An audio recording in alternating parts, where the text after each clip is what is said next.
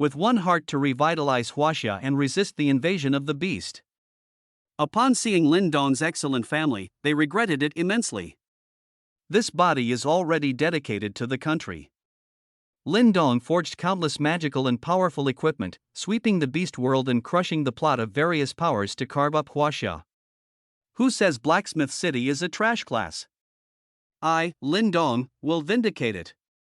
1. Lin Dong, I'm your own sister, how could you peek at me bathing? Iris, wrapped in a bath towel, her wet hair draped over her fragrant shoulders, her face like frost. The family sat in the hall, like judging a criminal, looking at Lin Dong, who was cowering in the corner. Lin Dong, you have disappointed your mother too much. I never thought you would be so perverted. It's all because I, your mother, have neglected your upbringing, which has caused problems with your character. If Ryan hadn't spoken up to stop you, who knows what beastly thing you would have done. Mother Quinn's eyes were full of disappointment. This was the scene she least wanted to see. If such a thing, which disrupted ethics and morals, were to spread, it would inevitably lead to pointing fingers, and the Lin family would become a laughingstock. Father Cain also slapped Lin Dong across the face, furious, his eyebrows raised in anger. Beast, look at the good deeds you've done. How will your sister get married now? How could I have given birth to you, something that shames the family? Dad, brother might not have done it on purpose, he just happened to run into it. Younger brother Ryan, seeing this, immediately pretended to step forward to stop Cain, but his eyes glanced at Lin Dong's slightly rectangular chest. There lay the warrior class card that Lin Dong had painstakingly acquired after brushing through dungeons tens of thousands of times. Ryan had been coveting this card dearly. Seeing Ryan seemingly defending Lin Dong, Cain looked at Ryan with great affection. It's true that the second son is kind-hearted. If only this unfilial son Lin Dong were half as sensible as Ryan. However, having committed such a grave mistake, Lin Dong absolutely could not be let off lightly. Ryan, are you still speaking up for this beast? The evidence is conclusive, and no one can save him today. Seeing Cain about to strike again, Ryan suddenly hugged Lin Dong, exposing his back to Cain. Dad, Lin Dong is my brother. I'll take responsibility for his mistakes. If you want to hit someone, hit me. Cain lowered the hand he had raised, full of helplessness. Alas, Ryan, you are too kind-hearted. Protecting this beast like this, you will be harmed by him sooner or later. But Ryan, with his back to the family, had a different expression in Lin Dong's eyes. He sneered at Lin Dong, full of undisguised contempt, and then began to mock him in a voice only they could hear. You walked in on my good deed and ended up framing me instead, didn't you? Lin Dong, go ahead and defend yourself. Who do you think they'll believe? Heh, remember this, there's no place for you in this family. Everything here is mine. Saying that, Ryan tapped his head as if remembering something. Let me think, you just bought a class card, right? TSK, do you think you can keep it? Before Lin Dong could react, Ryan's hand instantly reached into Lin Dong's chest. In an instant, the class card was in Ryan's hand, and he pretended to have dropped it on the floor. With a crack, the crisp sound of it hitting the floor drew everyone's attention. What is this? Ryan laughed wantonly, then bent down to pick it up and held it high in the air for everyone to see clearly. Warrior class card. Lin Dong, how could you afford this? Iris covered her mouth and exclaimed, looking at Lin Dong suspiciously, her bath towel almost slipping off. This is a warrior class card. The market value is at least 3 million. For a middle-class family like theirs, this was also a huge expenditure. At this moment, the hall was so quiet that a pin drop could be heard. The entire family's gaze was focused on the class card. Ryan had no intention of letting Lin Dong off the hook. He put on a look of heartbroken grief and shook his head at Lin Dong. Brother, Mom's silver tier magic spirit crystal hairpin went missing a couple of days ago. You didn't steal it to sell it to buy this, did you? Ryan had stolen this hairpin, but now he was framing Lin Dong. As soon as these words were spoken, Cain, who was already furious, completely lost it. Good, so it was you. He bypassed Ryan directly and kicked Lin Dong hard in the abdomen, causing Lindong to double over in pain. "You beast, you dare to steal your mother's things, you are simply disgracing the family." Saying that, Cain directly began to distribute the class card, as if this class card should not belong to Lindong at all. "Lindong, you don't deserve to have this class card. Class awakening relies on personal talent. You actually want to cheat using a class card. You have absolutely no drive to improve. Ryan, isn't your school's transfer awakening tomorrow? It belongs to you now. With this card, you won't have to worry about your awakening life class, and you can safely awaken as a warrior class." How hypocritical. From beginning to end, Lindong didn't say a word. He watched everything unfold before him. He even broke into a smile. He was smiling incredibly happily. Seeing him smile, Cain thought Lindong was provoking him and immediately started punching and kicking even harder. "You beast, I'll make you stop smiling." But Lindong remained silent, the smile on his face growing brighter. "Ha ha ha. Reborn." Lindong closed his eyes, his memories flooding back. Just a moment ago, he was fighting thousands of beasts, protecting the billions of citizens of Huaxia. He never expected that the moment he fell, he would travel back in time to the day before his class awakening 3 years ago.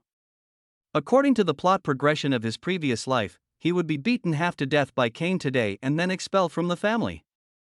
And the warrior class card he painstakingly saved up for after tens of thousands of beginner dungeon runs would be taken by Ryan. In his previous life, with the help of the campus belle Rona, he managed to obtain another warrior class card before the class awakening, allowing him to become a warrior. In this world where games and reality merged, failing to awaken a combat class meant being relegated to the lower class. Huaxia was in the fiercest first war zone, where combat classes were exceptionally prestigious. Resisting the beasts for Huaxia was the responsibility of every generation of Huaxia's people. Warriors were the main force for Huaxia in their fight against the beasts, thus receiving preferential resources. Their Lin family was barely able to maintain its status solely because his father had awakened as a shield warrior class. However, within this family, Lindong had never felt any familial affection. This was because he and Ryan were twins, growing up in constant comparison with each other. Consequently, Lindong, with his dull aptitude, was almost ignored by the family, with all resources being funneled towards the exceptionally talented Ryan. But the reborn Lindong knew that it wasn't his dull aptitude, rather, there was a twin bond between him and Ryan. Because of the twin bond, Ryan could inherit double the learning experience of anything Lindong acquired. In other words, Ryan could gain double the experience from anything Lindong did without lifting a finger, and he didn't have to compensate Lindong in any way. Therefore, the harder Lindong worked, the faster Ryan grew. The more Lindong strived, the wider the gap between them became. Coupled with Ryan's own efforts, the gap between them had widened by a factor of 3. His hard work provided Ryan with the capital to win effortlessly. With such a dazzling younger brother, he had always been treated as a negative example by the family. He was gradually disliked, ignored, and even verbally abused by everyone. Those words were unforgettable, etched forever in his memory. "You trash, it took you this long to learn something so simple. Look at Ryan, he knows how to do it after just one glance. You and your brother are like polar opposites. How could I, Cain, give birth to such a fool? Fortunately, your brother Ryan inherited my wisdom. This Lindong is useless, like mud that can't be plastered onto a wall. The Lin family will bring honor to our ancestors through Ryan." Yes, the reason Ryan could do everything wasn't precisely the result of Lindong diligently studying. He reaped without sowing, yet stood on high. Actually, Lindong wasn't bad at all, he was simply completely overshadowed by Ryan's brilliance. He didn't realize this truth until the moment he died in his previous life. He still remembered the words Ryan said when he fled in the face of the beast tide, abandoning the Huaxia people. "Why should I save these ordinary people who can't protect themselves? This beast tide is simply unstoppable. Staying here is suicide. If you, Lindong, want to be a hero, go ahead and be one yourself. To tell you the truth, your entire life is just my shadow and my servant.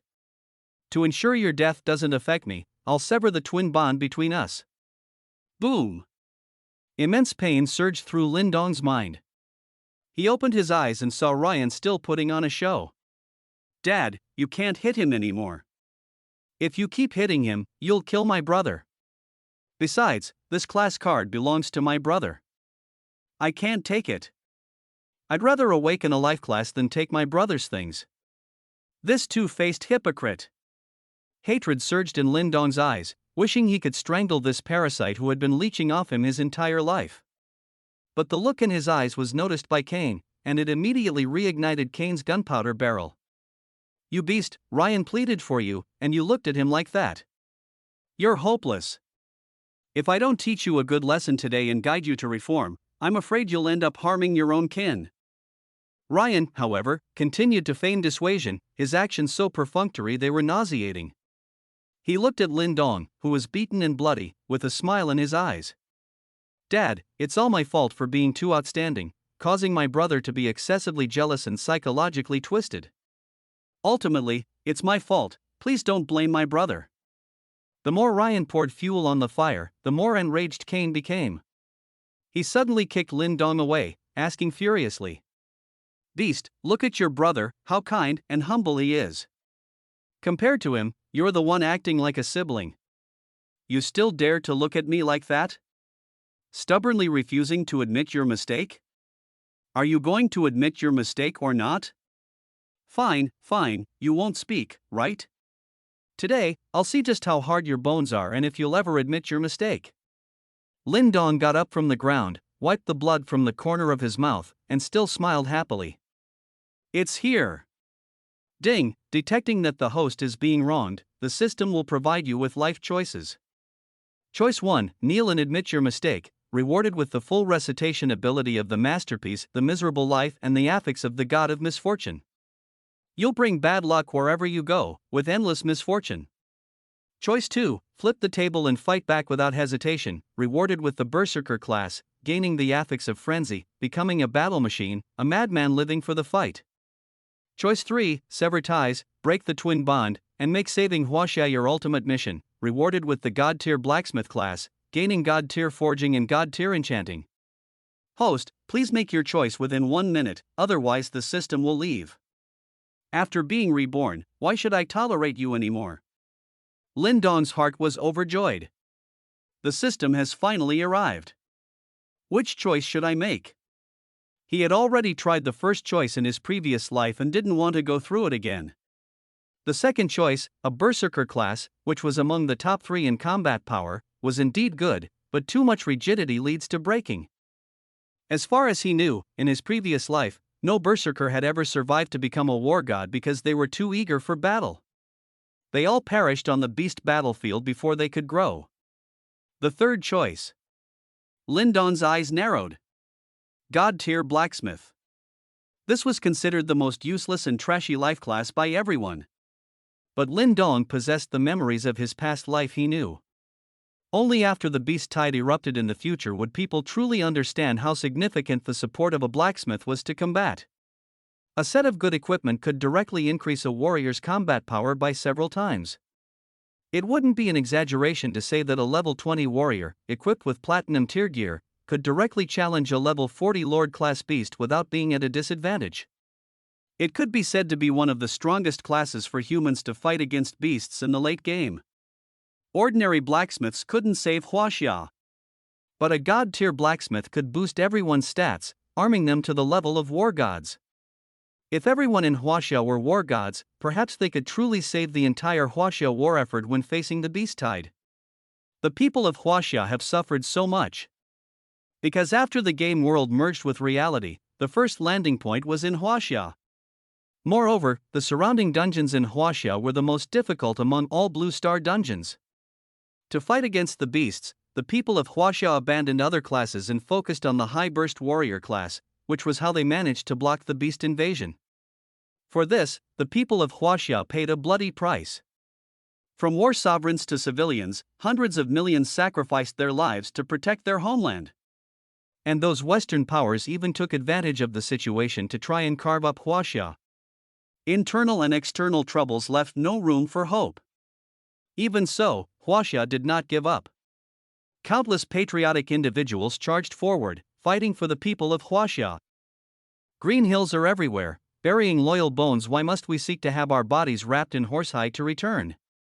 In his past life, Lin Dong also gave his last drop of blood for Huaxia.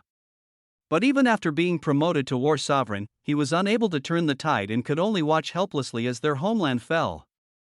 Since he was reborn, he had to choose a path that could truly save the country. Lin Dong took a deep breath, his decision made. I choose 3. Ding, congratulations to the host for making your choice. The God tier blacksmith class has been activated. Name, Lin Dong. Level, 1. HP, 100. Attack, 10. Defense, 10. Enchantment points 10. Experience, 0-100. Class, Blacksmith, Blacksmith level, Forging Apprentice 050.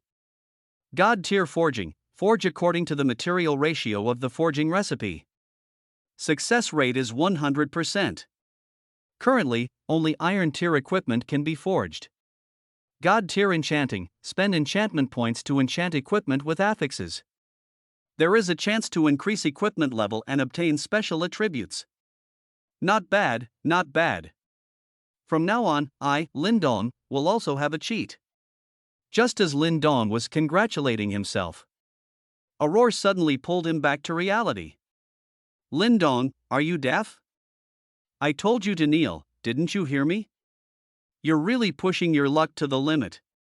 I think you're asking to taste the family law. The voice was deafening. Lin Dong squinted his eyes and looked at Kane, who was on the verge of exploding, a hint of excitement appearing on his face. He was finally ready to fight back, to live for himself, to go crazy. He shook his head at Kane. I'm not deaf. I heard every word you said. Seeing Lin Dong standing tall, showing no intention of admitting fault, Kane angrily unbuckled his belt. This was the most effective way to deal with those who were stubborn and disobedient. Then why aren't you kneeling down yet? Watching Kane approach step by step, Lin Dong was undaunted. Instead, he loudly confessed his true feelings. Ryan is your son, is Lin Dong not your son? Have you ever cared about my feelings, understood my thoughts? You don't even care about the cause and effect or right and wrong, you just vent your anger at me. Clearly, Ryan was peeping while his sister was bathing, but you didn't care about right or wrong and directly attack me. Is that fair? Seeing that Lin Dong was unrepentant, Iris was heartbroken. She let out a soft sigh at this moment, interrupting Lin Dong. Enough! Lin Dong, stop making excuses. How dare you frame Ryan? If Ryan hadn't stopped you loudly just now, I'm afraid you would have seen everything. In the end, Iris didn't know who was peeping outside the door at that time. However, Ryan's crying wolf made her jump to the conclusion that it was Lin Dong. And Kane's face became even gloomier when he heard Lin Dong dare to say he was unfair. Look at this, does this sound right? Is this child's rebellious behavior due to jealousy of Ryan? He even framed Ryan for something as sordid as peeping at his sister bathing? These bad habits have reached an incurable stage. Lin Dong is just a high school student. If he's this rebellious, and he's not disciplined properly, he'll probably turn into scum when he enters society. It's for his own good that his parents are educating him seriously, yet he's unrepentant and even dares to talk back? He's not even listening to his parents anymore? Shouldn't parents' words be absolute commandments? As a son, you should just obey your parents' orders when they educate you. How dare you point out your parents' mistakes? Even if parents are wrong, shouldn't children obey absolutely? After all, parents can make mistakes, but how can children make mistakes? Also, Ryan is his own brother. As an older brother, he would be jealous. Compared to Lin Dong, Ryan is still a child. And he's been outstanding since he was young. What's wrong with doting on them a little more? Shouldn't they spoil the exceptionally talented Ryan, instead of spoiling a useless person like Lin Dong who can't do anything right? They are not old yet, and Lin Dong is already so rebellious. If they die, how can they rest assured leaving Ryan to him for care? If Lin Dong becomes psychologically twisted because they doted on Ryan a little more, then this child is better off without. It's better to beat him to death early, so he doesn't embarrass the Lin family. A series of dozens of rhetorical questions flashed through his mind, and Kane's anger soared. He snapped his belt and approached Lin Dong again.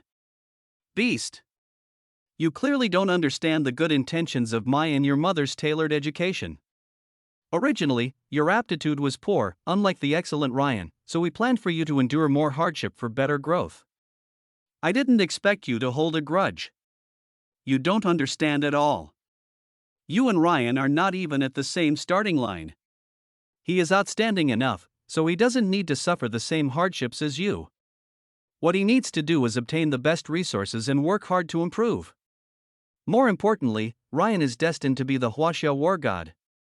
Comparing yourself to him is just asking for trouble. At this moment, Lin Dong really wanted to spit out 18 years of accumulated phlegm onto Kane's face. Kane's words could be summarized in these few words: if you can endure hardship, then endure more. Shameless words, spoken so righteously. This Ryan inherited his good genes, which is why he's so shameless.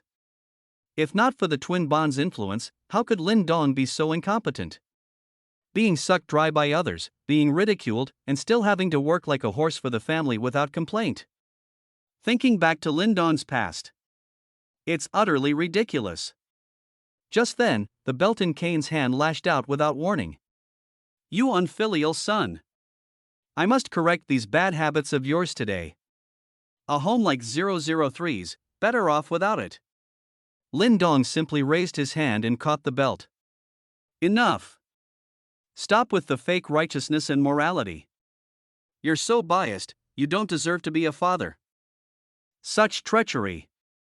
Lin Dong actually dared to fight back. Kane was about to curse him out. Quinn, standing beside him, pulled him back. The child is just being rebellious for a moment. He must have something he can't figure out. Let me talk to him. Kane looked at Quinn's slightly swollen eyes and helplessly lowered his arm. They say a kind mother spoils her son. Lin Dong's rebellion is all you're doing. If someone who didn't know the truth heard this, they'd think Quinn doted on Lin Dong. But to Lin Dong, it sounded a bit harsh.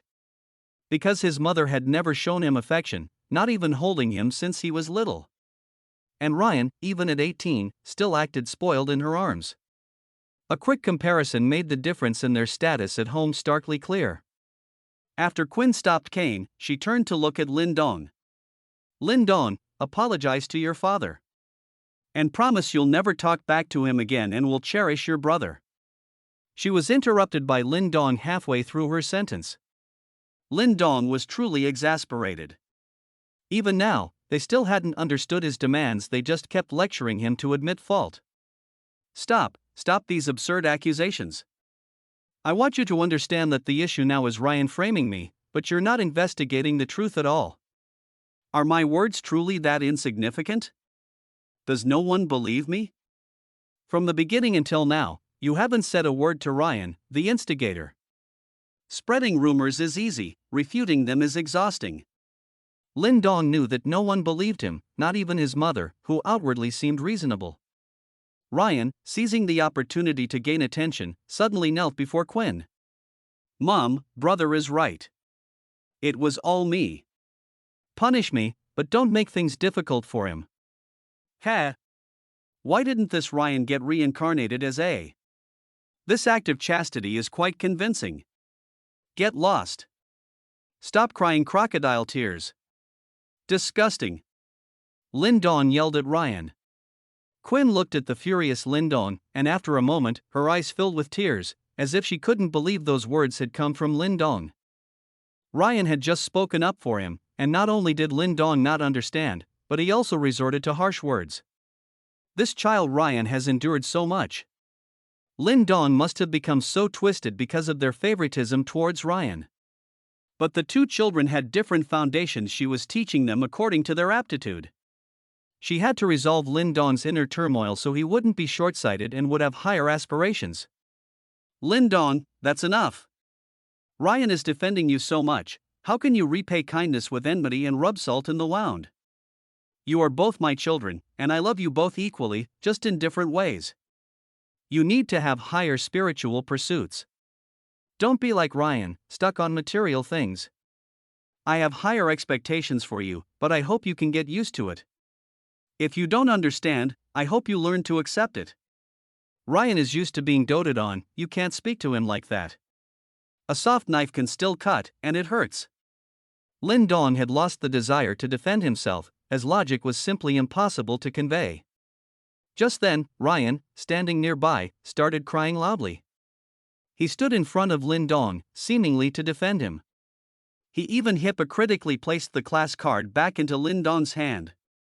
Mom and Dad, please don't say any more about my brother. All his mistakes are because of me, because you are too good to me.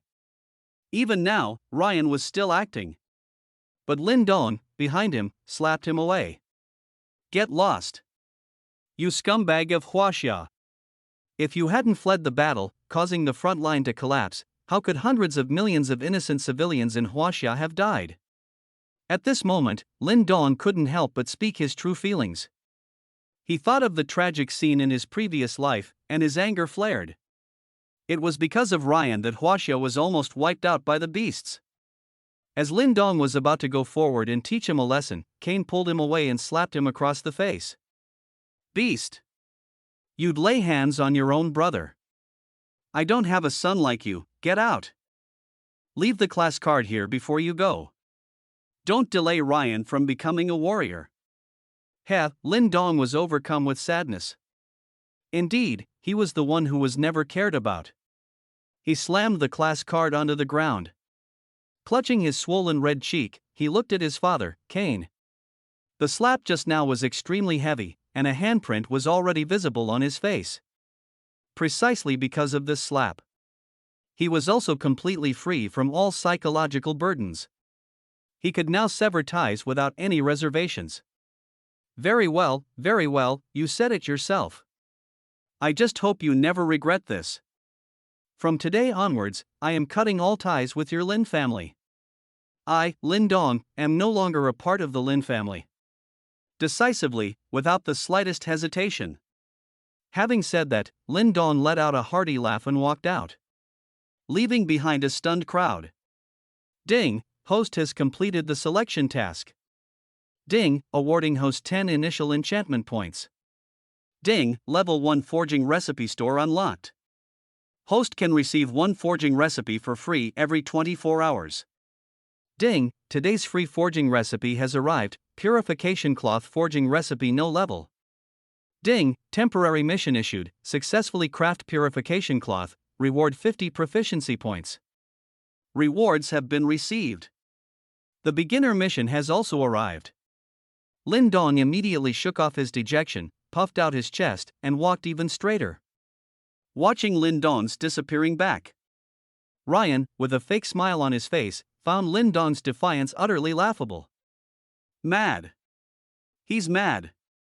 Lin Dong is insane. How dare he say such things? Without this family, what will he eat or drink? But he seemed to have forgotten that Lin Dong hadn't taken a cent from home for many years. All of Lin Dong's living expenses were earned by leading people through beginner dungeons. Otherwise, he wouldn't have had enough money to buy the class card. But did the truth matter? Cain slammed the table with a loud bang. Insubordinate. Just because I spoke a word of reason, this child holds a grudge and runs away from home? When he suffers enough outside and comes back, I'll teach him a good lesson. Only his mother, Quinn, suddenly felt an emptiness in her heart, as if something important had been lost. Yes, lost forever. Child, come back. Your father was just speaking in anger.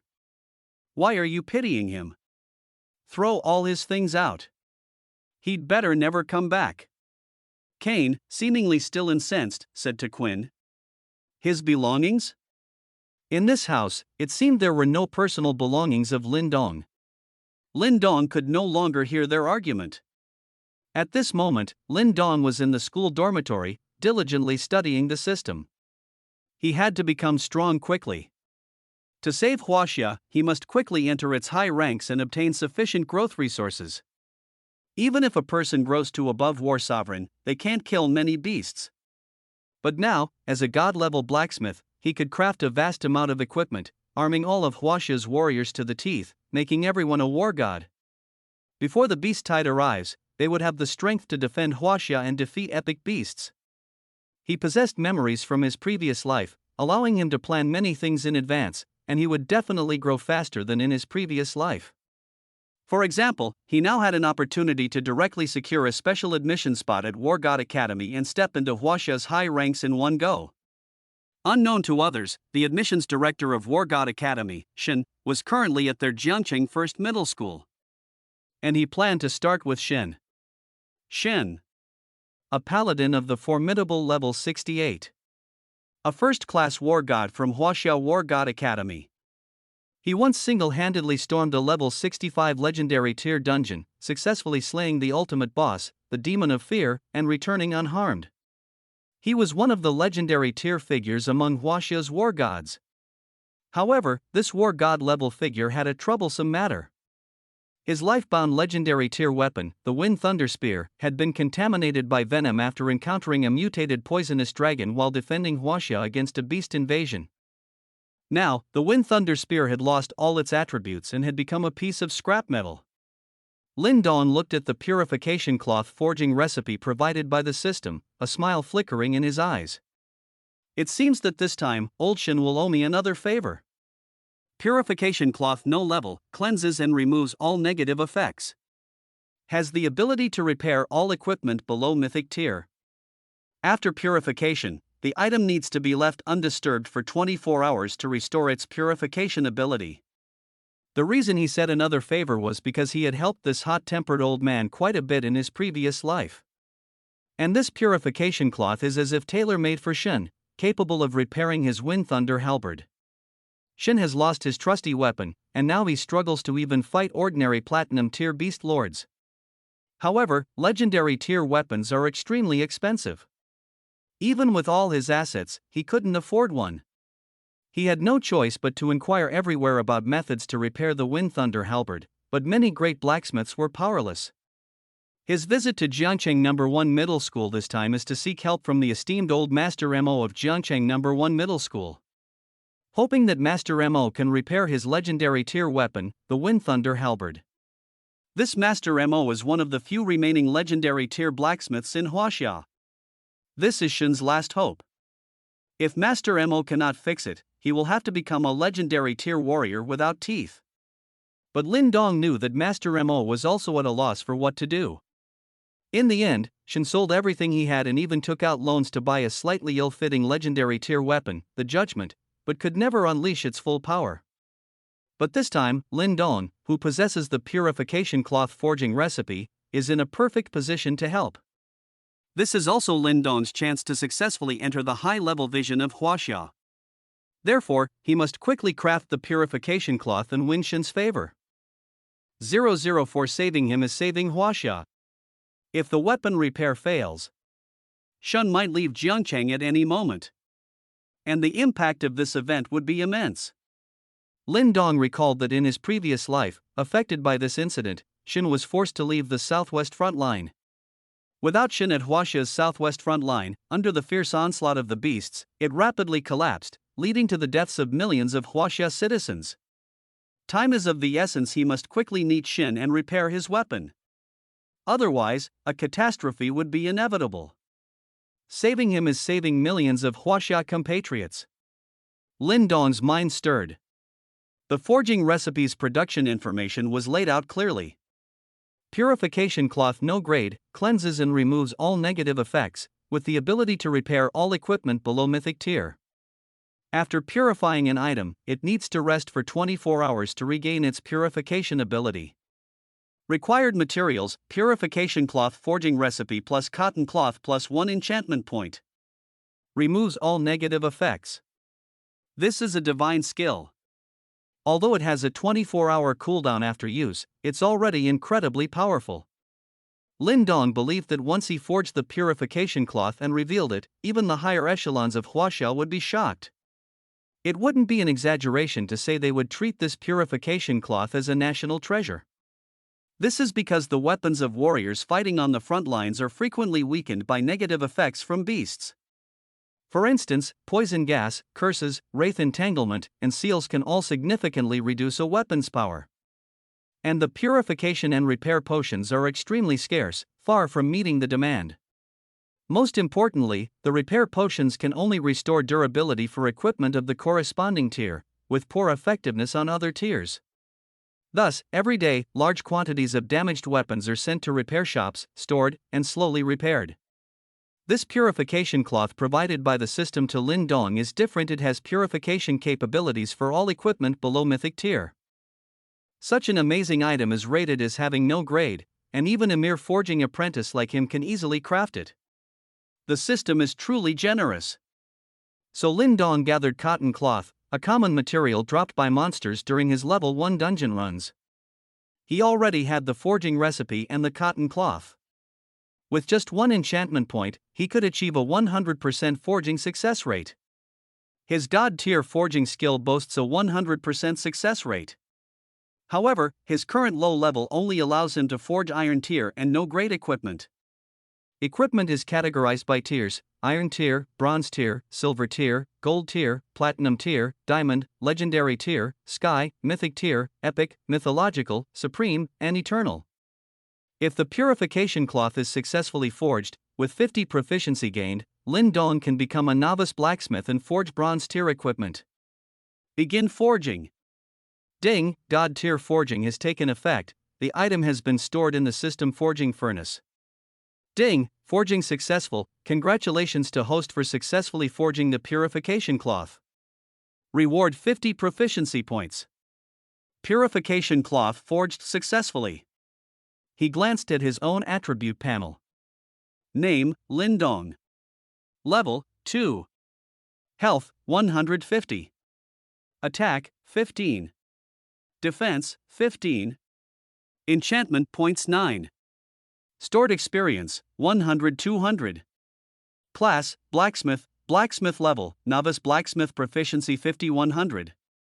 God tier forging, forge according to the material ratio of the forging recipe, 100% success rate. Current forging level can only forge equipment below bronze tier.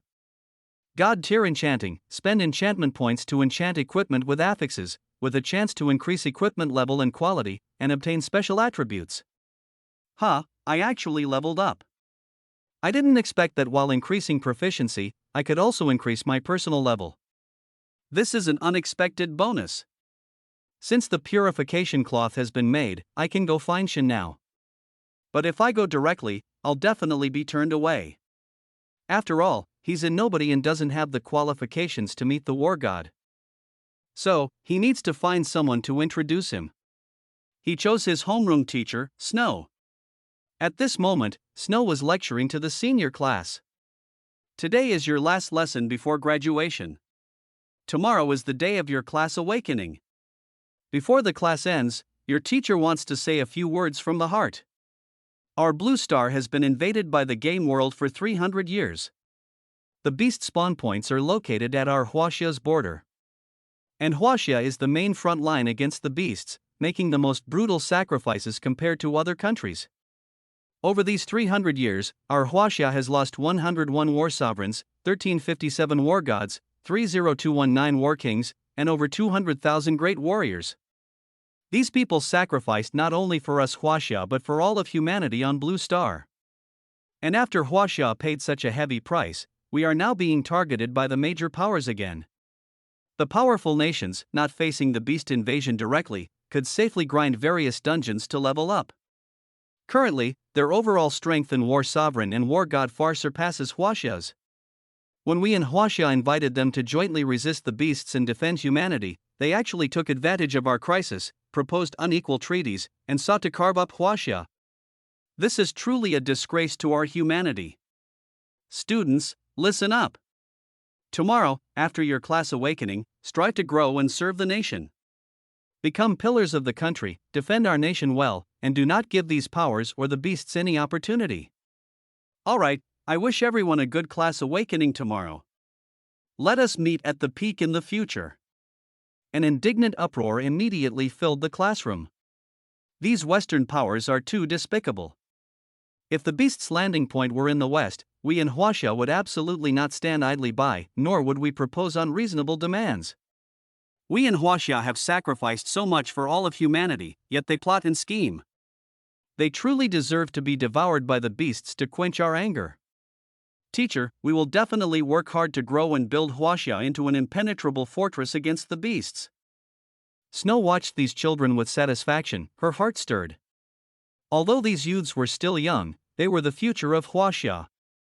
She wondered how many of them would become war gods, and how many would perish at the hands of the beasts. Lin Dong, listening from outside the door, couldn't help but clench his fists. When the beast tide arrives, no power on Blue Star will be able to avoid the impact of mutated beasts. Those powerful nations, they'll be begging Huaxia for help then.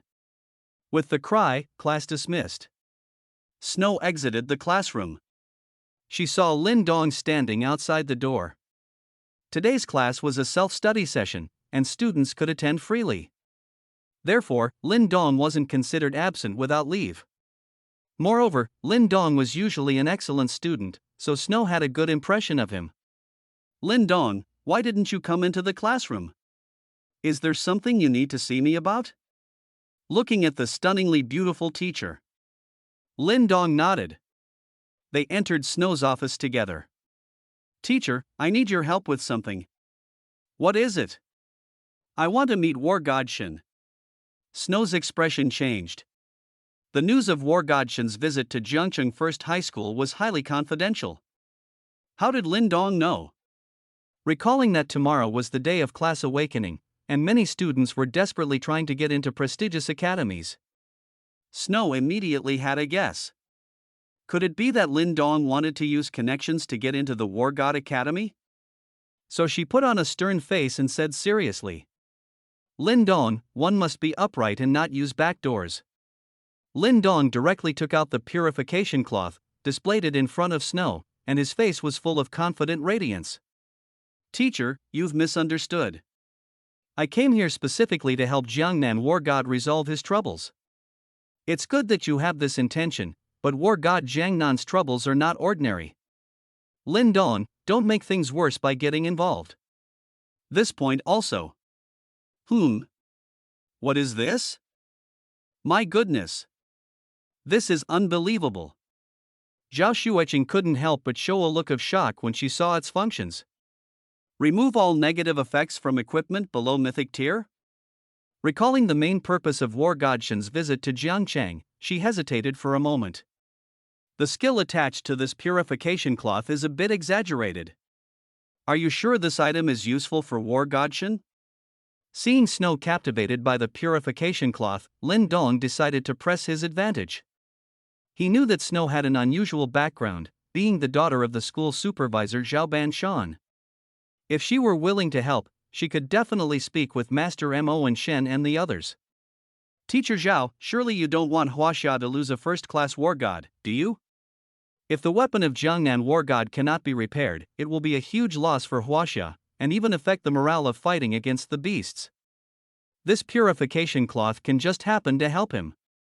I'm not using connections, I'm protecting Huaxia's war god with my actions. For severe illnesses, drastic measures are needed. Lin Dong directly invoked national interest, elevating his own stature. The implication was that whether he was using connections was not important, what mattered was his sincere patriotic heart. Snow, with her overflowing patriotism, was impressed by Lin Dong after hearing his words. Huaxia needs young men like him who volunteer and take initiative. After all, facing the beasts requires such courage and a disregard for sacrifice. She nodded and gently took the purification cloth with her hand. It felt cool and soft to the touch, and even her spirits were lifted. What a treasure! Perhaps it will really be useful for the Jiangnan war god. Snow admitted that her heart was moved at this moment.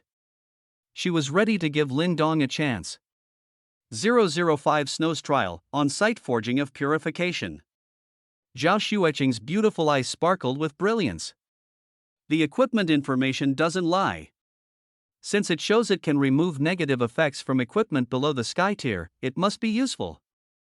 If it can help Shen War God, she can also gain the friendship of a war god, which is nothing but beneficial. But where did Lin Dong get such a precious item? This purification cloth can be called a national treasure level item. If Lin Dong really forged it, the country would likely send a guard detail to protect him immediately. Talents like this are treasured by the nation. I recall last year when a sword saint genius emerged in Yunqing next door, the country sent helicopters overnight to pick him up and protect him. It said he's not allowed to come out of seclusion until he becomes a war god. This is to ensure such talents are protected from harm and don't perish prematurely. She even considered reporting it to the relevant authorities immediately to share this good news. After all, Lin Dong is her student. If Lin Dong becomes a key protected individual of the nation, she would also share in the honor. Her hand had already reached for the phone in her pocket, but she suddenly stopped. No. Wait. Was this purification cloth really forged by Lin Dong? What if it turns out to be a misunderstanding? She needed to find out for sure. So, Snow put on a serious face and questioned Lin Dong. Lin Dong, this item is extremely precious. Tell your teacher the truth, where did you get it? You know, War God Shen might not accept items of unknown origin. Lin Dong scratched his head. He hadn't really considered this. After all, there had been incidents before where foreign powers used equipment to harm Huaxia war gods. If the origin was unknown, it might indeed not be accepted. Fortunately, this item's origin was transparent and clean. Lin Dong patted his chest and winked at Snow. I really forged it myself. You forged it yourself? Zhao Xueqing looked at Lin Dong skeptically, finding it hard to believe. Wait, are you saying you've already awakened your class? After all, class awakening requires bringing a class card to the awakening stone for the ritual. And the school is only holding the awakening ceremony tomorrow. How could Lin Dong have awakened early without the help of an awakening stone? Lin Dong nodded and removed the hidden status of his class information, allowing Snow to view it. Novice blacksmith level? Can craft equipment below bronze tier? Although Snow found what was happening before her unbelievable, the facts were laid out, and she had no choice but to believe. She had heard before that some individuals with god tier talents could awaken their class early. She never expected to encounter one today. However, the blacksmith class is truly a bit of a dead end. The reason blacksmiths are called trash lifestyle classes is because they are incredibly expensive to maintain. Even with a forging recipe, the success rate is abysmally low. It often takes more than a dozen materials to successfully forge a single low-tier bronze equipment.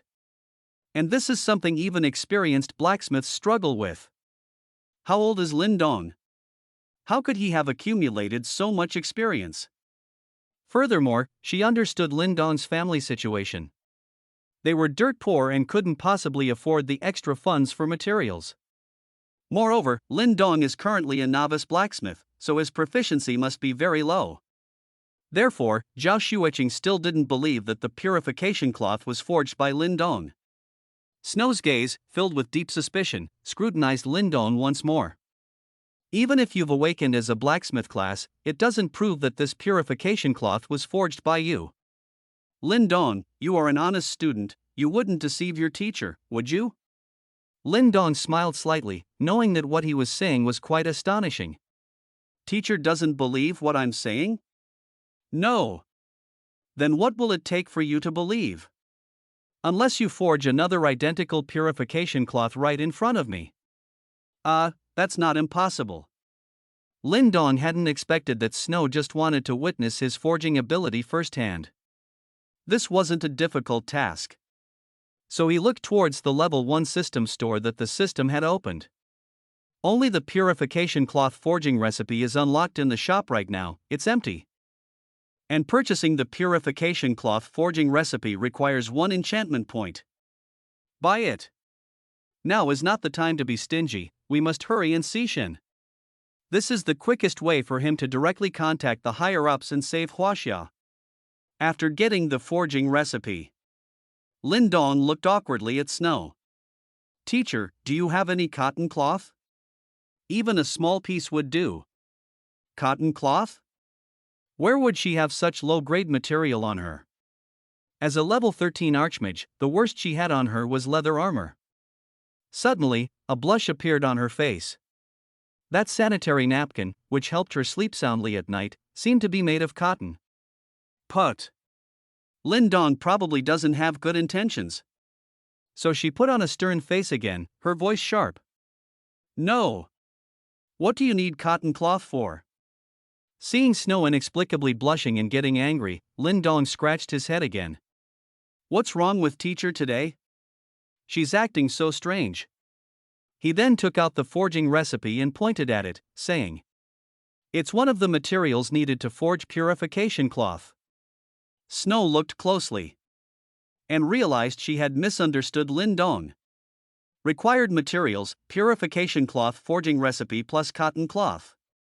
Actually, the materials required section also had one enchantment point, but this was a hidden option in Lindong's system that Snow couldn't see at all. Just then, Lindong said, I have some cotton cloth in my dorm, I'll go get it right away.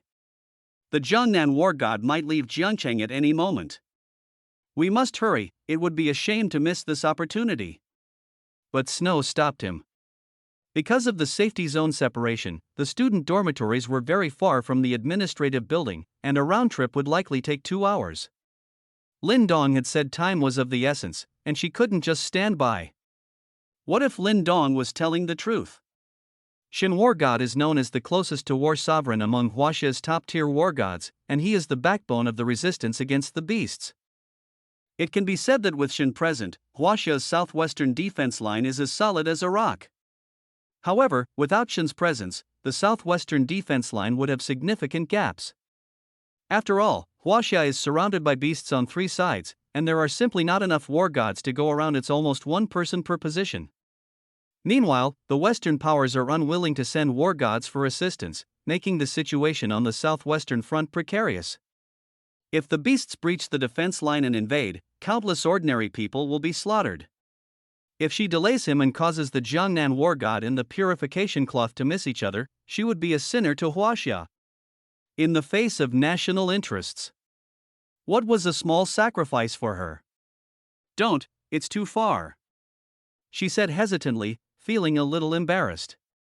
I do have cotton cloth, it's just that the shape is a bit unseemly. Lindong didn't seem to notice Snow's expression, acting nonchalant. As long as it's enough, I'm just doing an experiment anyway. Snow gritted her teeth. All right, turn around first. Why is teacher acting so weird today? Lindong turned around, his mind full of question marks. It wasn't until Snow told him to turn around that Lindong was surprised to find that the cotton cloth shape was indeed a bit unseemly, and it even had wings. Teacher, isn't it a bit inappropriate? It's not a mask that needs to be worn outside for others to see. Do you expect me to print Love Huaxia on it? Snow's face darkened, and she glared at Lindong. Don't worry about the details, just tell me if this piece of cotton cloth is enough. It's enough. Lindong quickly put the materials into the system furnace. Begin forging. Ding, God tier forging has taken effect, the item has been stored in the system forging furnace. Ding, forging successful, congratulations host for successfully forging purification cloth. Proficiency plus 10, reward 100 storage experience points. Ding, congratulations host for leveling up to level 3. Leveled up again. Lindong glanced at his personal stats panel. Name, Lindong. Level, 3. Health, 200. Attack, 20. Defense, 20. Enchantment points 7. Storage experience, 200-300. Class, Blacksmith, Blacksmith level, Forging Novice proficiency 60-100.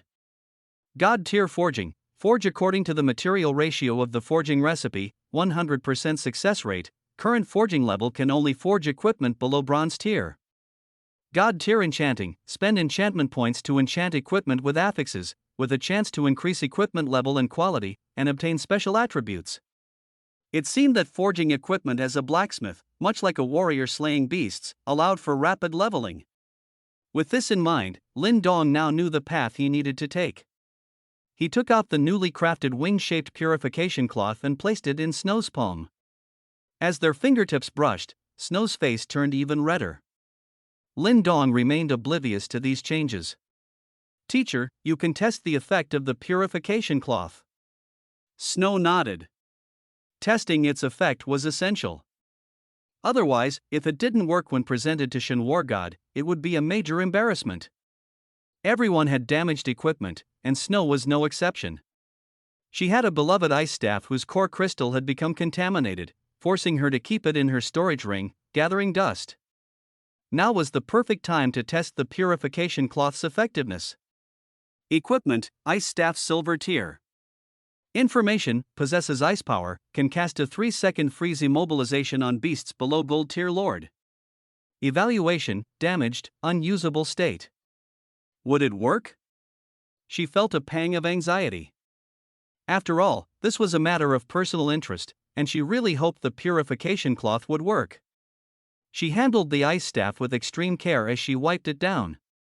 The moment the purification cloth grazed the core crystal, the rhombus-shaped crystal suddenly emanated a cold, sharp aura of ice and snow, and the entire staff began to glow with a faint white luminescence. Rumble. 006 repair failed. Can Shen never rise again? It works. It really works. Snow, no longer her usual composed self, leaped high into the air, like a little girl. She excitedly clutched the ice staff, dancing with joy. With the staff repaired, she could now venture into the level 10-20 bronze tier dungeons to hunt monsters. She wouldn't even fear level 20 beasts. Overjoyed, Snow even hugged Lin Dong tightly, embracing him with all her might. Lin Dong felt suffocated by the pressure. Teacher, could you move your 3060 away? I can't breathe. Snow stuck out her tongue in embarrassment. After all, Lin Dong was only level 2, he couldn't handle her 13. Snow rubbed her eyes, thinking she was hallucinating. Lin Dong was only level 2 just now, how could he suddenly be level 3? Had she misremembered? Lin Dong regained his freedom and took several deep breaths. Teacher, can you take me to see Shen War God now? Yes, of course. Lin Dong's talent was enough to attract the attention of the entire nation. With such strength, even the war god of Jiangnan would roll out the red carpet. Snow snapped her fingers. She didn't look like a teacher at all, but more like a young lady from the underworld. She could already picture Lin Dong on the news, being whisked away by helicopter overnight. Such a genius had to be reported to the state immediately. Lin Dong's ability to create such a precious purification cloth would earn him great respect, even from the highest echelons of Huaxia. With him leading the charge, it might be possible to establish a legion of war gods.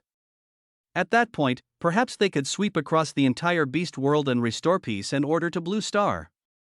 So, she took out her phone and called Principal Chen, briefly explaining Lin Dong's situation. Chen was currently accompanying Shen at Master Mo's residence, waiting for Master Mo to forge a legendary tier purification potion. He couldn't verify Snow's claims and vaguely told them to come over. The ability to create purification cloth was enough to warrant an audience with Shen War God. However, he was unsure if it was true, so Chen's enthusiasm was not high, but he didn't refuse either. Snow was not entirely satisfied with Chen's attitude. Lin Dong was a prodigy of heaven-defying talent. However, after pondering for a moment, she understood Chen's predicament. The principal, like herself earlier, probably wouldn't believe it without seeing it with his own eyes. However, before going to Old Mo's place, there were a few things she should advise Lin Dong about in advance. Shen War God is currently at Elder Mo's residence. This Master Mo is extremely eccentric, especially his apprentice Ox, who has a face like death, as if he owes everyone 8 million. This blacksmith class has fallen out of favor. I don't know what's so great about it. When the time comes, if they're rude, just bear with it, don't take it to heart. After Snow finished speaking, she immediately saw Lin Dong's peculiar expression. She was startled. She suddenly remembered that Lin Dong was now also a blacksmith, and a divine tier blacksmith at that. According to Lin Dong's previous statement, the success rate could be as high as 100%. Her earlier comment about blacksmiths being obsolete must have made Lin Dong a little sad. Realizing her slip-up, Snow playfully stuck out her tongue again. Oh, don't misunderstand me. I meant that blacksmiths used to be in decline, but perhaps you can restore their glory. Lin Dong smiled. He didn't argue about these matters. His top priority now was to meet the Jiangnan war god as soon as possible and gain admission to the War God Academy. The War God Academy was known as one of the 7 key defense institutions of Huaxia, a place where high-level talents were nurtured by the country's leadership. Upon entering, one would receive significant resource allocation. The enrollment bonus alone amounted to 1 million dragon coins. For Lin Dong, who was short on funds, this was a considerable sum. It could be used to purchase forging materials and improve his blacksmith level. At that point, any equipment he crafted would surely impress the old-timers at the War God Academy. And the warriors on the front lines would undoubtedly have their combat power significantly boosted by the equipment he forged. When Snow brought Lin Dong to the front of Master Mo's residence, the clanging sound of a hammer could be heard from within the courtyard. Master Mo's disciple, Ox, was drying a basin of heavenly pool snow lotus by the door. Upon seeing the heavenly pool snow lotus, Lin Dong's eyes lit up, and he couldn't help but step closer to examine it. A legendary tier forging material, the heavenly pool snow lotus. It's the main ingredient for crafting legendary tier purification potions. Ox looked up and sized up Lin Dong, whose eyes were full of fervor. He waved his hand dismissively. Stay back, don't get it dirty. A poor student like you can't afford to pay for such precious material. This Ox really had a bad temper. Not a smile on his face, like a disgruntled woman. At this moment, Snow quickly stepped forward and cupped her hands. Ox, Lin Dong and I are here to present something to the Jiangnan war god. It might be helpful for his Wind Thunder Spear. Please let us in to see Master Mo and the Jiangnan war god. Snow's words were very polite. But Ox rolled his eyes, his horse-like face stretching long. No, my master is at a critical stage of forging. You can't disturb him. If this batch of forging materials is ruined because of you, even your Zhao family couldn't afford to compensate for it. The commotion at the door had clearly attracted attention from within the courtyard. Just then, an aged voice echoed from inside the gate. It was Master Mo's voice. Ox, is that young Zhao girl here? Let her in. Humph, that girl hasn't visited me in a long time. From Master Mo's tone, it was clear he was quite familiar with Snow. Hearing his master's consent, Ox had no choice but to move aside, clearing a path. Snow made a funny face at Ox. It was evident that her relationship with Ox was not harmonious. But just then, Ox reached out again, blocking their path. You can go in, but he can't. Saying this, Ox pointed at Lin Dong, looking down his nose at him. Why? Snow was a little indignant. Master only said you could come in, he didn't say he could. Ox snorted coldly. He clearly didn't take Lin Dong seriously. This time, Snow was completely unhappy. Ox, what makes you so arrogant, just being a gatekeeper? Let me tell you, Lin Dong has something that can repair the Shin War God's weapon. If you stop us from entering, you'll be causing Huaxia to lose a War God level figure. Who couldn't play the blame game? Ox had just unfairly accused them, and now Snow was directly leveling a similar accusation at him. She had the confidence to do so because Lin Dong's forged purification cloth was truly effective. Just then, Master Mo's hearty laughter rang out from within the house. It's done! It's done! Immediately, Shen and Principal Chen's laughter also echoed out. Hearing this, Ox forgot about blocking them and rushed inside to witness the miracle. Snow looked on in shock. The Wind Thunder Spear must have been repaired. If that were the case, their trip would have been in vain. Lin Dong harbored the same question. But according to my memory from my previous life, Master Mo shouldn't have been able to repair it. My memory can't be wrong. So Lin Dong strode up the steps. Let's go in and take a look. Upon entering the courtyard, Lin Dong finally understood what done meant. It turned out that what Master Mo meant by done was that this batch of legendary tier purification potion had been successfully forged.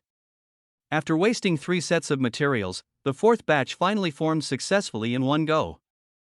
Shin War God couldn't help but grin widely, extremely pleased. Master Mo's 25% success rate in forging is truly terrifying. It would probably shock people to death if it got out. After all, the higher the tier of the forging materials, the lower the success rate. For legendary tier equipment, achieving a 25% success rate is already incredible. Master Mo stroked his goatee with satisfaction, then urged them on. Hurry up and try it, see if it works. Principal Chen eagerly stepped forward to help, wanting to witness this important moment. He picked up the container of legendary tier purification potion and carefully sprinkled it onto the Wind Thunder halberd, which was completely dark green and lusterless. However, as time passed, the Wind Thunder halberd showed no change whatsoever. How can this be?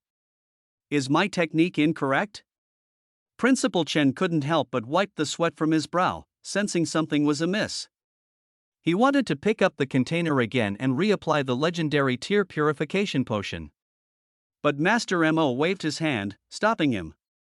No need. The venom of that mutated poisonous dragon cannot be purified by legendary tier purification potion. How can that be? Shen also looked solemn. He had spent so many materials only to get this result and was somewhat unwilling. But Master Mo shook his head and voiced a startling guess. That mutated poisonous dragon must have an extremely high tier bloodline.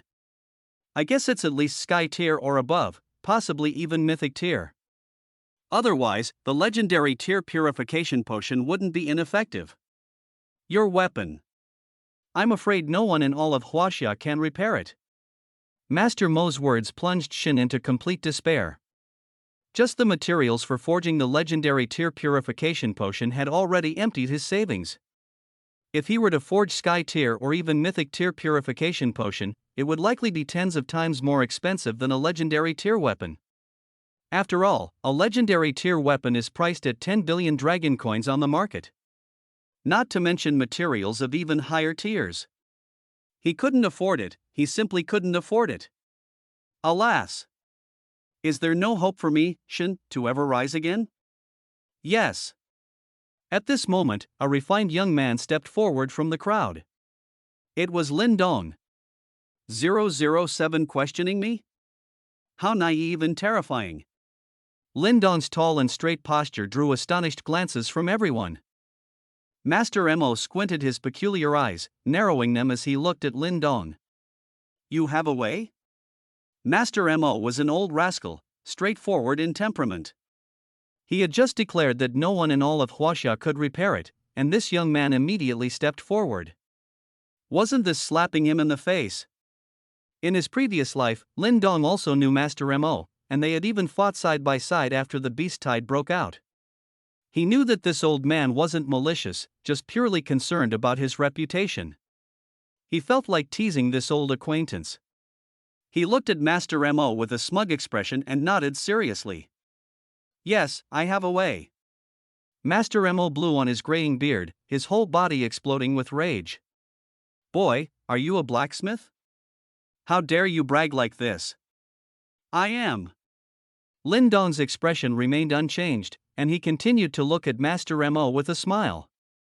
Upon hearing Lin Dong claim to be a blacksmith, Master Mo's anger suddenly vanished. He sized Lin Dong up, looking somewhat incredulous.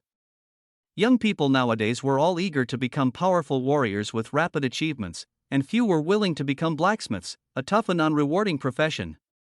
But even as a blacksmith, at such a young age, he would at most be a forging apprentice, capable of crafting iron tier equipment at best. With this thought, his expression softened slightly. Even if you are a blacksmith, it is absolutely impossible to repair the legendary tier weapon, the Wind Thunder halberd.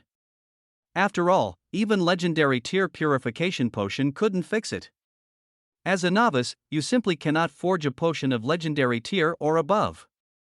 But Lin Dong blinked his eyes, still maintaining that infuriating expression. Old Mo is right, purification potions can't fix it, but the purification cloth can. Saying this, he shook the purification cloth in his hand. He showed it off in front of everyone. Everyone's eyes were drawn to it. Purification cloth no level, cleanses and removes all negative effects.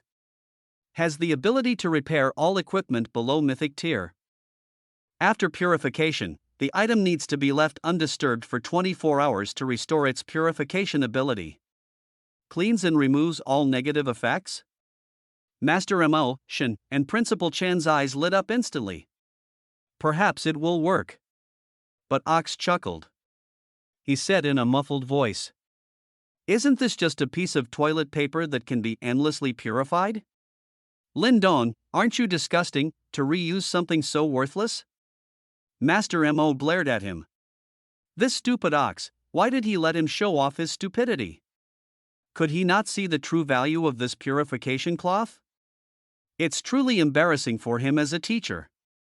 So he said impatiently, "Idiot, step aside, there's no place for you to speak here." At the same time, his gaze towards Lindong became ardent. How could he not have thought of the purification cloth equipment? This kid is forging his own path and not following convention, it's very surprising. If only he could take him as a disciple. As for Shen, he had a fiery temper, and as soon as he saw that the weapon could be repaired, he couldn't wait any longer. "Kid, hand over the purification cloth in your hand, let me see it." Lindong heard this. He respectfully handed over the handkerchief. Shen also had a fiery temper. He took the handkerchief and directly took out the Wind Thunder Spear. This weapon, originally entwined with electricity, was now dim and lusterless. It was covered all over with dark green patterns, looking extremely horrifying. He eagerly began to wipe it with the purification cloth. At the same time, his heart was in his throat. If it doesn't work, he'll be disappointed for nothing. He wiped and prayed inwardly. "May the Huaxia ancestral god bless me." The moment he wiped it with the purification cloth, suddenly, a spark of electricity jumped out. Ah! A familiar sensation spread through Shen's body. Immediately after, an irrepressible joy appeared on his face. It works! It really works! The dark green patterns on the Wind Thunder Spear disappeared instantly, replaced by leaping arcs of electricity. After wiping, the entire Wind Thunder Spear once again emitted the sound of wind and thunder, with rolling currents of electricity shooting out everywhere, attracting everyone's attention. He gulped. Shen was completely shocked. This purification cloth not only removed the venom but also repaired the previous hidden injuries. The Wind Thunder Spear now possessed the splendor of its prime. Chen and Master Mo exchanged glances. They saw the shock in each other's eyes. This purification cloth is a treasure. It can remove negative effects from weapons. Although there is a 24-hour recovery period, it is enough to make people at the war god level flock to it. Snow proudly raised her chin. She made a face at Master Mo. "Old Mo, Lindong is a student I taught, isn't he amazing?" Master Mo was not angry at her teasing. Instead, he looked at Lindong with great interest. This young man has extraordinary talent. To be able to forge such a magical item as a newly initiated blacksmith is simply unbelievable.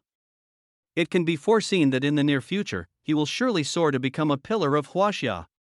After all, in Huaxia, a truly outstanding blacksmith is even more significant than the highest military power, the war sovereign. Lindong's excellence made him covetous. In contrast, his disciple Ox had poor aptitude and was naturally dull, not the right material for this profession. Perhaps Lindong could be trained well and inherit his mantle. Just as Master Mo was plotting in his mind, Shen also spoke. "Lindong, how much are you selling this handkerchief for?" "It's very useful to me." But Lindong shook his head. This made Shen somewhat disappointed. "Not selling?" "Not selling, it's just a small, worthless item for the Jiangnan war god." "A small, worthless item?" Shen gulped. This truly shocked him. An item that can repeatedly repair legendary tier weapons is a small, worthless item? By his estimation, if this purification cloth were put on the market, its price would likely be even higher than his Wind Thunder Spear. Even the high-ranking officials of Huaxia would be tempted to buy it. For warriors like them who often fight, this is too precious and too scarce. Such a valuable item, Lindong wants to give it to him, how could he possibly refuse? So he neatly folded it and put it in his pocket. At the same time, he looked at Lin Dong with satisfaction. Kid, whatever you need, just tell me. As long as I can do it, I will satisfy you. This is exactly what Lin Dong wanted to hear. Since Shin said so, he wouldn't be polite. I want a special admission quota to Huaxia War God Academy so that I can forge equipment for Huaxia warriors on a broader stage. Oh? Are the requirements that simple? Shin stroked his chin. With the purification cloth forged by Lin Dong alone, it would be more than enough for him to be a guest blacksmith at War God Academy. I didn't expect all they wanted was a special admission spot. This is completely without difficulty. Shin put on a troubled expression, thinking Lin Dong was asking for too little. After all, such a great kindness as repairing the Wind Thunder Spear was not worth a single admission spot. But this expression, when seen by the apprentice ox next to him, meant something else entirely. He thought to himself, "Ha, this Lin Dong is asking for the moon, and has displeased the Jiangnan war god. If I seize this opportunity to show myself and catch the Jiangnan war god's attention, perhaps this special admission spot will fall to me." So he jumped out, a sneer on his horse-like face. "Lin Dong, I knew long ago that you had ulterior motives and wicked intentions. Your true colors are finally showing. This purification cloth is so miraculous, how could you have forged it? I suspect you stole it from somewhere and are presenting it to the Jiangnan war god in an attempt to enter Huaxia War God Academy. To expose you, I now challenge you. If you truly have the skill, do you dare to forge a bronze tier equipment with me so everyone can judge?" Ox said this because he was a bronze tier blacksmith. Especially for the speed gloves, a bronze tier equipment, his success rate for forging it was as high as 60%. He was very confident he could defeat Lin Dong. At that time, the difference between them would be clear, and perhaps Shin War God would recognize his talent and give him, Ox, a special admission spot. He was calculating his odds with great satisfaction. Ox looked at Lin Dong provocatively. But Lin Dong blinked helplessly. Provoking me? Doubting me? I have cheats, Ox, are you really that naive? I really don't want to slap your face. Do you dare? Ox pressed his advantage. 008 Special Ability, Affix Enchantment. It might not be appropriate. Lin Dong hesitated. After all, this Ox was Master Mo's disciple. And he had already achieved his goal, so he didn't want to create unnecessary trouble. But the way he said it. Ox thought Lin Dong was scared. If you don't dare, it proves that the purification cloth wasn't forged by you at all. I guessed right, you're just a fame-seeking fraud. When Ox said this, Master Mo, Shin, Principal Chen, and others all looked suspicious. Seeing Lin Dong's reluctant expression, could it be that the purification cloth wasn't really forged by him? Chen was the principal, and Lin Dong was a student of their school. He felt it was necessary to step forward and investigate the truth. Lin Dong, was this purification cloth forged by you? You need to state it truthfully. Otherwise, you might be blacklisted by War God Academy and never be hired. Ox chuckled coldly. Principal Chen, I don't think you need to ask. Lin Dong definitely didn't forge it. Among everyone present, only Snow knew that Lin Dong had this capability.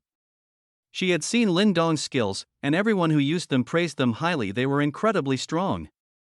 She encouraged Lin Dong. Lin Dong, don't be afraid. Accept Ox's challenge and prove yourself. Lin Dong scanned everyone's expressions and knew he had to show some skill. He was currently a forging novice, capable of forging bronze tier equipment. As long as he had the forging recipe and materials, he could forge it with 100% success. So defeating Ox would be incredibly easy. However, he currently didn't have any bronze tier equipment forging recipes, meaning he couldn't make something out of nothing. So he shrugged. I don't have any bronze tier equipment forging recipes right now, so I can't forge it. Ox, standing nearby, mistook Lin Dong's words for an excuse. He immediately took out 10 forging recipes for speed gloves from his pocket. Ha, kid, I knew you'd make an excuse. I have the forging recipes, and I have the materials. What do you say now? You have no more excuses. If you don't dare to compete with me, you're a fraud. In reality, this was all of Ox's savings, and his heart ached as he took it out. But to show off in front of the Jiangnan war god, he was willing to go all out. If he can really enter the war god academy, he can earn it back 100 or even 1,000 times. Lin Dong was so moved by Ox's generosity that tears welled up in his eyes. What a good person! This Ox is truly a good person. Lin Dong doesn't even need to provide the materials, and he's even given a chance to become famous. There aren't many people like this anymore. So, Lin Dong didn't stand on ceremony and directly took a set of materials, placing them into the system furnace. He glanced at the forging recipe information. Equipment: Speed Gloves Forging Recipe Bronze Tier. Forging Materials: Speed Gloves Forging Recipe plus Deerskin Gloves plus Bronze Tier Energy Stone plus Gale Grass plus Borax. The original forging recipe materials did not include enchantment points. However, after placing it into the system furnace, the forging materials section had an additional material for 1 enchantment point. Lin Dong's heart stirred. It seems that these enchantment points are the essential materials for the system to add special affixes. Meanwhile, Ox on the other side looked at Lin Dong with some confusion. Judging by Lin Dong's demeanor, he had already started forging. But does he only need 1 set of materials? After all, even with his 60% forging success rate, he would prepare at least 2 sets of materials to ensure success. However, he didn't say anything and also placed his materials into the furnace, starting the forging process. 1 minute later, Lin Dong opened his eyes. He had successfully forged it. Ding! Host's first bronze tier equipment forging successful, EXP plus 100, proficiency plus 20, enchantment points plus 10. However, perhaps out of respect for Master Mo and his disciple, he didn't rush to take out the speed gloves. Instead, he waited for a full half hour. Only then did Ox stop forging, dripping with sweat. After all, he didn't have the system furnace and had to control the physical furnace for forging. He hadn't expected his luck to be so good today, actually succeeding with just 1 set of materials. Moreover, the quality was even better than what he had forged before. With this thought, he looked smugly at Lin Dong. He saw Lin Dong standing there idly, with nothing in his hands, and was immediately amazed. Lin Dong, I knew you would fail at forging, but there's no need for us to continue comparing, because you can never reach my level. As he spoke, Ox revealed the speed gloves in front of everyone. Equipment: Speed Gloves Bronze Tier. Attack plus 5. Attack speed plus 5. Dodge plus 1. Master Mo's eyes immediately lit up. Gloves with plus 5 attack speed were already top tier among bronze tier equipment. Normal speed gloves only had about plus 2 attack speed. He never expected Ox to make such great progress. Today was truly a proud day for him. Shen also nodded. While he couldn't use such low-level bronze tier equipment, plus 5 attack speed was still quite good and could be given to the younger generation for practice. At this moment, Lin Dong smiled slightly and took out the speed gloves he had made from the system furnace. Apologies, a humble offering. Humble offering? Ox looked at Lin Dong in surprise. Did this Lin Dong also succeed in forging on the first try? But even if he succeeded, in front of his superior speed gloves, it would only be a humble offering. But the next second, his eyes widened. No way.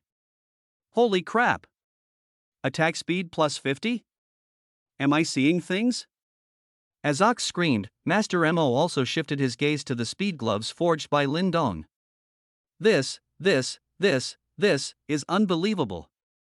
Seeing Master Mo so astonished, Shen also moved over upon hearing the commotion and looked closely. My heavens, what am I seeing? Equipment: Speed Gloves Bronze Tier. Attack plus 50. Attack speed plus 50. Defense plus 10. Magic defense plus 10. Magic resistance plus 10. Shadowless Fist, every 60 seconds, unleash 100 punches with plus 100 attack. He gulped, swallowing his saliva. Is this a bronze tier equipment? His Wind Thunder Halberd only has 800 attack. This speed gloves, with just the shadowless fist skill alone, can deal over 10,000 damage every minute? This is too insane. A genius, this Lin Dong is an absolute genius. The Huaxia army and the beast frontline were in a dire situation, with many soldiers getting injured daily trying to obtain better equipment. Recently, for some unknown reason, the beasts have been dropping fewer items, with an incredibly low drop rate. Moreover, the beasts have become harder to kill, with their health constantly increasing. If this acceleration glove were sent to the front lines and given to those war gods to use, the monster slaying efficiency would likely increase dozens of times. But why give it to other war gods? Wouldn't it be better if he took it to the front lines himself? After all, this thing looks even more powerful than his Wind Thunder Spear. Moreover, it's just a glove and can be used in conjunction with the Wind Thunder Spear. It seems that coming to Jiangcheng No. 1 Middle School this time was a real find. And Lin Dong's value far exceeds that of this acceleration glove. Perhaps Lin Dong can mass-produce this kind of bronze-tier weapon. Thinking of the scene where every Huaxia warrior had a bronze-tier acceleration glove, Shen couldn't help but laugh heartily with excitement at that moment. With such a prodigy, who in Huaxia could contend with them in the future? However, at the same time, he had a question. Lin Dong, why do all the equipment you forge have skill affixes? I rarely see these skill affixes on other equipment. How did you achieve this? Lin Dong smiled slightly. He didn't hide anything. Because there was no need. At this moment, he had to display his greatest value to attract higher-level attention. This is a special ability of mine. If you don't believe me, Jiangnan War God, you can hand over your Wind Thunder Spear to me, and I'll prove it to you. Oh? Shen's expression stirred. He handed the Wind Thunder Spear in his hand to Lin Dong, half believing. Lin Dong looked at the Wind Thunder Spear crackling with electric arcs before him. A line of information appeared.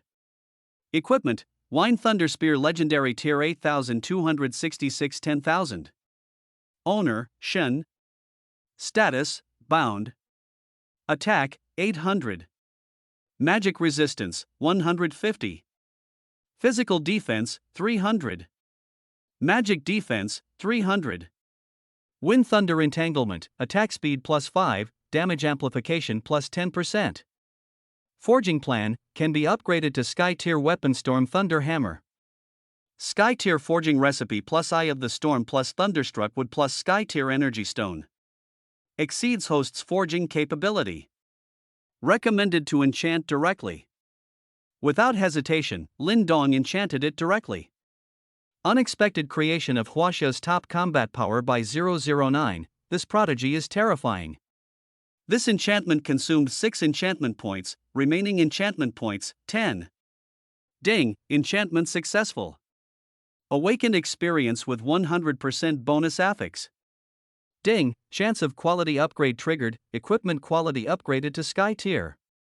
Ding, host successfully forged the Sky Tier Weapon Storm Thunder Hammer for the first time, rewarded with plus 1,600 experience, plus 150 proficiency, and plus 100 enchantment points. Ding, host successfully leveled up to level 12, unlocked level 2 system store, and can obtain 1 forging recipe below gold tier quality every 24 hours. Whoa! Leveled up again. Lin Dong checked his status panel. He felt like he had struck it rich this time. High-level equipment significantly boosts experience gain. Name, Lin Dong. Level, 12. Health, 1200. Attack, 60. Defense, 60. Enchantment points 110. Stored experience, 2,000 4,000. Class, Blacksmith, Blacksmith level, Artisan proficiency 2,3500. God tier forging, forges according to the material ratio of the forging recipe with a 100% success rate. Currently, the forging level can only craft silver tier equipment and below. God tier enchanting, spend enchantment points to enchant equipment with affixes, with a chance to increase equipment level and quality, and obtain special attributes. Level 2 system store, obtain 1 forging recipe below gold tier quality every 24 hours. At the same time, Lin Dong pondered inwardly. This enchantment has a chance to upgrade equipment quality. Once upgraded, it would be much easier than forging. Lin Dong was quite lucky this enchantment directly upgraded the quality of the Wind Thunder Spear. As Lin Dong finished the enchantment, rolling thunderclouds gathered in the sky, and thick arcs of lightning struck down, landing on the Storm Thunder Hammer, casting Jiangcheng into a scene akin to the end of the world. A sky-tier weapon is born, accompanied by an anomaly. But as the owner of the Storm Thunder Hammer, Shin was even more surprised. Just now, he had actually received experience feedback from the Storm Thunder Hammer. All the experience from the beasts he had slain was now being amplified and applied to him at 100%. The immense experience caused him to directly leap from the peak of level 68 to level 70, a jump of 2 levels. It's important to note that each subsequent level requires a massive amount of experience. Many war gods were stuck before level 70, unable to overcome that hurdle in their lifetime. But now, Shin received the experience feedback. The threshold of War Sovereign, which had always prevented him from crossing, was easily broken through at this moment. War Sovereign, the current highest military strength of Blue Star. Huaxia currently has only 8. And from now on, there is one more. Shin himself was incredibly shocked. How could this happen? Where did this experience come from? Seeing the upgraded weapon attributes, he burst into laughter as he understood everything. Equipment: Storm Thunder Hammer Sky Tier 16532-100000. Owner: Shen. Status: Bound. Attack: 16,000. Magic Resistance: 3,000. Physical Defense: 6,000. Magic Defense: 6,000. Armor Penetration: 1% chance to ignore enemy defense. Wind and Thunder Entanglement: Attack Speed plus 100%, Damage Amplification plus 20%. Experience 100% bonus: Slaying Beasts grants double experience. Experience bonus. Rare affix. Shin's gaze towards Lin Dong became incredibly fervent. A talent. With this kid around, the combat power of Huaxia warriors will surely multiply. However, the commotion caused by Shin's advancement to War Sovereign was far from over. The thunderclouds in the sky continued to gather, and with the enhancement of the Storm Thunder Hammer, the entire Jiangcheng region was filled with lightning and thunder, making for quite a spectacle. Of course, this is not some heavenly tribulation. It's just the magnetic field fluctuation caused by the advancement to War Sovereign. The celestial phenomenon triggered at this moment attracted the attention of many. With such a huge commotion, it's hard not to attract attention. After all, War Sovereign is currently the top fighting force on Blue Star. Since the invasion of Blue Star by beasts, no one has reached the level of War Sovereign or above. The advancement of anyone in any country to War Sovereign warrants grand celebratory banquets. Xiao Beizhou, the principal of Lizhou War God Academy, was currently troubled by negotiations with powerful nations like Eagle Nation. Huaxia defended Blue Star against millions of beast armies, yet they show no gratitude and are secretly playing dirty tricks.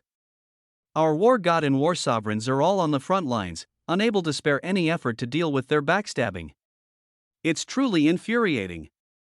Even India is recently trying to restart border demarcation negotiations with us, hoping to take advantage of the situation to extort us. However, as he sensed the magnetic field anomaly, a rare hint of joy appeared on his old face. That's right. That's right. This is the phenomenon of advancing to War Sovereign. The scroll in his hand dropped to the ground, and he became extremely excited. Huaxia has gained another War Sovereign, which gives us much more leverage in negotiations with Eagle Nation and John. Ha, what perfect timing for this advancement. Even War Sovereign Qi Tianyu, from Hualong Academy in the northeast, stood up uncontrollably upon sensing the turbulent magnetic field across the land. War Sovereign. Huaxia has a new War Sovereign. In over 20 years, he is the only one to advance to War Sovereign in Huaxia. We old folks finally have successors. Quickly investigate. Who is it? Is it Xiang Hong of the Xiang family or Ouyang Zhantian of the Ouyang family in the southwest? I must go and have a drink with him. Meanwhile, in Eagle Nation, on the other side of Blue Star, countless war sovereigns were also alerted. Because this aura was too powerful. This is bad. Huaxia has a new war sovereign. They mainly focus on the warrior path, with extremely high late-game burst damage. Once they reach war sovereign, they are equivalent to 2 to 3 magic celestials of the same level. Quickly notify the Holy City's emperor to continue pressuring Huaxia through the negotiators.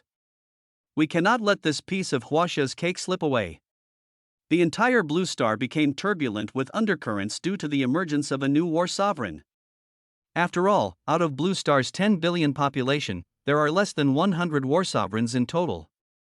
Every war sovereign is a household name. However, Xin, at the center of the vortex, had no mood to care about these things. Because his current focus was entirely on Lindong.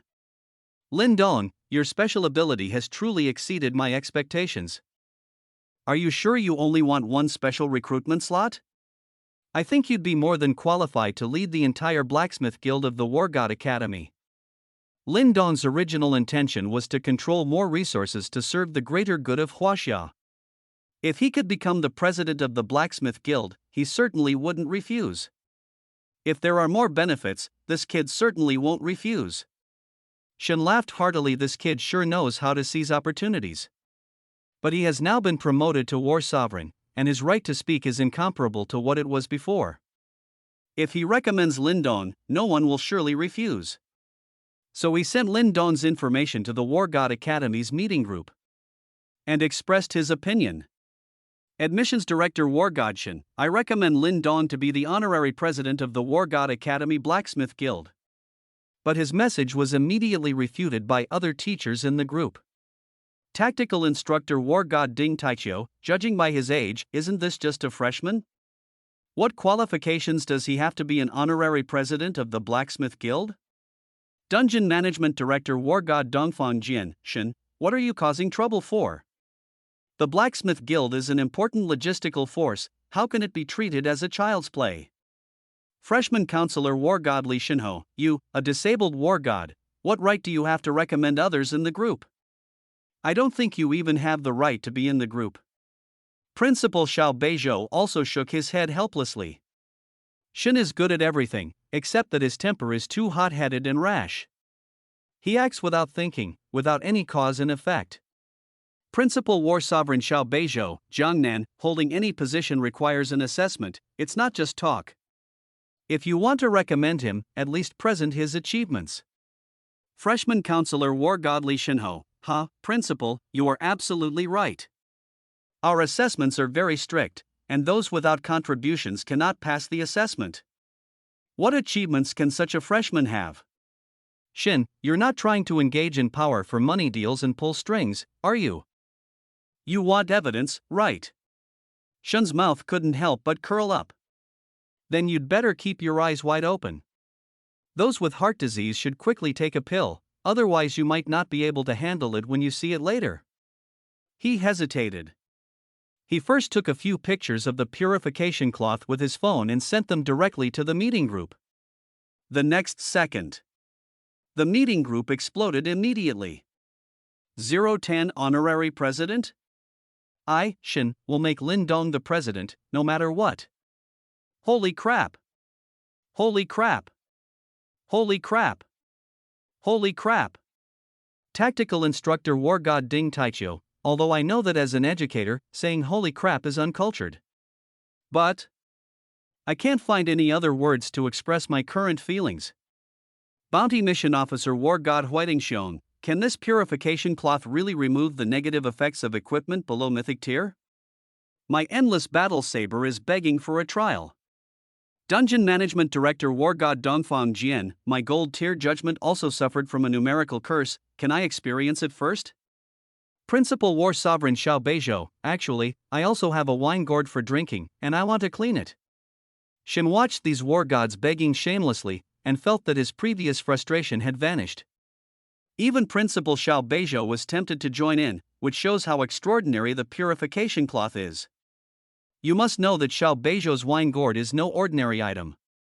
It is the Sky Tier weapon, Blood Transformation Divine Gourd, which once trapped a Sky Tier lord and took 3 years to transform it into blood.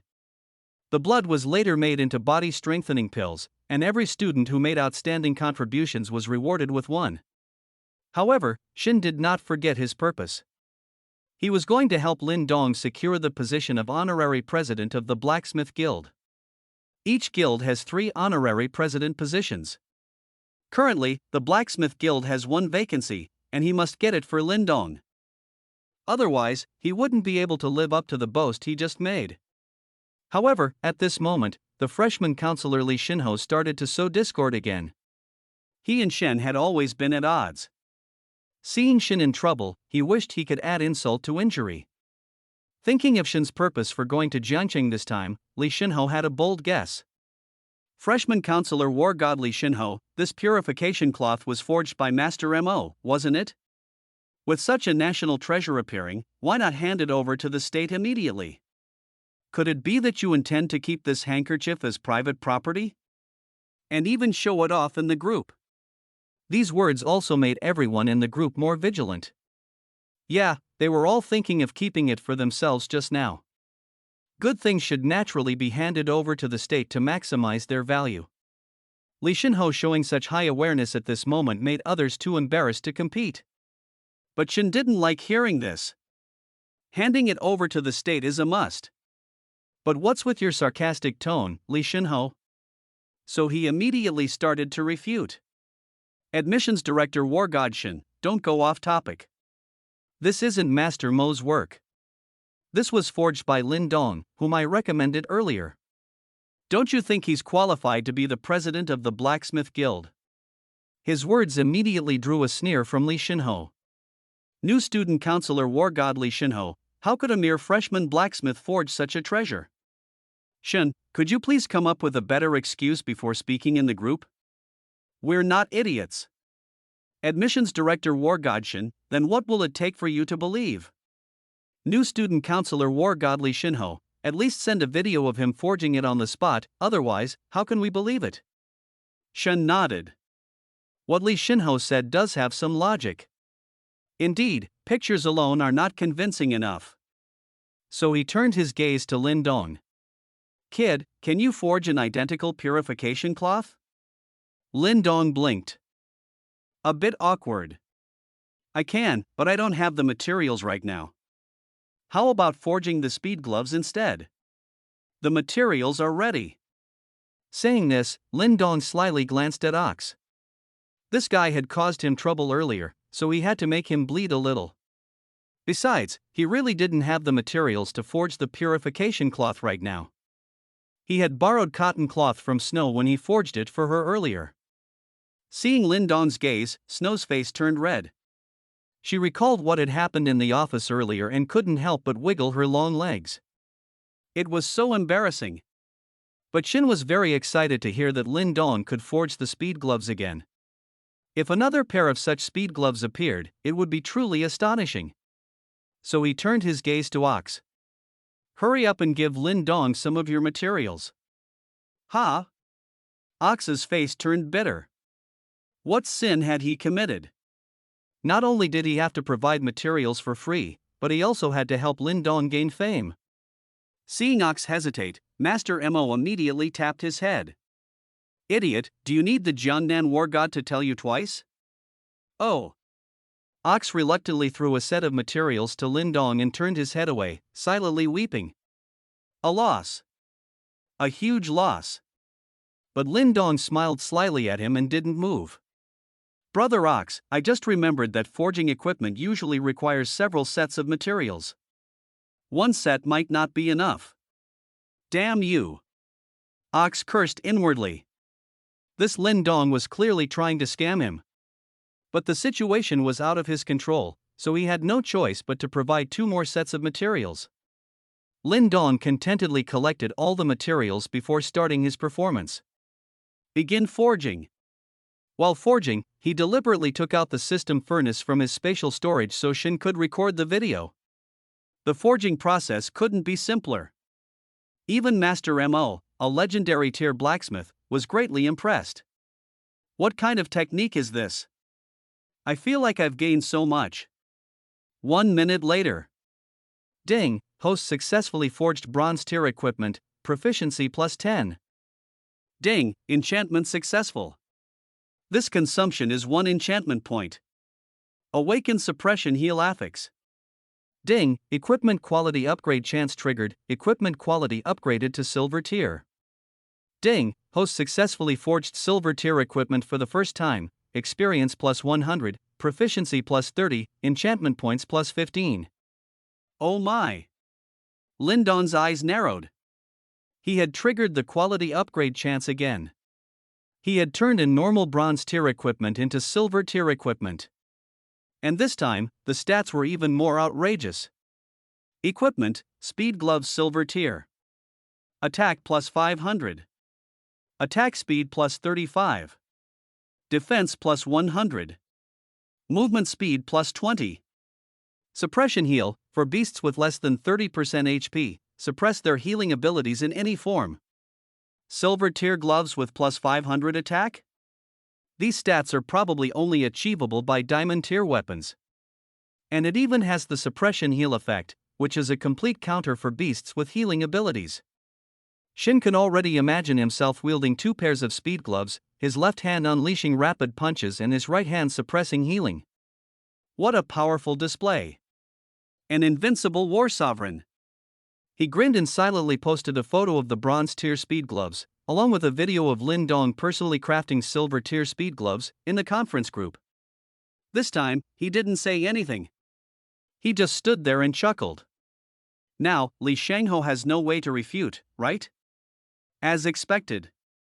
His 2 messages quickly changed to read status. There were only 32 people in the group, but now it showed 32 people had read it.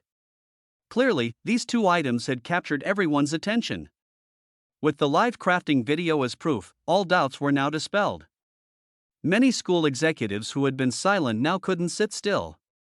School board director War God Nan Batian, Jiangnan, asked this young man if he's willing to sell these speed gloves that suppress HP recovery. I'll buy them for 10 billion. Damn it, dealing with the boss of this primordial demon god dungeon is too annoying.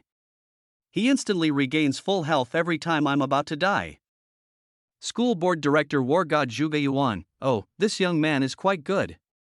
Come to our Sha Shui Guild as a benefactor, the treatment is much better than the honorary president of the Blacksmith Guild. Student Union President War God Ling Feng, this junior is from Jiangcheng, right? We're from the same hometown. Come to our student union, I'll make him a vice president. War Preparedness Team Leader War God Hua Yue, this little brother is so handsome, he's stable and reliable. I want to talk. Principal War Sovereign Xiao Beizhou, ahem, Jiangnan, bring this Lin Dong back. I've been feeling restless lately and want to take on a final disciple. Looking at the lively scene in the group chat, Li Xingho's expression changed. Damn it! Shen has shown off again. He pretended to be a lurker in the group but observed the dynamics. He even started to resent Lin Dong.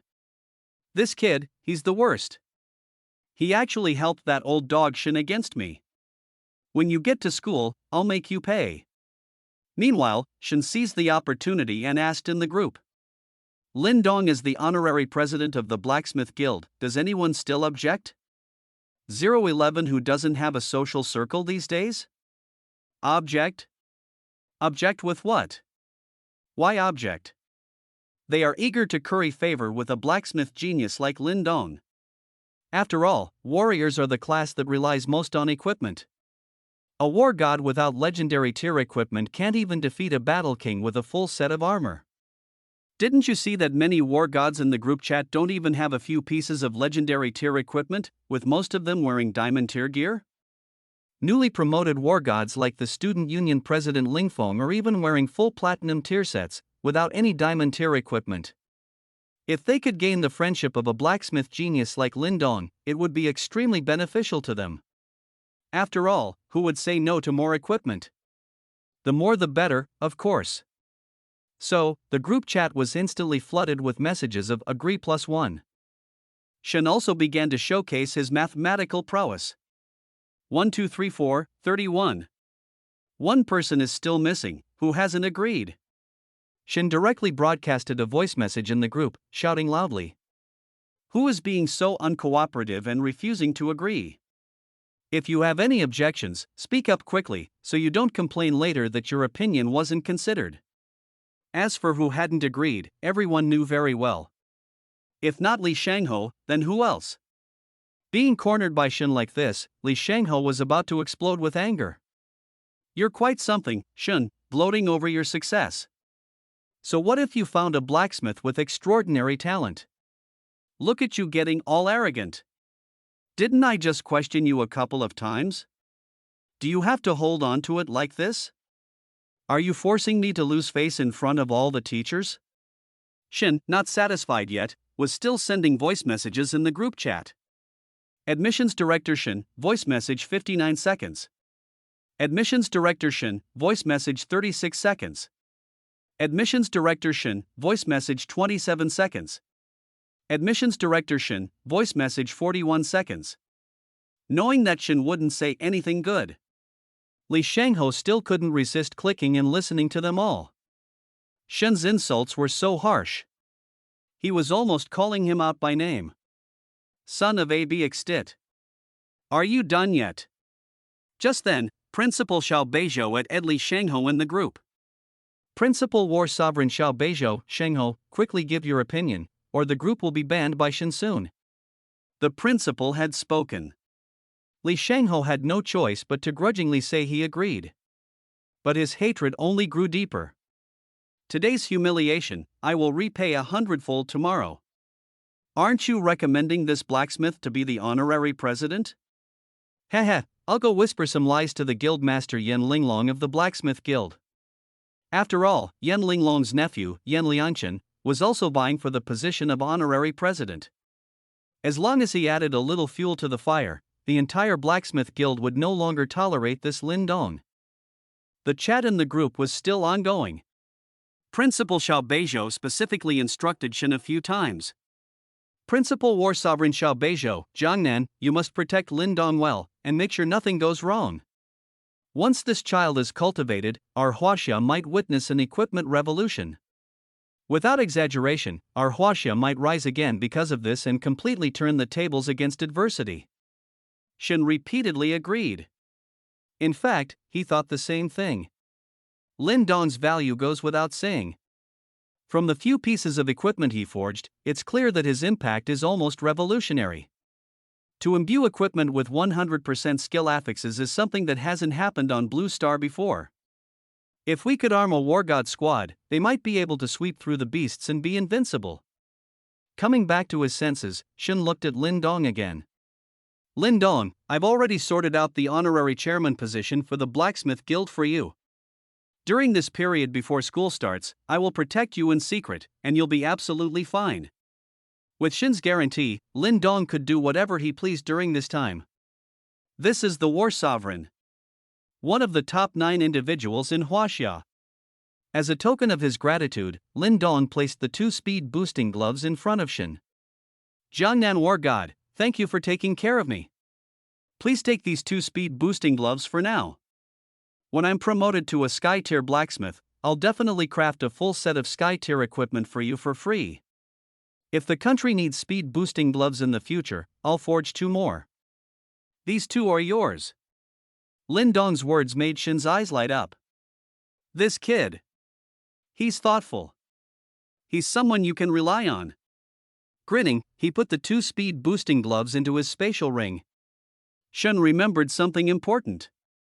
He planned to give Lin Dong some special attention. Every year after the enrollment season, our War God Academy selects outstanding new students for practical combat training. They go to level up dungeons to fight monsters. This experience of clearing level up dungeons is crucial for both team and individual growth. It's also the best way for Huaxia to cultivate team combat awareness. In previous years, many outstanding new students grew and gained insights in the dungeons. Some even reached over level 30 before school started, becoming accomplished gold-tier warriors. Although you are a blacksmith, if you are paired well with a team, there might be unexpected results. If you're willing, I can try to secure a spot for you in the practical combat training. Something that Shen would solemnly mention. It must be a good thing. Moreover, having someone to guide him through the dungeons would ensure his safety. Not participating in such a great opportunity would be foolish. So Lin Dong immediately agreed. I'll do whatever Jiangnan War God arranges. Excellent, excellent. Then after the class awakening at Jiangqing First High School tomorrow, I'll select a few talented students, and we'll head back to War God Academy right away. After arranging things for Lin Dong, Shin couldn't help but take out the speed-boosting gloves again, brandished the Storm Thunder Hammer, and strutted around with imposing might. Wearing this gear was incredibly satisfying. He couldn't wait to return to the southwestern front and eliminate the mutated venomous dragon that had almost cost him his War God qualification. With this set of equipment, he was confident he could drive the beasts on Huaxia's southwestern front back into the abyss cracks. Come on, you brat, hurry up and take a few pictures for me, let me show off a little. Upon hearing this, Lin Dong found the right angle and took several majestic and imposing photos of Shin. Shin was in high spirits, after all, no one knew about his promotion to War Sovereign yet. So he decided to announce it to the world and post it on his moments to boost the morale of the Huaxia people. Sigh, I leveled up without even trying. Who understands this kind of trouble? To his surprise, mere seconds after posting, the comments on his moments exploded to over 99 plus. Damn it! You're the newly promoted War Sovereign of Huaxia. This is outrageous, I remember your level experience wasn't as high as mine. What are you talking about upstairs? This is our esteemed Lord War Sovereign, the backbone of Huaxia, the pride of Huaxia. Please watch your mouth. What kind of trash is this diamond weapon I have? It's not even as good as a bronze tier speed boosting glove. When did Huaxia get another sky tier weapon? This Storm Thunder Hammer looks a bit familiar? Was it modified from the Wind Thunder Spear? Meanwhile, Snow also secretly posted on her moments. Who says blacksmiths are weak? There are no trash classes in this world, only trash practitioners. As long as you work hard enough, no matter how small you are, you can shine. Classmates, encourage yourselves. Her intention was to encourage those motivated students. The attached screenshot was of a winged purification cloth. Whether intentional or not, Lin Dong's back was in the photo. After all, it was only Lin Dong's back, she didn't believe anyone could recognize him. However, there are always exceptions. While bored and scrolling through his phone at home, Ryan suddenly stumbled upon this post. After seeing Snow's subtle hint, Ryan became instantly curious. This back? Isn't that Lin Dong? Could it be that this purification cloth was forged by Lin Dong? Did he awaken his class early? He scrambled up and ran out of the bedroom. Dad, Mom, I like this purification cloth. Have Lin Dong make one for me quickly, I want it now. He didn't seem to realize that Lin Dong had completely broken ties with their family. He was still bossy as usual. His father, Cain, was shocked when he saw this. The value of the purification cloth was self-evident, it might even allow their family to make a small fortune. This little brat. He's been doing these things behind our backs. Doesn't he know everything should be prioritized for the family? He's getting more and more out of hand. I'll call him right now and tell him to get back here and make one for Ryan immediately. 012, you want me to come back? On what grounds? Cain dialed Lin Dong's number. He couldn't help but frown. The phone had been ringing for over 10 seconds, why hadn't Lin Dong answered yet? Lin Dong's wings have really grown strong, he doesn't even answer his calls immediately anymore. Lin Dong is increasingly disappointing. Does he still have any respect for me as his father? He doesn't even observe basic courtesy. Snow, who was pleading with Lin Dong to craft equipment, heard the phone ringing for a long time and couldn't help but remind Lin Dong. Lin Dong, you have a call. Do you want to answer it first? Lin Dong glanced at his phone and hung up directly. Seeing Snow's puzzled expression, he smiled slightly. Oh, just a spam call. Don't worry about it. Snow didn't suspect anything and continued to plead with Lin Dong.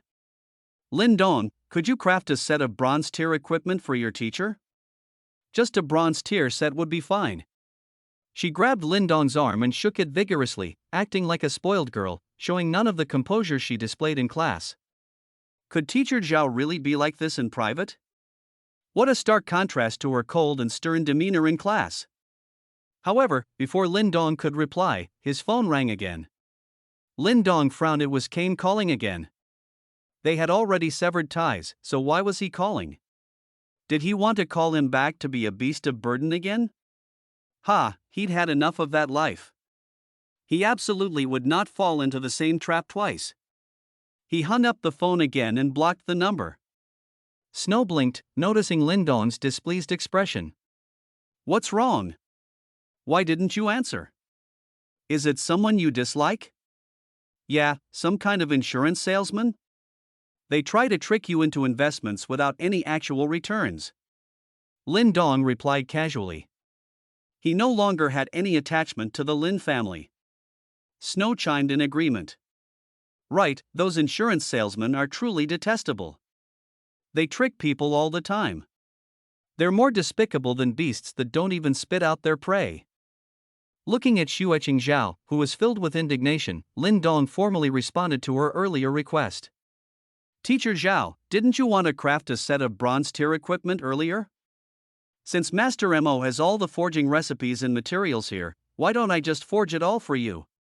Lindong changed the subject, immediately capturing Snow's attention. She had already witnessed Lindong's forging skills and had no doubts whatsoever. If he were willing to craft a bronze tier set for her, it would likely be the most incredible bronze tier set in history.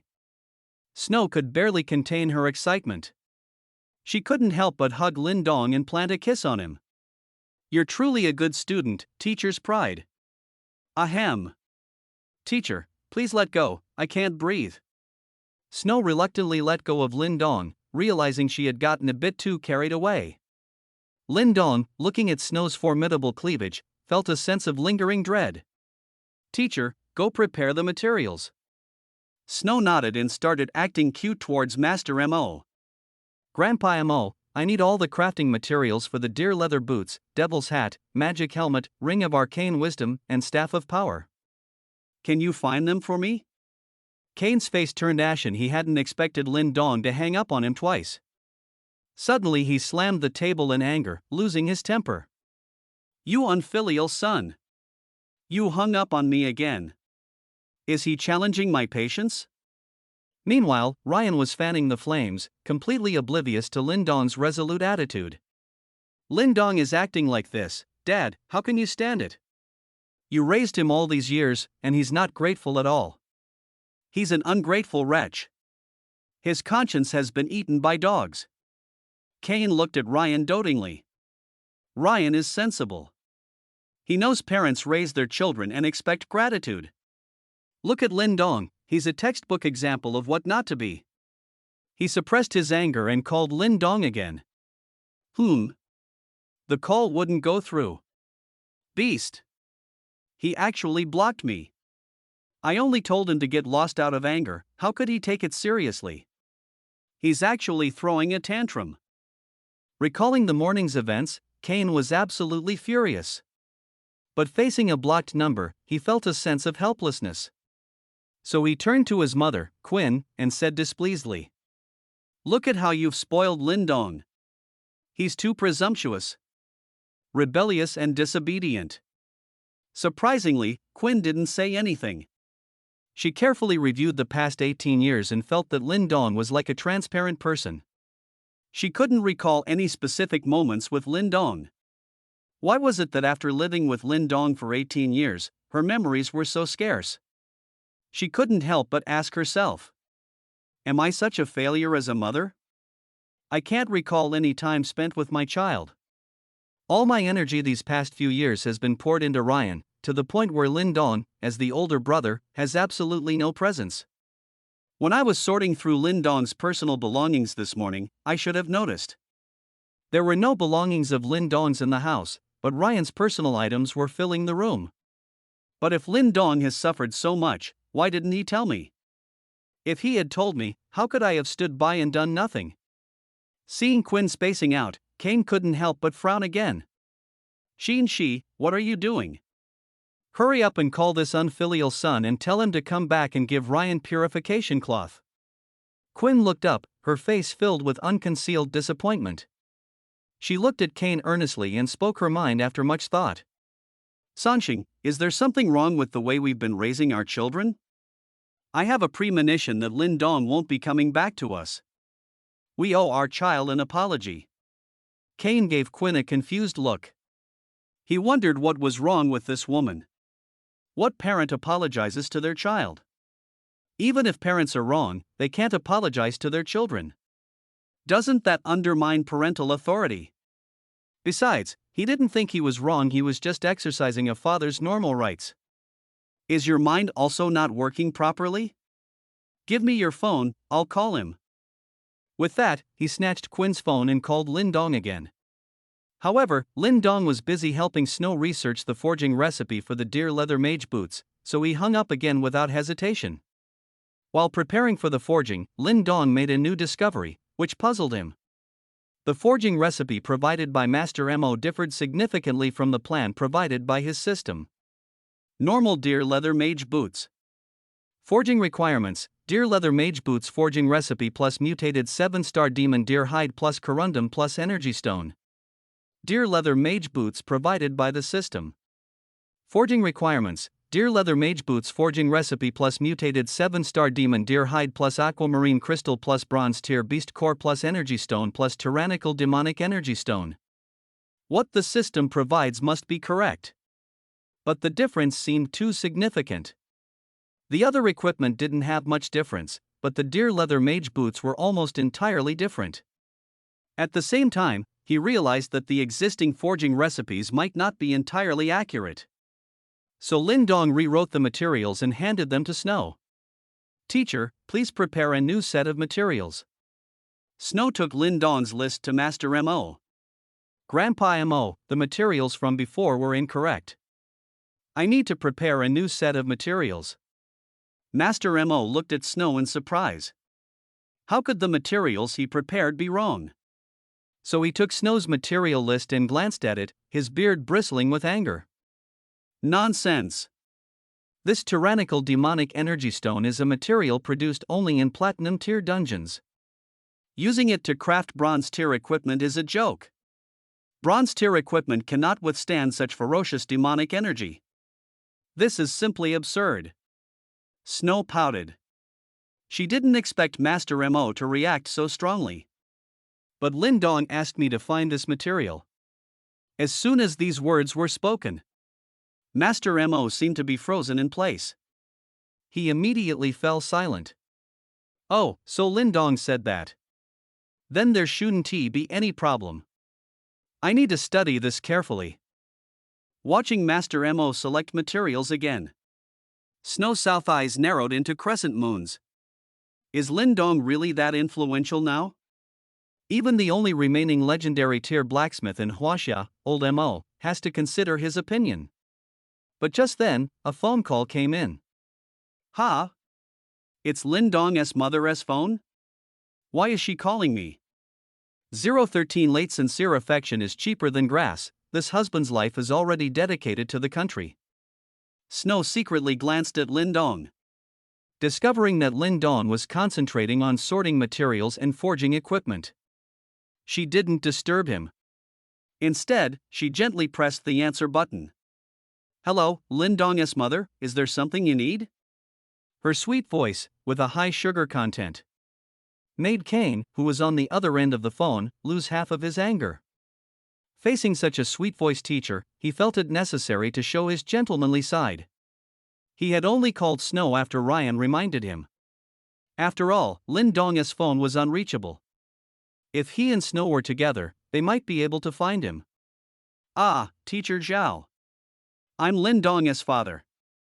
This child is usually naughty, thank you for your patience with him. Snow glanced at the phone number. It was indeed Lin Dong's mother's number, so why was his father calling? She was a little surprised and began to doubt his intentions. Because Lin Dong's parents called her, but they never asked about Lin Dong, it was basically always about Ryan. This is the first time the sun has risen in the west, why are they suddenly mentioning Lin Dong? However, she also knew that it was just politeness basically, every parent called with the same words. As a teacher, she objectively answered Kane based on the actual situation. Mr. Lin, I need to explain something to you. Lin Dong is not a naughty student, on the contrary, he is the pride of the teachers in our school, and even the pride of all of Huaxia in the future.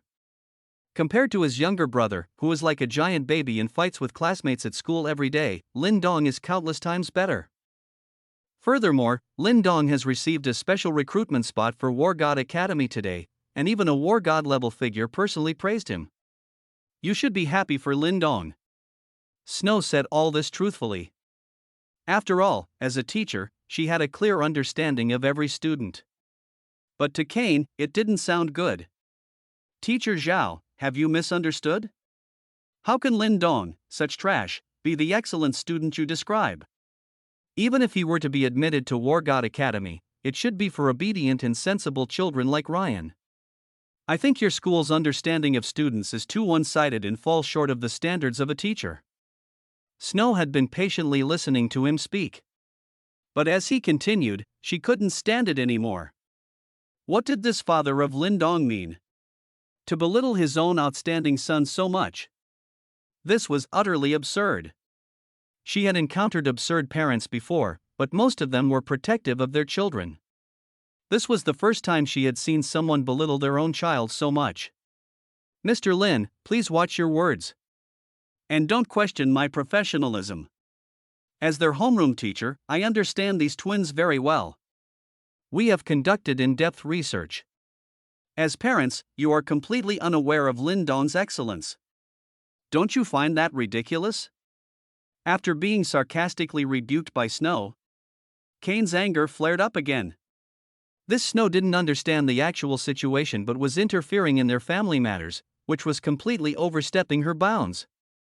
She was just a teacher, how could she understand the child better than him? Lin Dong was clearly a hopeless case, yet in her words, he became the epitome of an excellent student. And Ryan, whom they had placed so much hope in, received no praise from the teacher. Was this right? Such a teacher, who couldn't discern character, was simply a parasite in the school and should be fired. Teacher Zhao, if you don't understand, don't make baseless judgments. This makes me doubt your abilities even more. Lin Dong, is he with you? Have him take the phone and tell him to get home immediately. Otherwise, he'll never have a chance to mend our relationship again. Kane's tone was heavy, and even though the phone wasn't on speaker, those nearby could hear him clearly. Snow covered her ringing ears and looked at Lin Dong with some concern. It seemed that Lin Dong's family was experiencing some irreconcilable conflict. And Lin Dong happened to be smiling at her at that moment, holding a pair of deerskin boots in his hand. Teacher Zhao, if I recall correctly, you are an archmage.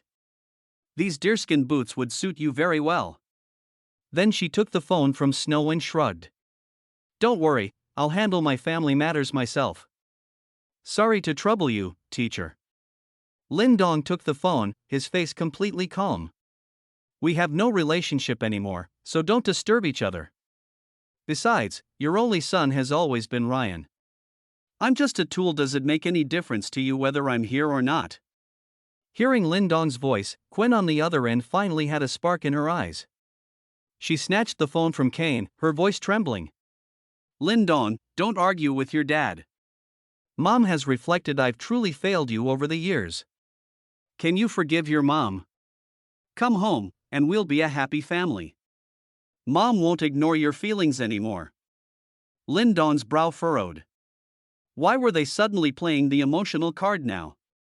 But late apologies are as cheap as weeds because you regret it now. Does he have to come back? Moreover, he had already chosen to sever ties and activate the system. His life was now dedicated to Huaxia, and his heart would hold no further distractions. There's no possibility of going back. I'll call you Mom one last time. Goodbye.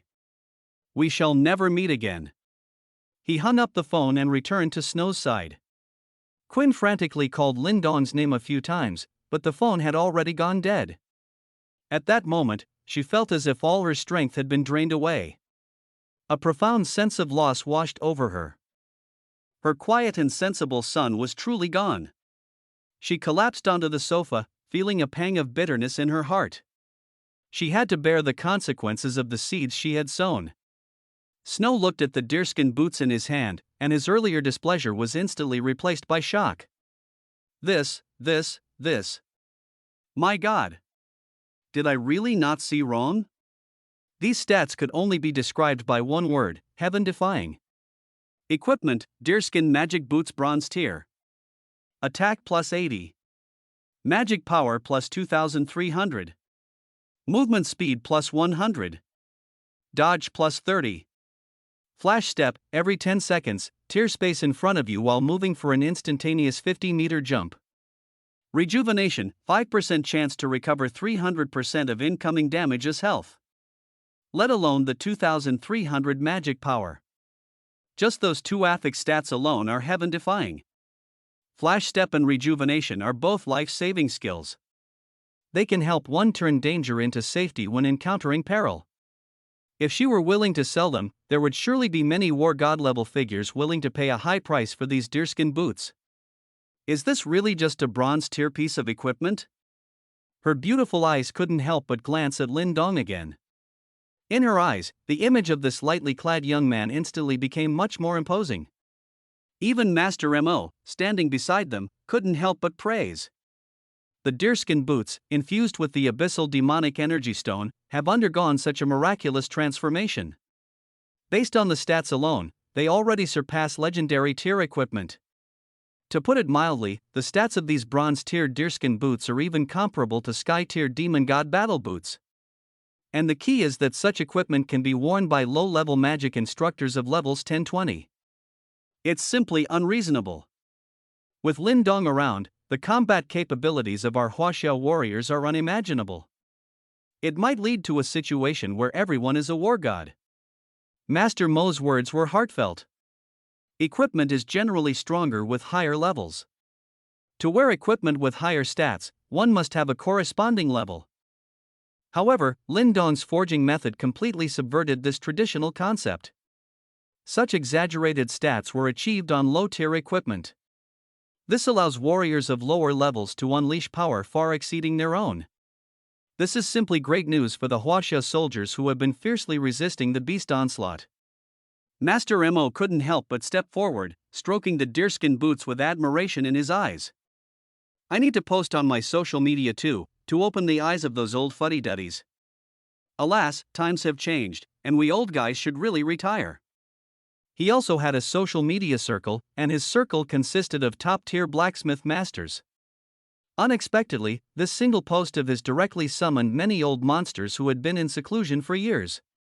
The moment these old monsters saw the stats of the deerskin boots, they immediately set off for Jiangcheng. Because this piece of equipment was a groundbreaking product for them as blacksmiths. In an instant, the small city of Jiangcheng was in turmoil. It became a battleground for various forces. 014 Heaven did not give birth to Lin Dong, and forging was like eternal night. Old Monster Lee, did you see Master Mo's social media post about the deerskin boots? Pan Hualong, the head of the Pengcheng blacksmith family, called Li Shijun, the head of the Lianqing forging family, while examining his phone with a magnifying glass. I saw it. These deerskin boots are outrageous. How can bronze-tier magic artifacts be this powerful? Li Shijun was also a legendary tier blacksmith, having forged countless masterpieces in his lifetime. However, all his creations paled in comparison to these bronze-tier deerskin boots. Because he had spent his entire life without being able to craft a single piece of equipment with affix properties. Yet, these bronze-tier deerskin boots had two, both being incredible life-saving skills.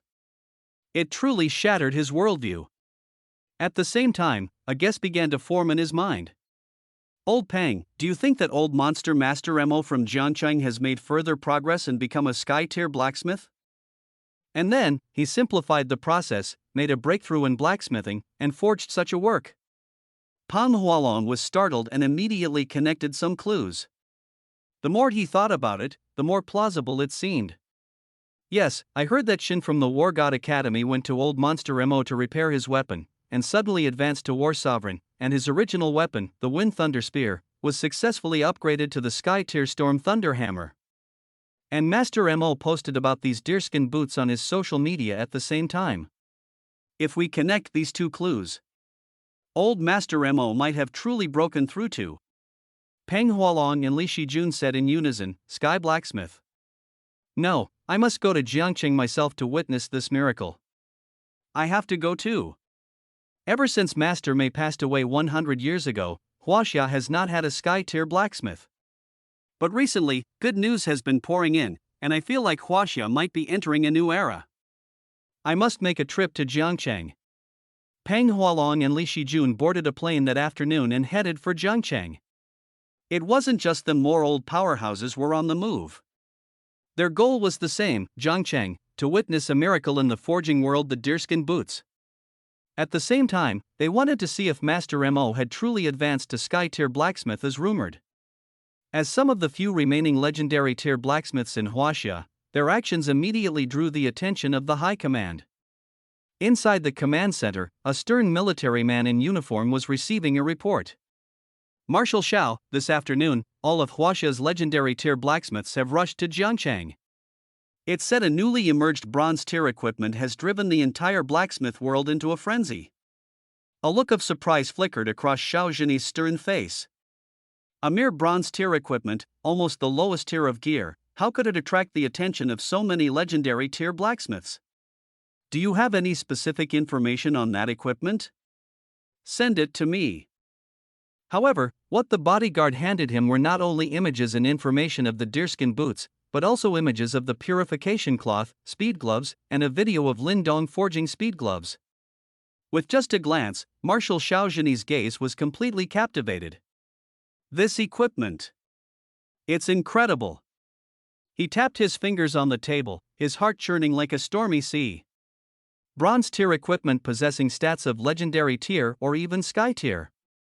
Moreover, each piece of equipment had affix attributes, truly a boon for low-level warriors. Even a great war sovereign like himself couldn't help but desire them. He finally understood why those legendary tier blacksmith old-timers had mobilized en masse. Because these pieces of equipment had overturned all previous notions about gear and weapons. If such equipment were to appear in large numbers, it could even rewrite the current battle situation. After a long pause, his eyes lit up. So, all these pieces of equipment are the work of this bronze-tier blacksmith, Lindong. And those old powerhouses moved collectively just to witness these epic-making creations with their own eyes. The bodyguard lowered his gaze and nodded. Based on the information collected so far, that is indeed the case. Marshal Zhao's lips curved into a slight smile. He hadn't smiled like this in a long time. With the front lines against the beasts constantly being pushed back and Western powers taking advantage of the situation, he was under immense pressure. This was arguably the only piece of good news he had heard recently. Let's go. We'll make a secret trip to Jiangqing. I want to meet this unexpected young man too. Oh, right. Urgently dispatch a company composed entirely of platinum tier warriors to secretly protect Lindong 24/7. Ensure he encounters no harm. I heard that Shen, who just recently advanced to war sovereign, is also in Jiangqing. Let him be in charge of this matter. Meanwhile, Lindong, the center of attention, remained completely unaware. He was still diligently forging equipment. What he was crafting was a bronze tier set specifically for a magician. During the forging process, Lindong made a new discovery. His god-tier blacksmith system would adjust forging materials and attributes based on the user's class. This discovery excited Lindong for quite some time. After more than 10 minutes of forging, the deerskin boots, devil's hat, magic helmet, mystic ring, and force staff were all successfully crafted. Lindong glanced at the attributes and was very satisfied. Equipment, devil's hat bronze tier. Health plus 2000. Magic power plus 800. Attack plus 10. Defense plus 100. Magic defense plus 100. Invisibility. When attacked, there is a 2% chance to enter an invisible state, causing the opponent's attack to miss. Equipment, magic helmet bronze tier. Health plus 1200. Magic power plus 900. Defense plus 110. Magic defense plus 110. Thorned armor, when attacked, there is a 30% chance to reflect the damage received. Equipment, Mystic Ring bronze tier. Magic power plus 1100. Mana plus 600. Mana Regen, provides 30 mana regeneration per second. Equipment, Force Staff gold tier. Magic power plus 6800. Health plus 1500. Attack plus 300. Plus 3000 mana. Level restriction removed, no level limit to use this equipment.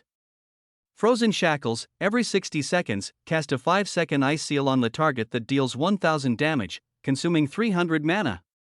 Absolute Zero Storm, every 600 seconds, unleash a blizzard within a 10-meter radius, dealing 1500 damage per second, consuming 3000 mana. Meanwhile, Snow was already too stunned to speak. With this set of equipment, she felt she could take on a platinum tier dungeon. Too strong. Ridiculously strong. Lindong urged Snow to put it on and took a look at her basic stats. Name, Snow. Level, 13. Health, 7000. Magic power, 11900. Attack, 1900. Defense, 210. Magic defense, 210. Movement speed plus 100. Dodge plus 30. Mana, 4900. 7000 health already surpasses ordinary gold tier warriors, reaching the level of platinum tier warriors. Keep in mind that battle mages are typically fragile, with much lower base health than warriors. This was the first time she had seen a tank like Battle Mage. And the 11900 magic power is equivalent to dealing 11,900 damage with every basic attack. This is not the combat power of a bronze tier battle mage. Even a legendary tier warrior couldn't deal this much damage. Looking at it from top to bottom, there are only 2 words to describe it: monstrous. Shen War Sovereign was also quite surprised. He couldn't resist sparring with Snow. The two battled for nearly half an hour, with neither gaining the upper hand. Ultimately, Snow was defeated only due to exhaustion. A bronze tier battle mage fighting evenly with a war sovereign wielding a sky weapon for half an hour, who would believe it? Such terrifyingly powerful amplification equipment could only be crafted by a god tier blacksmith like Lindong. Master Mo, who was watching from the side, couldn't help but exclaim, heaven did not give birth to Lindong, and the path of forging would be eternally dark. But at this moment, Ox's gruff voice suddenly echoed from outside Master Mo's courtyard. Stop right there. What are you people doing here? My master is in seclusion forging equipment. If your disturbance causes the forging to fail, can you afford to pay for it? The familiar voice and tone made Lindong chuckle. He blinked and looked towards the door. He saw 2 old men with extraordinary auras arguing with Ox at the entrance. Little brother, please go inside and inform old man Mo. I am Pan Hualong, a legendary tier blacksmith from Pengcheng, and this is Li Shijun, a legendary tier blacksmith from Liancheng. Your master forged a pair of bronze tier deerskin boots, which greatly interested us. We've come specifically to discuss forging techniques with him. Little did they know. The true blacksmith was not Master Mo, but the scantily clad youth inside the gate. 015 The person you're looking for is him, not me. Pan Hualong and Li Shijun initially expected that revealing their identities would cause Ox to respectfully let them in. However, they didn't anticipate Ox immediately pulling a long face, acting quite arrogant. You say you're Peng Hualong, so you are Peng Hualong? I might as well claim to be the Grand Marshal of the Huaxia Air Force, Xiao Dashui. Ox had always judged people with a biased perspective. Seeing that the 2 old men were dressed ordinarily, lacking the ostentatious aura of influential families, he concluded they were lying. But this remark managed to offend 3 people at once. On a hidden eve outside the courtyard, Grand Marshal Xiao, who had just arrived, nearly fell off the rooftop. Good heavens, this young man with the long face has a loose tongue. What doesn't he dare to say? At this moment, his bodyguard Jiang Fan became furious and asked Marshal Xiao for permission. Marshal, this long-faced monster is disrespecting you. Shall I go teach him a lesson? Marshal Xiao waved his hand, Forgiving the ignorant, he possessed that level of decorum. The two continued to hide in the shadows, observing the situation. Pang Hualong and Li Shijun, blocked at the entrance by Ox, were stunned. Wherever they went, crowds would greet them enthusiastically. If they wished, even high-ranking officials in Huaxia would condescend to welcome them. They had left in a hurry this time, so they didn't bring any guards. But they never expected to be blocked by a mere doorman. It was simply outrageous. Lin Dong, inside the courtyard, saw the scene and immediately covered his mouth, fearing he would erupt in laughter. Alas, this Ox is truly impressive, like a bull pulling a train. But this time, he's likely kicked a steel plate. Seeing the awkward predicament of the two legendary tier blacksmiths, Pang Hualong and Li Shijun, Lin Dong felt a sense of balance. No matter how important the visitor, they had to get past Ox first. To cover up the embarrassment, Pang Hualong coughed with his hand covering his mouth. If I remember correctly, you are old Monster Mo's disciple, Ox, right? Hearing Pang Hualong call out his name directly, Ox's pockmarked face showed a hint of pride. After all, being old Mozi's disciple was the only thing he could boast about now and the source of his pride. It seemed that the old man in front of him had already recognized his prowess. So he said with a curl of his lip, "What, you've heard my story?" Pang Hualong was taken aback again. Are young people nowadays so full of confidence? Or is his understanding of things wrong? Li Shijun saw Pang Hualong's awkwardness. So he stepped forward and said seriously, "When old Monster Mo took you as his disciple, we even attended a banquet. Ox, you don't recognize us too, do you?" Hearing Li Shijun say this, Ox's bull-like eyes widened, and he examined the two people carefully, a sense of panic rising in his heart. Oh no! The more they looked, the more familiar these two seemed. Could they really be Pang Hualong and Li Shijun? The Pang and Li families were both renowned forging families. They possessed extremely vast legacies and even had significant influence over the higher echelons of Huaxia. They were not comparable to his master, Mo Yitzi, who was a solitary old man. If these two were indeed Pang Hualong and Li Shijun, he would be in deep trouble. At the same time, he grumbled inwardly. Why couldn't influential figures like you, instead of walking with that unmistakable swagger like Shen War God, be recognizable at a glance? Dressed so plainly, like old men exercising in a park, weren't you deliberately setting me up to make a mistake? Just as Ox was hesitating, Master Mo from inside the door had already come out with a smile. So it's you two old fellows. Why didn't you notify me in advance of your visit? Pang Hualong blinked and deliberately put on a stern face for Master Mo. If we hadn't paid this sudden visit, we wouldn't have known that your old lair, old Monster Mo, is so hard to get into. Master Mo naturally knew what was going on. He glared at Ox. He kicked Ox in the backside. You unobservant fool, hurry up and sort the materials for forging. Ox scurried away to the side, not daring to speak loudly. He looked at the three old friends who were clearly close and felt a wave of lingering fear. At the same time, a sense of expectation arose in his heart. The Pang and Li families are major forging families. If I could join them, it would be much better than the hard life with my teacher. I must find a way. This rebellious streak in him had been with him since birth. If his father hadn't saved Master Mo's life, he wouldn't have become Master Mo's disciple at all. Seeing that Ox was no longer blocking the way, Pang Hualong's face finally broke into a smile, and he cheerfully took Mo Yixiezi's hand. "Old Mo, quickly show us the deerskin boots you made. Your craftsmanship has really improved. To be honest, we came all this way specifically to witness this miracle." Li Shijun chimed in with a jest, patting Master Mo on the shoulder. "Yes, old Monster Mo, you've kept us in the dark. Tell us quickly, how did you break through to become a sky-rank blacksmith?" Master Mo looked at their eager eyes. A hint of embarrassment appeared on his old face. "So you two came for this reason?" "I thought you came specifically to see me?" "However, if you are here for the deerskin boots, then I can only tell you that I did not forge this treasure, nor have I advanced to sky-rank blacksmith. Master Mo said, spreading his hands in helplessness. The two men saw that his expression was not faked. They were immediately astonished. Could it be that in this small Jiang city, besides Master Mo, there was someone else capable of advancing to sky rank blacksmith? Or perhaps a sky rank blacksmith was traveling here, coincidentally got inspired, and forged those deerskin boots? So Peng Hualong said impatiently. Old Monster Mo, stop playing coy. In all of Jiang City, besides you, who else could have forged those deerskin boots?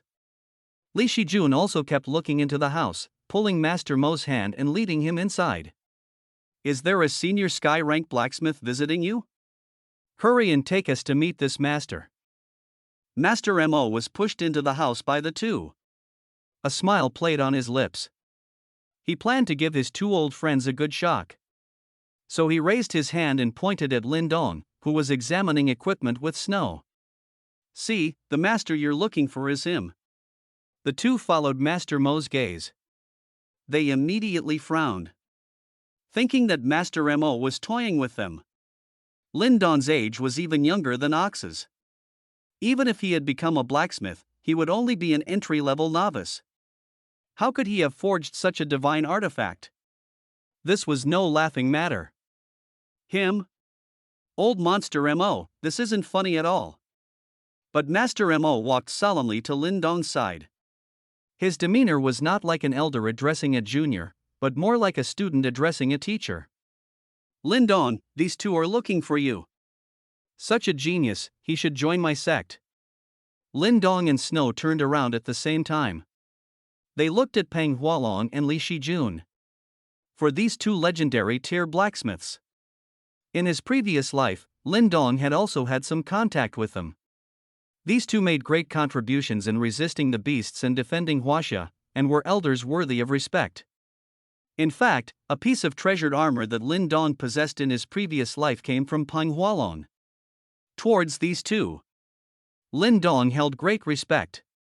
So he stepped forward, clasped his hands, and bowed deeply with great courtesy. Elder Peng, elderly, greetings. However, Peng Hualong and Li Shijun at this moment completely ignored Lin Dong's actions. They were all looking at Snow, who was behind Lin Dong and clad in bronze tier equipment. My heavens! How is this possible? A full set of bronze tier equipment with affix properties? I must be seeing things. How can every piece of equipment have affixes? And such exaggerated stats? The two old men moved faster than the young man, instantly passing Lin Dong and surrounding Snow, circling him from all sides. They looked like children who had just received their favorite toy, unable to put it down. Snow felt a little awkward. It was the first time he had been stared at by two old men like this. If he hadn't known beforehand that these two were the renowned heads of famous forging families, he would have thought they were perverts. Ahem, Elder Peng, elderly, if you want to examine the equipment, I can take it off for you to see. Peng Hualong and Li Shijun both nodded, feeling that their behavior was a bit out of line. Meanwhile, Lin Dong, standing behind them, had a dark expression. These two old men were really not taking him seriously. Seeing Lin Dong's changing expression, Master Mo had to speak up to remind them. Hey, you two old geezers are too rude. The one who forged this entire set of equipment, Lin Dong, is standing right here. Aren't you two going to greet him? But Peng Hualong and Li Shijun didn't even turn their heads, completely disregarding Master Mo's words. Because they simply couldn't believe that a young man like him could forge such equipment. In the blacksmithing trade, without decades of experience, it's impossible to forge such equipment.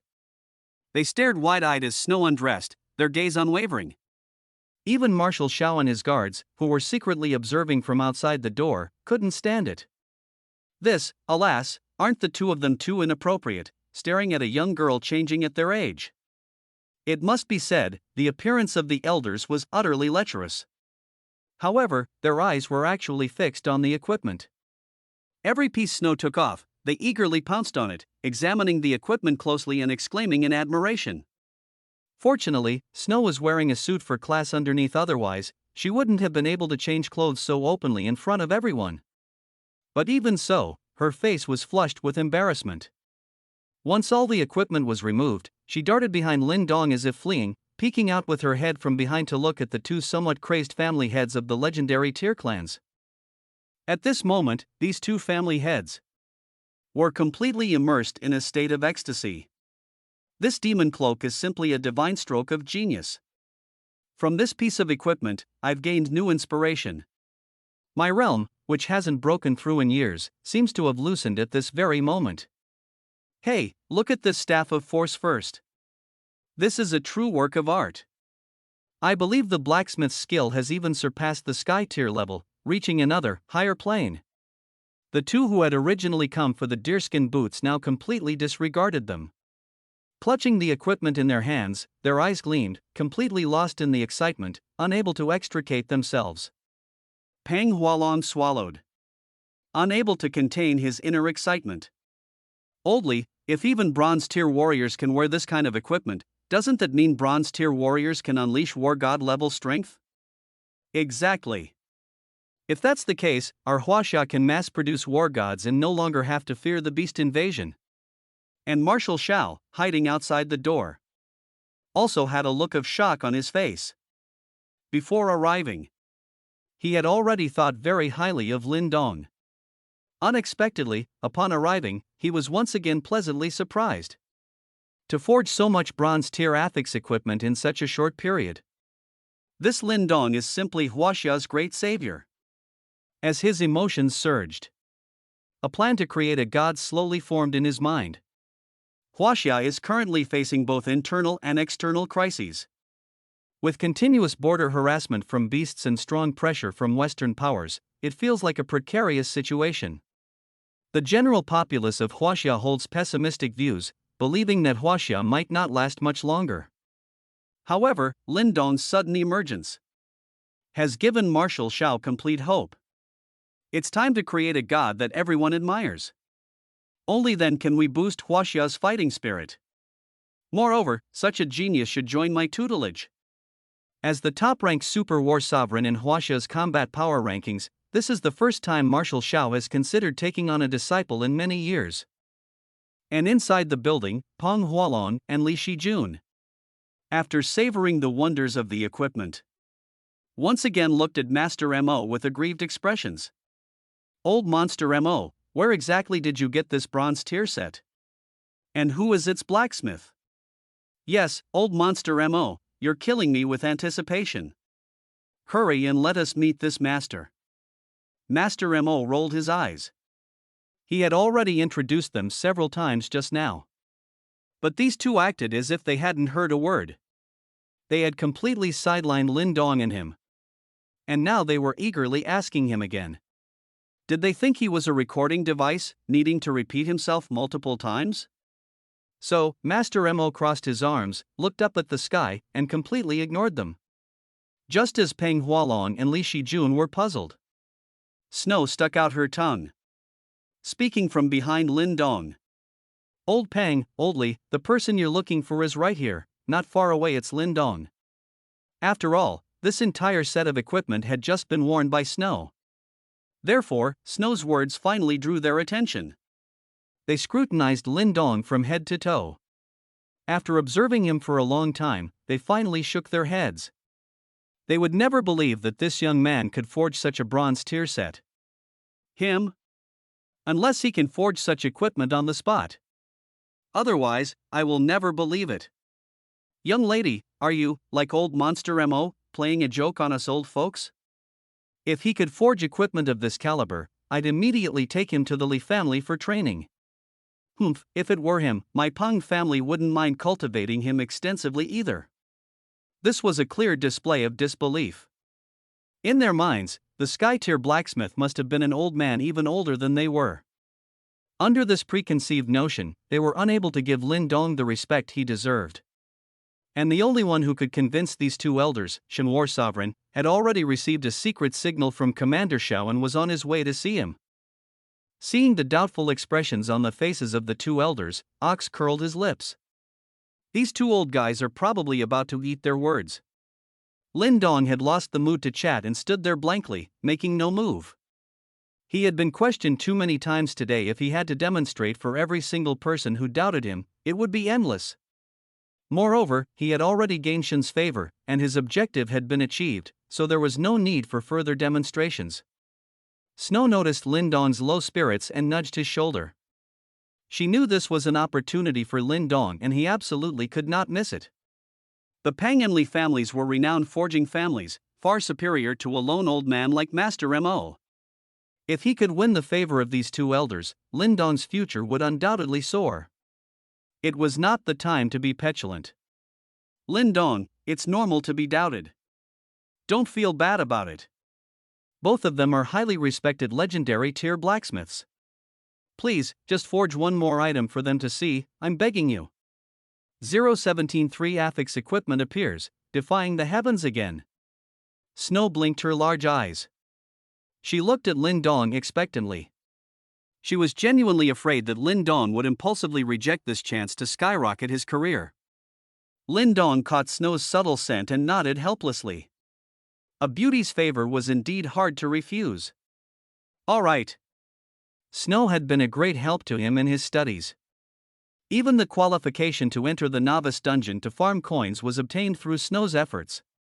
If Snow hadn't pleaded with him like this, he might not have been willing to forge another piece of equipment. After all, he had already secured his spot at the War God Academy. Even if these two elders approved of him, it would merely be the icing on the cake. Therefore, for him, there was no need to debase himself to gain their approval. Because their actions just now had made Lin Dong somewhat displeased. But since he had promised Snow, Lin Dong also planned to forge a piece of equipment well. He was currently in need of some life-saving equipment. He was a blacksmith and didn't need to go to the battlefield himself, but that didn't mean he wouldn't encounter danger. And a piece of equipment that could save his life was extremely important. Lin Dong glanced at his status panel. Name, Lin Dong. Level, 12. Health, 1200. Attack, 60. Defense, 60. Enchantment points 105. Stored experience, 2,500 4,000. Class, Blacksmith, Blacksmith level, Artisan Blacksmith proficiency 28500. God tier forging, forge according to the material ratio of the forging recipe, 100% success rate. Currently, the forging level can only forge silver tier equipment and below. God tier enchanting, spend enchantment points to enchant equipment with affixes, with a chance to increase equipment level and quality, and obtain special attributes. Level 2 system store, receive one forging recipe of gold tier quality or below every 24 hours. Current forging recipes, purification cloth, gloves of haste, storm thunder hammer, deerskin mage boots, demon hat, magic helmet, ring of mystery, staff of force. 1200 health was really too little. Although he could now forge silver tier equipment, he can only wear bronze tier equipment from level 10 to 20. And among bronze tier equipment, the armor with the strongest defense that Lin Dong knew of was chain mail. Then I'll make a set of chain mail. So Lin Dong looked at Master Mo beside him and began rubbing his hands with anticipation. Hee, Elder Mo, could you help me prepare the materials and forging recipe for chain mail? I want to prove my strength, Lin Dong's, to Elder Mo and Elderly. Master Mo smiled slightly. He had been waiting for this moment for a long time. Those two old fellows would definitely be put in their place by Lin Dong later, feeling ashamed of their arrogance. Even Marshal Xiao, who was secretly observing from outside the door, began to focus his eyes intently, afraid of missing a single step. After all, hearing is second-hand, seeing is believing. Whether Lin Dong was as valuable as he had heard depended on this moment. The materials were quickly prepared. Lin Dong put them away directly and placed them into the system furnace.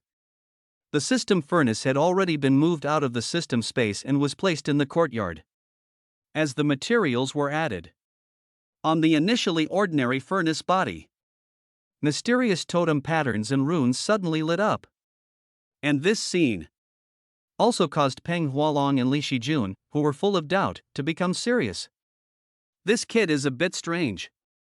Looking at his confident demeanor, did we really misjudge him? That furnace doesn't seem ordinary. It feels both ordinary and extraordinary, it's so strange. At this moment, Lin Dong was concentrating on forging the equipment. Because he discovered. This time, the forging consumed 2 enchantment points. Generally speaking, forging a bronze tier equipment with additional affixes would only consume 1 enchantment point. Consuming 2 points, he wondered what magical reaction would occur, and he was quite looking forward to it himself. 1 minute later. The flames in the system furnace suddenly extinguished. There was no way system forging was just that fast. But this scene, in the eyes of Peng Hualong and Li Shijun, was not the case. Alas, I actually had a glimmer of hope for this kid earlier, but his technique is too clumsy. He actually let the furnace fire go out during the forging process, making a basic common sense mistake for a blacksmith. Indeed, a whole furnace of materials was ruined like this. If this were forging legendary tier equipment, it would be heartbreaking just thinking about it. But the next second, both of them wisely shut their mouths. Because they discovered that Lin Dong had actually opened the furnace door and taken out a piece of dull gray armor. This armor looked unremarkable, as if it had been picked up from a pile of junk. Equipment, chainmail bronze tier. Defense, +5. Magic defense, +5. Magic resistance, +5. It was just an extremely ordinary bronze tier equipment, neither good nor bad.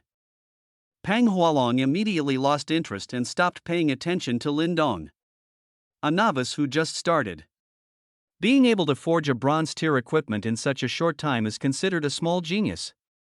But old monster MO, this kind of equipment can be found everywhere on the street. How can it compare to the affix attribute bronze tier set we're holding? Aren't you just recommending this kid to us, deliberately saying he's that sky tier blacksmith? Li Shijun also shook his head. He chimed in. Old monster MO, the facts are clear. Stop messing with us. Hurry up and invite that sky tier blacksmith out. Master MO was also very puzzled. Each of the 7 pieces of equipment forged by Lin Dong previously had affix attributes, and the attributes were extremely exaggerated. Why did the forging suddenly fail this time? Or was he deliberately hiding his strength? This made him unable to figure it out. Outside the door, General Zhao's eyes also showed a hint of disappointment. His initially enthusiastic expression began to cool down. Perhaps this was the normal performance, and Lin Dong's forging of those pieces of equipment before was just sheer luck. An ox, who had been suppressed by Lin Dong several times. He was now full of schadenfreude. Trash, this is just trash. Only Snow's eyes held deep disappointment. She sighed inwardly. Why is this happening? Why is this happening? Why is this happening? Doesn't this mean Lin Dong has lost his only chance to enter a forging family? Although somewhat unwilling. But the die was cast. There was only one chance. It could no longer be salvaged. She could only comfort Lin Dong, telling him not to be discouraged. Lin Dong, I know forging requires luck. It's okay if it doesn't succeed this time. Even if you can't enter the forging family, you can still go to War God Academy. But at this time, Lin Dong. His face showed no sign of disappointment. He looked at this ordinary-looking chainmail. A smile gradually faded. Divine artifact. It's simply a divine artifact. The chainmail in his eyes was completely different from the chainmail seen by outsiders. Equipment, chainmail bronze tier. HP, +8,000. Defense, +500. Magic defense, +500. Magic resistance, +500. Attribute deception, hides true attributes, displays normal attributes of equipment of the same tier. Invincible shield, upon receiving an attack far exceeding defense, an invincible shield is activated, lasting for 30 seconds, with a cooldown of 10 minutes. Decoy puppet, the moment the chainmail is shattered, it will randomly teleport the wearer 10 kilometers away, leaving behind a false corpse at the original location. With 2 enchantment points, the activation of 3 affix attributes was simply astonishing. Because ever since beasts descended upon Blue Star, there had never been equipment with 3 attributes. It could be said this was the first of its kind. This piece of equipment, once revealed, was bound to shock the entire Blue Star. Now, let's conquer old Pang and old Li first. Lin Dong took a step forward and raised the chainmail. Then he gently turned off the attribute deception affix. Who says this is trash? General Shao 018 descends to take disciples. I am your superfan. The moment Lin Dong's voice fell, General Shao outside the door suddenly stood up. His eyes were filled with brilliance. Good kid, you even fooled me. Shin, quickly lead the way. I want to take this little guy as my disciple personally. And in the courtyard, the atmosphere was somewhat strange. Hearing Lin Dong's confident words, Pang Hualong and Li Shijun almost burst out laughing. Young people these days, they truly don't know the immensity of heaven and earth. To have the courage to say such things in front of them, legendary tier blacksmiths. It's simply laughable. And they dare to show off a bronze tier chainmail with a mere 5 defense points? They could casually take out equipment from their spatial rings that was 1,000 times better than this. So Pang Hualong directly reprimanded. Enough. Let's end this shameless farce. We are not monkeys, stop playing games. Li Shijun also blared angrily at Master Mo, his expression very cold. Old monster Mo, it's quite unkind of you to toy with us like this. We traveled all this way not to watch such a ridiculous show. But Master Mo's shoulders shook with laughter.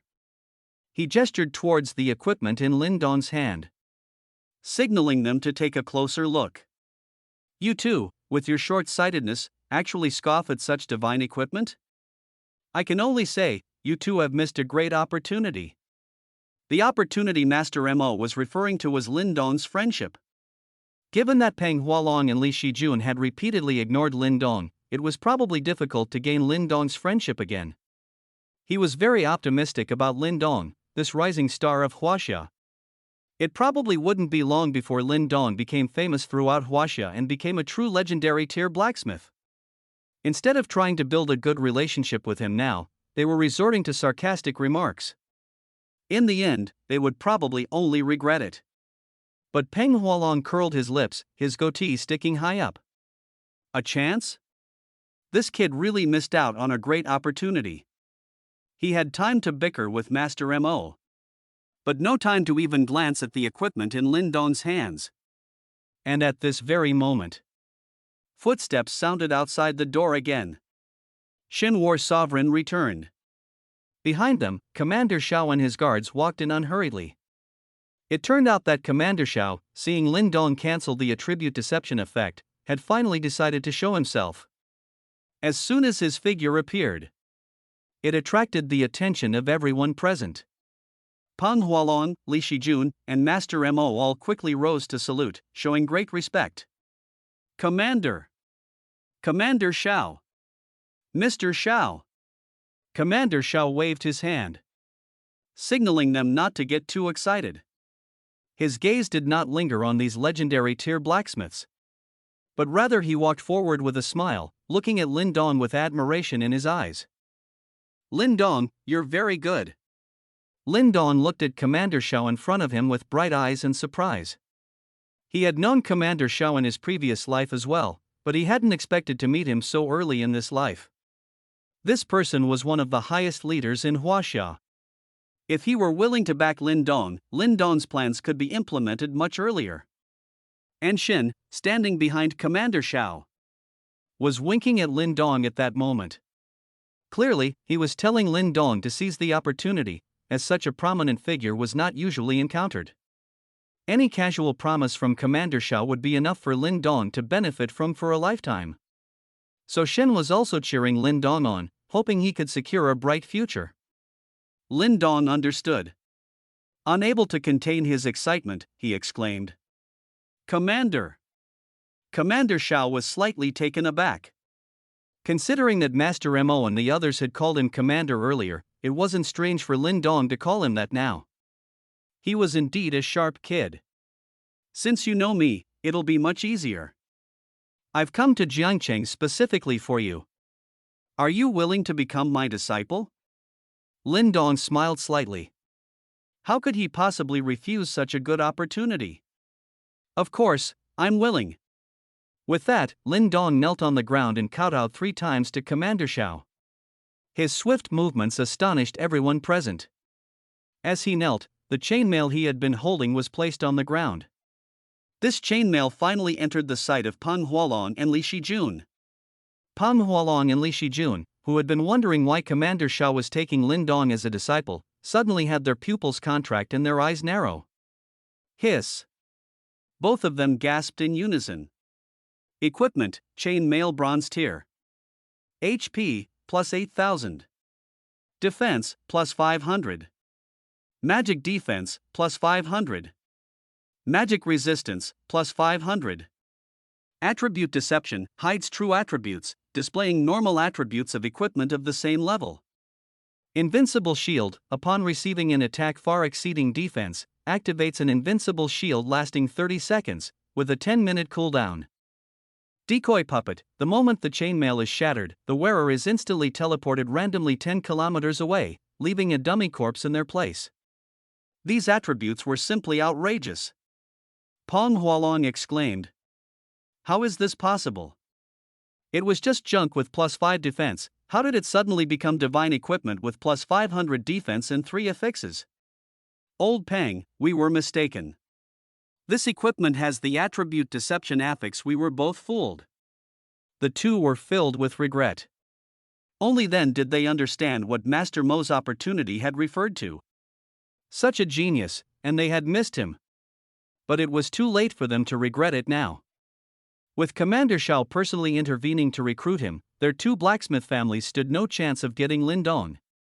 Commander Shao looked at Lin Dong with satisfaction, rarely showing a smile. The guard beside him became serious. Commander Shao hadn't smiled in a long time, but today, it was the second time.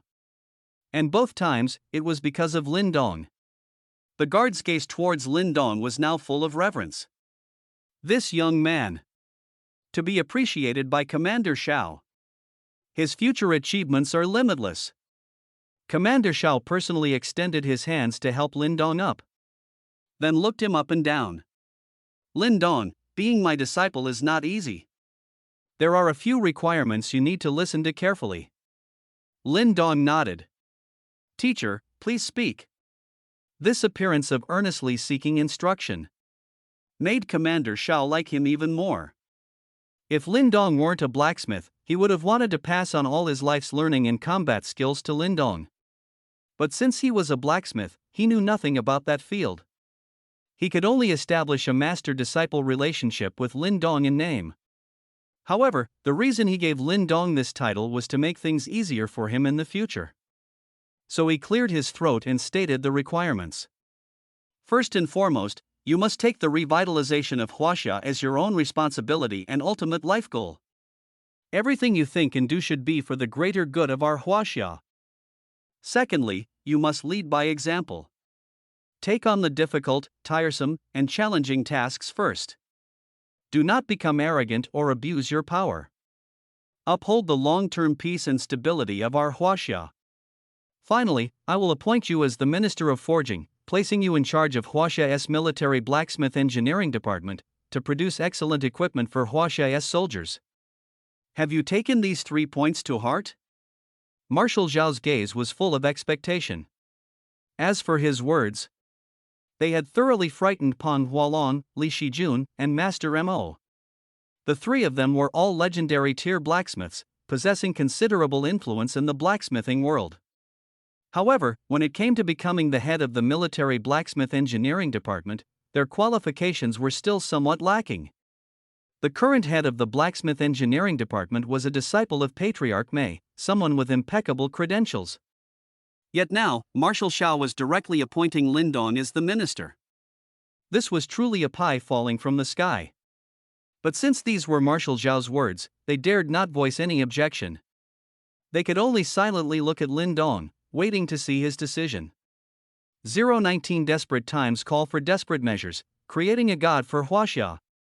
All eyes turned to Lin Dong. They believed Lin Dong would never refuse such a windfall. However, Lin Dong, who knew about the beast tide that would erupt in 3 years, lowered his head and began to ponder seriously. Seeing Lin Dong hesitate, Snow Shin and the others couldn't help but break out in a cold sweat for him. Lin Dong, why are you hesitating about such a massive opportunity? After all, Marshal Xiao was a man of his word. Lin Dong might miss out on a colossal opportunity due to this moment of hesitation. Even Peng Hualong and Li Shijun couldn't help but shake their heads. This young man doesn't know how to seize opportunities. What is he trying to prove in front of Marshal Xiao? But Lin Dong had his own plans. Because after the beast tide arrived, not only would there be sky tier, mythic tier, epic tier, and mythological tier ferocious beasts, but even supreme tier and eternal tier beasts would make a fleeting appearance. Facing such powerful beasts, even humanity's strongest would be eclipsed and powerless to resist. He had to seize this time to forge a group of strongest fighters for Huaxia to cope with the crisis. While the position of Minister of the military's Blacksmith Engineering Department sounded glorious and carried real power, the daily duties were extremely demanding and would consume a large amount of his time. Therefore, it wasn't a good choice for Lin Dong. He didn't want the tragedy of his past life to repeat itself. After careful consideration for a while, Lin Dong decisively shook his head. Teacher, I have no objections to the first 2 points, but I must respectfully decline the position of Minister of Huaxia's Forging Engineering Department. Lin Dong's statement caused Peng Hualong and Li Shijun to curse him as a fool. They had looked down on Lin Dong before because they didn't believe in his abilities. Now, after witnessing Lin Dong's talent, they had developed a sense of cherishing it.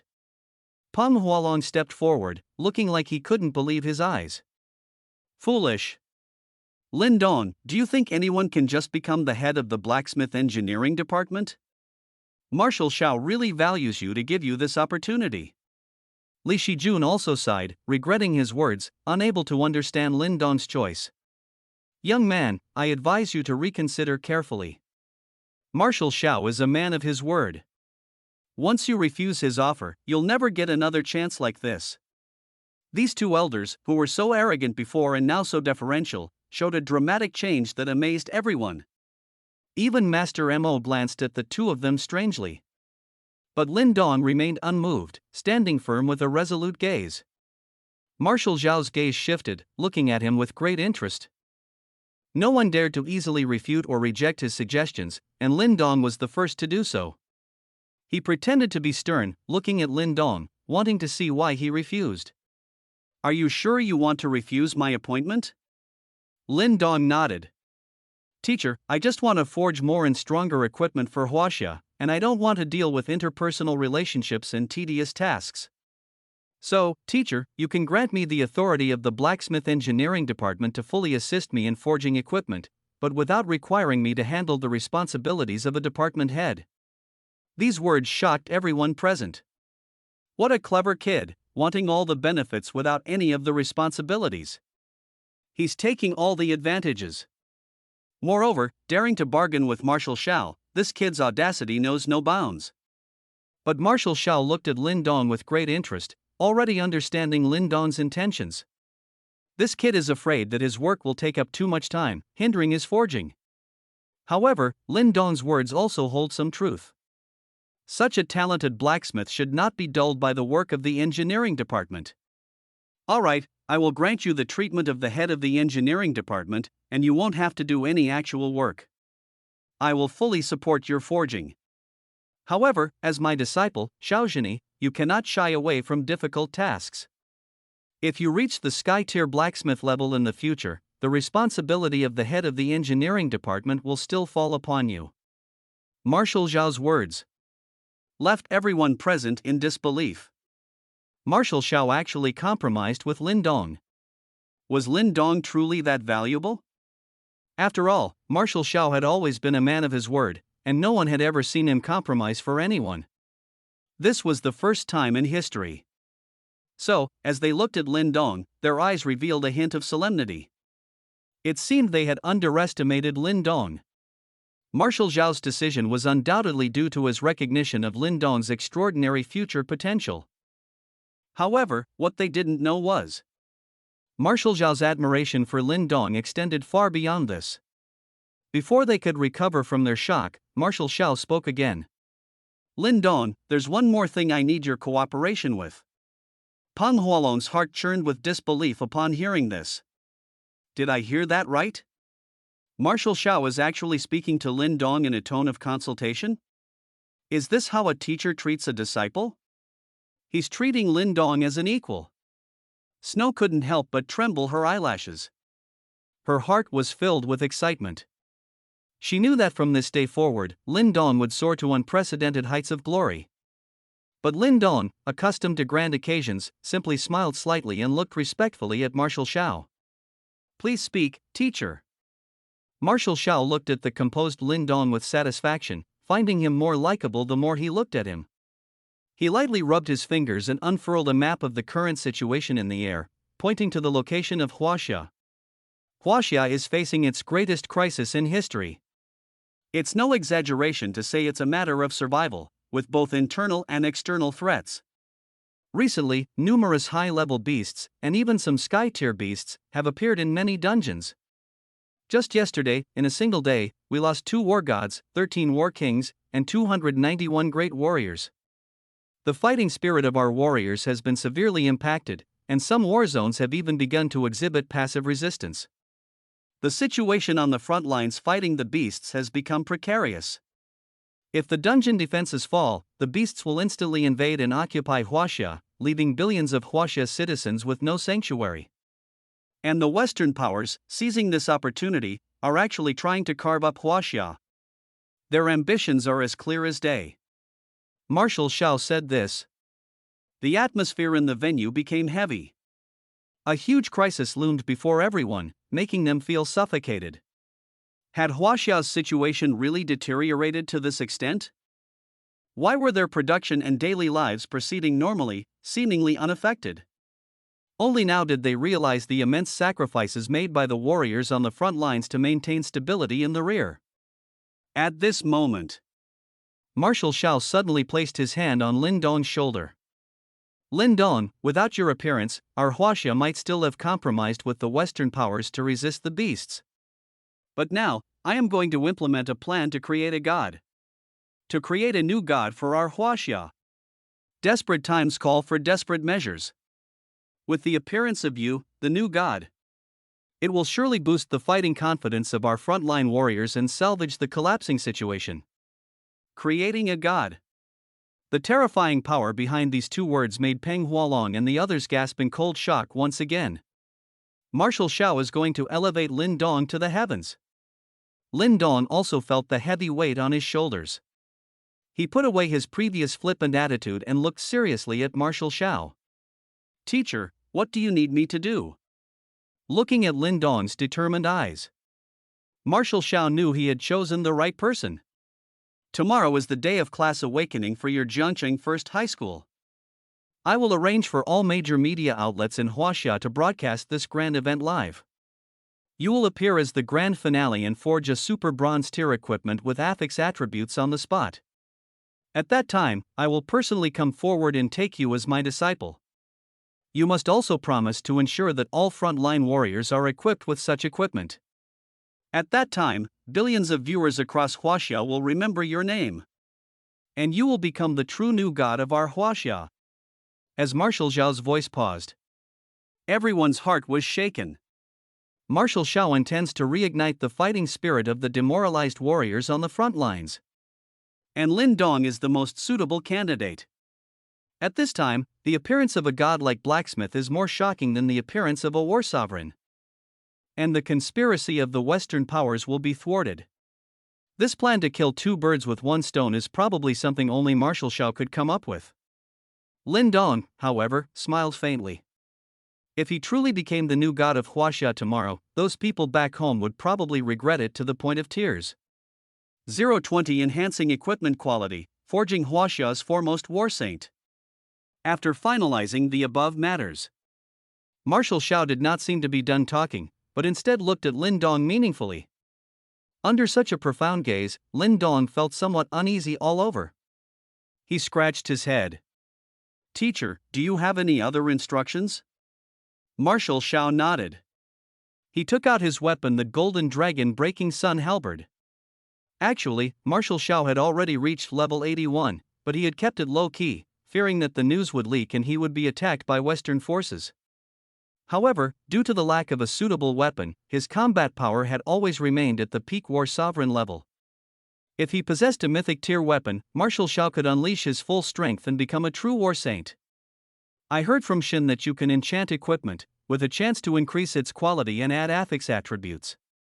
Can you enchant my sky tier weapon, the Golden Dragon Breaking Sun Halberd? Hearing Marshal Xiao say this, Master Mo's eyes lit up, and his face was filled with unconcealable excitement. Shin's promotion to War Sovereign was due to the experience boost attribute of his weapon, the Storm Thunder Hammer. If Marshal Xiao's weapon could also trigger this attribute, wouldn't it mean that Hua Xiao would have a mythic tier warrior surpassing the War Sovereign? Master Mo's words. This made Peng Hualong and Li Shijun both extremely horrified. They extracted a key piece of information from this statement. That is, Shin's weapon was very likely also enchanted by Lin Dong. This was even more shocking than the bronze tier set they had seen. At this moment, Peng Hualong's hands began to tremble. He couldn't help but point at Lin Dong with his finger, his voice a little hoarse. Old Monster Mo, are you saying that he, a mere rookie blacksmith, actually has the ability to improve the quality of high-level equipment? Li Shijun's heart was also pounding, his old eyes filled with disbelief. If that's the case, doesn't that mean all of Hua Xiao's combat power has the potential to increase by a level?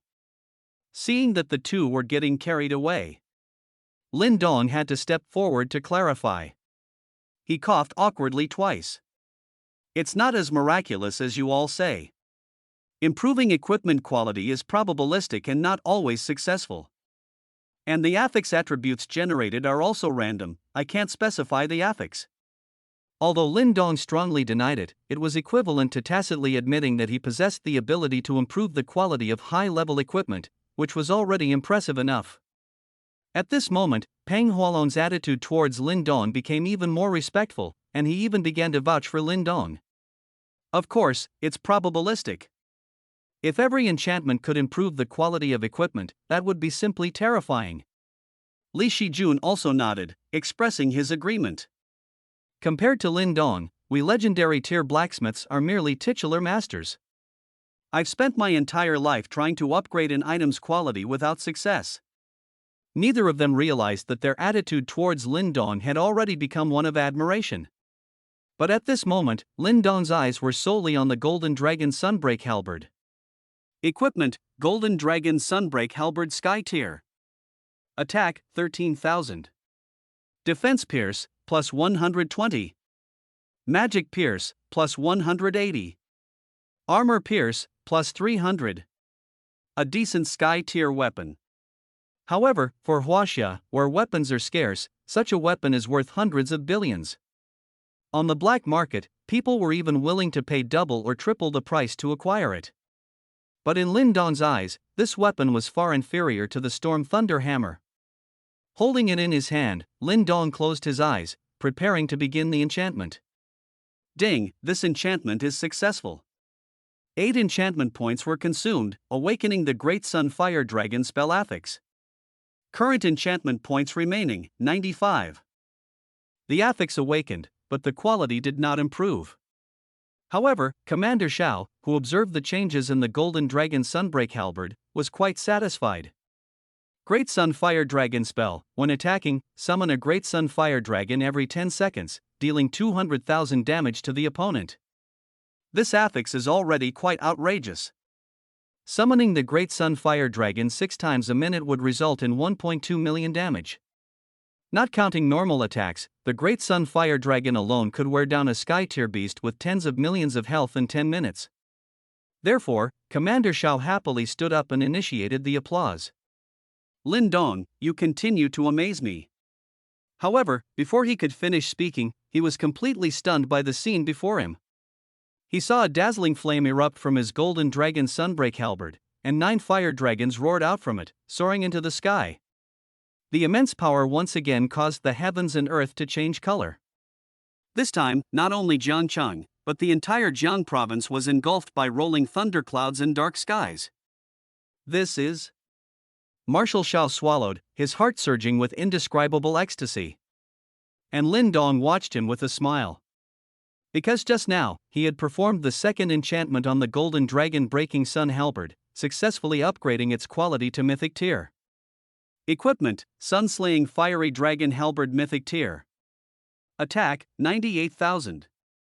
Defense Penetration, plus 3,000.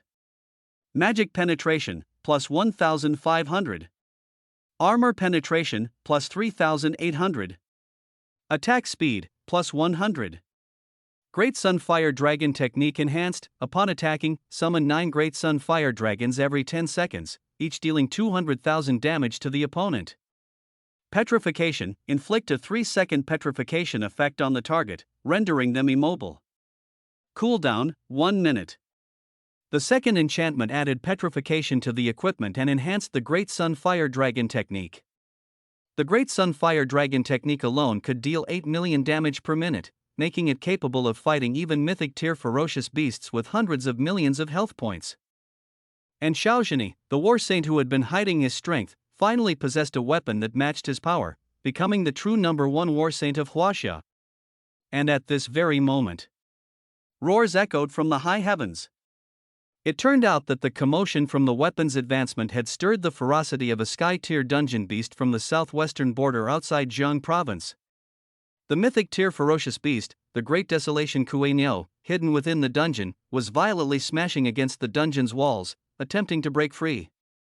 The entire Jiang province shook as if an earthquake had struck. Marshal Xiao had long known of the Great Desolation Kuei-Niu's presence within the dungeon and had secretly sealed it with an array. Clearly, the Great Desolation Kuei-Niu had been provoked and the array could no longer contain it. However, this time, Marshal Xiao was full of fighting spirit, confident he could face it. He stood up and picked up the sun-slaying fiery dragon halberd. Perfect. I'll test my newly upgraded weapon against this Great Desolation Kuei-Niu. With that, Marshal Xiao shot into the sky and entered the sky-tier dungeon near Jiang province via a teleportation stone. He would stand as a shield for the hundreds of millions of Huaxia citizens behind him, blocking the beast's onslaught. The commotion in Jiang City was quickly noticed by Huaxia and even the entire Blue Star. In the western holy city, the Emperor of Mages slowly opened his cloudy eyes, filled with shock. The surrounding knights and archmages behind him wore solemn expressions, as if facing a great enemy. A Mythic Tier ferocious beast, such a disturbance can only be caused by a Mythic Tier ferocious beast. As expected, the Mythic Tier ferocious beast has once again appeared first in Huaxia. If Huaxia does not agree to our partition terms, Huaxia shall be destroyed. 021 Gold Tier Horn, plus 10,000 team morale. The Western Holy City's Emperor of Mages. He was a Mythic Tier archmage revered by all the great powers of the West. Thanks to Huaxia's efforts on the front lines against the beasts, the Western world could safely farm dungeons, leading to the rise of this Emperor of Mages, newbies. Since he achieved the title of Emperor of Mages, the powerful nations of the West had largely followed his will. But Emperor of Mages newbies was ambitious, and the plan to partition Huaxia was his brainchild. He now believed that the anomaly in Huaxia's Jiang province was caused by the Mythic Tier star beast, the Great Desolation Kuei-Niu. He completely overlooked the commotion caused by the Mythic Tier weapon, the sun-slaying fiery dragon halberd. Of course, even if the truth were told to them, they wouldn't believe it. Since the emergence of beasts on Blue Star, neither through monster drops nor artificially forged equipment had a Mythic Tier weapon ever appeared. Therefore, they preferred to believe that this terrifying commotion was caused by the birth of a beast. He tapped his fingers on his gold tier throne, his staff emitting waves of golden light. The appearance of this Mythic Tier ferocious beast has further increased our leverage in partitioning Huaxia. Immediately instruct the negotiation envoys to raise our demands. 1/3 of the land is no longer enough this time, we want half. In Jiang City. After Marshal Zhao's departure, everyone was filled with unease. The might of the Great Desolation Kuei-Niu was so immense that anyone who heard its roar felt a chill down their spine. It was uncertain if Marshal Xiao could withstand the Great Desolation Kuei-Niu, otherwise, all of Jiang province would likely fall. However, Lin Dong was not worried. He believed that with the sun-slaying fiery dragon halberd in hand, Marshal Xiao would easily handle the Great Desolation Kueino. Lin Dong also reaped significant rewards. The system's feedback had arrived. Ding, host has successfully forged mythic tier equipment for the first time. Reward, EXP plus 10,000, proficiency plus 500, enchantment points plus 1,000. Lin Dong checked his personal status panel. He was pleasantly surprised. Name, Lin Dong. Level, 16. Health, 1,600. Attack, 100. Defense, 100. Enchantment points 1087. Experience stored, 12500-20000. Class, Blacksmith, Blacksmith level, Master Blacksmith proficiency 780-1000. God tier forging, forge according to the material ratio of the forging recipe, 100% success rate. Currently, the forging level can only forge gold tier and below equipment. God tier enchanting, spend enchantment points to enchant equipment with affixes, with a chance to increase equipment level and quality, and obtain special attributes. Level 2 System Store, obtain one forging recipe below gold tier quality every 24 hours. Current forging recipes: Purification Cloth, Gloves of Haste, Storm Thunder Hammer, Leather Boots of Gale, Devil's Hat, Magic Helmet, Ring of Mystery, Staff of Force, Sun Extinguishing Flame Dragon Spear. The base level increased by 4, reaching level 16. Unexpectedly, within a single day, it was like riding a rocket, directly reaching level 16. This is much faster than gaining experience in leveling dungeons. It seems that forging high-tier equipment is also a good way to level up quickly. Moreover, with the blacksmith level reaching Master Blacksmith, he can now forge gold-tier equipment directly. After organizing his spoils, Lin Dong emerged from his meditative state like an old monk and heard the worried voices of Xin and the others. Alas, I can't even participate in battles of this level. That great desolate Kuei-Nyo is too ferocious. Even though it only has one leg, it can continuously unleash its ultimate move, the Earthquake Shock.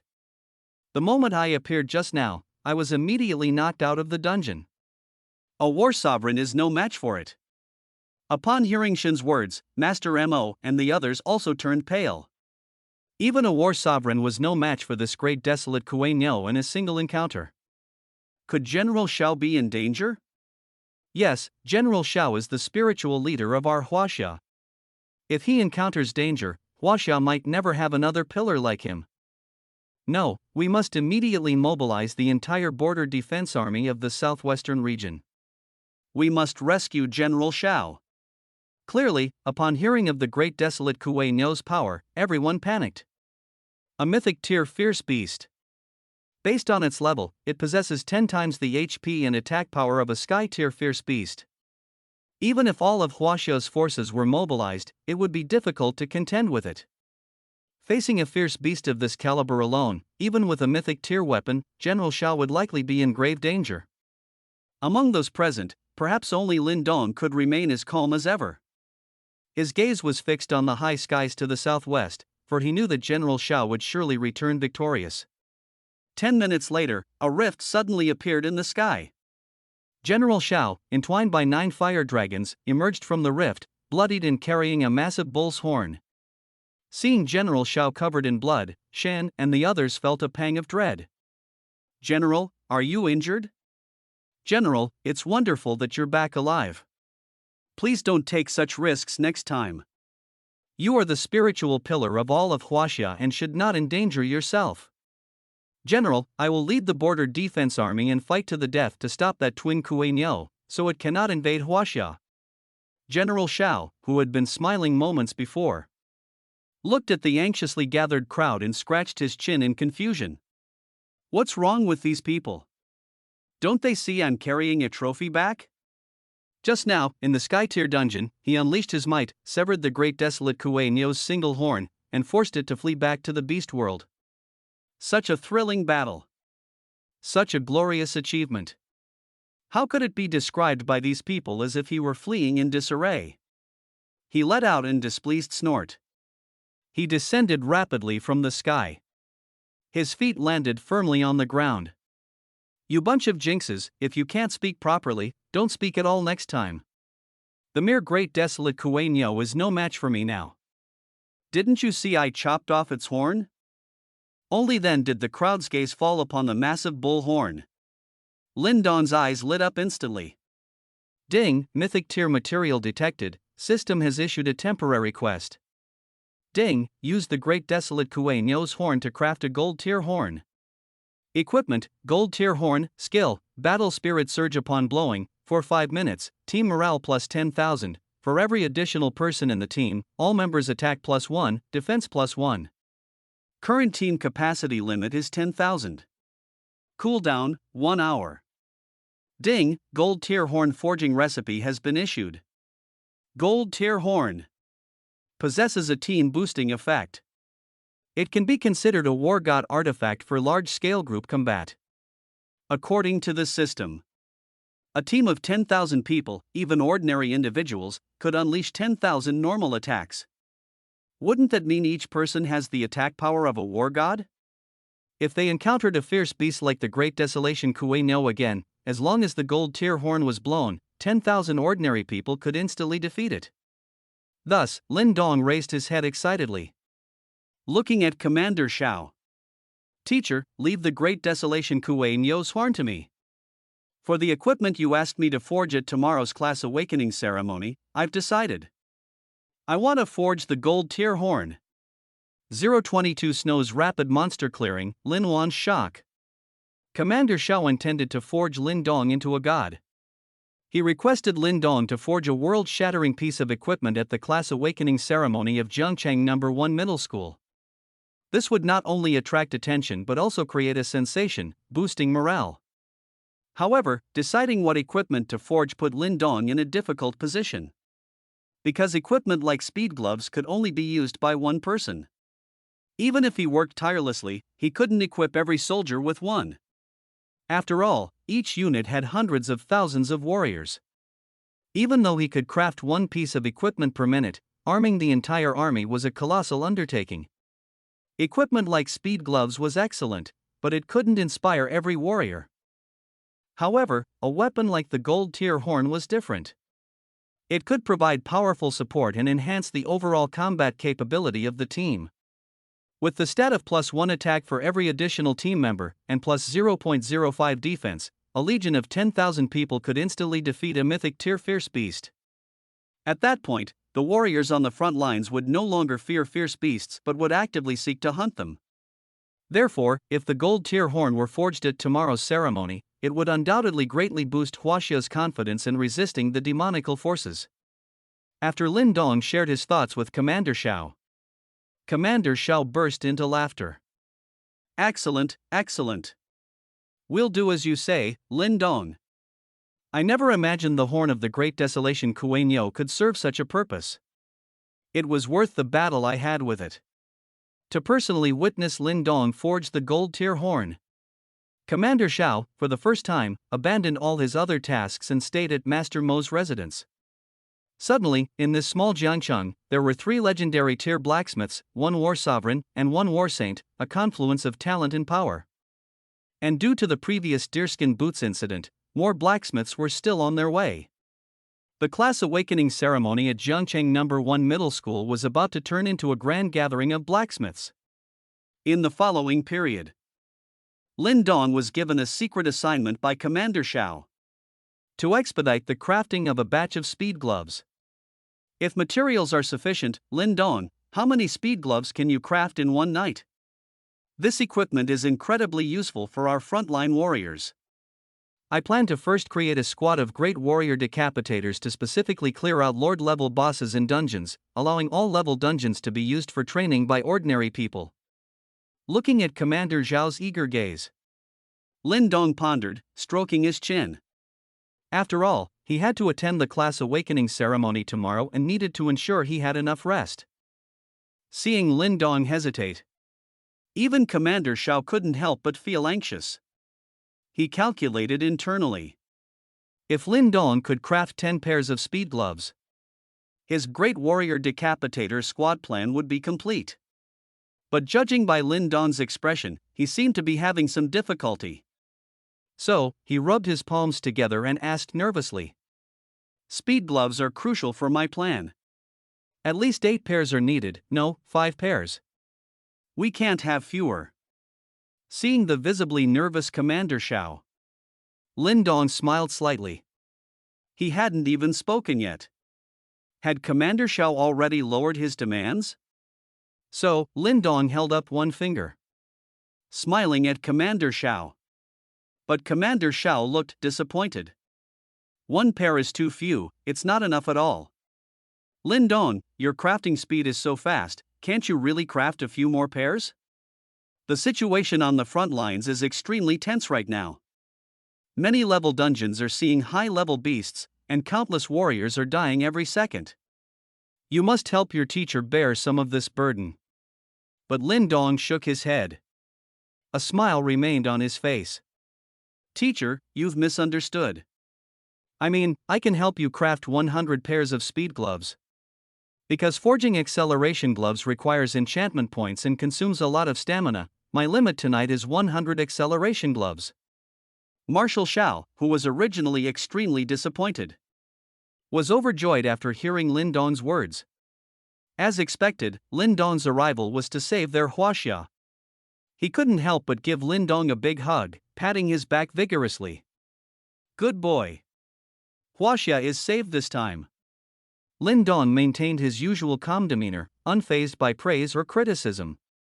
He smiled and nodded. Teacher, this is what I should do. Since I am your student now, I should learn from you to help Huaxia. That night, Lin Dong was busy forging acceleration gloves. Fortunately, there were Master Mo, Pang Huolong, and Li Shijun, 3 legendary tier blacksmiths. Otherwise, gathering enough materials to forge so many acceleration gloves would have been difficult in a short time. Even so, they nearly exhausted all the materials in their spatial rings. And Lin Dong's teacher, Snow, after parting ways with Lin Dong, couldn't resist trying out her bronze tier equipment set. After all, she was only level 13, while Lin Dong had already reached level 16 after forging the sun-extinguishing flame dragon spear, completely surpassing her as his teacher. For some reason, she felt a sense of loss.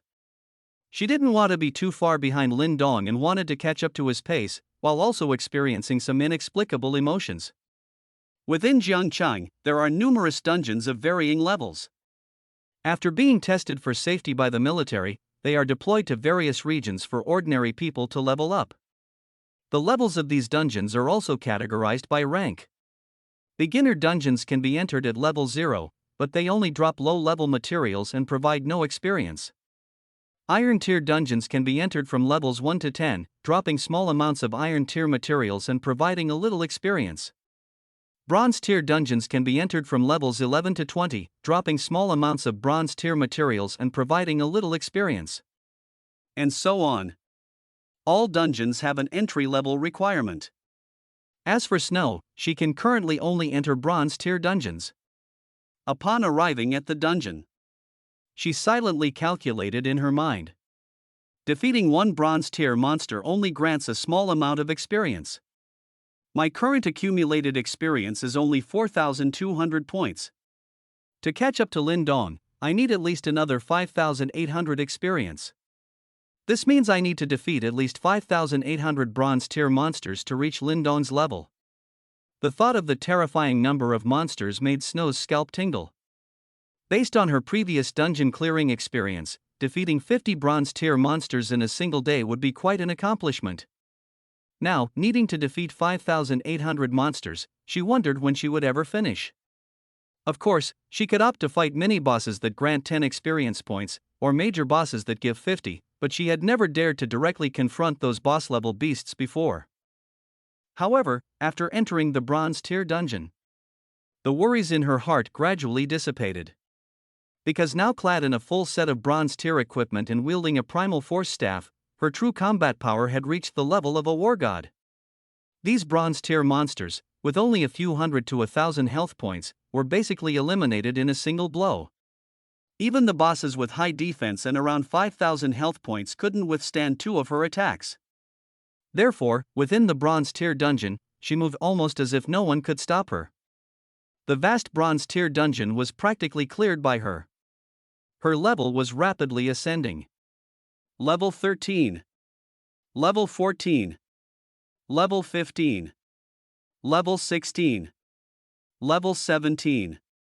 Snow even felt that she could directly level up to 20 tonight, gaining hundreds of thousands of experience points within this dungeon alone.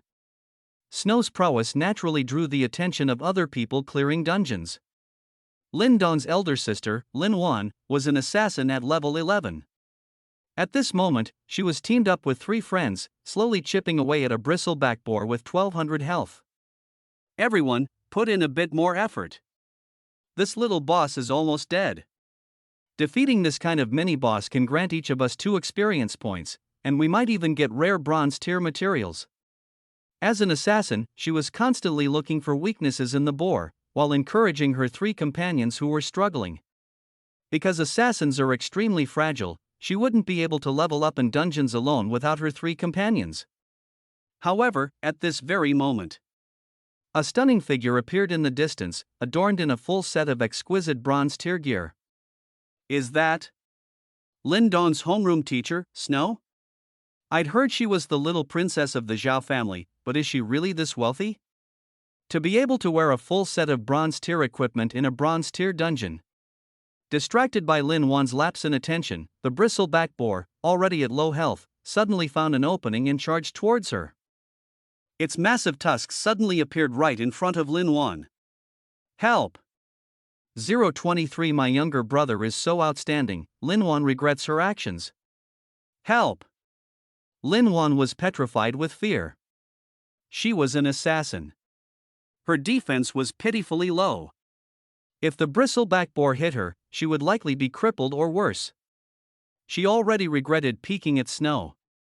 If she hadn't been distracted just now, this situation would never have occurred.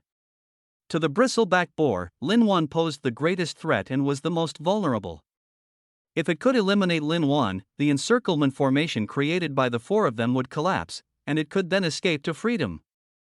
Therefore, the bristleback boar's desperate attack unleashed immense survival potential, its power more than doubling its usual attack.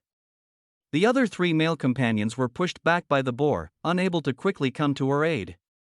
They could only watch helplessly as Lin Wan was cornered by the bristleback boar. At this critical juncture, a clear cry was heard by everyone. Icebound shackles. The charging bristleback boar, moments before full of fury, instantly froze, turning into a snow-white ice sculpture. It turned out that Snow, who was in the process of fighting monsters, heard Lin Wan's cry for help and intervened. The frostbound shackles have a 5-second duration, dealing 1000 damage. This is more than enough to deal with a bronze tier boss, let alone a steel main boar with only 1200 HP. Thus, in an instant, the steel main boar lost its life and fell stiffly to the ground. Lin Wan, having narrowly escaped death, patted her proud chest and said with lingering fear, "Thank you, Teacher Zhao. If you hadn't intervened just now, I would probably have been killed by this steel main boar." Snow smiled faintly. At this moment, she also clearly saw Lin Wan's face, which bore some resemblance to Lin Dong. Recalling, she knew this was Lin Dong's elder sister, Lin Wan, who was around the same age, about 23 years old. Seeing that it was Lin Dong's family, she inexplicably felt a desire to curry favor. Logically speaking, their Zhao family was also a prominent clan in Jiang City, far stronger than a small family like the Lin family. There was no need to be polite with Iris. However, Snow politely nodded to Lin Wan. "You're welcome. You must be Lin Dong's sister, Lin Wan, right?" "Lin Dong has helped me a lot, so it's only right that I save you." But upon hearing Lin Dong's name, Lin Wan couldn't help but frown. She had no tolerance for this younger brother who had run away from home, defied their father, and even peeked at her while she was bathing. Humph. Teacher Zhao, what help could a despicable, lewd, and rebellious person like Lin Dong possibly offer you? Don't flatter him, he doesn't deserve it. Hearing Lin Wan describe Lin Dong in such terms, a hint of anger flickered across Snow's face. If it weren't for the fact that Lin Wan was Lin Dong's sister, she would have already lost her temper and argued with her. Now, Lin Dong was her star student, and she felt she might have other feelings for him. So, she couldn't help but ask softly, "How could someone as outstanding as Lin Dong be the way you describe?" Lin Wan, are you perhaps misunderstanding your brother? But Snow's words only provoked further criticism from Lin Wan. She simply couldn't stand her brother, Lin Dong.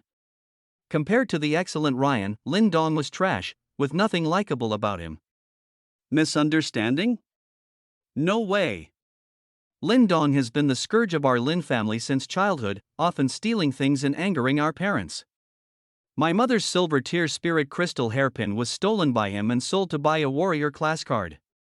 Just this morning, he even peeked at me while I was bathing. Our parents only disciplined him a few times, and he threatened to cut ties with the family and leave home. I'm being too lenient by just scolding such an unfilial descendant. Hearing Lin Wan's description, Snow finally understood the depth of the misunderstanding between Lin Dong and his family. No wonder Lin Dong preferred to live at school rather than go home.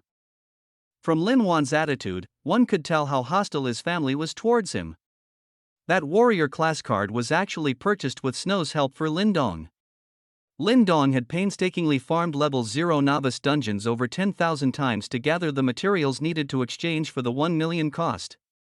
Although the silver tier spirit crystal hairpin was precious, it was made from scraps of silver tier beast materials and was worth at most 100,000 huaxia coins. Even if sold, it wouldn't be enough to buy a warrior class card. Therefore, this life fell apart on its own. Could Lin Wan, of all people, not understand such a simple matter?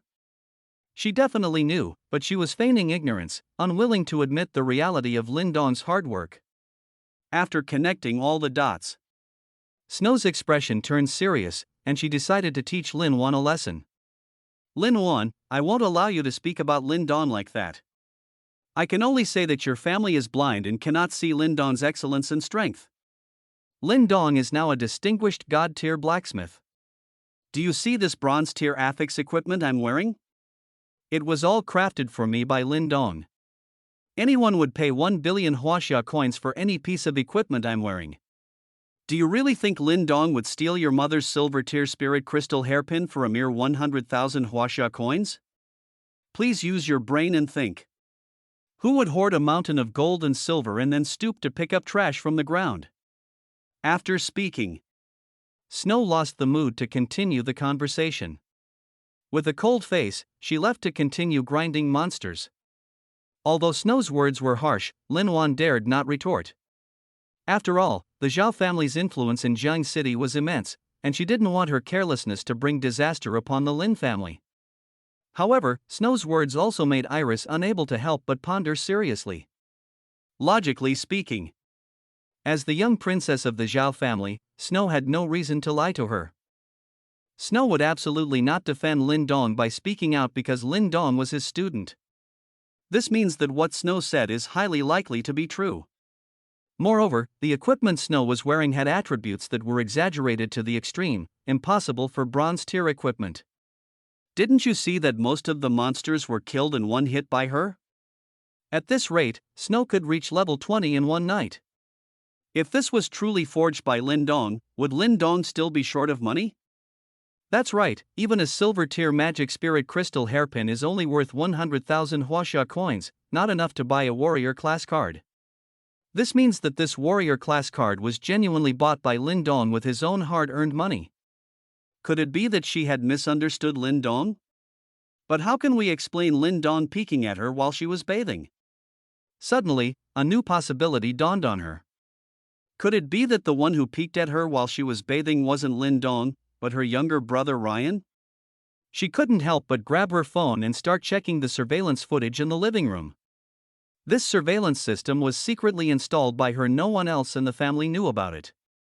Her intention was to monitor Lin Dong, the thief. As soon as Lin Dong appeared, she would be on high alert, preventing Lin Dong from doing anything bad at home. However, Lin Dong had always behaved himself, so she never caught him in the act. But now, as she re-watched the recordings, she suddenly noticed that Ryan's behavior had become extremely suspicious.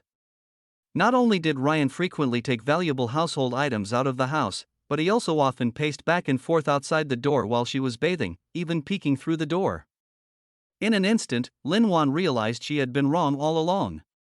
Recalling how Lin Dong used to bring her food when he was in school and pick her up on his bicycle when she was working, she suddenly realized she had wronged her younger brother. Lin Dong, it turns out your sister, have misunderstood you all this time. I'm sorry. Scenes that she had previously overlooked flashed through her mind like a movie. Lin Dong's selfless contributions to her brought tears to her eyes. It turned out that this brother, whom she had neglected for so long, had done so much for the family, yet she had chosen to turn a blind eye, completely ignoring it. Lin Dong endured so much hardship, why didn't he speak up? How would we have known if he didn't say anything? He's such an idiot. Lin Wan clenched her fist tightly, unable to help but resent Lin Dong. In her heart, she actually wanted to apologize to Lin Dong. However, she couldn't reach Lin Dong right now, and she didn't know where he was. She could only wait until tomorrow, when the class awakening ceremony at Jiangcheng First High School would begin. All the major academies will attend the class awakening ceremony and select outstanding talents during the event.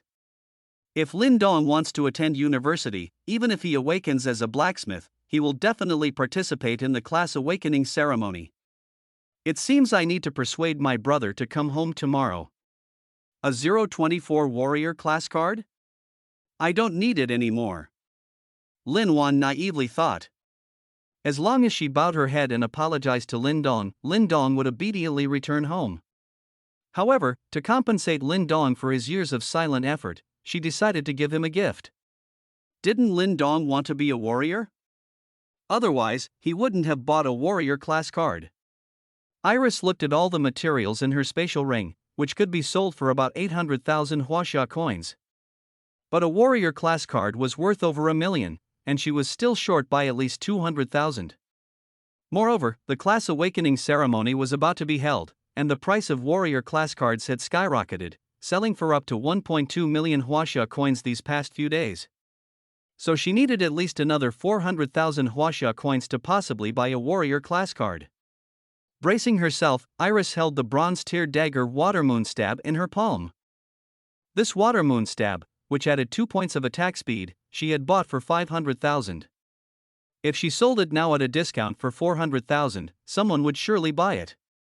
That way, she could gather enough money to buy Lin Dong a warrior class card. As for a weapon, she had a spare dagger. Although its stats weren't as good as this one, it would suffice. Once she made up her mind, Lin Wan quickly logged into the equipment trading system and listed her Water Moon Stab for sale.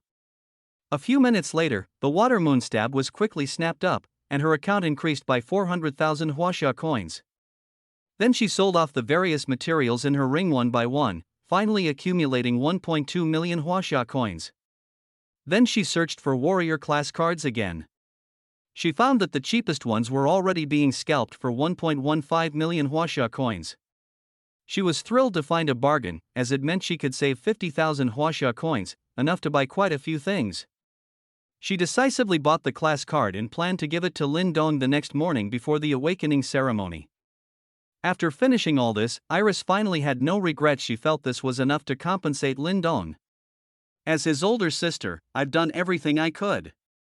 I hope Lin Dong doesn't fail to appreciate it. This also serves as compensation for his warrior class card being snatched by Ryan. After grinding in the dungeon all night, Lin Wan arrived at the class awakening venue of Jiangcheng No. 1 Middle School early. After a careful search, she spotted Lin Dong on the main stage. At this moment, Lin Dong was surrounded by several elders, who clearly appeared to be individuals of extraordinary status. This made Lin Wan frown slightly. Lin Dong is too disrespectful. Those people are obviously important figures. Even if he wants to curry favor, he shouldn't sit next to them, he should be standing. These important figures must have good manners to allow a child like him to sit beside them. Otherwise, they would have kicked him out long ago. The people sitting next to Lin Dong were none other than Master Mo, Pang Hualong, and Li Shijun, among others. As for Shen and Xiao Dashuai, due to their special status, they were seated in a private room on the main stage, quietly observing everything. The class awakening ceremony was about to begin, and they also wanted to see if any other geniuses would emerge in Jiangcheng. Just then, the appearance of a young girl caught their attention. According to the records, this young girl seems to be Lin Dong's sister, Lin Wan. Lin Dong has already severed ties with his neighbors. Why is she here looking for him? Lin Wan had now approached not far from Lin Dong. She held the warrior class card in her hand, contemplating how to phrase her opening words. Although she was prepared to apologize, she found it hard to actually say the words. As his older sister, even if she had misunderstood Lin Dong before, should she really apologize to him? Shouldn't Lin Dong be the one to come forward and explain all the misunderstandings? But as she stood there hesitating, a beautiful girl in a school uniform suddenly stepped in front of her and greeted Lin Dong. Lin Dong, I finally found you. How did you end up here? Grandpa Mo, why are you here at the class awakening ceremony as well? Good heavens, Grandpa Pang, Grandpa Li, you're here too? Did something major happen in Zhongcheng? This young girl was none other than the school's beauty, Rona. Her Su family had a war god, stationed at the southwestern frontier, with renowned military achievements. As the daughter of war god Su Lingyun, it was only natural for Rona to know some high-ranking individuals. She greeted everyone familiarly, appearing quite close to them. It's little Su, still as mischievous as ever. The three elders greeted them with smiles once they recognized the arrivals. Seeing the scene, Lin Wan immediately felt timid and stopped in her tracks, afraid to step forward. She planned to wait for Rona to leave before approaching Lin Dong. Meanwhile, Lin Dong was smiling at Rona. He had helped this campus belle, known as the most beautiful girl in Jiangcheng, quite a few times. Rona had secretly gone to challenge a level 0 novice dungeon without her family's knowledge and was almost injured by monsters.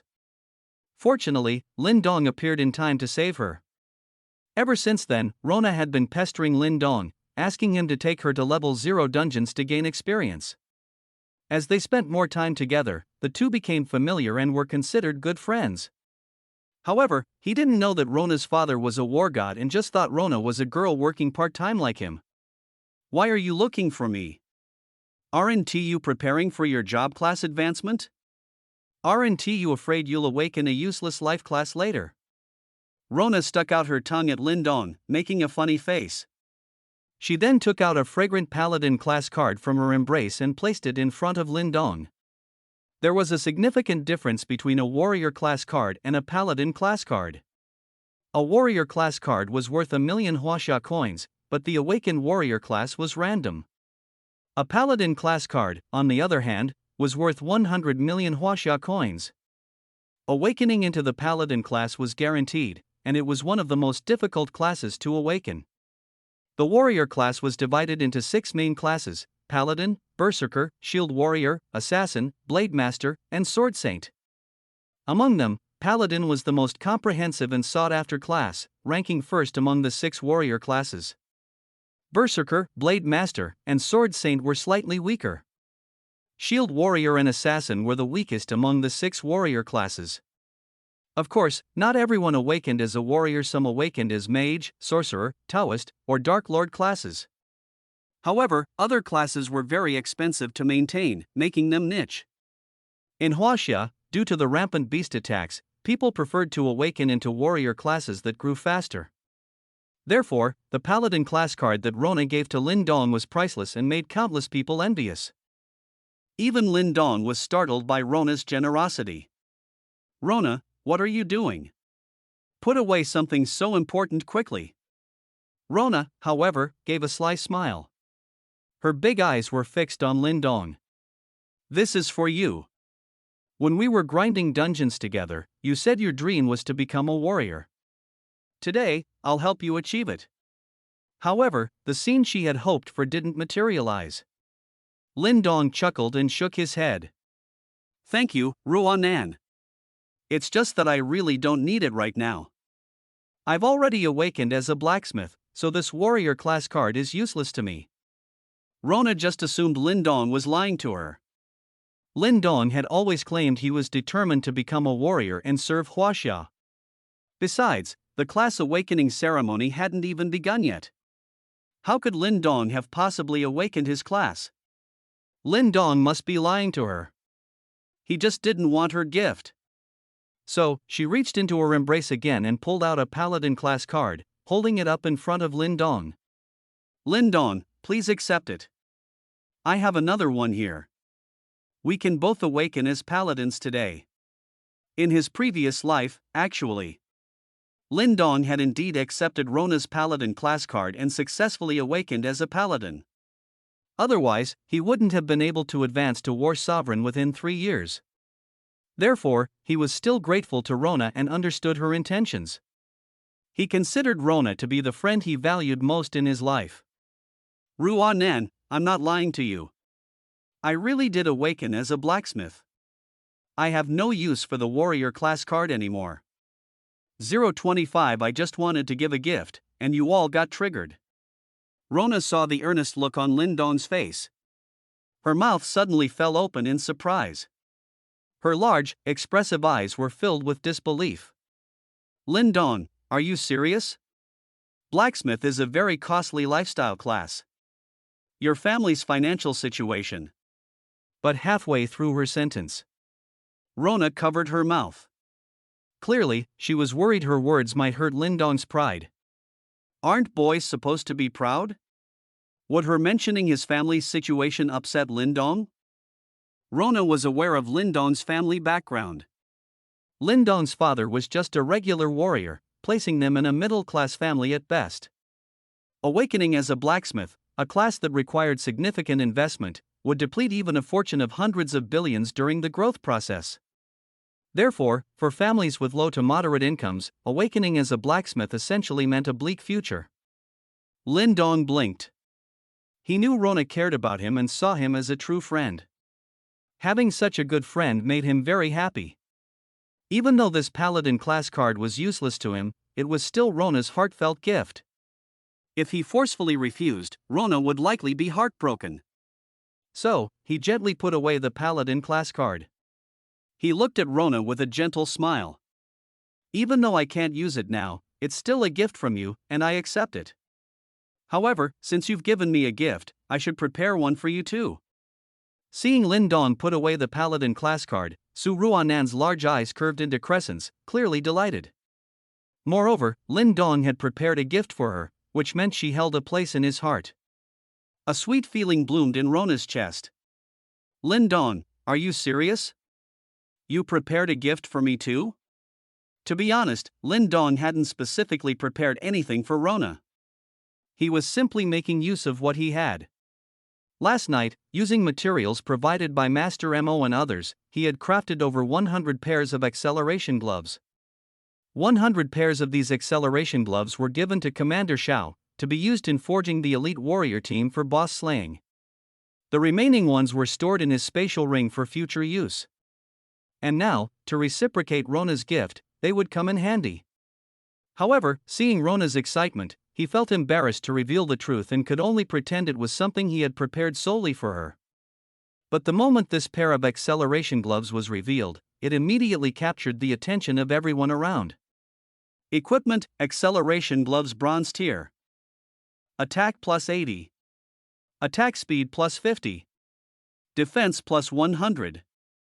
Crushing Fist, every 10 seconds, unleash a Crushing Fist dealing 1500 damage, paralyzing the target for 3 seconds.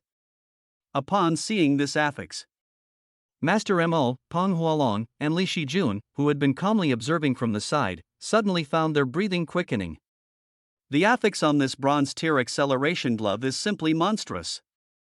It can deal 9,000 damage per minute and even paralyze targets for 18 seconds. Paralyzing a target for 18 seconds in just 1 minute. In all of Huaxia, only Ouyang Zhantian, the war god, has a legendary tier paralyzing ring with a paralyzing effect. Moreover, it's probabilistic. Even if triggered, it can only paralyze the target for 3 seconds. Sometimes, after several minutes of fighting, the target might not be paralyzed even once. When Rona saw this speed glove, she couldn't help but be startled by its exaggerated stats. After a long pause, she suddenly realized something. Pointing at the speed glove Lindong had taken out, she was too shocked to speak. Lindong, are you saying this speed glove is a gift for me? Rona was knowledgeable. If this speed glove were put on the equipment trading system, it could be sold for at least over 1 billion. Such a precious item, and Lindong was just casually giving it to her? Lin Dong, isn't this a bit too valuable? Although her paladin class card was also valuable, it was nowhere near as precious as this speed glove.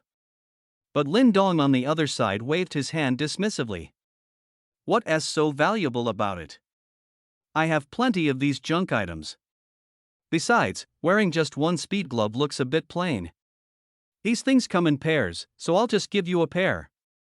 As he spoke, Lin Dong took out another speed glove from his spatial ring. Everyone's attention was once again drawn to the speed glove. Equipment: speed glove bronze tier. Attack plus 100. Attack speed plus 30. Critical hit chance plus 10%. Overlord Fist: each punch thrown at the target adds a lingering burning effect, dealing 300 damage per second for 5 seconds, stackable. After seeing the affix of this speed glove, the three old men around could no longer remain calm. Peng Hualong swallowed and advised from the side. Kid, you're just giving this speed glove to Miss Su so easily? Don't you realize how valuable this speed glove is? I can tell you for sure, it's worth more than all the speed gloves you forged last night combined. Peng Hualong wasn't exaggerating. The effect of this Overlord Fist affix was truly terrifying. Although it only dealt 300 damage per second for 5 seconds, totaling 1500 damage, its effect was stackable. Imagine if this speed glove were in the hands of a war god level expert, they could throw 100 punches in a minute. Each punch would add 1500 points of lingering damage, meaning 1 minute of output could inflict 150,000 damage. It would take less than 10 minutes to kill a gold tier beast with millions of health points. If other attack speed equipment were added, this number could be even higher. In other words, even a legendary tier beast lord couldn't withstand a minute of a war god's output. Such explosive output was enough to elevate this bronze tier speed glove to legendary status. Yet, Lin Dong casually gave it to Rona without a second thought, making Peng Hualong exclaim at his prodigality. What a waste! Kid, you aren't falling for Miss Su, are you? But in the next second, they were once again stunned by Lin Dong. Because Lin Dong directly poured a pile of speed gloves from his spatial ring, forming a small mountain. Oh, I have plenty of speed gloves. Just the ones with the Overlord Fist affix, there are over a dozen. Don't worry about losing them, Ronan. If you happen to lose one, just come back and I'll replace it for you. These two speed gloves were actually carefully selected by Lin Dong for Rona. Rona had not yet undergone class awakening and thus had no level. However, the two speed gloves he took out had no usage level restrictions, so Rona could wear and use them directly even without a level. Seeing that Lin Dong had so many speed gloves, Rona happily took them. She suddenly realized that Lin Dong awakening as a blacksmith might not be a bad thing. If all these speed gloves were forged by Lin Dong, then Lin Dong might become the first person to get rich through forging. Then thank you, Lin Dong. I'm going to prepare for the class awakening ceremony. I'll come find you later. Lin Dong nodded. He watched Rona leave. At this moment, Li Shijun, who was standing nearby, also stared wide-eyed. He rubbed his eyes in disbelief, his face full of shock. No way. Kid? How do you have so many speed gloves? We only provided you with 300 sets of materials last night. I remember you handed over 100 to Commander Shao this morning, and this pile here is nearly 200. So, you didn't fail even once with those over 300 sets of materials, and they all succeeded in forging? And they all have affix attributes? That's a 100% success rate. Even for us legendary tier blacksmiths, it would be impossible to successfully forge all those over 300 sets of materials. We would lose at least 1/5 of them. But Lin Dong can achieve a 100% success rate. This success rate is terrifyingly high. Look at how shocked Li Shijun is. Lin Dong originally wanted to be modest. But unexpectedly, his attempts to downplay it only made things worse. I just made a small effort. Nearby, Lin Wan watched Lin Dong chatting happily with important figures like Master Mo and Li Shijun, and was incredibly shocked. She realized how little she truly knew about her younger brother. After all, the people he associated with now were individuals they had to look up to. She lowered her head, looked at the warrior class card in her hand, then at the acceleration gloves on Lindong's table, and a mysterious glint appeared in her eyes. 026 setting the price high, you looked down on me back then. Looking at the pile of acceleration gloves on the table, Pang Hualong and Li Shijun could no longer maintain their composure. Pang Hualong spoke first. Lindong, can you sell some of these acceleration gloves to our Pang family? Don't worry, this old man will not take advantage of you. For these acceleration gloves, regardless of their base stats, as long as they have affixes, I will give you 2 billion each. Although the Pang family, where Pang Hualong belonged, was a family of blacksmiths, there were also many warriors among their descendants. If they could purchase some acceleration gloves, it would not only greatly improve the efficiency of their family members in leveling up in dungeons, but they could even pass them down as heirlooms. Li Shijun harbored the same thoughts. His gaze became extremely fervent. Although he knew that these acceleration gloves were forged from materials they had provided at the time. Who could help it when Lindong had the ability to turn dross into gold? He had transformed these ordinary materials into priceless treasures. Lindong, our Li family is also willing to purchase a batch of acceleration gloves from you at a price of 2 billion each. The most composed person among them was likely Master Mo. This reclusive old man had no children and only one disciple, Ox, so he was completely detached from worldly desires. He watched Pang Hualong and Li Shijun with a cold gaze, finding it amusing in his heart. I never thought that legendary blacksmiths would one day be buying equipment from others. The world is vast and full of wonders. This remark made both Pang Hualong and Li Shijun a bit embarrassed. But in front of Lindong, they truly had no reason to be arrogant. After all, equipment with affix properties was rare and hard to come by. Most importantly, these affix-equipped items could be worn by ordinary warriors from level 10 to 20, greatly reducing the level requirements for equipment. If they wore these acceleration gloves, their family members could quickly reach level 30, 40, or even 50, fostering a large number of young powerhouses. Faced with such temptation, was dignity important? Not at all. For them, family development was the most important thing. Even if they could only buy a pair of acceleration gloves, it could lead to the rapid rise of a family. After all, such low-level, high-attribute equipment with affixes had never appeared on the Blue Star continent before. If such equipment appeared in low-level dungeons, monsters would be instantly annihilated, and leveling up would be incredibly fast. Why would they still need to grind monsters bit by bit, step by step, as they did now? They had reason to believe that an ordinary person wearing a pair of these acceleration gloves could reach level 20 in a single day. Whereas it normally took at least 2 to 3 years for an ordinary person to reach level 20. This was why figures like Pang Hualong and Li Shijun were so eager for the acceleration gloves forged by Lindong. These weren't just acceleration gloves, they were machines for mass-producing powerhouses. Therefore, their attitude towards Lindong became even more humble. Lindong, of course, would not miss out on a good money-making opportunity. However, these two old men had mocked him yesterday, so he had to teach them a lesson. He, Lindong, was not one to let grudges go unavenged. He had to give them a little punishment. He raised his eyelids and said with a sly smile, "Elder Pang, elderly, you're making things difficult for me. After all, I have to prioritize handing them over to my teacher, the great Marshal Shao. And the value of these acceleration gloves, I believe you know better than I do. Handing them over to the military would be far more beneficial than to individual families." The two old men looked at Lindong's cunning eyes and immediately understood. This kid Lindong was trying to extort them.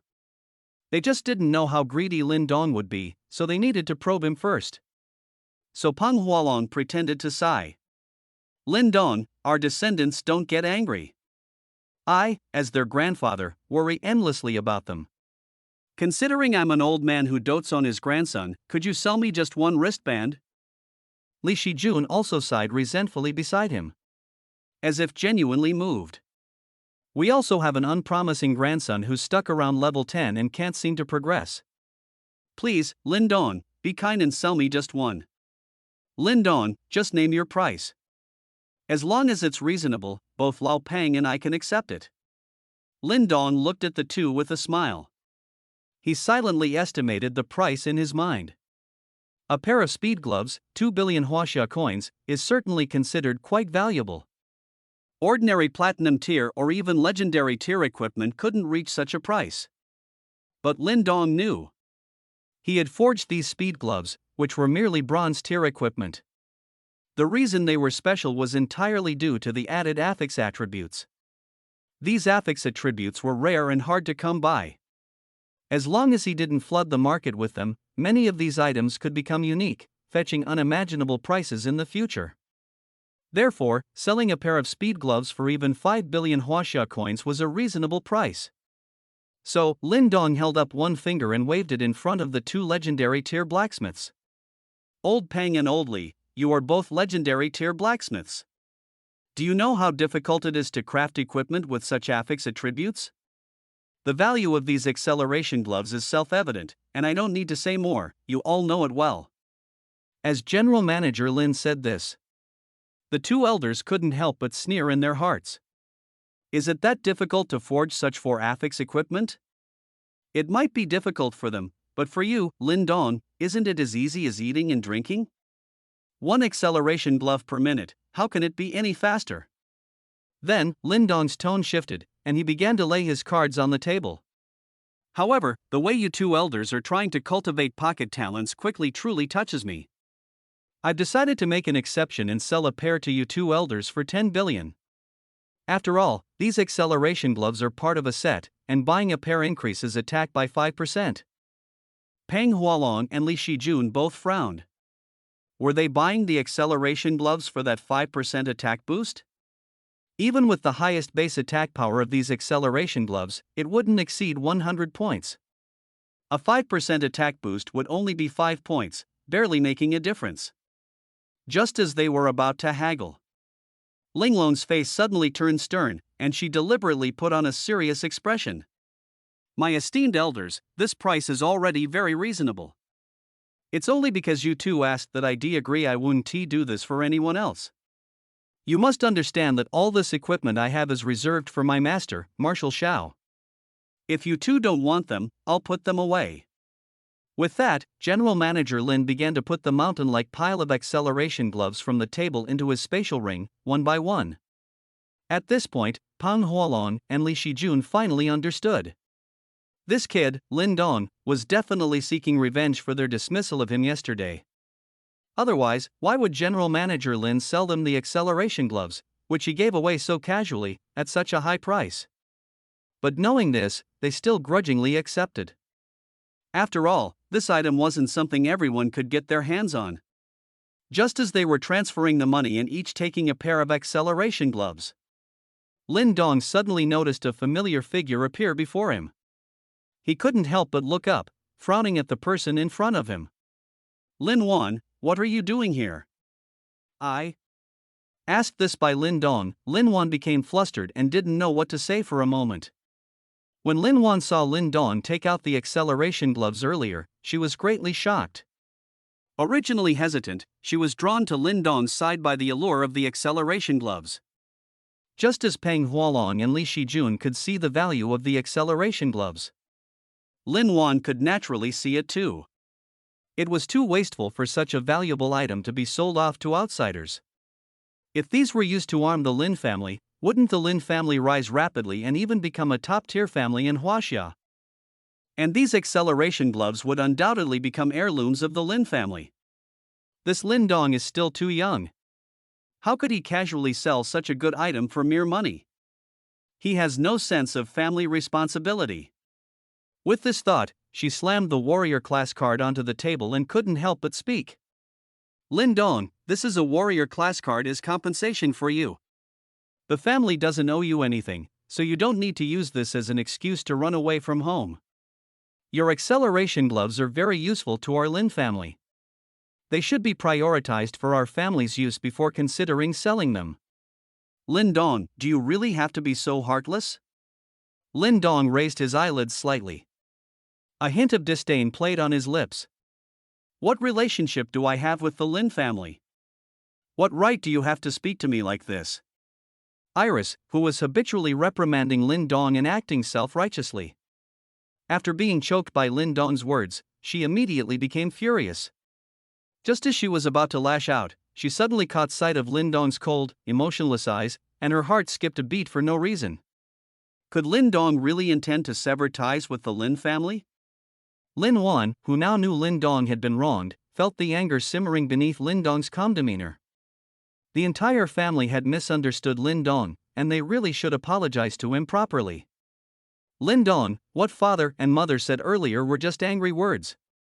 Your sister also did wrong things and shouldn't have wrongly accused you without understanding the full picture. I sincerely apologize to you here. After all, in those circumstances, everyone would instinctively assume you were responsible. However, before she could finish speaking, Lin Dong waved his hand impatiently. Enough. Stop with the hypocritical explanations, I don't need them. Do whatever you Lin family members want to do, it has nothing to do with me. Lin Wan looked at the expressionless Lin Dong and bit her lip. She knew Lin Dong was truly angry and couldn't be persuaded by a few words. But she still said, unwilling to give up. Lin Dong, this whole thing was caused by Ryan's mischief. As an older brother, you should act like one and not be so petty. Mom and Dad are here today too. Let us go together as a family reunion. However, Lin Dong raised his eyelids, scanned the venue, then found the locations of Ryan, Kane, and others, his gaze finally settling. He clenched his fingers tightly, a cold sneer on his lips. Heh, I'm afraid Kane and Quinn are here to see their good son Ryan's class awakening, aren't they? What does that have to do with me? Lin Wan, I hope you won't bother me again in the future.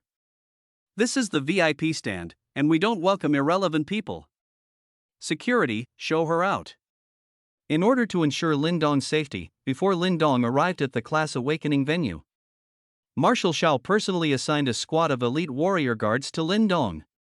At Lin Dong's command, 4 guards in Huaxia Legion uniforms appeared behind him, blocking Lin Wan. The tall and imposing guards struck Lin Wan with dread. The uniforms of the Huaxia Legion are not something ordinary people can wear. One must join the official Huaxia organization and pass an assessment to reach the level of a great warrior level 40-50 before being allowed to wear them. In other words, there were actually 4 individuals at the great warrior level standing before her. She, a mere bronze tier warrior, felt a sense of panic standing before them. How could Lin Dong command 4 individuals of this caliber? Were they bodyguards he hired? But bodyguards of this level must be incredibly expensive. Lin Dong is truly too extravagant. However, considering Lin Dong's current ability to forge acceleration gloves, he does possess such financial means. It seems to be the only plausible explanation. After blocking Lin Wan, the 4 guards stared at her coldly, exuding an aura of lethal intent. Please leave immediately. Lin Wan dared not meet their gaze and instead leaned forward to shout at Lin Dong behind them. Lin Dong, are you really going to be this heartless? I am your sister, aren't you afraid of people gossiping behind your back if you treat me like this? Upon hearing this, the 4 guards turned to look at Lin Dong. If she were truly Lin Dong's sister, it would be awkward for them to use force. Even Master Mo and the others nearby wore strange expressions. Logically, Lin Dong wasn't this heartless. How could he have such a strained relationship with his family? There must be more to it. Lin Dong, however, maintained a cold expression, not even glancing at Lin Wan. I have already severed ties with the Lin family. She is not my sister. Remove her from the VIP stand. Without my command, she is not to step foot on the VIP stand again. Upon hearing Lin Dong's words, the 4 guards no longer hesitated. They stepped forward in unison, startling Lin Wan, whose face turned pale as she retreated in a panic. Miss Lin Wan, Mr. Lin Dong has ordered you to leave. Please do not make things difficult for us. Otherwise, we will have to resort to force. Lin Wan knew that Lin Dong had made up his mind and was also deeply intimidated by the 4 great warriors. After all, even her father, a great warrior himself, would not be a match for these 4. With some reluctance, she glanced at Lin Dong one last time before retreating from the VIP stand with a complex expression. If Lin Dong had remained as timid and obedient as before, she wouldn't have paid him much mind.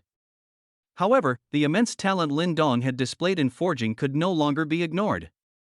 It could even be said that Lin Dong now had the potential to elevate their Lin family's status in Huaxia. As his sister, how could she not feel regret for such a genius prodigy? No, this matter must be told to father and mother. It was our mistake to let Lin Dong leave. Perhaps with the parents' persuasion, Lin Dong might change his mind. After thinking for a moment, she immediately turned and walked towards where Kane and the others were. At this moment, Kane and Quinn were dotingly watching Ryan, instructing him on matters of class awakening. Kane touched the head of Ryan, who was slightly taller than him, and said affectionately, "Ryan, your father has inquired, and Shen, the admissions director of War God Academy, is currently at your Jiangcheng No. 1 middle school.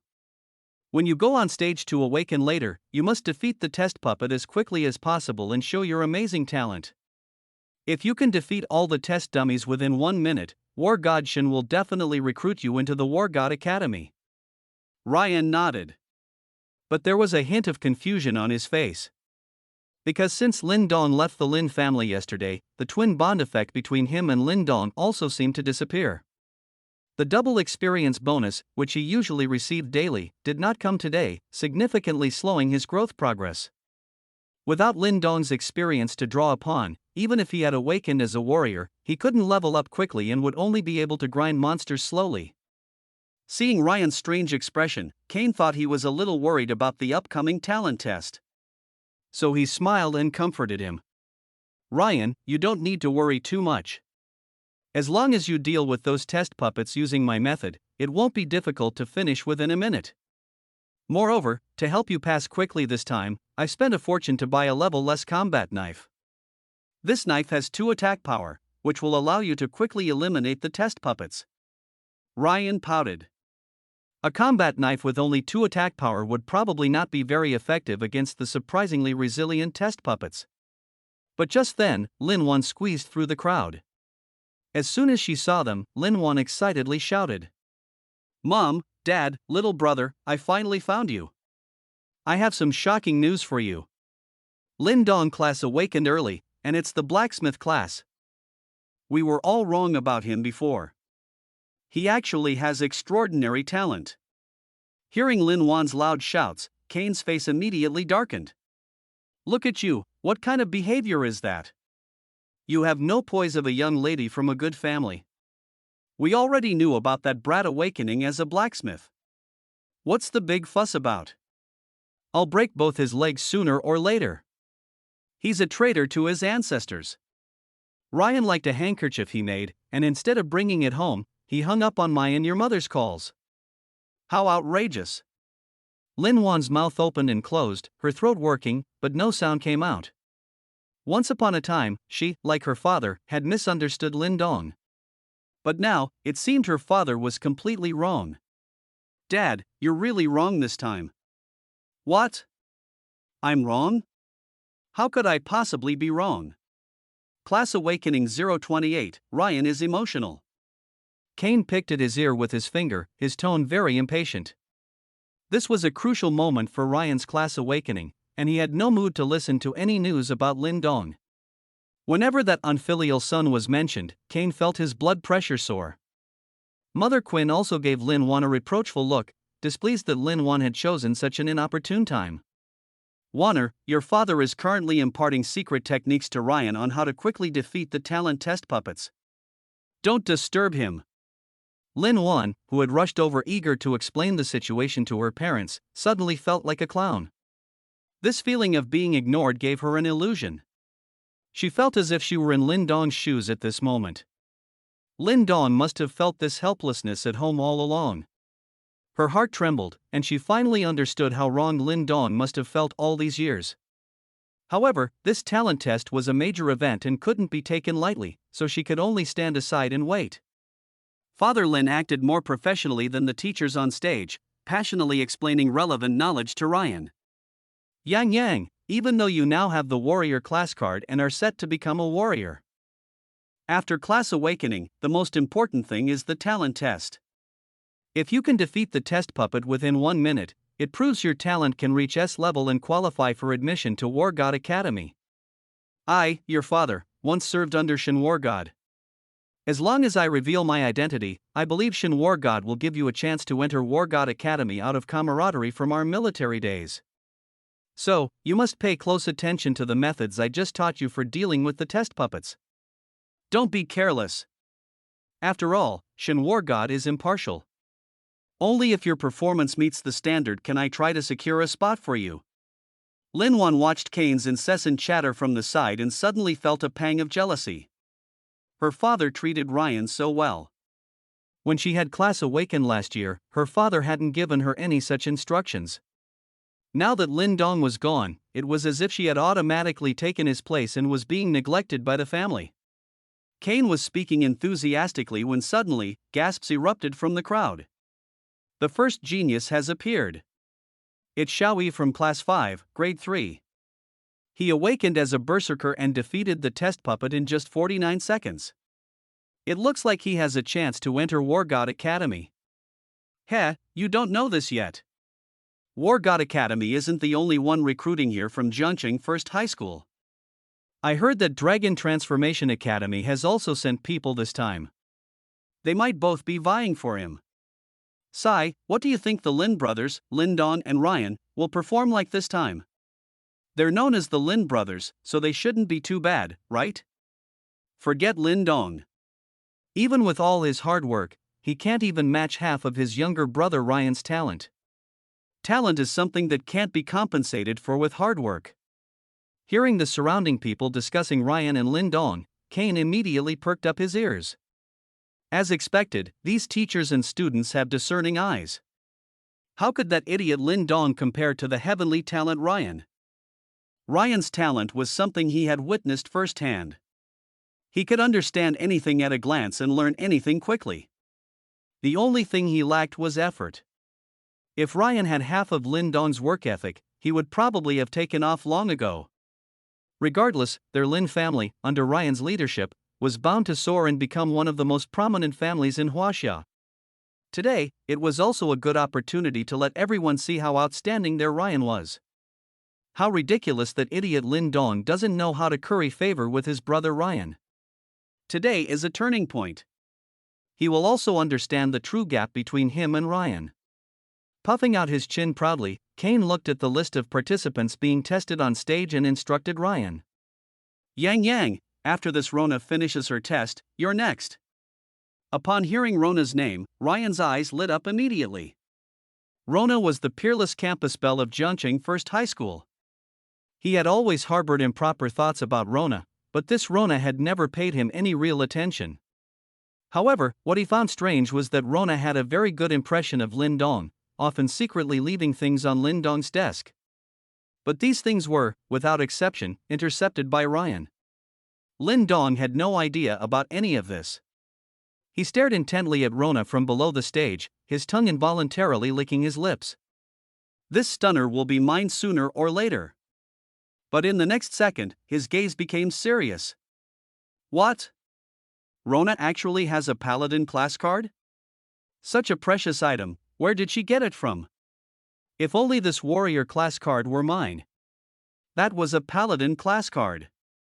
It precisely locked the class. Unlike the warrior class card he held, which could class awakening, the 6 warrior classes were random.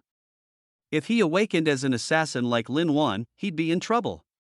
Seeing Ryan's astonishment, Lin Wan, who had been looking for an opportunity to speak, finally chimed in. Ryan, don't aim too high. Rona is not someone you can easily pursue. The Su family is one of the hidden families among the 4 great families of Jiangqing. Their family's influence is unimaginably vast. If you provoke them, you'll die. Seeing Lin Wan admonish Ryan, Lin Fu's face immediately showed displeasure. He looked at Lin Wan reproachfully and tapped the armrest of his chair. Lin Wan, how can you speak to your brother like that? Your brother has exceptional talent. Even if he fancies Rona from the Su family, it's not a big deal. The Su family is just a local force in Jiangqing. As long as your brother enters the War God Academy, I will personally go to the Su family to propose marriage.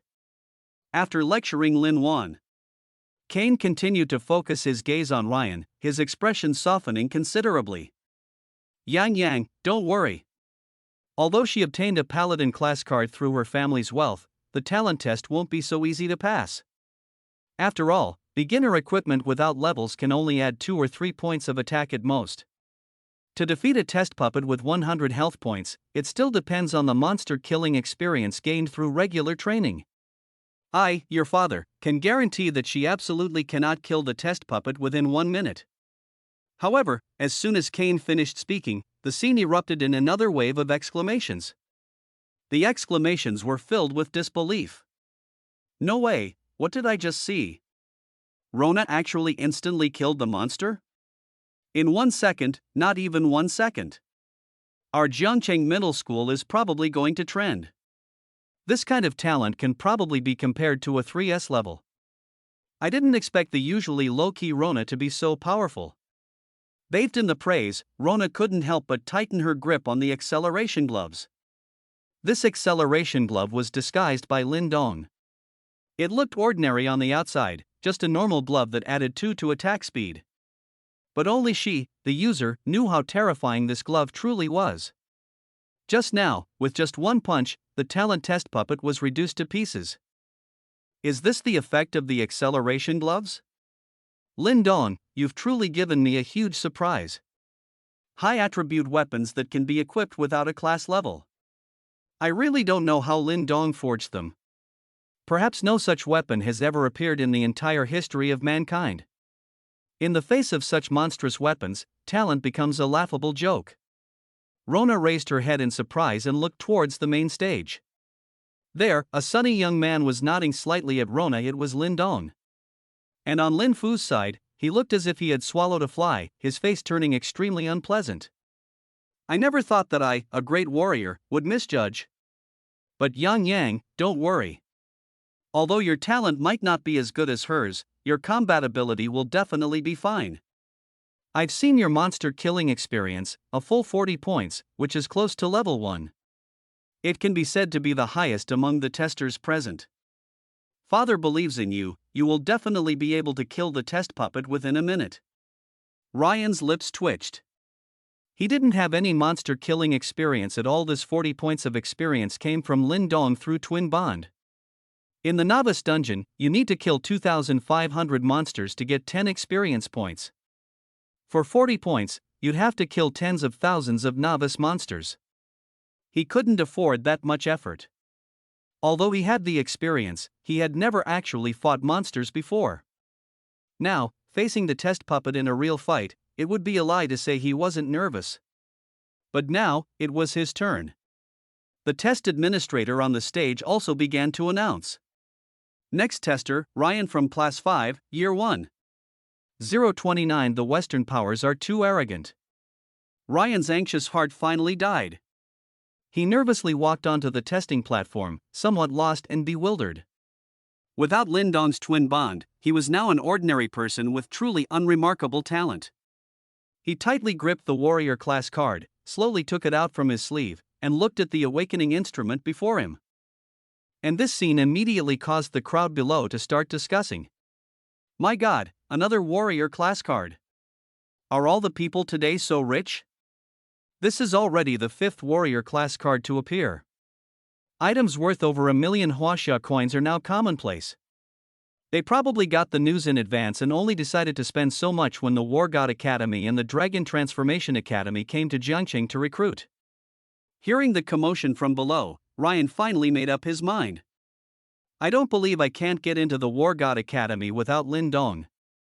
Rumble. As Ryan directly used the warrior class card, the machine shook. Ding. Awakened Paladin class. As the machine's prompt sounded, Ryan's anxious heart finally settled, replaced by immense joy. Ha, Paladin, I awakened as a Paladin. One of the 3 top warrior classes, I made it. He triumphantly circled the testing stage a few times, completely lost in his ecstasy. Lin Dong, his father in the audience, showed a gratified smile. I knew it, with Ryan's talent, he would definitely awaken a super warrior class. As expected, he's a 1 in a million Paladin. Our Lin family is about to rise completely. And the audience below was also filled with astonishment. Paladin, it's a paladin. 2 new paladins have appeared in Jiangcheng in one day. This is terrifying. To think that in the past 300 years, fewer than 10 people in Jiangcheng have awakened as paladins. After all, items like the paladin class card could only be purchased by top noble families, and even then, not just anyone could buy them. Each noble family would only produce one paladin about every 50 years. This is because the growth of a paladin requires a massive amount of resources. Once a noble family produced a paladin, they would dedicate all their resources to nurturing them. This meant that for the next 50 years, the family would not cultivate any new paladins. Precisely because of this, even with the existence of paladin class cards, these noble families would not use them casually. And for ordinary people, the probability of awakening as a paladin was too low, which is why paladins became such a rare class. However, becoming a paladin, a class with explosive defense and offense, still offered a chance for many ordinary people to turn their fortunes around. Therefore, ordinary people also had an immense desire for such a class. And today, Ryan, with just an ordinary class card, awakened as a paladin, possessing incredible luck. In the subsequent battle against the test puppet, Ryan also took 48 seconds to successfully defeat it, causing another wave of gasps. Lin Dong, watching all of this from the main stage with narrowed eyes, felt a sense of calm.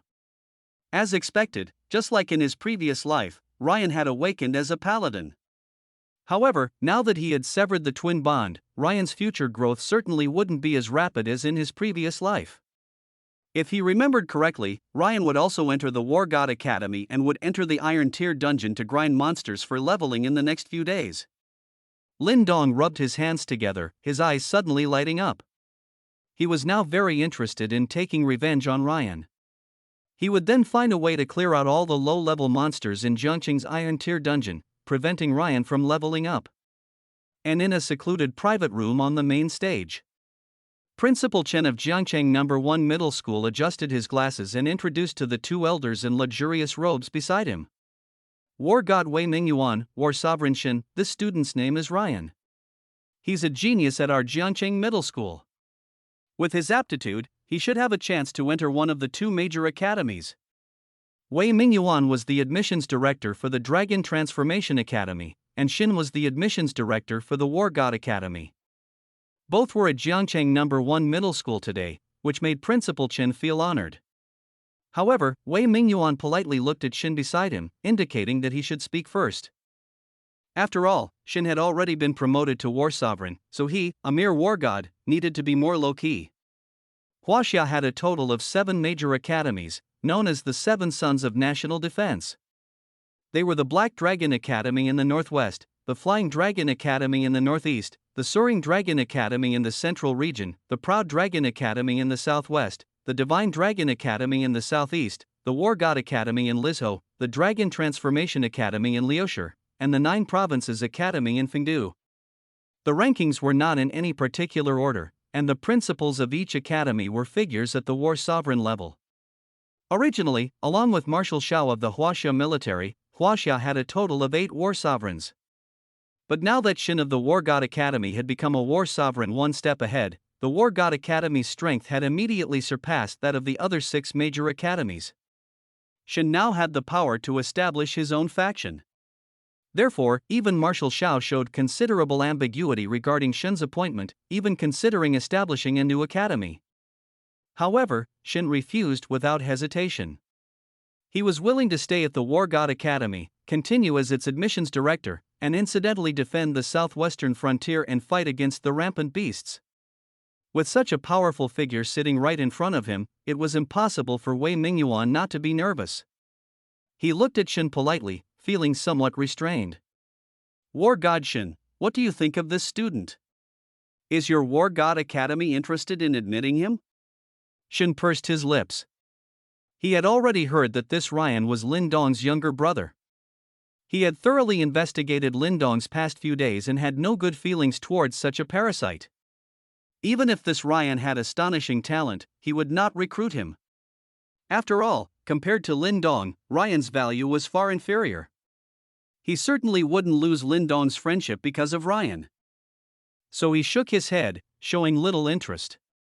Our War God Academy has already decided on Rona. This genius can be left to the Dragon Transformation Academy. Upon hearing Shin's words, Wei Mingyuan, the admissions director of the Dragon Transformation Academy, was overjoyed. The Divine Transformation Academy also placed great importance on a genius like Ryan.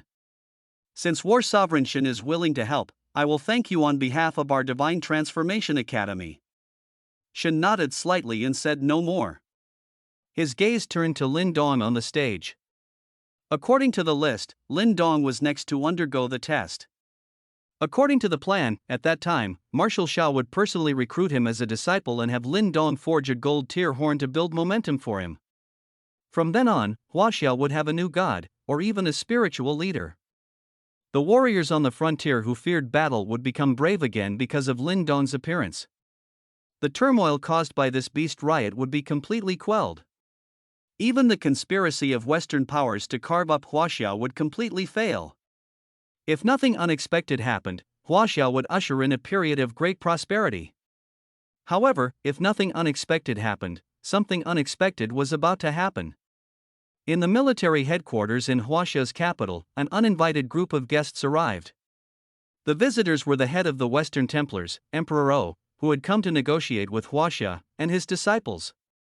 He spoke impatiently to the Huaxia officials who greeted him.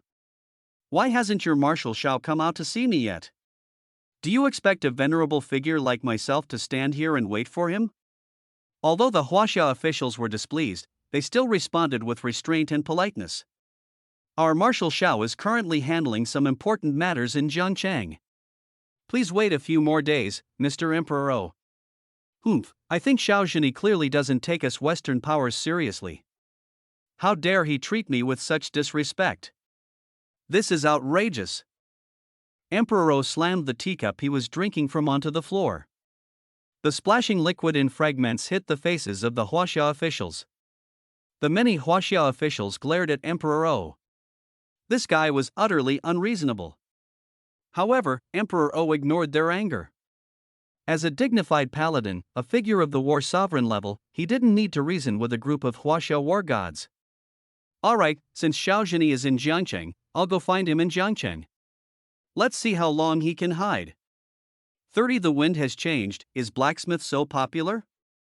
The European emperor directly led his disciples to Jiangcheng. For them, a journey of 1,000 miles was just a matter of a few hours. Meanwhile, Commander Xiao also received the news. Commander Xiao merely gave a disdainful smile, not taking the European emperor seriously at all. This European emperor, relying on the Western powers behind him, thinks he can do whatever he wants in Huaxia. He's really overestimating himself. If he really dares to cause trouble in Jiangcheng, he wouldn't mind teaching the European emperor a lesson.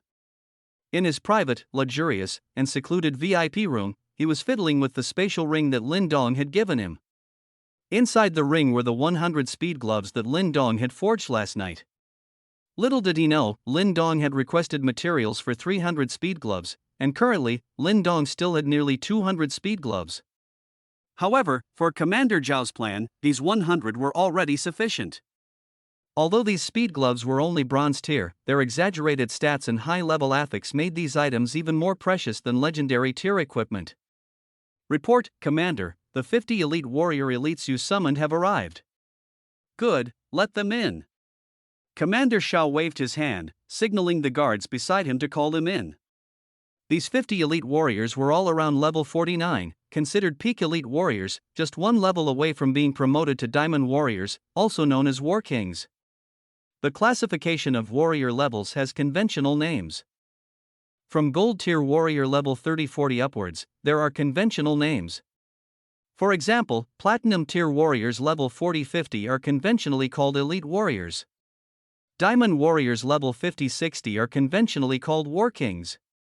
Level 60-70 legendary warrior, commonly known as the war god. Sky warriors level 70-80 are conventionally called war sovereigns. Mythic tier warriors level 80-90 are conventionally called war saints.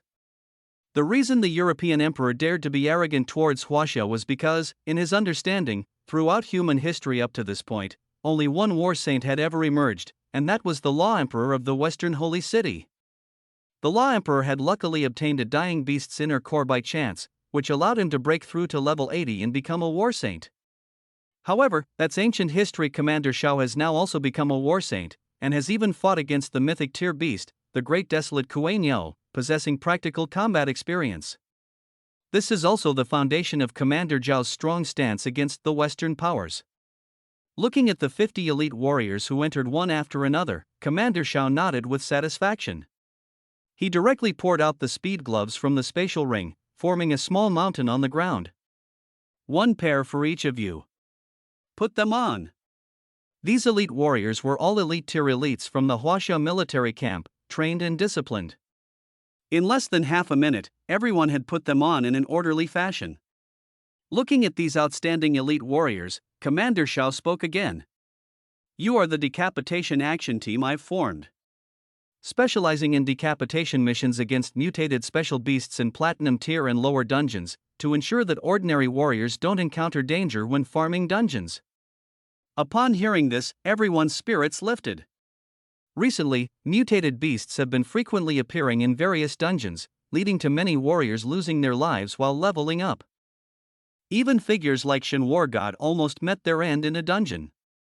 For a time, the entire Huaxia was in a state of panic, knowing that a new wave of beast rampages was imminent.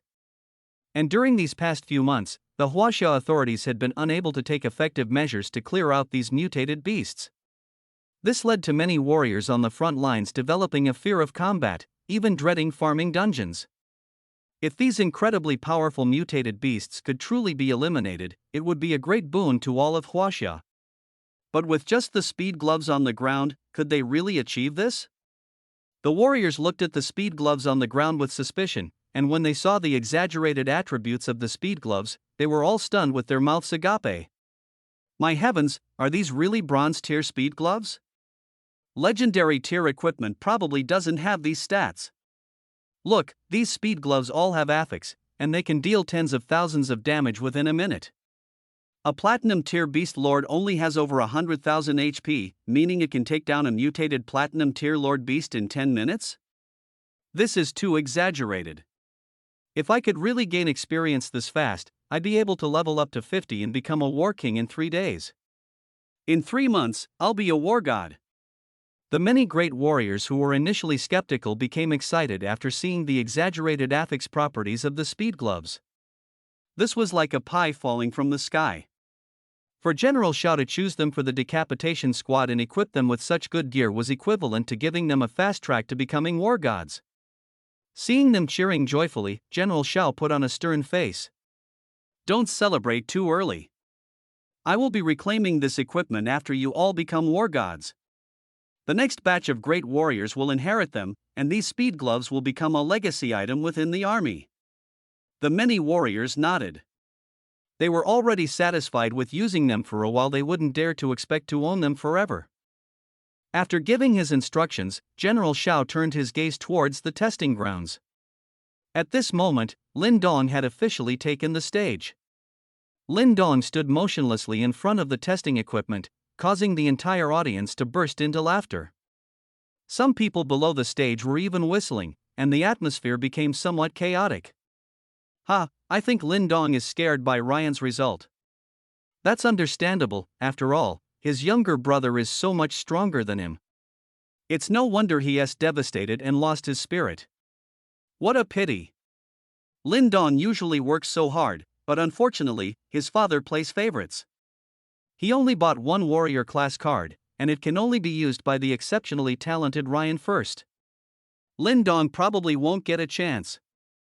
Hearing the students' jeers, Lin Dong's father, whose face was initially beaming with a smile, had his beard bristling with anger.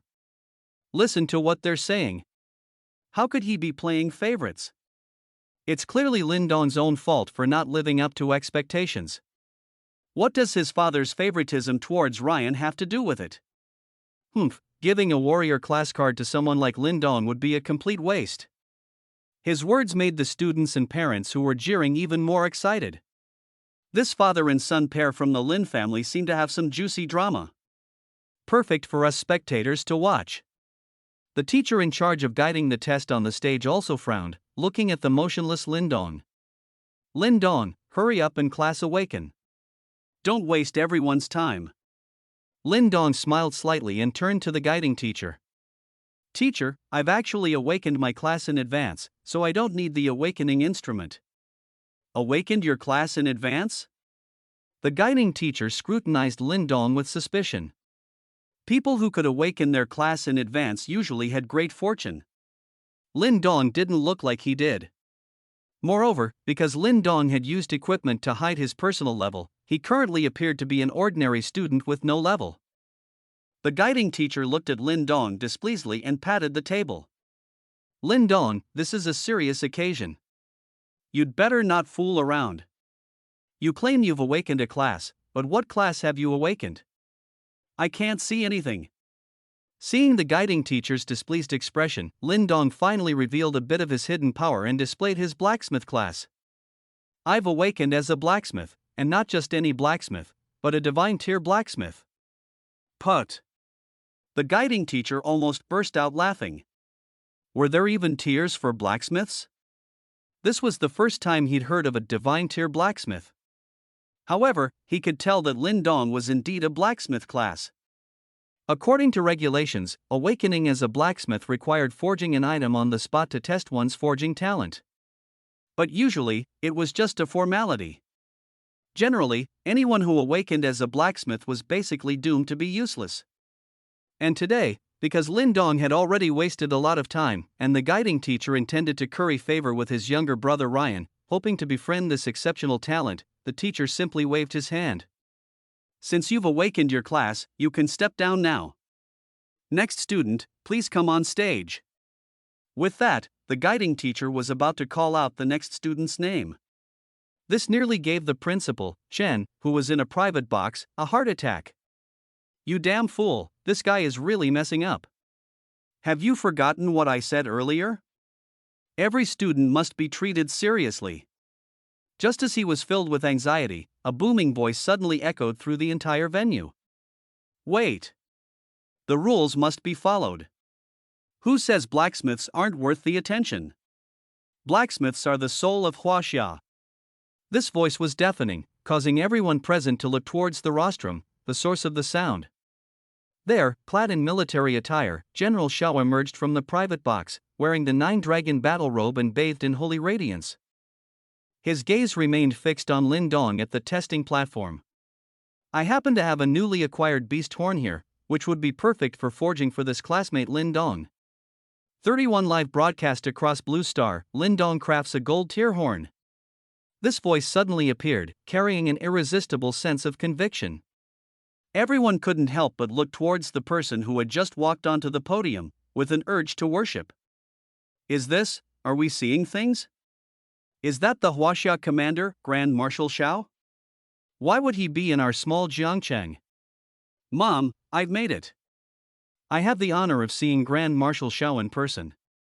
He's less than 300 meters away from me right now. Grand Marshal Xiao must have a deep reason for doing this. It seems Lin Dong might be on the verge of rising to prominence.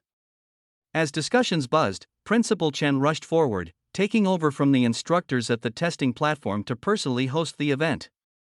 Teachers and students, today is a great honor for our school that Grand Marshal Xiao has graced us with his presence at Jiangcheng First High School. Everyone, salute Grand Marshal Xiao. At Chen's command, all students and parents present stood up and saluted Grand Marshal Xiao. Even Kane couldn't help but be filled with excitement and reverence. Grand Marshal Xiao. Ha ha ha. I never thought I'd get to see Grand Marshal Xiao in my lifetime. I'd be willing to die right now. Lin's mother, Quinn, glanced at him, annoyed by his ill-omened words. Kane, realizing he had spoken out of turn, couldn't help but scratch his head. You don't understand, Grand Marshal Xiao is the spiritual icon for us warriors. As long as Grand Marshal Xiao is here, Huaxia will never fall. Kane is right. On the land of Huaxia, where heroes are born in abundance, the name Grand Marshal Xiao is a household word.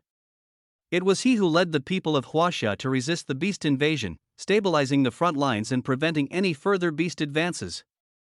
In the eyes of Huaxia's warriors, Grand Marshal Xiao is a godlike figure, their spiritual pillar. And now, this deity walking among mortals has appeared before them. How could they not be excited and ecstatic? Grand Marshal Shao looked at the excited crowd in the field, smiled, and waved his hand, signaling to them. Then he cleared his throat. Today is the class awakening day for Jiangcheng First High School. I specifically came to see if any young geniuses have emerged. Furthermore, in my opinion, no class is superior or inferior. As long as one can utilize their strengths, they can all serve Huaxia. I know you all aspire to be warriors right now, but today I want to tell you that Blacksmith is also one of Huaxia's top classes, and you should not underestimate it. Alright, according to the schedule, it's time for classmate Lin Dong to undergo the forging talent test. As Grand Marshal Zhao's words fell, the Great Desolation Kuei Nyo horn in his hand was brought to the talent testing area.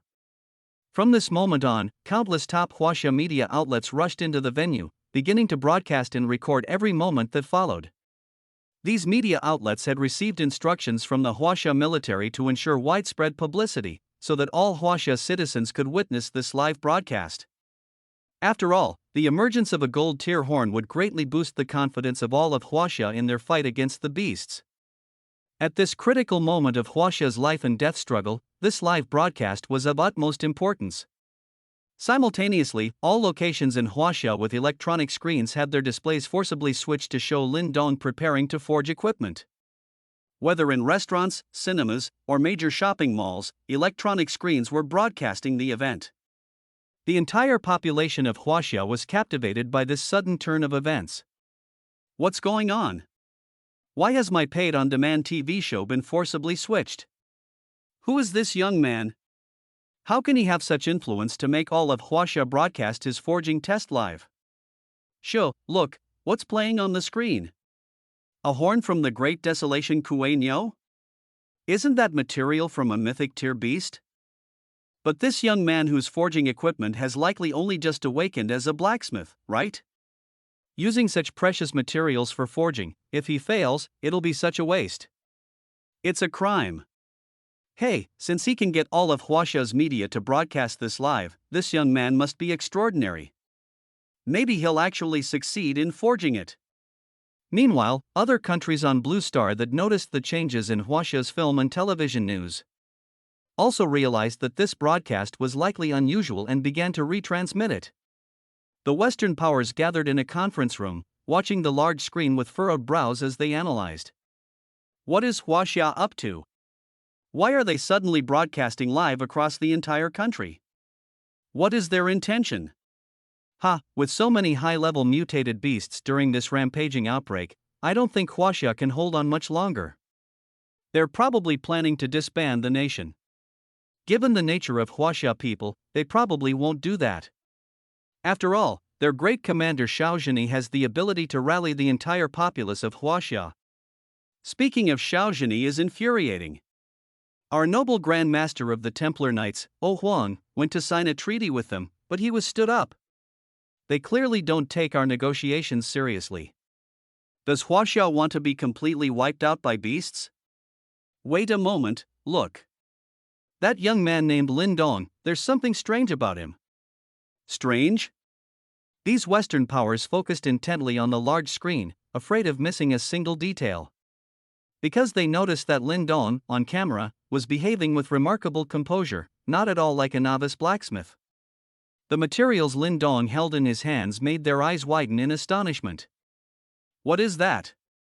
The horn of the Great Desolation Kuei Nyo? Where did Huaxia get a mythic tier material like this? Using the horn of the Great Desolation Kuei Nyo as material, that's quite a lavish undertaking. Perhaps the mythic tier beast that appeared in Huaxia yesterday was the Great Desolation Kuei Nyo. Huaxia doesn't have war saint level combat power. How could they possibly deal with a mythic tier beast? Did they find it in a dungeon? They must have incredibly good luck. The entire Blue Star was abuzz with speculation due to Lin Dong's actions. Lin Dong, at the center of the commotion, was oblivious, focusing intently on his forging. He took out the system forging furnace, prepared the materials on the testing platform, and directly put them into the furnace to begin forging, controlling the heat. Lin Dong only needed about 4 minutes to forge gold-tier equipment. Yet, during these 4 minutes, billions of viewers across Blue Star held their breath, watching intently, afraid of missing any detail. As soon as the 4 minutes were up, Lin Dong immediately opened the forging furnace without any delay. But this action completely baffled the audience. It's only been a few minutes, and he's already impatient to open the forging furnace. He must have failed the forging. Huaxia is truly ridiculous, holding a live broadcast across Blue Star for such a trash blacksmith? Let's disperse, there's nothing worth watching. They're embarrassing themselves on an international stage. What a disgrace. Even the students and parents present shook their heads, bursting into boos. Lin Dong is simply too unstable, not acting like a blacksmith at all. Meanwhile, Ryan let out a cold chuckle. He originally thought Lin Dong got lucky, stumbling upon Marshal Zhao's whim to provide materials for him to forge equipment. But he didn't expect Lin Dong to be useless even with an opportunity, directly wasting such precious materials. Ryan even fantasized about Marshal Zhao flying into a rage. However, Lin Dong remained unfazed, slowly taking out a long, curved horn from the forging furnace. I have not failed in my mission, Marshal Zhao. The gold tier horn has been forged. It's done? This statement left everyone struggling to comprehend. Is Lin Dong trying to get away with it at this point? What good equipment can be forged in just 4 minutes? Even a legendary tier blacksmith like Master Mo would take half an hour before daring to open the furnace. So everyone's gaze turned to Marshal Zhao, observing the changes in his expression. Even the camera zoomed in on Marshal Zhao for a close-up, wanting to see his reaction to Lin Dong. But to everyone's surprise, Marshal Zhao's face lit up with joy, and he appeared incredibly excited. Excellent, excellent. Lin Dong, you truly haven't disappointed me. This gold tier horn will be perfect for boosting the prestige of our Huaxia warriors. Such a genius should be taken under my wing. Lin Dong, would you be willing to become my disciple, Xiaozhini? Marshal Zhao's reaction stunned everyone. Marshal Zhao wants to take Lin Dong as a disciple?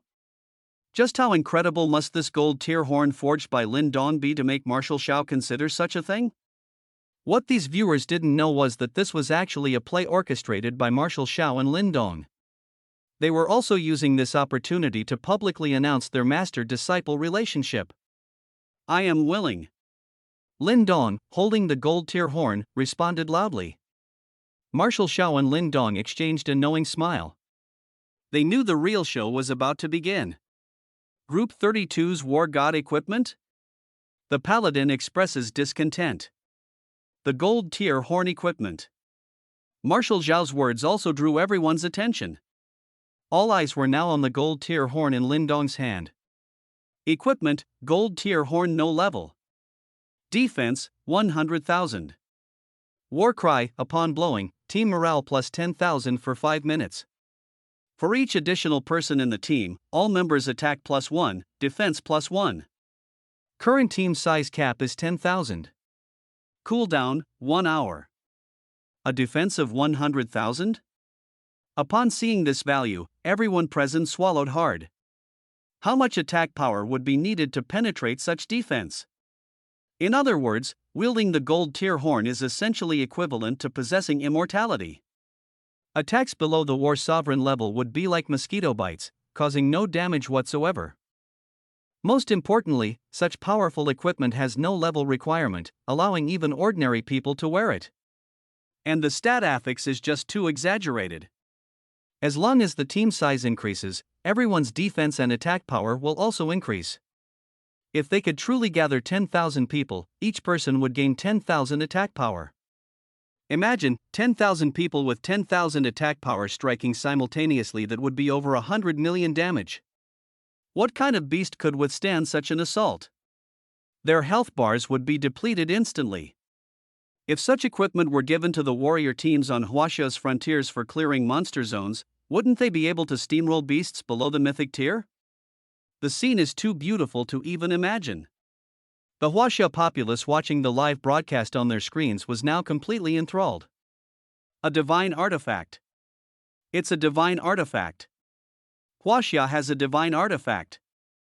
Huaxia is saved. We no longer have to fear beasts. Indeed, with such equipment, even ordinary people like us, as long as we unite, can eliminate sky tier beasts. This is truly exhilarating. And the warriors on the front lines, defending against the beast invasion, looked at the vast, dark expanse of beasts. Their once despairing hearts were suddenly filled with hope. We're saved. If this gold tier horn can be delivered to the front lines in time, our southwestern border can completely annihilate this surging tide of beasts. Quickly report to the military headquarters. Our Southwest War Zone requests the immediate dispatch of the gold tier horn to the front lines to reduce warrior casualties. At the same time, we must resist the beast's offensive. However, the expressions on the faces of the Western powers were clearly not as pleasant. The leaders of these powers exchanged uneasy glances, a sense of panic creeping in. Finally, it was the Emperor of the Western Holy See who broke the deathly silence. Equipment like this divine artifact absolutely could not have been forged by that brat. I suspect Xiao Zhini stumbled upon some incredible opportunity and obtained this gold tier horn. He then orchestrated this whole staged event, broadcasting it live, solely to bolster the morale of Huaxia's military. It's a pity that Brat's acting is utterly deplorable. He activated the forging furnace in just 4 minutes. Anyone with eyes can see that this gold tier horn was definitely not forged by him. He simply presented a pre-prepared gold tier horn. The Emperor of the Western Holy See was, after all, the first person in the West to reach the war saint level. His words were tantamount to truth. Hearing his explanation, the expressions of the Western power leaders eased somewhat. I knew it. How could Huaxia suddenly produce such a genius? It simply defies common sense. This equipment must have been dropped by Xiao Zhini in a high-level dungeon. He thought he had pulled off a flawless act, but Emperor, with your keen insight, you saw through the deception. I'm even starting to suspect this equipment is fake, designed solely to boost Huaxia's war confidence. Its attributes must have been disguised by some method, otherwise, how could such heaven-defying affix properties appear? The Emperor of the Western Holy See listened to the Western power leaders express their views, nodding slightly. Well said. This gold tier horn is likely a counterfeit. Coincidentally, the Grand Master of the Templar Knights, Emperor O, has just arrived in Jiangchang. I shall have him investigate the truth of the matter. Emperor O, along with his disciples, had by then arrived in Jiangchang. He initially disdained to attend such a simple, rudimentary ceremony as a high school student's class awakening. However, with Huaxia's supreme commander, Xiao Zhini, present, he had no choice but to come to Jiangcheng First High School, intending to confront Xiao Zhini. He swaggered into Jiangcheng First High School with a contingent of Templar Knight disciples, disregarding any attempts to stop them. The guards and security personnel were unceremoniously pushed aside by the Templar Knights. Make way. If you don't watch where you're going, killing you would be no crime. Even your commander Xiao treats our Grand Master with respect. Who do you think you are? Emperor O's arrival immediately drew the attention of major news outlets. Cameras swiveled towards him, eager to see what this uninvited guest was up to. Emperor O exuded an air of defiant arrogance, his golden hair fluttering in the wind, an image of unbridled swagger. He looked up at Commander Xiao on the podium, a cold sneer forming on his lips. Xiao Zhini, did you think you could hide here and I wouldn't find you? Our Western powers generously offered to help Huaxia, asking for only half your territory, a fine deal, wouldn't you agree? Yet, instead of promptly signing the treaty on your knees, you've come here to attend a middle schooler's class awakening ceremony. Are you trying to provoke the Western powers into attacking Huaxia directly? Emperor O's opening words ignited the fury of every Huaxia person present. This Westerner had the audacity to come to the heartland of Huaxia and spout such venom. However, upon assessing Emperor O's strength, the crowd collectively gasped. This Emperor O is a war sovereign. No wonder he's so arrogant. Apart from Commander Xiao, no one here can match him. Commander Xiao looked at the haughty Emperor O, his expression darkening. Emperor O, you are a guest from afar, and I have no desire to embarrass you. I hope you possess some self-awareness. Upon hearing this, Emperor O burst into laughter, his golden hair dancing in the breeze. Self-awareness? I think the one lacking self-awareness is you. Huaxia is already on the brink of annihilation. How long do you intend to conceal the mutated beast situation? Do you truly believe that by staging such trivial tricks, you can fool the people of Huaxia and stabilize their morale? I will expose you right now. This gold tier horn, supposedly forged by a student, is nothing but trash. An absolute fake. If you dare, do you dare use this gold tier horn and have someone compete against me? Let me be clear, I will not hold back my punches. People could get killed. Emperor looked disdainfully at Xiaozhini, eager to see him embarrassed. He was now convinced that the gold tier horn was a counterfeit. It was undoubtedly a fake that Huaxia's military had used some undisclosed method to disguise its original attributes before presenting it with exaggerated stats. If Xiaozhini, to save face, were to organize a match to test the gold tier horn's capabilities, he would not hesitate to strike directly, killing whoever competed in exposing this lie, thereby destroying Xiaozhini's credibility with the Huaxia populace. With this malicious plan hatched, Emperor felt victory was within his grasp. Xiaozhini, I'm talking to you. Do you dare or not? When the masses are against you, even a hero cannot prevail. Great Commander Xiao beamed, looking at the arrogant Grand Master of the Templar Knights, O Huang, with pure delight. He was already looking for an opportunity to assert his authority, and now someone had walked right into his trap. So, Great Commander Xiao looked at O Huang with a half smile, as if he were looking at an idiot. Why would I not dare? I hope you won't beg for mercy later. Upon hearing Great Commander Zhao's agreement, O Huang's face lit up with joy, a cruel smile creeping across his lips. Begging for mercy? It's you Huaxia people who will be begging for mercy. My knight's greatsword can't wait to drink the blood of you Huaxia people. O Huang was still lost in his dreams of showing off his power in Huaxia. Little did he know that this gold tier horn was the real deal, genuine and untainted. Great Commander Xiao calmly turned his gaze to the students and parents present and issued a direct command. As everyone has seen, Grand Master O Huang of the Western Templar Knights wants to test the power of Huaxia's newly born divine artifact. I hope everyone will cooperate later and unleash the full power of the gold tier horn. There were probably 3,000 to 4,000 students and parents present. Although the vast majority were ordinary people, with the boost from the gold tier horn, their attacks would be formidable. Upon hearing Great Commander Zhao's words, these students and parents were incredibly cooperative, even shouting with excitement. Don't worry, Great Commander Xiao. We'll definitely teach these Western bastards a lesson and won't tarnish Huaxia's honor. We Huaxia people never accept humiliation. We will completely crush the so-called Grand Master of the Templar Knights today. Great Commander Xiao, let's begin. We can't wait to teach this arrogant fellow a lesson.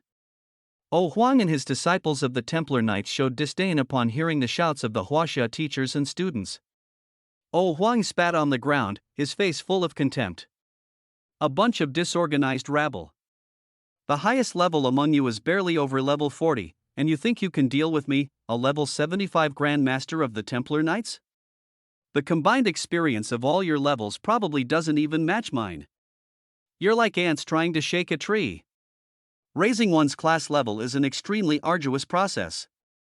As one progresses, the experience required for each subsequent level doubles that of the previous one, increasing exponentially. Therefore, O Huang's words were not an exaggeration.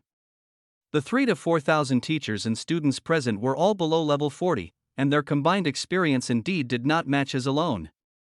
He was confident that defeating this group would be effortless. Great Commander Xiao turned his gaze to Lin Dong on the testing platform and spoke softly.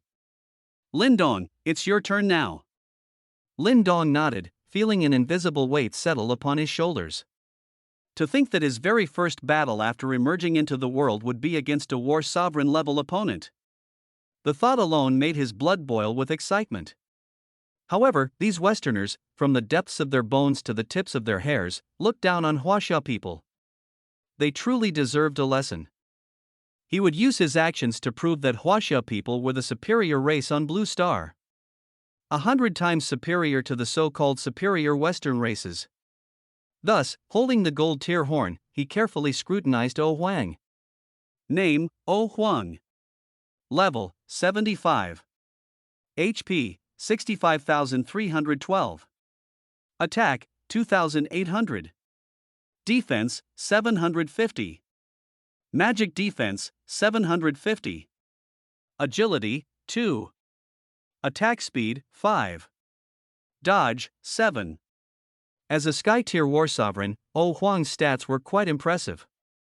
For an average War Sovereign, reaching 2,800 attack with normal attacks would be difficult. This was the result after all equipment bonuses. For example, the Storm Thunder Hammer that Lin Dong helped Shen upgrade only had an attack power of 1,600, which was already considered a high attack weapon. After all, for a War Sovereign, with an attack speed of 5, they could unleash several times their damage in a short period. Lin Dong carefully counted all the teachers, students, and parents present, a total of 3,912 people. This meant that as soon as he blew the gold tier horn, everyone would instantly gain an attack and defense boost of 3,912 points. With Huang's 2,800 attack, he wouldn't be able to break through their defenses. However, any single person from the crowd attacking would have 3,912 attack power, easily bypassing Huang's 750 defense.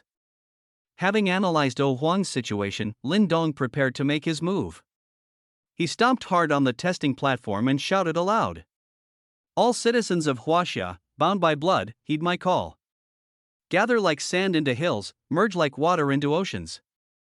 Then, Lin Dong puffed out his cheeks and blew the gold tier horn. Woo woo! The loud and majestic sound of the horn erupted instantly. A desolate and passionate battle spirit erupted from every Huaxia person. Everyone felt as if they had been transported to the battlefield by the sound of the horn, their bodies surging with infinite fighting spirit. Team size, 3,912. All members, attack +1. Defense +1. Current morale, 3,912. Duration, 5 minutes. As the gold tier horn boosted everyone's morale, all the teachers, students, and parents present couldn't help but show expressions of shock. My God, what is this power? I feel so strong right now. I can even take on this guy named Huang alone. I can't believe that I, a weak bread class student, actually have an attack power of 3,912. I could cry. I can't take it anymore. I want to tear something apart and taste it. Family, let's go forward and tear this Huang apart, and make those Western powers completely roll out of Huaxia. With shouts echoing, everyone turned their gaze towards Huang. Just the gazes of these thousands of people made Huang's heart palpitate. In his perception, these people were completely different from how they were before the horn sounded. Each of them was enveloped in a gold tier radiance, brimming with ferocious attack power and formidable defense. To put it mildly, at this moment, the 3,912 teachers, students, and parents present were equivalent to 3,912 war sovereigns, or even war sovereigns stronger than him. If these people were to attack him simultaneously, he had no doubt that in the next moment, he would not even be left with ashes. Swallowing a mouthful of saliva, Huang felt fear at this moment. And those Huaxia people, whose fighting spirit was boiling, were now clenching their fists and rushing towards him, eager to launch an attack. Huang could no longer care about the glory of the Knights Templar. He didn't even dare to put on an act and frantically raised his hands in panic. I surrender. I admit defeat. Please don't attack me. His face was filled with panic as he looked at these indignant Huaxia people, afraid that if he were any slower, he wouldn't even get a chance to speak. He didn't believe he could survive such a surging attack. And this scene was being broadcast in its entirety across Blue Star through the big screen. Huang, who was originally arrogant and unrivaled, immediately backed down, almost to the point of crying. This bombshell news sent the people of Huaxia into a complete frenzy. Especially the warriors on the border, their eyes were now filled with light. With the gold tier horn, Huaxia will be invincible. These mutated beast armies would no longer be able to harm them. However, the expressions of the Western powers were not so pleasant. The French emperor slammed the table heavily, his aged face covered in wrinkles, looking ferocious and terrifying. This gold tier horn is real. He had misjudged. With such a divine artifact, Huaxia could probably conquer the entire Blue Star. No, we absolutely cannot let Huaxia possess the gold tier horn. We must find a way to get the gold tier horn into our hands in the West to feel at ease. Otherwise, given our past treatment of Huaxia, they will surely retaliate against us. The French emperor's words made the leaders of the Western powers' hearts sink. Indeed, if Huaxia were to obtain such a divine artifact, they would likely not be able to survive on Blue Star. Your Majesty, why don't we send someone to infiltrate Huaxia and secretly steal this gold tear horn? Challenging Lin Dong? Are you asking for humiliation? Steal it? This idea sounds a bit foolish. But now, if they want to curb Huaxia's rise, this seems to be the only way. The French emperor's eyes narrowed slightly, as if he were seriously considering the feasibility of this suggestion. Good, immediately notify O Huang. Tell him to do everything he can to get this gold tear horn. We absolutely cannot let Huaxia possess it. At this moment, in his calculations, he completely disregarded the harm the beasts would bring to humanity, only concerned with preventing Huaxia's rise. And O Huang, who received the wireless transmission, was completely stunned. Steal the gold tear horn? Wouldn't I be torn to shreds by these over 3,000 people whose morale has been boosted? Although he had already begged for mercy, these people were still eyeing him covetously, eager to deliver a fatal blow. He couldn't help but inwardly complain, "You old scoundrel, the French emperor, aren't even here to feel the pressure from the gold tear horn." These over 3,000 people now have attack and defense close to a war sovereign. Even the French emperor himself might be annihilated. But these words could only be kept to himself, he dared not speak them aloud. His eyeballs rolled, and a plan formed in his mind. He then tossed his golden hair back and looked at Marshal Xiao on the podium. "Marshal Xiao, aren't you going to tell these ignorant peasants to stop? Aren't you afraid that if I get injured by these lowly people, it will lead to a war between your Huaxia and our Western powers?" Marshal Xiao glanced at O Huang. This clown had been extremely arrogant just now, claiming he wouldn't hold back, and this duel was proposed by him. Yet, now he was going back on his word. He truly embodied the so-called spirit of breaking promises of the West to the fullest. Although he disdained his attitude, Marshal Xiao did not intend to sour relations with the Western powers and decided to let him off the hook. Moreover, the entire Blue Star was watching the live broadcast, and there was no need to give detractors ammunition. So, Marshal Xiao replied calmly. "Oh? Do you still think the gold tear horn forged by the genius Lin Dong is fake?" O Huang's eyes darted around. Recalling the mission assigned by the French emperor to get his hands on the gold tear horn, he began to use provocation. "Xiao Zheni. Even if this gold tear horn isn't fake, it might just be a one-time use item.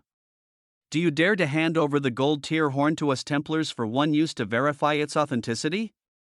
The entire Blue Star is watching this live broadcast right now. You don't mean you're afraid to let me verify it, do you?" Lin Dong heard this and glanced at O Huang curiously. He was certain that O Huang had no good intentions. However, their Templar order had only a little over 100 people. Even if they blew the gold tear horn, it would only increase everyone's attack and defense by 100. With Grand Marshal Xiao, a battle saint, holding the line, they wouldn't be able to cause much of a stir.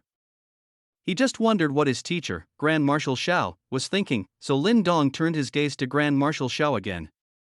Grand Marshal Xiao had clearly weighed the pros and cons and appeared calm and composed at the moment. Although O Huang's request was unreasonable, his goal today was to create a god and boost the morale of all the people of Huaxia. From a certain perspective, O Huang's actions also aligned with his goals, so he didn't plan to refuse. "Since that's the case, then I'll give you a chance to experience the gold tear horn. However, the gold tear horn has a 1-hour cooldown. If you want to experience it, you'll have to watch from the side for an hour and not disrupt the class awakening ceremony of Jiangcheng No. 1 Middle School." Seeing that Marshal Xiao was moved by his taunts, Ouyang was overjoyed. He had no intention of letting Marshal Xiao off the hook easily. He was certain that this gold tear horn was not forged by Lin Dong at all. The more Marshal Xiao emphasized something, the more he wanted to cover it up. This gold tear horn must have been obtained by Marshal Xiao from a special dungeon and then passed off as Lin Dong's work. A moment later, he had thought of his next words. "Since the cooldown is still over an hour, why don't we take this opportunity to see how talented your prodigy Lin Dong is at forging? I don't believe someone who just underwent class awakening could forge a weapon like the gold tear horn. I happen to have a crystal core obtained from a mythic tier beast lord. I'm very curious to see what Lin Dong can create with it. Ouyang's instigation successfully aroused doubts among many Huaxia people. Although they had been united against a common enemy moments ago, they harbored similar thoughts. How could Lin Dong, a mere blacksmith, forge such a divine artifact, especially in just 4 minutes? It was simply too unbelievable. The first person to voice his doubts was Cain. As Lin Dong's father, he simply couldn't believe Lin Dong possessed such skills. So, he stepped forward and pointed at Lin Dong's nose, demanding an answer. Lin Dong, from a young age, I've taught you to be an honest child and not to lie. Today, as your father, I personally question you. Answer truthfully. Think carefully about whether you forged this gold tier horn. Otherwise, if Mr. Ouyang asks you to reforge a weapon later, you'll be humiliated. These words sounded as if he were genuinely concerned for Lin Dong, and they painted him as a stern, upright father. But only Lin Dong knew how shameless Cain's words truly were. If he were truly that strict, how could he have raised Ryan, a scoundrel full of lies who constantly slandered Lin Dong? And Ryan, at this moment, also stepped forward to accuse Lin Dong. Hello everyone, I am Lin Dong's younger brother, Ryan. Here, I must point out that Lin Dong has always had extremely poor talent. I simply do not believe this gold tier horn was forged by him. He is faking it, he is a liar. Seeing his own father and brother step forward to accuse him, the teachers, students, and parents present became even more suspicious. Could this Lin Dong be a plant arranged by Marshal Xiao? Meanwhile, Ouyang, witnessing this internal strife, was delighted. There's an old Chinese saying, something about scholars debating scripture for me after entering the pass. Isn't this precisely fulfilling that ancient saying? He laughed heartily at Marshal Xiao, a hint of smugness on his lips. Xiaozhini, do you see? Even your own Huaxia people believe Lin Dong is faking it. If Lin Dong doesn't dare to accept my challenge to forge equipment, then he's a liar and not a prodigy at all. Even the Huaxia citizens watching the live broadcast were whispering amongst themselves. Do you think Lin Dong really forged this gold tier horn? I have absolutely no confidence. While I hate to admit it, I also believe this was all arranged by Marshal Xiao. Lin Dong is just a pawn following orders. If Ouyang hadn't shown up, it would have been a happy ending for everyone, but, alas, the only thing worse than a good situation is the word but that follows. Clearly, even the Huaxia people did not believe in Lin Dong. They all interpreted it as Marshal Xiao's well-intentioned plan, seeing Marshal Xiao as the protagonist and completely overlooking Lin Dong's prowess. In the Western Holy City, the French Emperor also slammed the table and laughed heartily. He was very pleased with Ouyang's performance. As the saying goes, strike the snake at its vulnerable point. Ouyang had clearly grasped the essence of this saying. Undoubtedly, Lin Dong was Marshal Xiao's vulnerable point. Now that Ouyang had directly exposed it, regardless of whether Marshal Xiao accepted the challenge, he would likely be in an awkward position. Ouyang is both wise and brave. Upon his return from Huaxia, I will consider making him one of my successors. The French Emperor's successor. The French Emperor is the universally recognized spiritual leader of the Western powers. To become his successor would mean transcending the authority of all major powers. All the leaders of the major powers, upon hearing this, cast envious glances at Ouyang on the screen. This guy is about to reach the heavens in a single bound. At this moment, Marshal Xiao, facing numerous doubts, appeared completely unfazed. He looked at Ouyang with a half-smile, leisurely asking, "Are you sure you want to do this?" "Of course." Huang replied confidently, his ambition clearly revealed. Marshal Xiao nodded, saying no more. "Fine, since you want to humiliate yourself, I won't stop you." 35 Taking a big gamble, Huang's storage ring was emptied. Humiliate myself? Huang almost burst into laughter when he heard this. At this point, Marshal Xiao still thought he could win back the game with words? The more Marshal Xiao said this, the more he was convinced that the gold tier horn was not forged by Lin Dong. So he tossed his golden hair, looking unruly again. We Westerners have always believed that strength is truth, and all words are vulnerable in the face of strength. Hurry up and have Lin Dong forge equipment for me, I want to expose your hypocritical face. Xiaozhini, I'm telling you, you will disgrace the face of us Huaxia people today. Marshal Xiao couldn't help but get angry when he was being pointed at and cursed it like this. This Wang should be taught a lesson. So he gave Lin Dong a look, signaling him to go ahead. Lin Dong received the signal, and the corner of his mouth hooked, his face full of mischievous smiles. A gift from heaven, who wouldn't accept it? So he cleared his throat, put down the gold tier horn in his hand, and shouted at Huang. Your Excellency Huang, since you don't believe I can forge a gold tier horn, if I forge equipment with the sky tier beast Lord Crystal Core you provided later, you must give it to me for free. Seeing Lin Dong speaking with such confidence, Huang disdainfully curled his lips. This kid is trying to use a goading strategy to make him back down? What wishful thinking! The more Lin Dong said this, the more guilty he sounded. Although a sky tier beast Lord Crystal Core is precious, if it can achieve the effect he expects, it's worth it. So he waved his hand carelessly, acting rich and powerful. A mere sky tier beast Lord Crystal Core, our holy temple has plenty of them. If you can really forge equipment, I'll give it to you. But if you fail to forge it, you will have to publicly announce on the live broadcast of the entire Blue Star that you are a plant arranged by Xiaozhini, a complete liar. Lin Dong nodded, ignoring Huang's arrogant words, and continued to set a trap for him. Your Excellency Huang, however, a single sky tier beast Lord Crystal Core might not be enough to forge equipment. I will show you the forging recipe later, and you will need to provide sufficient materials according to the forging recipe. Huang had no objections to this. Forging equipment originally requires a large number of materials, sometimes dozens of portions are needed to succeed. He, Huang, could afford this kind of expense. After all, Lin Dong only had one chance, and he only needed to provide at most one portion of materials. Okay, I have plenty of materials, just forge it. You can't forge it anyway. Lin Dong chuckled, he knew his goal had been achieved. He had extorted quite a few forging recipes from Master Mo and others yesterday. From entry-level, no-level forging recipes to sky-tier forging recipes, he had them all. This greatly enriched the variety of forging recipes in his system store.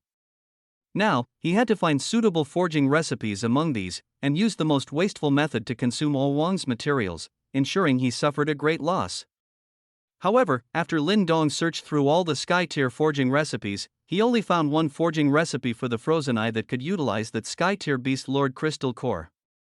But this forging recipe for the frozen eye did not require that many materials. This made him a bit conflicted. Seeing Lin Dong's dilemma, Huang became even more smug. What's wrong, kid? I've agreed to all your demands, why aren't you starting? You can't forge it, can you? I knew you were a little liar. At this moment, Lin Dong's eyes suddenly lit up. Ding, today's free forging recipe in the system store, God Tier Frozen Eye, has been issued. The cooldown for free issuance is 24 hours. Lin Dong slapped his forehead. He almost forgot, the system issues a free forging recipe every 24 hours. Today's free forging recipe had just arrived. Moreover, the system seemed to know his needs and directly provided an upgraded version of the forging recipe for the frozen eye. Holding this forging recipe in his hand, Lin Dong immediately burst into laughter. Huang is probably going to bleed heavily. God-level frozen eye forging recipe no level.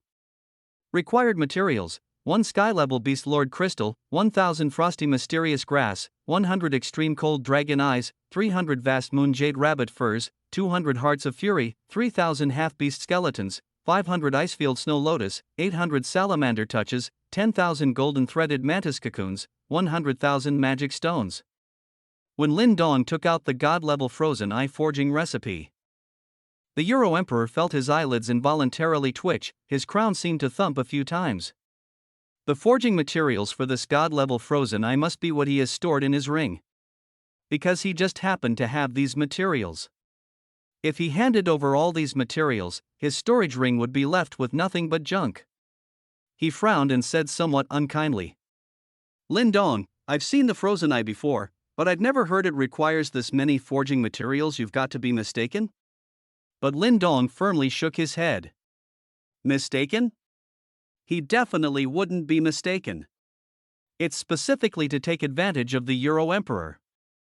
With a wicked smile, he looked at the Euro Emperor, using their own tactics against them.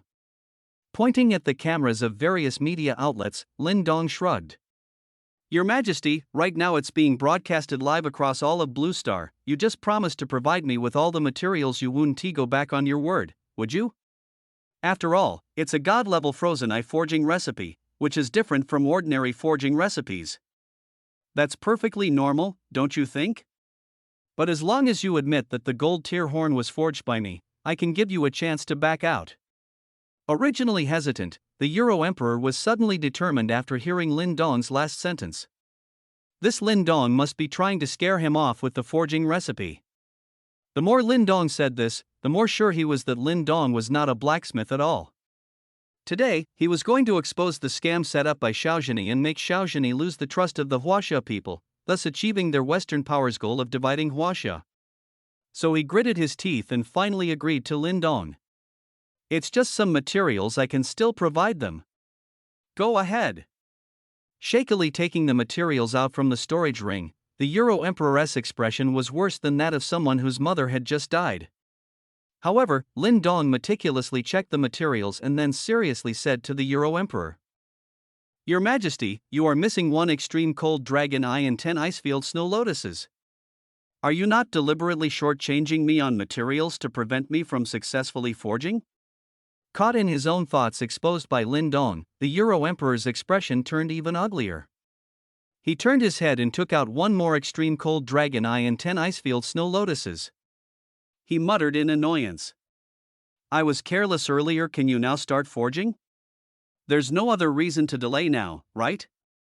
Lin Dong nodded, returned to the test bench, and took out the system forge.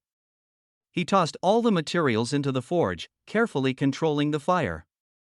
According to the system's instructions, this forging would take about 15 minutes.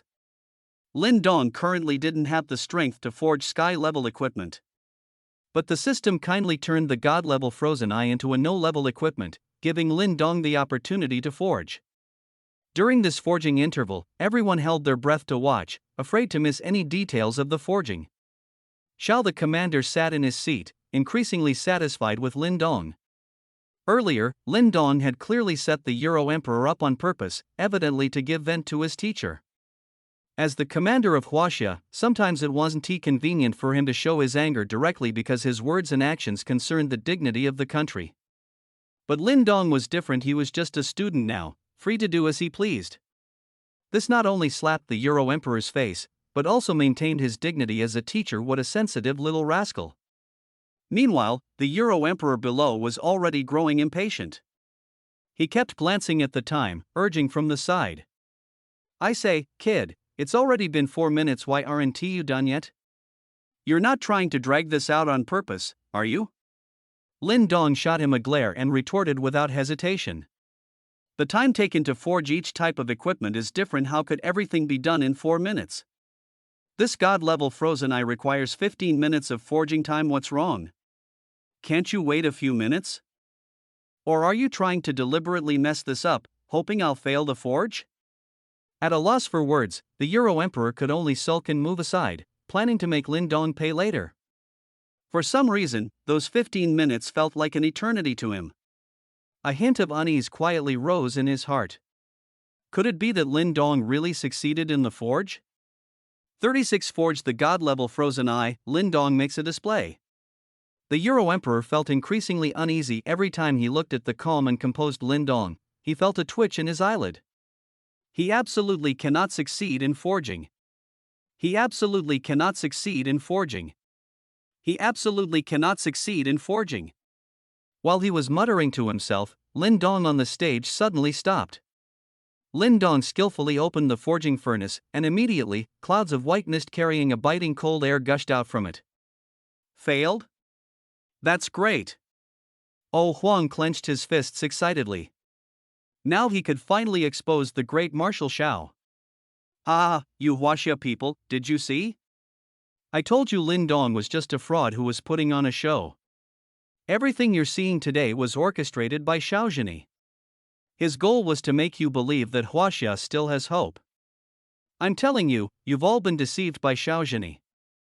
Huaxia is beyond saving.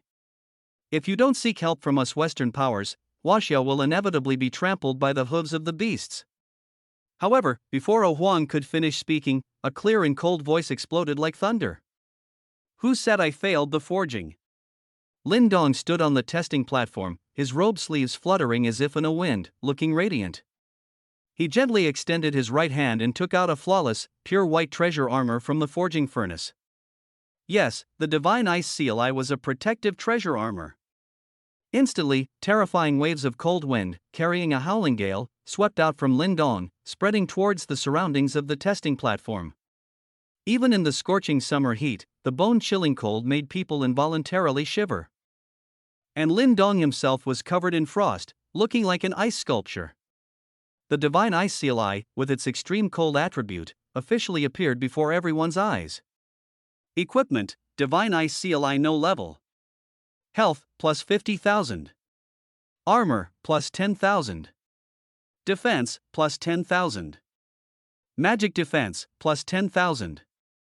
Slow, within a 3,000 meter range, all enemy targets have their speed reduced by 50%. Extreme cold impact can actively release a circular shockwave centered on the wearer. Affected enemy targets will take 30,000 damage and be frozen for 5 seconds. Cooldown, 1 minute. Dual affix attribute equipment.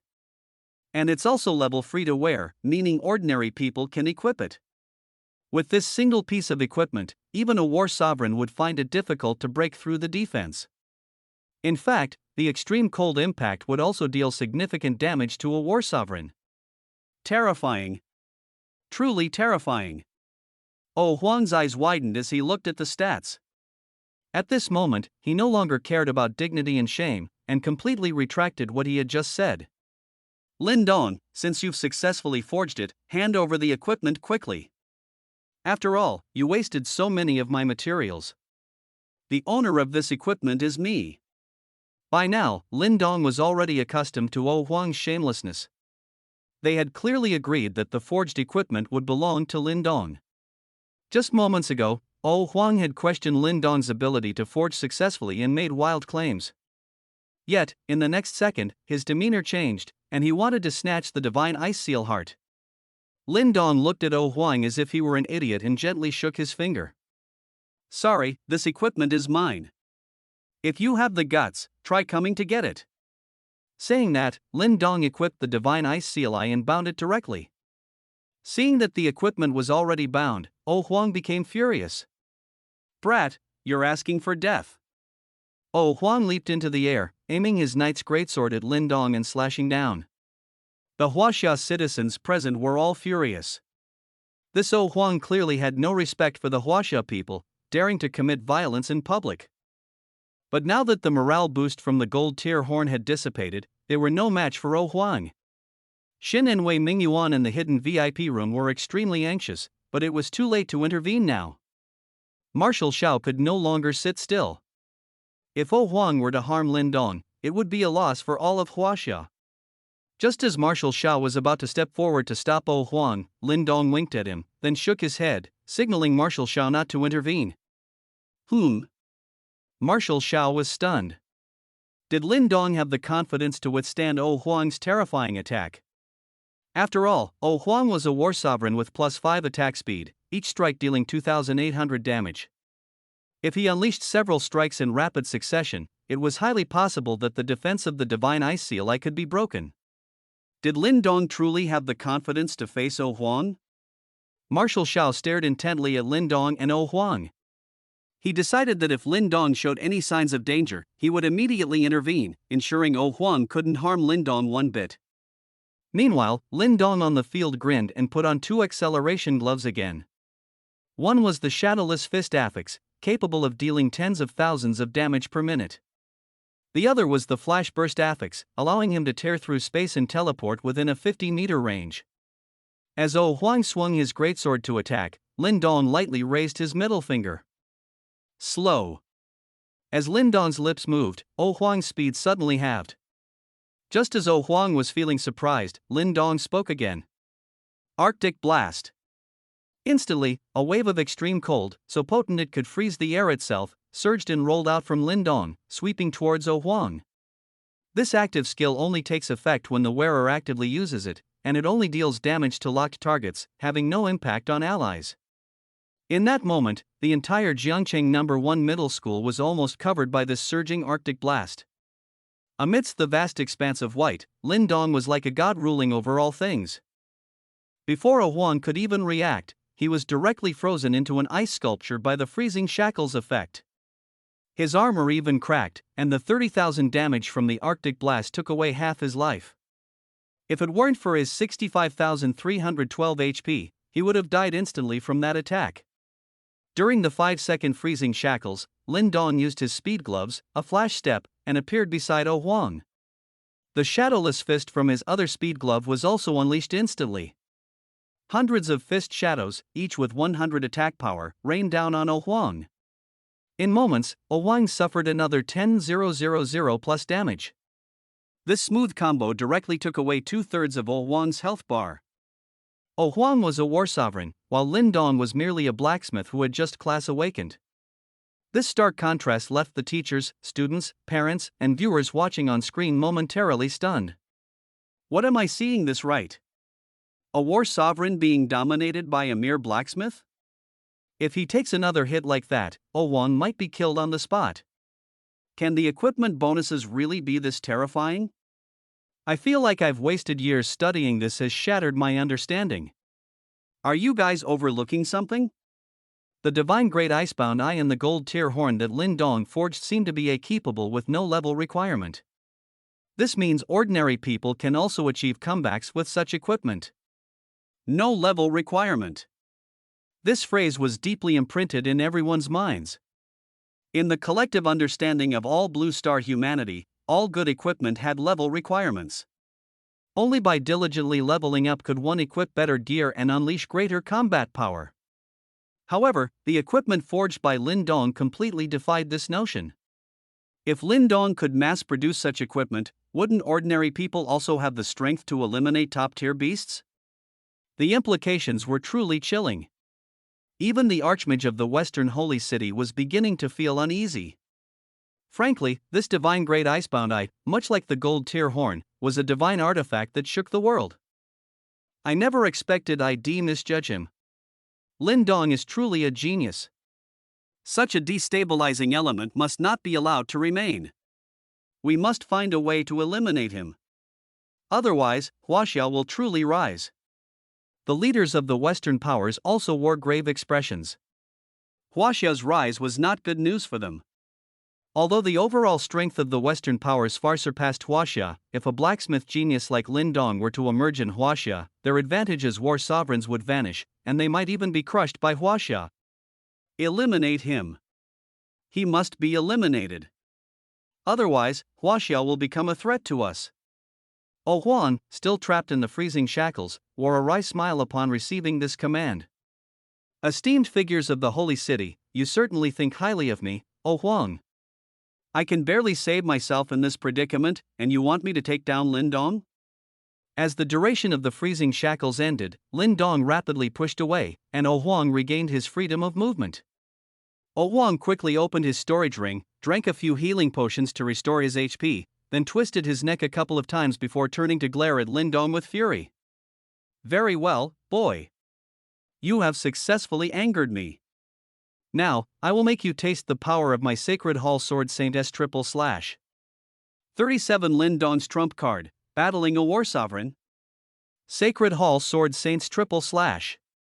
Known as the secret technique of the Western Sacred Hall. Oh Huang's position as the leader of the Sacred Hall Knights was precisely due to his formidable Sword Saint's triple slash. Indeed, Oh Huang was a Sword Saint class within the warrior class. Although not ranked as highly as paladins or berserkers, when cultivated to its peak, it was incredibly powerful. With his Sword Saint's triple slash, each subsequent attack would forcibly increase to more than double the previous attack's power, with a chance to even triple it. Oh Huang's basic attack power was around 2,800. Even if his first strike doesn't deal much damage, his second strike can deal at least 5,600 damage, or even triple damage up to 8,400. Coming to the third strike, it's terrifying, capable of dealing 11,200 to 25,200 damage. This level of damage can directly break through Lin Dong's defenses and inflict massive damage on him. What's even more terrifying is that the Sword Saint's triple slash has almost no cooldown, allowing for continuous execution. Even though Lin Dong was wearing the God tier Frozen Eye, which increased his HP by 50,000, he still couldn't hold on for long under the continuous onslaught of the European Emperor. Commander Xiao on the rostrum's expression changed drastically upon hearing about the Sword Saint's triple slash, and he moved to intervene. In the entire arena, only he, a battle saint, could easily handle the European Emperor, a mere war sovereign. However, Lin Dong subtly waved him off in his direction. Commander Xiao paused, his face filled with suspicion. Did Lin Dong have a backup plan? Actually, it wasn't that Lin Dong was being overconfident, he truly did have a backup plan. Lin Dong had previously crafted a suit of chainmail for himself, which he wore at all times, and it was currently underneath the God tier Frozen Eye. Equipment, chainmail bronze tier. HP, plus 8,000. Defense, plus 500. Magic defense, plus 500. Magic resistance, plus 500. Attribute deception hides true attributes, displaying normal attributes of equipment of the same level. Invincible shield, upon receiving an attack far exceeding defense, activates an invincible shield lasting 30 seconds, with a 10-minute cooldown. Decoy puppet, the moment the chainmail is shattered, the wearer is instantly teleported randomly 10 kilometers away, leaving a dummy corpse in their place. This suit of chainmail could activate an invincible shield, lasting for 30 seconds. With the explosive speed from his acceleration gloves, combined with the slowing and extreme cold effects of the God tier Frozen Eye, he was confident he could last another minute against the European Emperor. This minute was valuable combat experience, and Lin Dong didn't want to waste it lightly. That's why he stopped Commander Xiao from intervening. Seeing Lin Dong's full confidence, Commander Xiao halted his advance but remained ready to rush in for a rescue. Meanwhile, the European Emperor had already launched another assault on Lin Dong. Despite his speed being reduced by 50%, he still reached Lin Dong within 5 seconds. It was too late for Lin Dong to use his explosive burst again. He could only turn and confront the European Emperor head-on. Without further ado, the European Emperor unleashed the Sword Saint's triple slash. First strike. 2,800 damage. Heh, that turtle shell is indeed tough. Second strike, haha, triggered triple critical damage, 8,400 damage. Kid, it's not far from breaking your turtle shell. Third strike, my luck is great today, another triple damage, 25,200 damage. Kid, prepare to die. The European Emperor's 3 slashes of sword energy entered Lin Dong's body almost simultaneously within 1 second. The first 2 strikes, theoretically, should not have been able to penetrate Lin Dong's armor and defenses. However, the interval between the 3 strikes was too short, and the cumulative damage reached 35,400 points. Even with the God tier Frozen Eye's 1,000 plus armor and 10,000 plus defense, it was easily shattered by the European Emperor's Sword Saint's triple slash. Class teacher Snow, who had been closely monitoring the situation, was now on the edge of her seat. Oh no, Lin Dong is in danger. If it weren't for the distance, Snow felt she would have rushed forward to shield Lin Dong. This was a student she had personally guided, who had even crafted her a full set of bronze tier equipment. For some reason, all her focus was now on Lin Dong. In another direction, the campus belle Rona shot up from her seat, extremely tense. Father, can you please save Lin Dong? I'm begging you. If you agree to save him, I'll agree to go on that blind date with Jiang Chuan from the Jiang family. Rona's father, the war god Su Lingyun, glanced at the situation in the arena and shook his head regretfully. In this situation, even Commander Xiao intervening would probably be too late. Hearing her father's words, Rona sank back into her seat in disappointment, closed her eyes tightly, and even covered them with her hands. She could imagine that the scene that followed would be horrific. However, what surprised her was the absence of gasps from the surrounding crowd. The atmosphere in the venue had become eerily quiet. What's wrong? What's happening? Why is there no sound? This is killing me. She secretly opened a small gap between her fingers and peeked towards the two figures on the test stage. In an instant, she jumped up in surprise and joy. Lin Dong was completely unharmed. A layer of golden light rippled around Lin Dong's body, enveloping him like an egg. The invincible shield effect of the chainmail had been triggered by the Sword Saint's triple slash. Meanwhile, the European emperor in front of Lin Dong frowned. He hadn't expected a mere novice blacksmith to possess such luxurious equipment. A hint of greed surged in his heart. If he killed Lin Dong, all this great equipment would be his. Thus, he accelerated his movements and unleashed the Sword Saint's triple slash again. Kid, all invincibility has a duration. Let's see how long yours can last. Lin Dong winked at the European emperor, his words laced with provocation. What a load of crap, this Sword Saint's triple slash, it's nothing. Try harder next time, you can't break my defenses.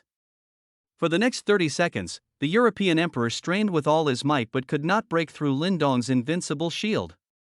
Only after the invincible shield's glow faded 30 seconds later did the European emperor burst into maniacal laughter. Lin Dong, your turtle shell is gone. Let's see what other tricks you have to block my Sword Saint's triple slash now. Meanwhile, Lin Dong suffered no loss. Taking advantage of this opening, he directly activated the burst function of his speed gloves, tearing through space with a zip and reappearing 50 meters away. Idiot, come chase me. Seeing Lin Dong escape, Huang immediately drew his saber and gave chase. However, Lin Dong was incredibly elusive, constantly using burst to tear through space in unpredictable directions, preventing Huang from getting a chance to use his Sword Saint triple slash. But after more than 10 seconds, Huang finally closed the distance and appeared before Lin Dong. Kid, I've figured out the pattern of your burst ability. Let us see where you can run now. With that, he unleashed the Sword Saint triple slash. Lin Dong, on the other hand, chuckled. He wagged his finger at Huang. Who said I was going to run? Ice shock. Activate. Instantly, a circular wave of extreme cold erupted from Lin Dong, engulfing Huang once more in a blizzard. Huang was immediately frozen and immobilized again. Damn it, this move again. Huang was furious. He couldn't believe he had been tricked by a mere blacksmith with the same move twice. The ice seal would last for at least 5 seconds, during which he would be a sitting duck. Huang hadn't fully recovered his health earlier. After all, healing potions were precious, and instant recovery only restored 2/3 of his health, with the rest needing time to regenerate. This meant Huang's current health was only a little over 43,000. Lin Dong didn't let the opportunity slip. He swapped out his speed gloves with the burst ability and replaced them with a pair that had the Shadowless Fist attribute. With 2 Shadowless Fist gloves, he could instantly unleash 200 fist shadows, dealing over 20,000 damage. Combined with the 30,000 damage from the previous ice shock, this combo would deliver at least 50,000 damage. This amount of damage was enough to take Huang down, sending him to meet his great-grandmother in heaven. Seeing Lin Dong charging at him, Huang panicked. Could he, a dignified war sovereign, really die at the hands of such an unknown nobody? That would be too humiliating. Lin Dong's first Shadowless Fist shadow already struck him. Instantly, his health plummeted to just over 3,000, and his complexion turned pale. As Lin Dong's other speed glove prepared to unleash another Shadowless Fist, Huang finally lowered his proud head. Lin Dong, Grandpa Lin Dong, spare me. I surrender, I admit I was wrong, please don't kill me. The War Saint's intervention shocked the Western powers. If Huang hadn't been immobilized, he would have been on his knees before Lin Dong right then. After all, in the face of death, dignity meant nothing. The French emperor, watching from his screen, turned ashen with rage. This Huang has utterly disgraced all of us Western powers. I was even considering grooming him as my successor, but it seems I was mistaken. Despite his words, Lin Dong's luxurious and powerful equipment deeply impressed him. He knew that if Lin Dong wasn't dealt with quickly, Huaxia might truly rise because of him. And then, the Western powers who had once humiliated Huaxia would face ultimate reckoning. However, the fact that even a war sovereign like Huang couldn't defeat Lin Dong left him feeling helpless. Lin Dong, naturally, had no intention of letting Oh Huang go. This Oh Huang was a dishonorable scoundrel. Lin Dong would eliminate any number of such Western scum. In any case, he could claim it was an accident, that the war sovereign was just too fragile. The West wouldn't be able to do anything to him. Thus, another shadowless fist shadow descended upon Oh Huang. Rumble. As Lin Dong's fist landed, the freezing effect of the ice seal vanished. With a deathly pale face, Oh Huang watched the incoming fist shadow, a fierce glint in his eyes. Kid, do you really think you can kill me? Let me tell you, I've awakened the spirit cat fate, and I have 9 lives. Not only can you not kill me, but every resurrection will make me stronger. Oh Huang wasn't lying, he did indeed have 9 lives. However, each life was incredibly precious, and Oh Huang didn't want to waste this one on Lin Dong. So, at this moment, he was willing to reveal his trump card just to preserve this life. After all, even if he resurrected on the spot, he would only have 10% of his health, making him an easy target for Lin Dong to finish off. Lin Dong, on the other side, was taken aback.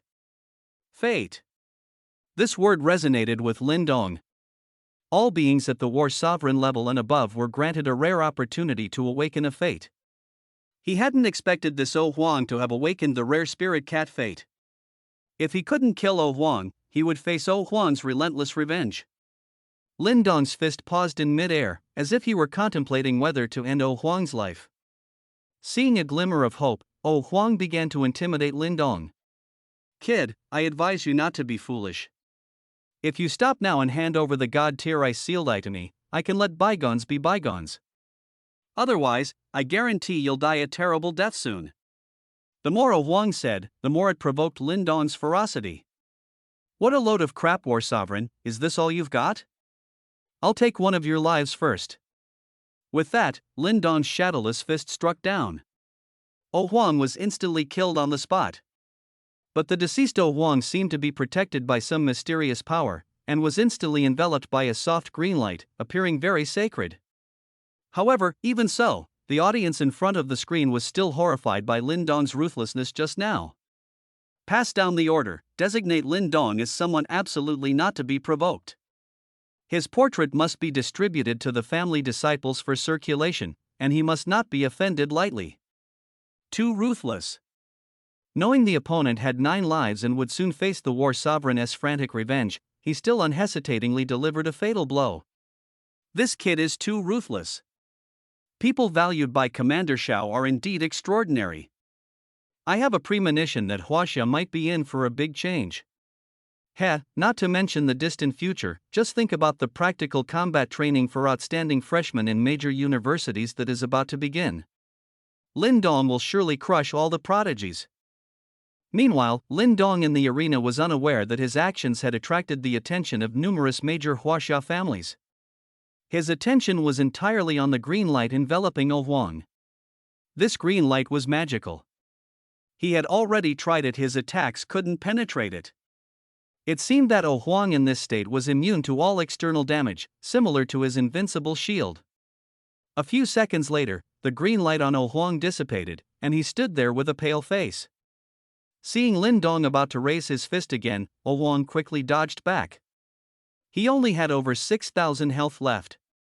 If Lin Dong hit him with another set of shadowless fists, he would be finished. He frantically consumed health recovery potions until his health reached around 43,000 before stabilizing. The remaining health would have to be restored slowly. He opened his fierce eyes and looked at Lin Dong. Kid, you refuse a toast only to be forced to drink a forfeit. How dare you disrespect a war sovereign? You won't live today. He instantly unleashed the Sword Saint's 3 consecutive strikes, preparing to charge at Lin Dong. At this moment, Lin Dong had already used up his combo. The cooldown was too long, leaving him unable to defend against another wave of attacks from Oh Huang. So he looked pleadingly at Commander Shao, blinking his eyes. The meaning was as if to say, "Teacher, it's your turn to act." Commander Shao glanced at Lin Dong, who had just stolen the spotlight, and curled his lips. This brat, hogging all the glory for himself and leaving the clean-up for his teacher. How filial. However, feeling sorry for Lin Dong, he would certainly not stand by idly. So he took a step forward, as if crossing the distance of mountains and seas, and appeared directly in front of Oh Huang. And that one step completely shocked everyone present and the audience in front of the screen. Shrinking ground to an inch. A skill only attainable by war saints at the mythic tier. Who would have thought that Commander Shao had performed it just now? Could it be that Commander Shao has already become a war saint? Why has Huaxia never announced this news to the public? Upon closer inspection, people discovered that Commander Zhao's level had actually reached a terrifying 81. The Fap Hong of the Western Holy See, upon seeing this, his clouded old eyes suddenly gleamed with brilliance. This Shao Zhini is hiding quite deeply. He's actually still been secretly leveling up to the War Saint level. But it's a pity that a true War Saint must have a weapon to match in order to unleash their full abilities. Otherwise, there's not much difference from a war sovereign. Many Western powers nodded in agreement. The Fap Hong himself is a War Saint level figure, so his words carry the most weight. What he says must be correct. After all, the Fap Hong possesses the mythic tier weapon, the Staff of Doom, with a magic power of 89,500. With almost a single attack, he can wipe out a large area of beasts, truly considered the strongest fighting force on Blue Star. Your Excellency, Fap Hong is right. What's the use of just reaching level 81? Without a weapon, it's just a toothless tiger. It's nothing to fear. That little blacksmith, although he forged some no-level equipment, in the eyes of a War Saint expert, such equipment is nothing. It's child's play. Huaxia still has a long way to go to catch up to our Fap Hong in top-tier combat power. However, before their words could even fall, Xiao Dashuai, in front of the screen, took out his weapon from his spatial ring. Equipment: Sun-Slaying Fiery Dragon Halberd Mythic Tier. Attack: 98,000. Defense Penetration: plus 3,000. Magic Penetration: plus 1,500. Armor Penetration: plus 3,800. Attack Speed: plus 100. Great Sunfire Dragon Technique Enhanced. Upon attacking, summon 9 Great Sunfire Dragons every 10 seconds, each dealing 200,000 damage to the opponent. Petrification: Inflict a 3-second petrification effect on the target, rendering them immobile. Cooldown: 1 minute. In an instant, the entire Blue Star held its breath. My God, what am I seeing? A mythic tier weapon, the Sun-Extinguishing Fiery Dragon Halberd? An attack power of 98,000? It's definitely a mythic tier weapon. I never thought he would actually possess a mythic tier weapon. How is this possible? With Shao Zhini here, Huaxia is probably as solid as a rock now. No one will dare to plot against Huaxia again. The entire Holy See, including the Fap Hong, felt their faces burn. A vague sense of foreboding arose in their hearts. The coming days would likely not be easy. Meanwhile, the much-anticipated Xiao Dashuai was protecting Lin Dong, his imposing figure casting a powerful gaze at the European emperor. A mere war sovereign dares to cause trouble in Huaxia? What gave you the courage? The European emperor looked at Xiao Dashuai fearfully, no longer knowing which mouth to use to speak. Finally, he chose to use the one below, and immediately his pants were soaked, releasing a foul-smelling liquid. Xiao Dashuai, I was just joking with Lin Dong. Don't take it seriously.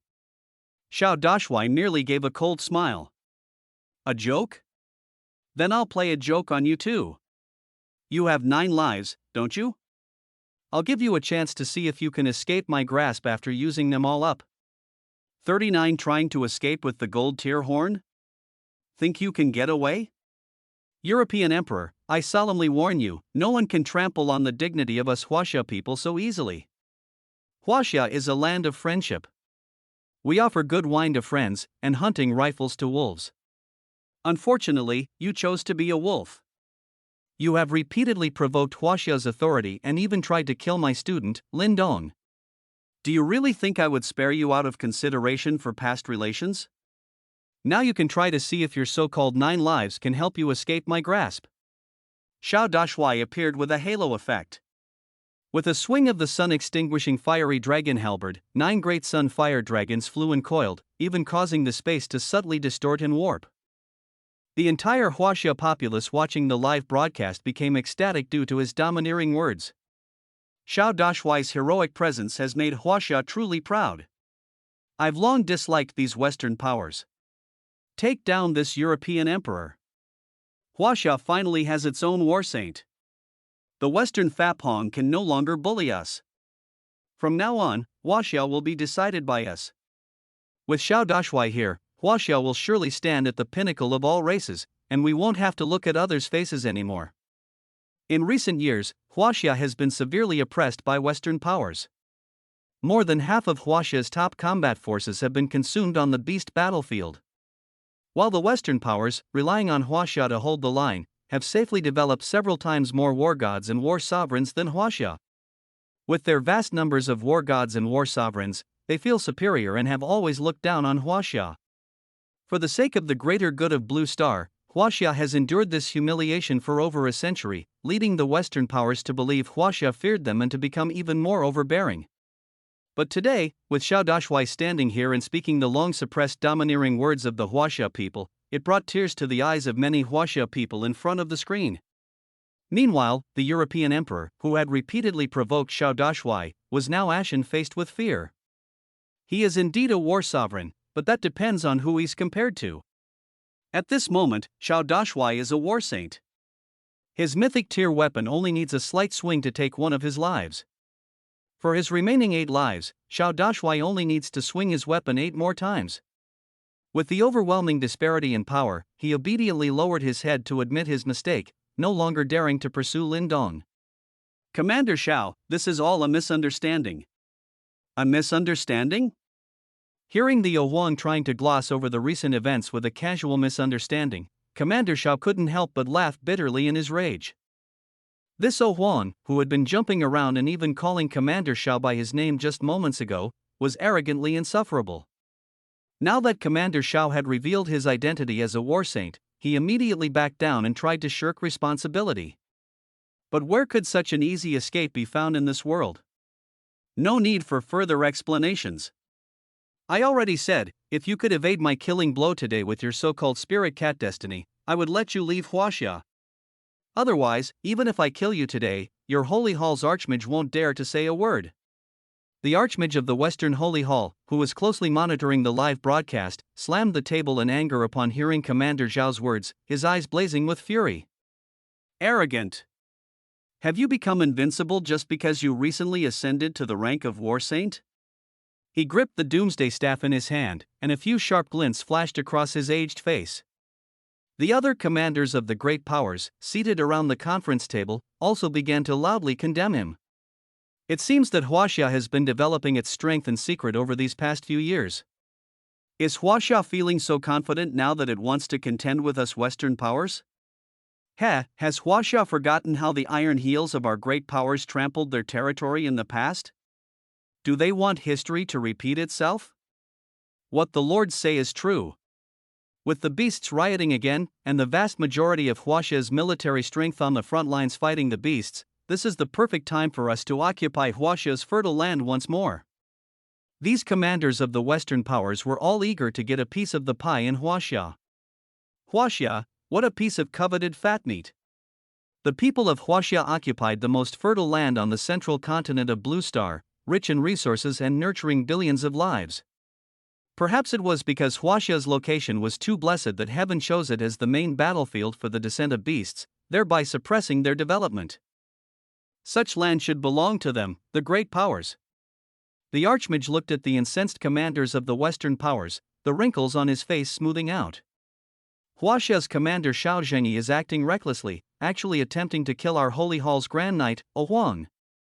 We must help Huaxia completely eradicate this scourge.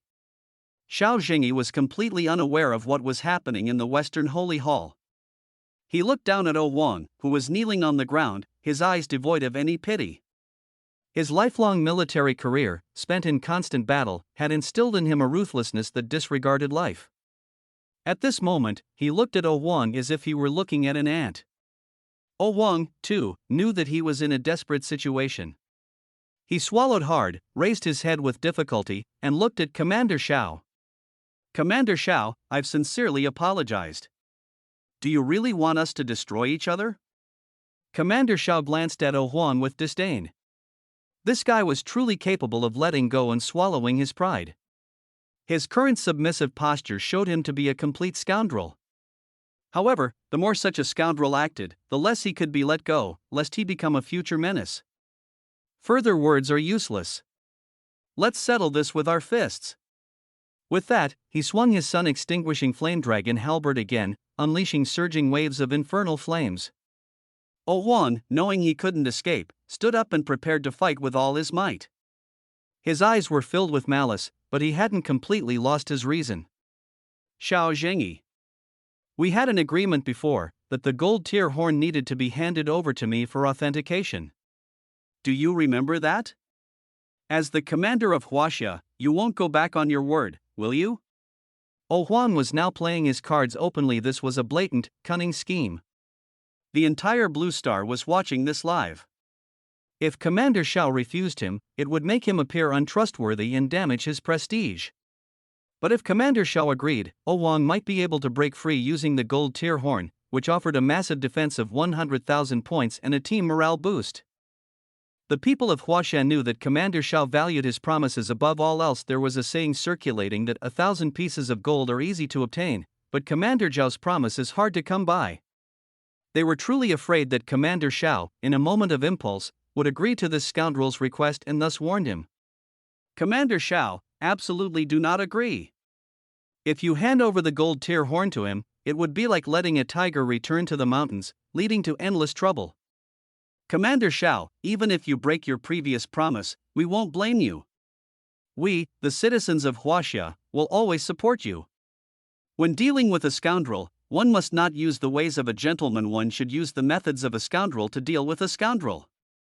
Huan, fearing that Commander Xiao would refuse him, kept provoking him with taunts. Xiao Zhengyi, you don't have any personal principles, do you? You must stand your ground at this moment. This was all agreed upon beforehand. As the commander of Huaxia, surely you won't lose face over this. Marshal Xiao glanced at him calmly, shaking his head in disdain. You thought that by holding the gold tier horn, you could escape? I can only say you're too naive. Lin Dong, hand him the gold tier horn. I'll show him the difference right now. Seeing that Marshal Xiao was actually going to keep his promise, many Huaxia citizens in front of the screen were anxious and slapped their thighs. Many even cried out in regret and grief. You're foolish. Marshal, you're foolish. Why would you keep your word with such a scoundrel? However, Lin Dong, who was beside Marshal Xiao, blinked and obediently handed over the gold tier horn. He knew that Marshal Xiao had a deeper meaning behind his actions. One was to show the world the powerful amplification effect of the gold tier horn, and the other was to use his identity as a war saint to declare to all of Blue Star that Huaxia was not to be bullied. And the European emperor, who received the gold tier horn, instantly understood how to use it. After experiencing the power of the gold tier horn, he couldn't wait to blow it.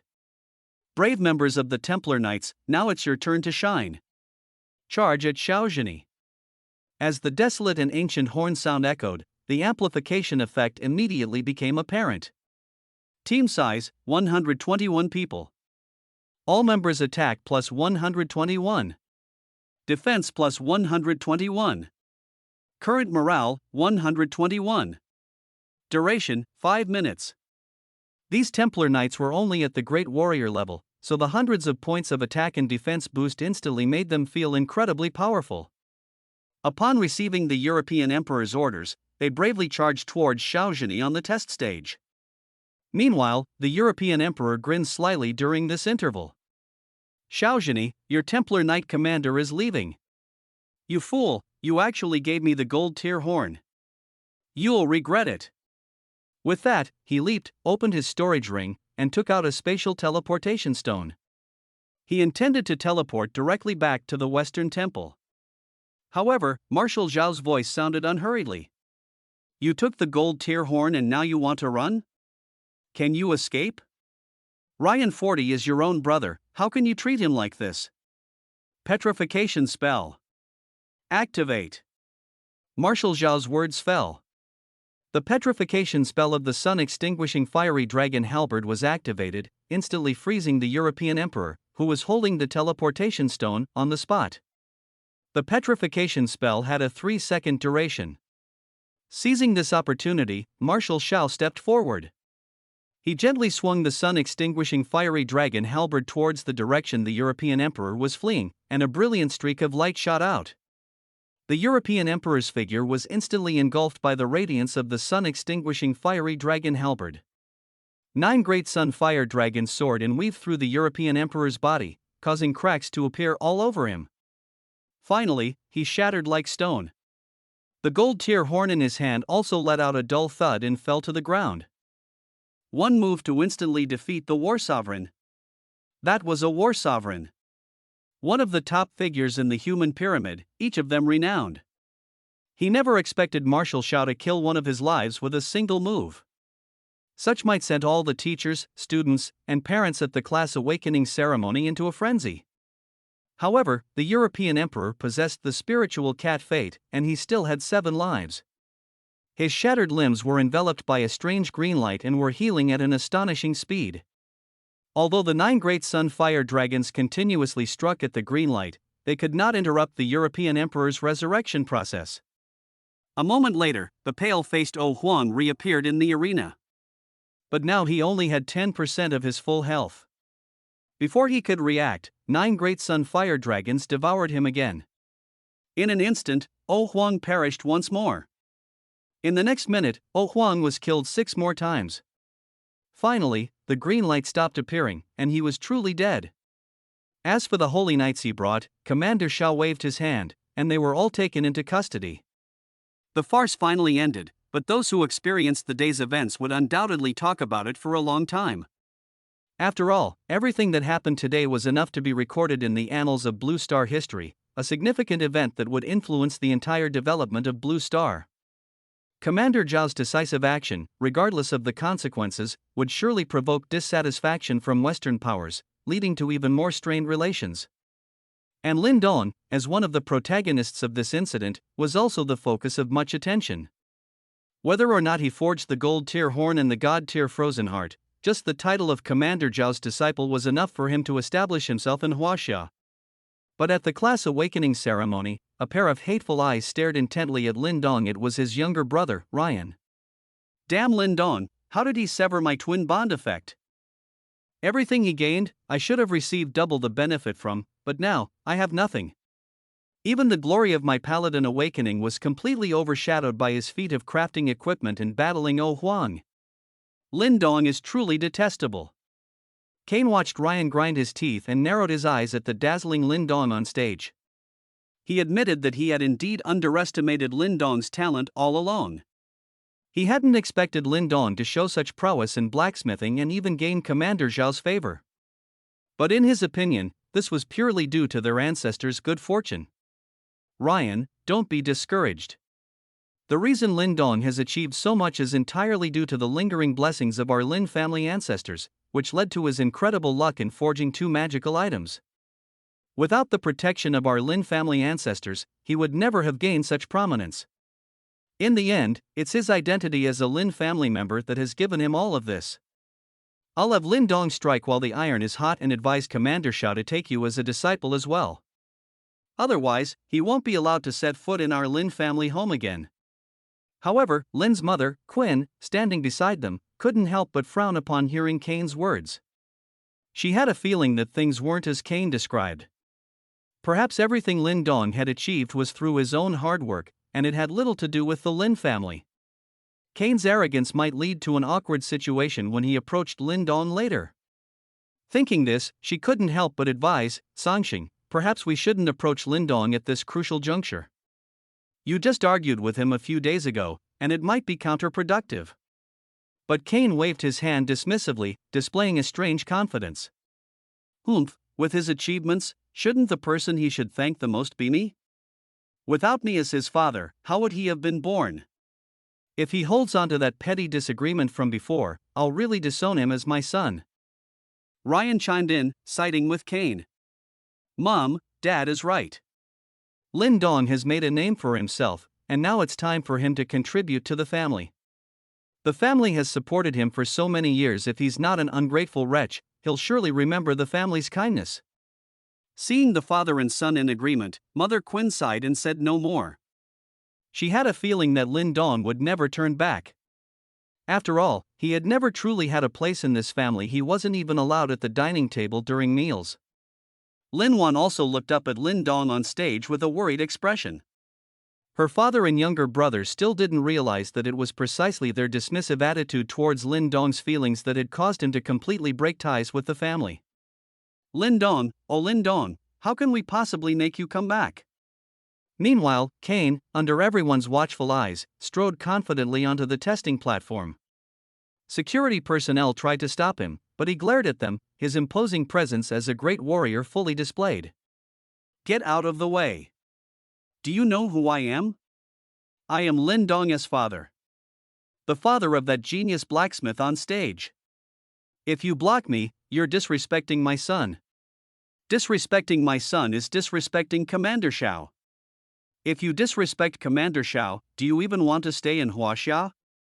Despite his angry outburst, the security personnel shook their heads. Their duty was to ensure Commander Xiao and Lin Dong were not disturbed. Looking at his aggressive demeanor, they felt like he was acting like a dog relying on its master's power. However, they dared not speak out in anger, as Lin Dong was currently in the spotlight, and no one wanted to cross him. So no matter how Kane shouted and cursed, they just stood there motionless, not talking back at all. Kane was simply furious. He never expected these security guards to be so disrespectful. He could only shout loudly towards Lin Dong on the stage. Lin Dong, get out here quickly and teach these ungrateful security guards a lesson. At the same time, Marshal Xiao and Lin Dong noticed the commotion. Marshal Xiao looked thoughtfully at Lin Dong, wanting to see how he would handle the situation. Lin Dong cupped his hands towards Marshal Xiao, his face full of apology. Teacher, there's a personal family matter. I'll go take care of it. Marshal Xiao nodded calmly, waved to Lin Dong, and gestured for him to go. At the same time, Marshal Zhao's gaze was fixed on Lin Dong's retreating back, full of scrutiny. In Huaxia, Marshal Xiao had strictly forbidden the existence of a privileged class. Kane's actions just now made Marshal Xiao extremely disgusted and annoyed. If Lin Dong handled it improperly, it would affect Lin Dong's rating in his eyes. After all, no matter how outstanding one's talent, it could not compensate for flaws in character. He genuinely liked Lin Dong and wanted to nurture him seriously. Therefore, he paid special attention to Lin Dong's every word and action. Lin Dong quickly walked up to Kane, his expression calm. What do you need me for? Haven't we already severed ties? Seeing Lin Dong's distant demeanor, Kane couldn't help but twitch the corner of his mouth. This idiot. Shouldn't he have given his father enough face in front of the security guards? What's with this cold attitude? Since he needed something from Lin Dong, Kane calmed himself and said, Lin Dong, your current achievements are entirely due to the blessings of your ancestors and the protection of their legacy. If you hadn't severed ties with our families, how could you have forged such astonishing equipment? Also, since you've already gained Marshal Zhao's favor and become his disciple, you should think more about your younger brother, Ryan, and help him become Marshal Zhao's disciple too. This is your responsibility as an older brother. You know what you need to do next, right? However, Lin Dong did not show the submissive expression Kane expected. Instead, he smiled with a hint of mockery. I'm sorry, I have no obligation to help him. Please leave. After speaking, Lin Dong gestured for the security guards to escort Kane out and turned to leave. Kane was enraged at that moment, his voice becoming sharp. Lin Dong, you beast! Ryan is your brother, and he's far more outstanding than you. If you're qualified to be Marshal Zhao's disciple, then he is too. You can't ruin your brother's future. 41 Super Genius Training Camp. Hearing Kane's enraged shouts, Lin Dong calmly turned back, not showing any anger, and calmly looked at Kane. Let me reiterate, I have severed all ties with the Lin family. Please stop referring to yourself as my father, it makes it seem like we're close. Secondly, if Ryan is so outstanding, why does he need my help? Remember, gold always shines. Let him be discovered through his own efforts. With that, Lin Dong left Kane dumbfounded and walked towards Marshal Xiao without looking back. He had no lingering feelings for the Lin family. These vampires had preyed on him, causing him immense suffering in his past life. He would never repeat the same mistake in this life. Moreover, he had now severed the twin bond with Ryan. He imagined Ryan must be feeling terrible seeing his current success. Shaking his head, Lin Dong dismissed these thoughts.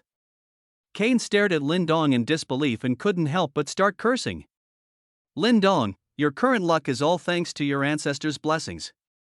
By doing this, do you no longer want the blessings of your ancestors? Lin Dong, without looking back, drew his saber and cut off a sleeve from his robe, tossing it towards Kane. Then I shall completely sever ties with the Lin family and beg your ancestors not to bless me. His voice was resolute, leaving no room for negotiation. Kane stood frozen, his expression complex. For the first time in his life, he felt like he had been a complete failure as a father. He pointed at Lin Dong's retreating back, opening his mouth wide, but no sound came out. He could only watch Lin Dong leave. But inside, he was roaring. Lin Dong, you beast, you'll regret this. Marshal Xiao, who had been observing the father and son, cast a deep glance at Kane, his expression becoming calm. In his opinion, Lin Dong severing ties was perhaps the best choice. Today's god-making event could be considered a complete success. Lin Dong had been remembered by the vast majority of Huaxia people. Marshal Xiao was also very satisfied with this outcome. Next, he had to return to the dragon capital of Huaxia to handle relations with the Western powers. The gold tier horn was handed over to a reliable assistant and sent to the front line in the southwest to fight against the beast. With the decapitation squad equipped with acceleration gloves, the southwestern frontier should not have any major problems in the short term. Lin Dong had to part ways with Marshal Xiao for the time being, as he was going to follow Shin into the War God Academy. Also admitted to the War God Academy along with Lin Dong were the campus belle Rona and the berserker, Xiaoyi. Ryan, on the other hand, was recruited into the Dragon Transformation Academy, becoming the first student from Jiangcheng No. 1 Middle School to enter it. The class awakening ceremony at Jiangcheng No. 1 Middle School had also officially concluded. As soon as the ceremony ended, the campus belle Rona excitedly found Lin Dong. Lin Dong, have you heard? Our War God Academy holds a special training camp for super geniuses every year before the new semester begins. Shin had mentioned the training camp to Lin Dong before, and it seemed to be very important. Now that Rona had brought it up, he couldn't help but become interested. Oh, what's so special about this training camp? Seeing Lin Dong's humble attitude, Rona's big eyes instantly curved into crescent moons, and she happily explained to Lin Dong. Of course it's special, otherwise why would it be called a special training camp? This has always been the tradition of War God Academy. Only super talented freshmen receive invitations to the special training camp. My father was once a member of War God Academy and had the good fortune to participate in that year's special training camp, so he knows some secrets about it. This special training camp is the cradle for Huaxia to select reserve war gods. Everyone who can participate and survive in the special training camp will at least achieve the war god level in the future. Lin Dong blinked, his interest visibly waning. While war gods might be unattainable in the eyes of others, for him, a blacksmith who could easily equip anyone to the war god level, it didn't hold much appeal. However, seeing Rona's excitement, he didn't interrupt her, merely giving a soft "oh." Rona clearly didn't notice Lin Dong's subtle change in expression, still excitedly gesturing and talking to him. Because of the acceleration gloves you gave me, I showed amazing talent in the test puppet combat segment of Class Awakening and also qualified for the special training camp. Lin Dong, I've already heard from Teacher Shin that you're also part of the special training camp. We can team up to run dungeons again then. Oh. Lin Dong gave another soft oh. He currently lacked enthusiasm for running dungeons, as he could increase his level through forging with sufficient materials, making dungeon adventures unnecessary. However, what Rona said next completely ignited his interest. Lin Dong, the dungeons in this special training camp are no ordinary ones. I heard they are a lost land discovered by the Huaxia military, secretly developed into super advancement dungeons where the experience gained from fighting monsters is more than triple that of the outside world. Moreover, there are super beast remains and high-level special materials within the dungeons. The level of these remains and materials surpasses the highest realm currently known to humanity. However, these dungeons have entry restrictions. They can only be opened for 1 month each year, and only freshmen below level 30 can enter. What one can obtain inside depends on their own fortune. After hearing this, Lindong's eyes lit up. Super beast remains and high-level special materials, surpassing the highest realm known to humanity. This was a treasure trove for a blacksmith like him. Currently, the highest tier of materials he could obtain wouldn't exceed mythic tier, and even sky tier materials were extremely rare. If the special training camp dungeons contained advanced materials beyond mythic tier, he was confident he could forge even more powerful equipment. Furthermore, this was a triple experience dungeon, offering more than 3 times the experience from fighting monsters compared to the outside world. This was truly a rare opportunity. With this thought, his heart began to flutter with anticipation for the arrival of the special training camp. Seeing Lindong lost in thought, Rona couldn't help but pout and huffily called out to him. Hey, Lindong, are you even listening to me? I've been listening all along. Then remember this, once we enter the special training camp, we'll team up. I have a special treasure map, so we'll definitely be able to get better items before anyone else. Rona tapped Lindong's forehead with her finger, adding with a hint of worry. Lindong nodded slightly in agreement. Upon hearing the news that Lindong would be coming to War God Academy, the freshman counselor Li Shinho knocked on the door of the Blacksmith Guild president, Yan Linglong.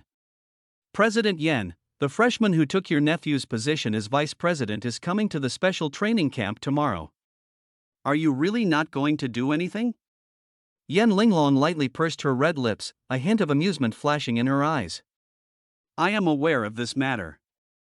Lindong wants to establish himself in the special training camp? That's wishful thinking. My niece, Trey Xuanya, is currently in the special training camp. She is the eldest daughter of the Chui family, and it would be incredibly easy for her to cause trouble for Lindong. The next day, Lindong and Rona were secretly escorted to War God Academy by Shin and arrived at the camp for the special training group. Upon entering the camp, a guidance teacher handed each of them a slip of paper detailing the rules and regulations of the special training camp, requiring everyone to memorize them by heart. In the camp, there were already 3 males and 2 females, clearly all talented freshmen here for this session of the special training camp. At the entrance, a beautiful girl with purple hair was looking them both over with disdain. To show friendliness, Rona extended her fair hand first and greeted them. Hello, I'm Rona from Jiangqing Middle School. This is Lindong next to me. It's a pleasure to meet you. However, upon hearing Jiangqing Middle School, the purple-haired beauty immediately recalled her aunt's instructions. She crossed her arms dismissively and stood apart, completely ignoring the two, appearing to disdain and look down on them. At this moment, a muscular man chewing on a blade of grass called out to the purple-haired young lady. Hey, Chui Xuanya, the new beauty is talking to you. Why aren't you responding? The purple-haired beauty casually flipped her hair and replied unceremoniously. Shuahong, if you want to flirt with her, go ahead. Don't drag me down with you. I, Chui Xuanya, won't be friends with 2 trash from mediocre middle schools. The muscular man's face turned red from Chui Xuanya's retort. He scratched the back of his head and chuckled as he walked towards Lindong and Rona. Let me introduce myself. I'm Shuahong, a shield warrior from Imperial Capital Middle School. All these people are my schoolmates. I'm the tank of our team, super tough. And I'm the freshman captain of this training camp. Hey, you 2 newcomers, let me tell you in advance, if you don't have any special skills, it's hard to fit into this group. You've already seen her. Chui Xuanya, the god-tier archer. She's skilled in split arrows and can attack over 10 targets simultaneously, never missing. Then he pointed to a double ponytail girl with a lowly face and a large bust.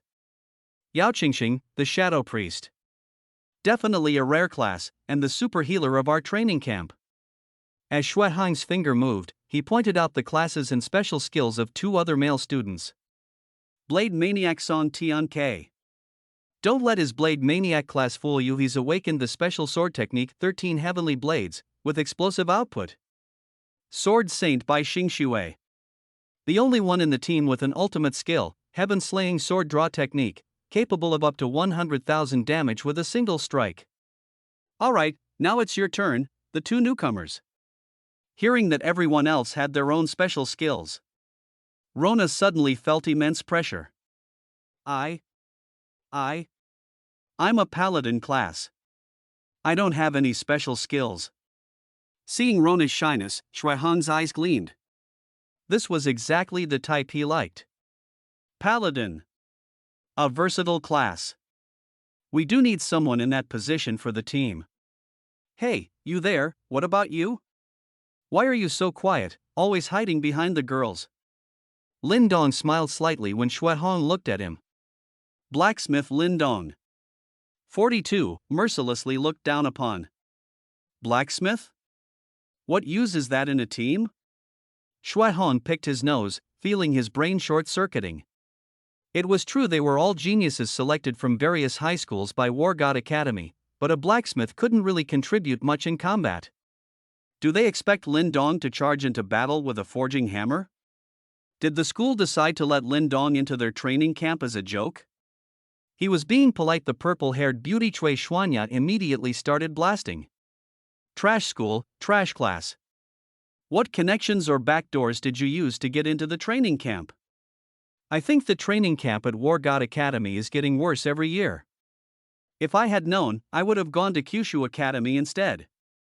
Hearing Cui Xuanya's complaints, Blade Maniac Song Tianke and Sword Saint by Xingxue also frowned subtly, feeling that the school had gone too far this time. Song Tianke rested his massive blade, taller than himself, on his shoulder. Since you're a blacksmith, don't go to the Lost Relic realm. We don't need you causing trouble for us. Bai Xingxue nodded in agreement, clearly considering Lindong a burden to the team. Shuaihong spread his hands helplessly, looking at Lindong. Lindong, it's not that we're hostile towards you, it's just that your class is too weak. You can't fight, you grow slowly, and you require a lot of resources to train. We really can't accept you. Only the shadow priest Yao Qingxing studied Lindong carefully and then exclaimed in surprise. Look, isn't he Lindong, the one Xiao Dashuai took as a disciple yesterday? He forged the gold tier horn and the god tier frostbite eye back then. Yao Qingxing's words finally made everyone take him seriously and re-examine Lindong. From Jiangcheng and a blacksmith, he really could be the disciple Xiao Dashuai recognized. However, even so, their expressions remained amused. Especially Cui Xuanya, who burst out laughing. Him? You believe he could forge those two divine artifacts? Anyone with eyes can see that Xiao Dashuai found a stooge and pre-arranged the equipment for him. I could do it too if I were him. Blade Maniac Song Tianke nodded in agreement. Exactly. This was all arranged by Xiao Dashuai to solve Huaxia's internal and external problems. He's just a lucky guy chosen for the role. Sword Saint Bai Xingxue shook his head. Though he didn't speak, his expression indicated he also viewed Lindong as a clown seeking attention. Shuaihong shrugged his shoulders while picking his nose. Lindong, you must have relied on your status as Marshal Zhao's disciple to get into the special training camp. Since you are Marshal Zhao's disciple now, you must not put yourself in danger. You should just watch the daily training from the side to avoid getting injured. Seeing everyone's suspicion towards Lindong, Rona couldn't help but step forward to defend him. You've really misunderstood. Lindong is truly a genius blacksmith, and he really forged those pieces of equipment. But nobody seemed to believe her words. They would rather believe that Marshal Xiao had arranged everything than admit Lindong's excellence. Cui Xianya directly interrupted Rona, showing impatience on her face. Enough, don't insult our intelligence with that nonsense about being a genius blacksmith. Just because he's Marshal Zhao's disciple, we'll still give him a share of the treasures we obtain in the secret realm. Rona, stop covering for him. Everyone here is extraordinary and has some family background. We all know that, so let's just play along. Shuaihong was clearly the team leader here, and he nodded in agreement. Lindong's matter is settled. After everyone comes out of the lost secret realm, divide 1/6 of your spoils to Lindong. Lindong, you shouldn't enter the secret realm and slow us down. As for Rona, she'll provide support with Song Tian-K and Bai Shang Shui. With the 6 of us, we have tanks, healers, ranged attackers, and DPS a perfect formation. From beginning to end, none of them gave Lindong a chance to speak. In response, Lindong shrugged his shoulders. Having encountered figures like Marshal Shinshao, he was not interested in such childish squabbles. In his eyes, this group of people was so immature that he didn't even bother to argue. Since the other party didn't want him to join them, he was happy to be free. He could obtain more treasures by acting alone. After all, according to the information Rona provided, the Lost Secret Realm contained treasures surpassing the Mythic Tier realm. Without these people slowing him down, he might be able to reach deeper into the secret realm. Seeing that Lindong remained silent, the others took it as his tacit agreement. Shui Hong spoke first. Since Lindong agrees, let's proceed with the plan we've made. However, Rona, unconvinced, walked over to Lindong, distancing herself from the group. How can you underestimate Lindong? With Lindong here, we'll definitely grab more treasures and materials than teams from other academies. If you're going to be so stubborn, I'd rather team up with Lindong. The crowd exchanged glances, clearly surprised by Rona's choice. However, the others seemed to have already formed a team and had a certain understanding among themselves, so they didn't reject the proposal. The purple-haired beauty, Cui Xianya, chuckled. When you run into trouble with him, don't come crying to us for help. We won't help you even if you ask. Shui Hong clicked his tongue, clearly regretting not being able to travel with a beauty like Rona, but he didn't stop her. After all, having Rona join their group of 5 would have required some adjustment. Now that Rona had voluntarily withdrawn, it saved them the trouble of adapting. Just as the atmosphere became awkward, War God Academy's tactical advisor, War God Ding Taichiu, called the group to the classroom for preliminary preparations for the special training camp. Today, 2 new students have joined our special training camp and will participate in this lost relic exploration. I believe you've all met each other by now. You need to cooperate harmoniously and avoid internal conflicts. Next, I will explain some of the preparations required before entering the lost relic. First, there's a strict level restriction for entering the lost relic. You cannot exceed level 30 before entry. However, if your level is too low, you might be targeted by contestants from other academies. Therefore, we recommend staying at level 29 when entering the lost relic. This way, you can maintain a high combat level while avoiding being ganged up on. Secondly, before entering the lost relic, be sure to prepare sufficient HP and MP recovery potions, as well as at least 2 sets of interchangeable equipment. Anything can happen in the relic, so it's crucial to be prepared for any eventuality. Finally, no matter what, never abandon your teammates. You are a unit, and only by working together can you maximize your combat effectiveness. The loss of any single member could lead to your complete annihilation. Surprisingly, only Lindong and Rona listened attentively. The other 5 members appeared impatient. This was understandable, as Ding Taichiu repeated these rules every time new students joined. Shui Hong, who had been there the longest, had heard it 5 times already, to the point of boredom. Meanwhile, the purple-haired beauty Cui Xianya openly grumbled with dissatisfaction. All right, stop nagging. We all got it. Let us just end this boring meeting quickly and don't distract me from grinding monsters. I only need 3 million more experience points to reach level 29 peak. Despite being interrupted, Ding Taichiu wasn't angry. After all, youthful energy and ambition were necessary in young people. However, he continued his lengthy instructions without any sign of stopping. From today onwards, you must learn to cooperate as a team and strive to obtain better treasures and reach higher levels in the Lost Relic dungeon that opens in half a month. This time, War God Academy isn't the only one entering the Lost Relic dungeon.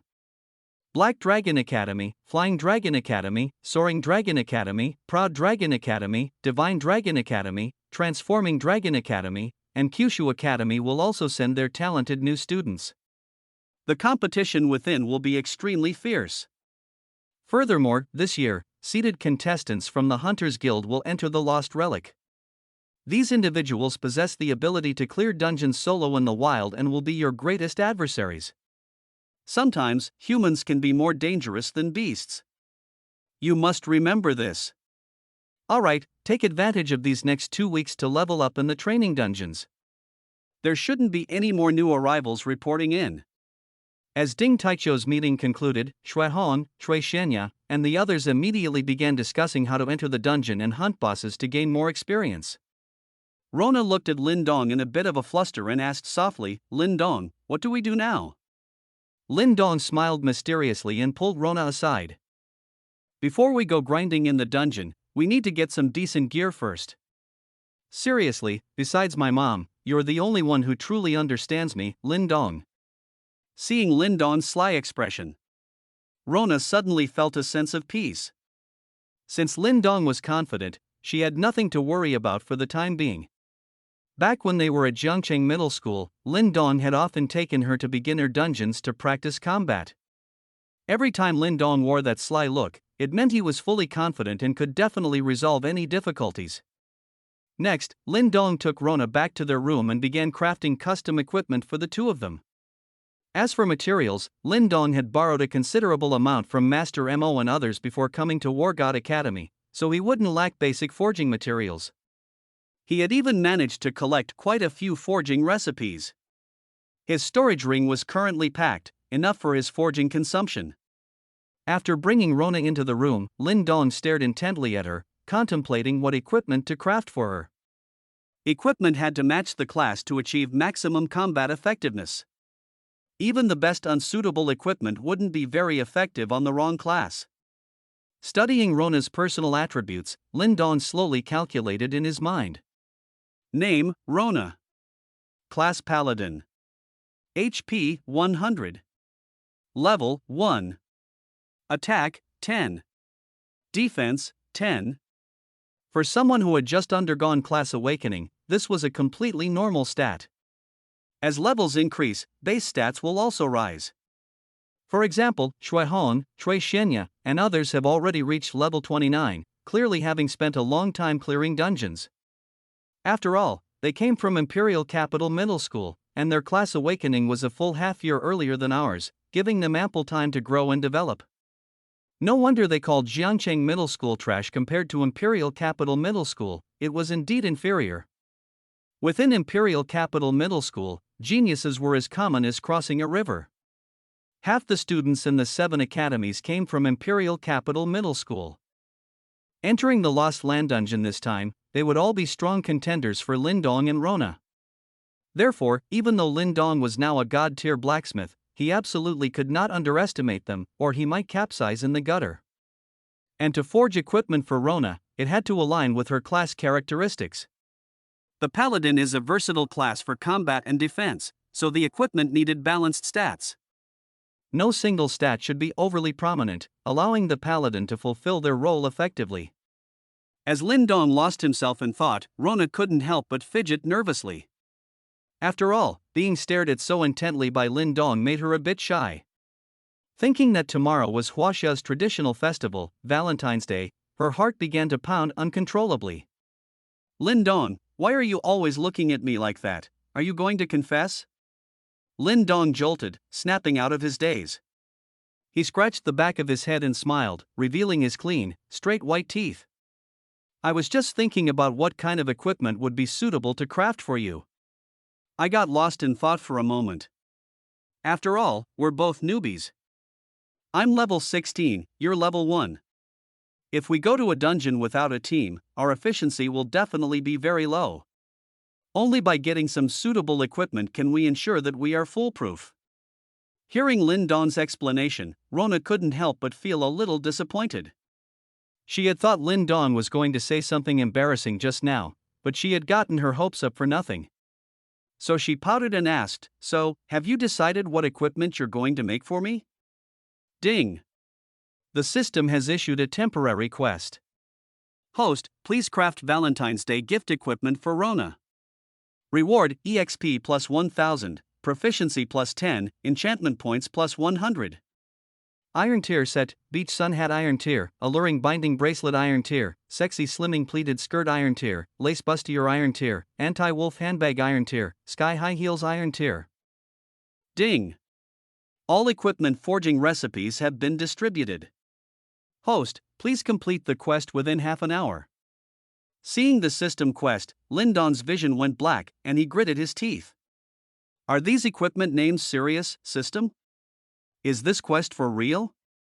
Wearing such equipment to clear a dungeon, are we going to fight monsters or participate in a beauty pageant? Seeing Lindon's strange expression, Rona pouted again. Lindon, is it because my level is too low that the equipment is difficult to craft?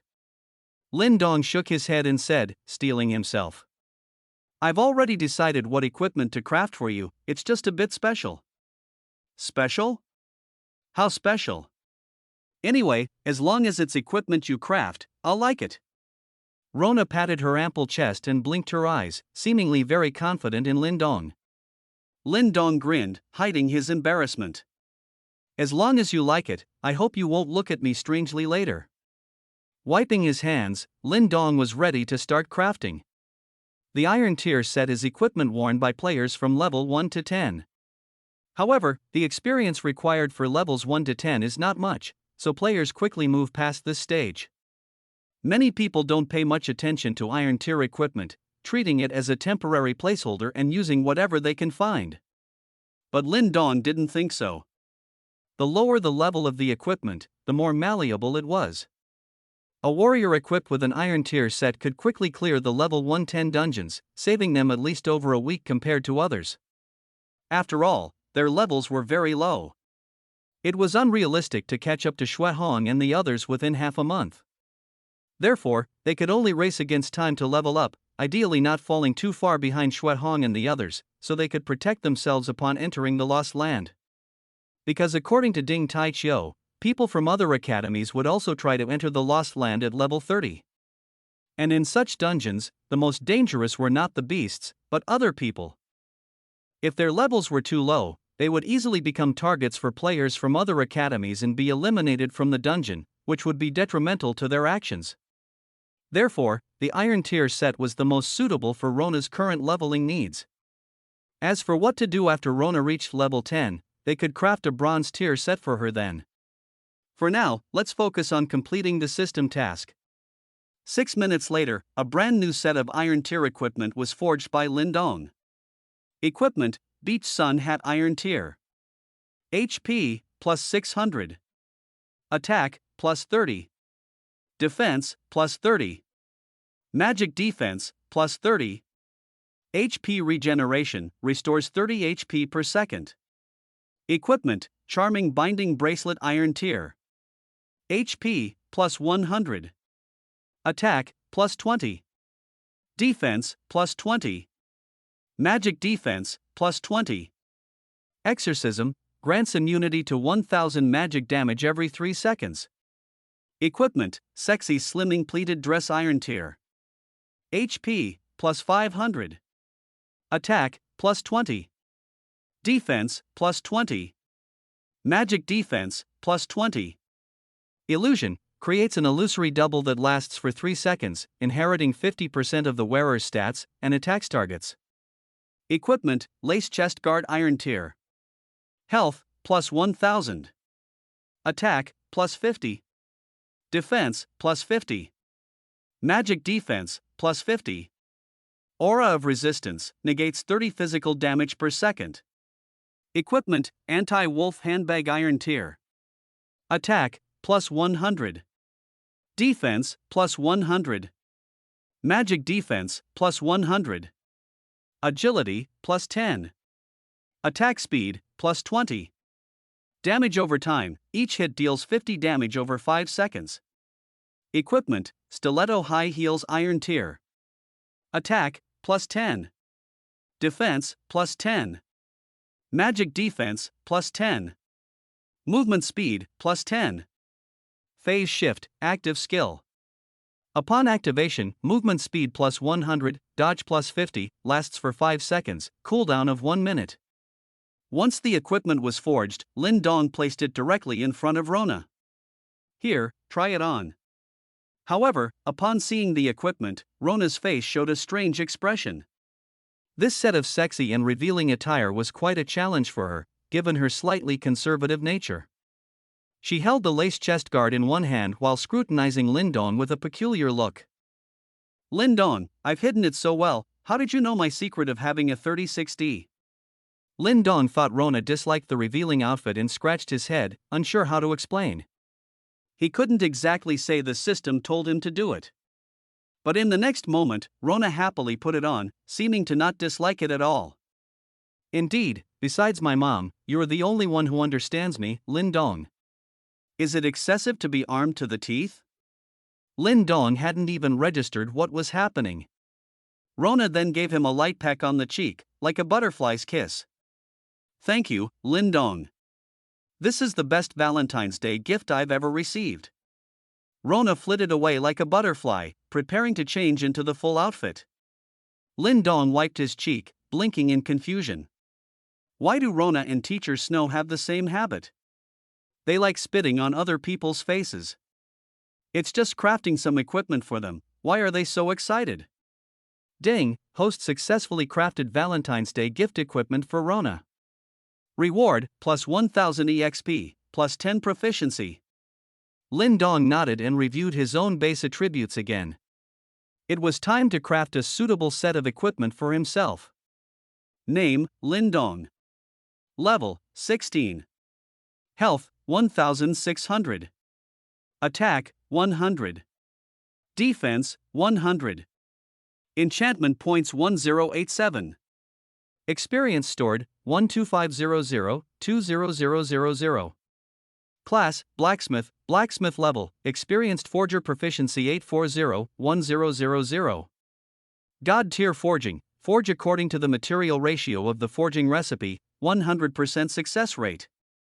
Currently, the forging level can only forge gold tier and below equipment. God tier enchanting, spend enchantment points to enchant equipment with affixes, with a chance to increase equipment level and quality, and obtain special attributes. Level 2 system store, obtain one forging recipe below gold tier quality every 24 hours. These attributes were his base stats, without any equipment. The equipment he could currently wear included speed-enhancing gloves and chainmail. As for the legendary Frostbite Eye, he had already given it to the handsome Shao before coming here. Such equipment could only reach its full potential in the hands of Shao. For him to use it now would be a waste. Because bronze tier equipment was already sufficient for his monster slaying needs. He hadn't forged the helmet, cloak, boots, and weapons yet. Before officially entering the dungeon, he planned to get all this equipment ready. He was a blacksmith, originally a life class, with very low base attribute growth. For example, Rona, as a paladin, gains 50 points in base attack and defense for every level up. He only gets a meager 10 points, a huge difference. But as long as the equipment attributes are good enough, he can still possess powerful combat strength. So, his requirement for equipment is that every attribute must be sufficiently high. Therefore, after reviewing all the forging recipes, Lindong decided to craft the most luxurious top-tier equipment among the bronze-tier items. These are the Crown of Kings, the embroidered brocade cloak, the golden jade boots, and the blood-sucking saber. In the eyes of others, these items are all flashy but impractical. Crafting such elaborate items at the bronze tier level is unnecessarily ostentatious and lacks practical value. Moreover, crafting these items requires a massive amount of materials, making it a net loss with no cost effectiveness. After all, although these items offer a slight improvement over ordinary equipment, their attributes would still be significantly inferior to the next tier, silver tier equipment. Unless one is an extremely wealthy second-generation heir, no one would favor such ostentatious items. However, from Lindong's perspective, it was entirely different. Each tier of equipment has a cap on attribute growth. Even if he were a god-tier blacksmith, crafting equipment with a much higher ceiling than ordinary bronze-tier items would still struggle to completely break the 100-point limit for base attributes of bronze-tier gear. However, these particular items could easily push the upper limit of bronze-tier attributes past the 200 mark. It's important to note that base attributes exceeding 200 are typically found in gold tier or even platinum tier equipment. Although he could occasionally craft items with high attributes that didn't require a specific level, it demanded immense luck and considerable forging effort. Even he couldn't guarantee that he could craft such items every time. Lin Dong is currently only level 16 and, by all accounts, should only be wearing bronze tier equipment. These items are the optimal choice. Having decided on the equipment, Lin Dong began gathering the forging materials. With the forging recipe, he can forge bronze tier equipment in about a minute. So while Rona was changing, Lin Dong had already forged these few pieces of equipment. After carefully studying the equipment, Lin Dong's confidence soared. Equipment: Crown of Kings bronze tier. Health, plus 3000. Attack, plus 200. Defense, plus 200. Magic defense, plus 200. Health regeneration, restores 200 health per second. Restoring 200 health per second in low-tier battles is almost equivalent to fighting without taking damage. Even against gold-tier beasts, he wouldn't be at a disadvantage. Equipment: Embroidered brocade cloak bronze tier. Health, plus 2000. Attack, plus 600. Defense, plus 200. Magic defense, plus 200. Bodyguard skill, weakens targets below diamond tier, reducing their attack damage by 50%. This bodyguard skill affix is quite exaggerated. It can weaken the attacks of beasts and humans below diamond tier, reducing damage by 50%. Keep in mind that diamond tier is already the level of a war king, second only to legendary tier war gods. It can be said that as long as he doesn't encounter a war god, Lin Dong now has the strength to fight. Equipment: Jade battle boots bronze tier. Health, plus 1000. Attack, plus 300. Defense, plus 300. Magic defense, plus 300. Sonic boom, 10% chance to cause sonic boom damage, disorienting the target and preventing them from locking onto attack targets for 3 seconds. The sonic boom affix is a control skill. Control skills are very precious, so this equipment is also very much to Lin Dong's liking. Equipment: Blood witching saber bronze tier. Health, plus 2700. Attack, plus 2000. Bloodthirsty, absorbs target's blood, stacking 50 attack power, with a maximum of 50 stacks. The blood witching saber can stack damage. This surprised Lin Dong a little. If it can stack 50 times, it would mean an additional 2500 damage per attack. In battles below the war god level, this can be considered explosive output. Looking at these pieces of equipment, Lin Dong had only one evaluation: perfect. Taking out the speed gloves and chainmail, Lin Dong eagerly equipped them, feeling incredibly powerful. He was now armed to the teeth. Name: Lin Dong. Level: 16. Health: 18,000. Attack: 3,300. Defense: 1270. Magic defense: 1270. Magic resistance: plus 500. Attack speed: 100. Enchantment points 74. Stored experience: 5,000 8,000. Health regeneration Crown of Kings, restores 200 health per second. Bodyguard skill Embroidered brocade cloak, weakens targets below diamond tier, reducing their attack damage by 50%. Sonic boom Jade battle boots, 10% chance to cause sonic boom damage, disorienting the target and preventing them from locking onto attack targets for 3 seconds. Bloodthirsty blood witching saber, absorbs target's blood, stacking 50 attack power, with a maximum of 50 stacks. Shadowless fist speed gloves, every 60 seconds, releases 100 fist shadows with plus 100 attack power.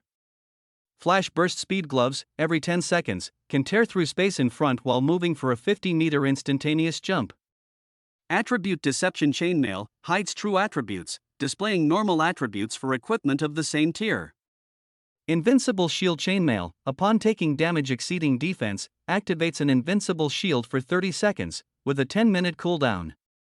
Decoy puppet chainmail, the moment the chainmail is shattered, it randomly teleports the wearer 10 kilometers away, leaving a fake corpse at the original location. The increase in basic attributes made him a bit arrogant. He felt that if he encountered Shui Hong and the others again, he could defeat them with just a flick of his finger. And due to the attribute deception effect of the chainmail, Lin Dong appeared to others as just an ordinary bronze tier player with 2 to 3,000 health and an attack power of just over 100, the kind you see everywhere on the street. This feeling of playing the pig to eat the tiger filled Lin Dong with a sense of secret delight. If he could catch someone off guard with a surprise attack, he could definitely finish them off. To be safe, Lin Dong forged another attribute deception necklace, specifically for hiding his stats. The forging recipe for this attribute deception necklace was found in the system shop. Before Lin Dong became a blacksmith, there had never been any equipment with the attribute deception property on Blue Star. Just then, Rona, who had changed into her new gear, walked back. Seeing Rona again, Lin Dong's eyes couldn't help but light up. 45. You will eventually amaze everyone. Name, Rona. Class Paladin. Level, 1. Health, 2,300. Attack, 330. Defense, 240. Magic defense, 240. Agility, plus 10. Attack speed, plus 20. Movement speed, plus 10. Health regeneration Beach Sun Hat, restores 30 HP per second. Demon Expulsion Charming Bind Bracelet, grants immunity to 1000 magic damage every 3 seconds. Clone Sexy Slim Fit Pleated Skirt, creates a phantom clone that lasts for 3 seconds, inherits 50% of the wearer's attributes, and attacks targets. Resistance Aura Lace Bodice, negates 30 basic attack damage per second. Damage over time Anti-Wolf Handbag, each hit on a target deals 50 damage over 5 seconds. Phase Shift Sky High Heels, active skill, grants plus 100 movement speed and plus 50 dodge for 5 seconds, with a 1-minute cooldown. Rona's base attributes are already comparable to Xue Hong and others. Even though she's only level 1, she's already on par with a silver tier warrior like Xue Hong. After all, iron tier equipment has attribute caps, unlike Lin Dong's bronze tier gear which has such exaggerated stats. However, even with this, entering a level 110 dungeon would be like walking through an empty field. Moreover, this equipment comes with attribute affixes. The effect of 6 affix attributes makes Rona's true combat power even surpass that of a silver tier warrior, nearing that of a gold tier warrior. Rona stood there gracefully. Seeing Lin Dong staring intently at her again, she couldn't help but tug at the lace-like trim of her bodice. It must be said, Rona looked incredibly captivating in this set of equipment. The custom-fitted gear perfectly accentuated her exquisite curves. Except for a few key areas, large expanses of snow-white skin were exposed to the air, drawing one into a trance. Lin Dong's eyes were practically glued, and he wiped the drool from the corner of his mouth, swallowing hard. Seeing Lin Dong's infatuated look, Rona couldn't help but press her long legs together, feeling a bit embarrassed. Lin Dong, is this outfit really suitable for farming level dungeons? I feel like if I dare to leave your room, people will stare at me like I'm some kind of monster. Despite her words, Rona playfully tossed her long black hair and struck various poses, appearing completely at ease. After a brief period of adjustment, she had completely mastered this set of equipment. Lin Dong feigned a cough and took out the attribute deception necklace. This necklace had no special abilities, it was solely for concealing attributes. Here, put this on.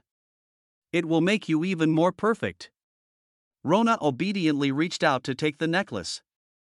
As her fingers brushed against Lin Dong's palm, her face flushed, and her heart fluttered again.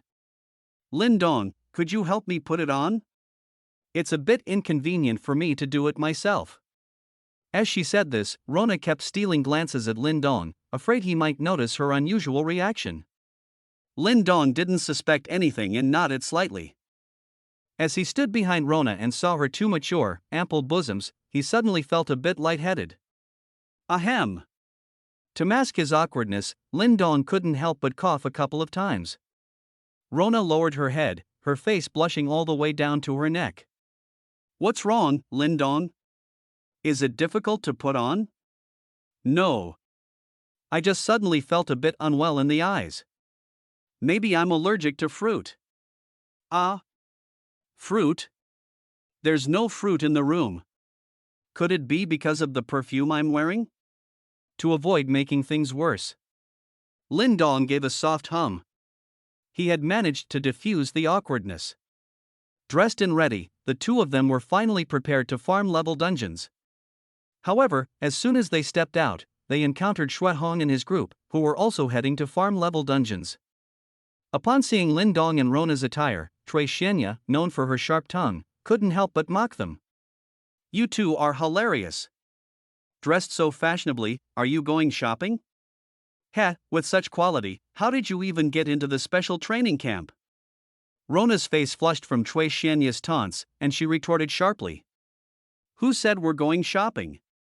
We're going to farm level dungeons to level up. Just you wait, we'll catch up to your levels soon. Rona's words undoubtedly drew further mockery from Cui Xianya. Even Shuehong, who harbored special feelings for Rona, couldn't help but shake his head.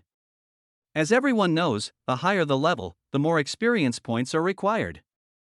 Rona is only level 1 now. Under normal circumstances, it would take over a week to reach level 10. To catch up to their levels, it would take at least half a year at the very minimum. And that's assuming they stood still. So, Rona wanting to catch up to them is simply a pipe dream. Classmate Rona, the special training camp is not a place for empty boasts. If you can reach level 3 tonight, it would already be incredible.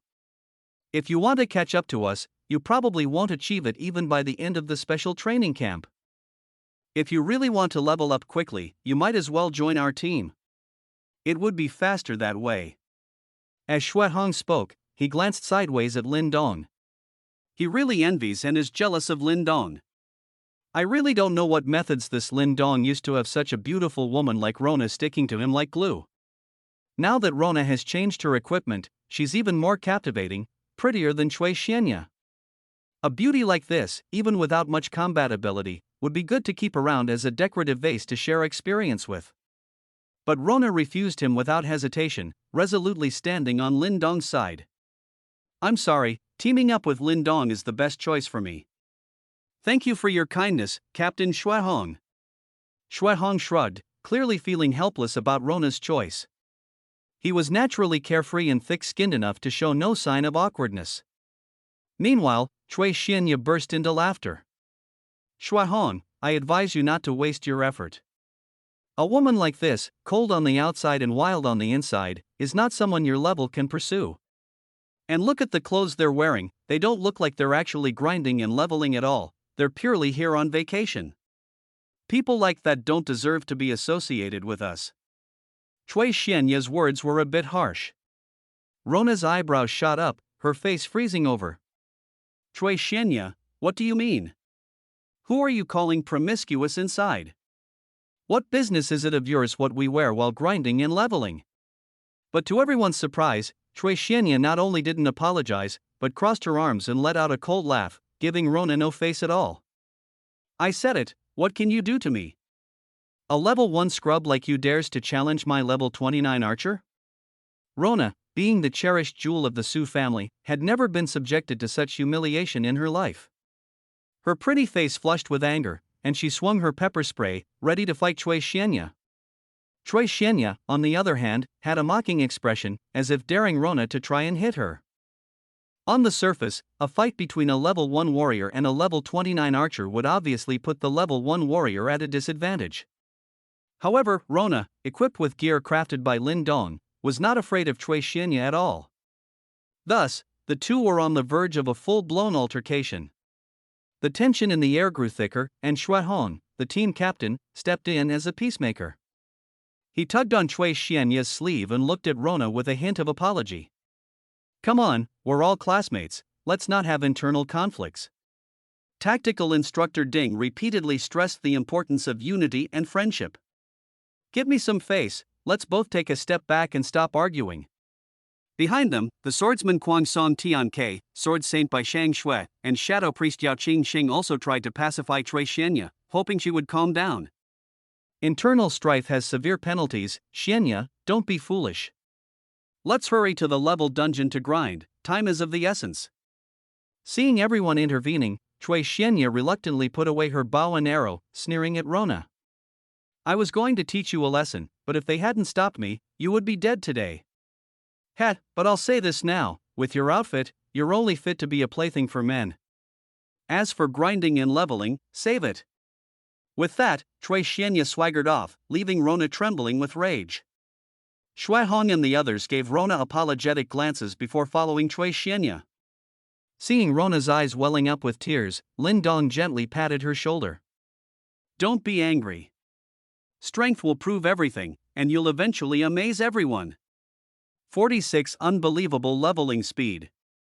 Rona looked at Lin Dong, her eyes full of encouragement. She nodded seriously. She was determined to avenge the humiliation she suffered today. This Cui Xianya, relying on her level 29 status, looked down on her. She vowed to let the other woman know that she, Rona, would eventually surpass her. Lin Dong, I can't wait to enter the level dungeon and improve my level now, take me there quickly.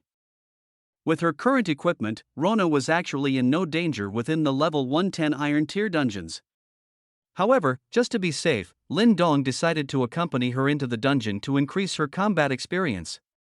The special training camp had its own separate level dungeon entrance, which was convenient for their leveling. Within the training camp, there were dungeons of 4 tiers: Iron Tier, Bronze Tier, Silver Tier, and Gold Tier, all arranged to facilitate their growth. However, at this moment, Rona could only enter the Iron Tier dungeon. The beasts within the Iron Tier dungeon typically awarded only about 1 experience point. Even the mini-bosses only gave 3 experience points. And it took 50 experience points to go from level 1 to level 2. To accumulate 50 experience points, one would need to defeat at least 50 small monsters. For new players, even defeating 50 monsters was a difficult task. Many players spent an entire day and still struggled to defeat 50 small monsters. This was because small monsters, with their 200-500 health, often appeared in groups, making it difficult for novices to deal effective damage. Therefore, leveling up had always been a headache for everyone. But for Rona now, these small monsters were basically a 1 or 2 hit kill. Even the bosses, with thousands of health points, would only take at most 3 hits. So, as soon as she entered the Iron Tier level dungeon, Rona began to cut through monsters like chopping vegetables. Her level began to rise rapidly. In less than 10 minutes, Rona's level had already increased to level 2. Lin Dong gave her a thumbs up and praised her with a smile. Well done, keep it up. Receiving Lin Dong's praise, Rona became even more diligent. Lin Dong, I feel like the combat experience we accumulated from grinding the beginner dungeon before can be fully utilized now. I believe that in less than half a day, I can accumulate 1000 experience points, reach level 10, and go grind the Bronze Tier dungeon with you. Lin Dong stood by, smiling as he watched Rona grind monsters. He didn't make a move because the monsters in this Iron Tier dungeon weren't too many. Rona could handle them all by herself. Besides, hunting low experience beasts like these wouldn't significantly boost his level. His current experience is 5000-8000, meaning he still needs 3000 experience points to level up from 16 to 17. The monsters in this Iron Tier dungeon simply weren't enough for him to kill. So, he stood there, watching Rona hunt monsters while contemplating what kind of Bronze Tier gear to craft for her. However, the moment the thought crossed his mind, the system detected it. Ding, the system has issued a temporary quest. Host, please craft a Bronze Tier leveling set for Rona. The forging recipe has been distributed. Bronze Tier leveling set: Deep Sea Pearl Hairpin, Exquisite Succubus Mask, Midsummer Cool Nurse Dress, Flared Chestplate, Snow White Printed Ice Sleeves, Laced Fishnet Stockings, Crystal Wedge Slippers. Forging reward: EXP plus 10,000, Proficiency plus 10, Enchantment Points plus 100. Ahem. Lin Dong rolled his eyes, utterly stunned by the system. What was the system trying to do? Was this some kind of costume show for Rona? Imagining Rona looking stunning in this outfit, Lin Dong's breath quickened involuntarily. System, I, Lin Dong, am a gentleman. Isn't what you're doing a bit underhanded? The system's cold notification tone sounded slowly, carrying an irrefutable persuasiveness. Host, please face your inner desires. You must admit, you enjoy seeing such attire. The system has customized this set based on the host's preferences. Hearing the system's merciless retort, Lin Dong's eyebrows shot up. Listen to that. What kind of talk is that? It's slandering him. Just as Lin Dong was about to protest to the system again, the system directly threw out a reward. Ding, host, please complete the temporary forging quest within half an hour. Reward, host EXP plus 3000, proficiency plus 10. Hearing the reward offered by the system, Lin Dong immediately stopped thinking about asking further questions. He touched his nose and Lin Dong emphasized earnestly. I'm only accepting this quest for the reward, not because I want to see Rona wear this. Absolutely not. He comforted himself as he began to prepare the materials for forging. The forging materials for this bronze tier set were quite simple. Lin Dong finished forging in less than 10 minutes. Meanwhile, Rona had also successfully leveled up to 3. Lin Dong couldn't help but gasp as he looked at Rona's stats. Just by leveling up twice, her base attack and defense had both increased by 100 points. The stat increases for the paladin class were truly absurd. No wonder everyone wanted to be a paladin, their leveling speed was incredible. Unlike his blacksmith class, where leveling up by 1 only increased stats by 10 points, it was just too miserable. As Rona's level increased, her monster slaying speed also grew faster and faster. Many of the weaker monsters couldn't withstand a single attack from her wolf-repelling handbag anymore. At this rate, Rona would probably reach level 10 in less than 2 hours. In other words, the iron tier equipment she was currently wearing would only be useful for 2 hours. Lin Dong's guess was correct. 1 hour and 50 minutes later, Rona returned to his side. She wiped the sweat from her face, her eyes filled with excitement. Lin Dong, I've reached level 10. This leveling speed is terrifying. I really don't know how much effort it would have taken me to reach level 10 without your help with the equipment. Lin Dong smiled slightly and, reaching into his storage ring, pulled out the newly forged bronze tier set, gesturing with his chin. Here, put this on, and let's go tackle the bronze tier dungeon. Rona looked down, her pretty face blushing involuntarily. This set of equipment was even more alluring than what she was currently wearing. She couldn't help but wonder what Lin Dong was thinking, preparing such an outfit for her in advance. Even if she didn't want to misunderstand, it was difficult. She couldn't help but clasp her hands behind her back and squeeze them tightly. Humph, that Lin Dong, pretending to be a gentleman on the outside, but full of sly intentions on the inside. I despise you. Black. Yet, for some reason, a sense of sweetness welled up inside her. After all, it was an outfit Lin Dong had personally forged for her, giving her a feeling of security. After carefully storing the iron tier set in her storage ring, Rona changed into the newly crafted bronze tier set. Her stats immediately surged. Name, Rona. Class Paladin. Level, 10.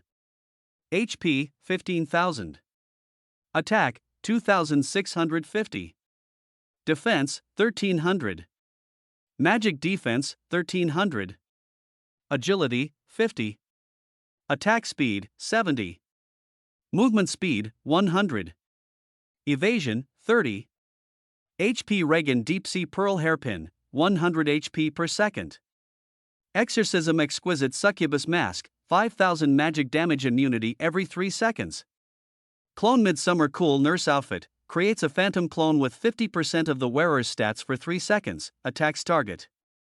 Resistance Aura Extended Chestplate Mirror, negates 150 normal attack damage per second.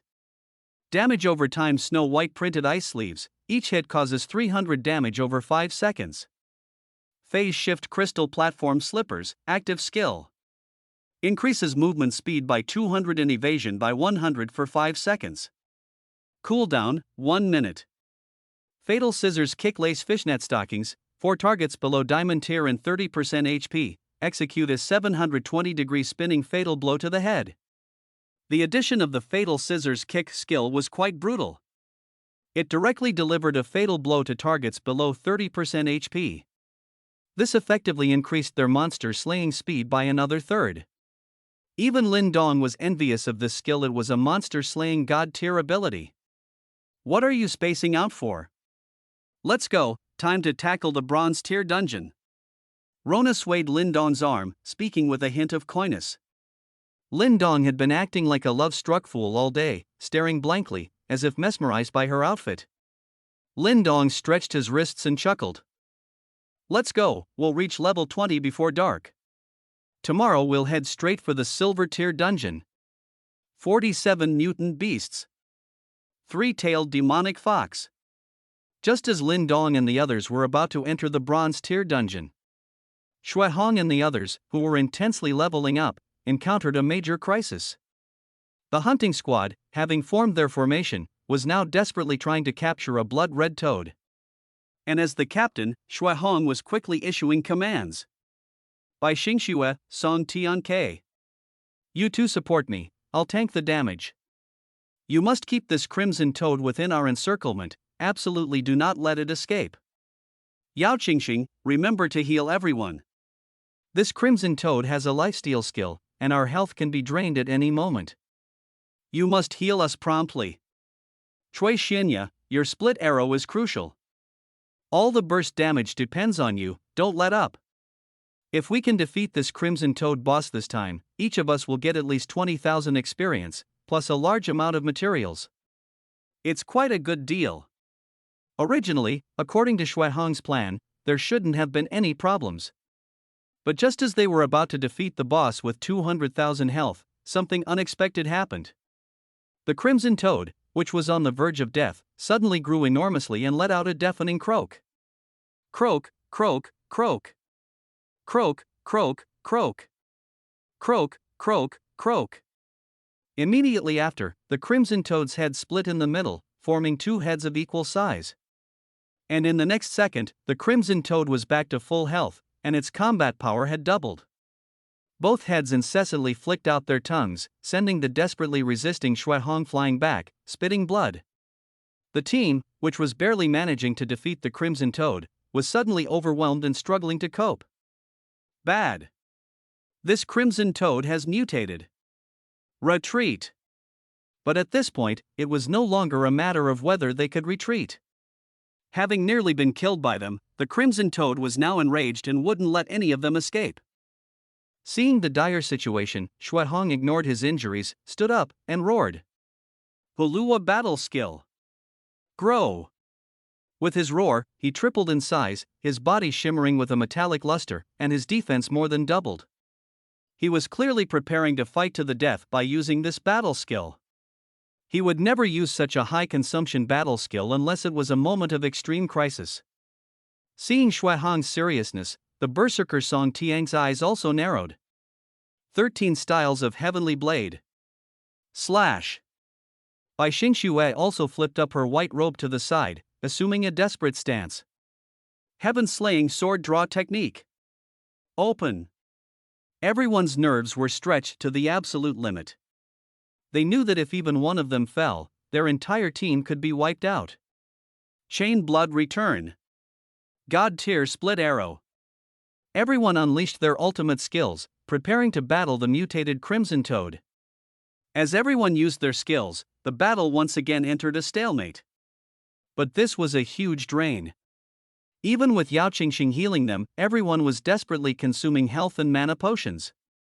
The appearance of a mutated beast in the leveled dungeon must be reported to our tactical instructor, Teacher Ding, immediately. This is an extremely dangerous signal, indicating that the leveled dungeons are no longer safe. A mutated beast. Each leveled dungeon is strictly set according to its level. Theoretically, as long as one meets the level requirements to enter, safety is absolutely guaranteed.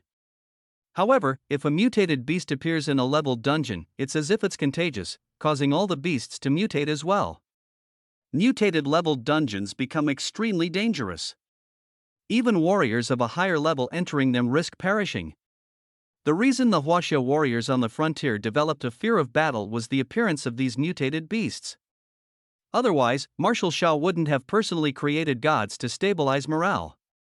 To think that even the strictly controlled leveled dungeons of their special training camp would now have mutated beasts appearing, it's truly terrifying.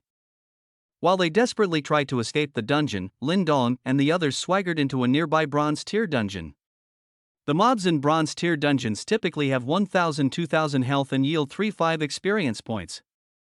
The mini-bosses have around 5,000-8,000 health and yield 10-50 experience points.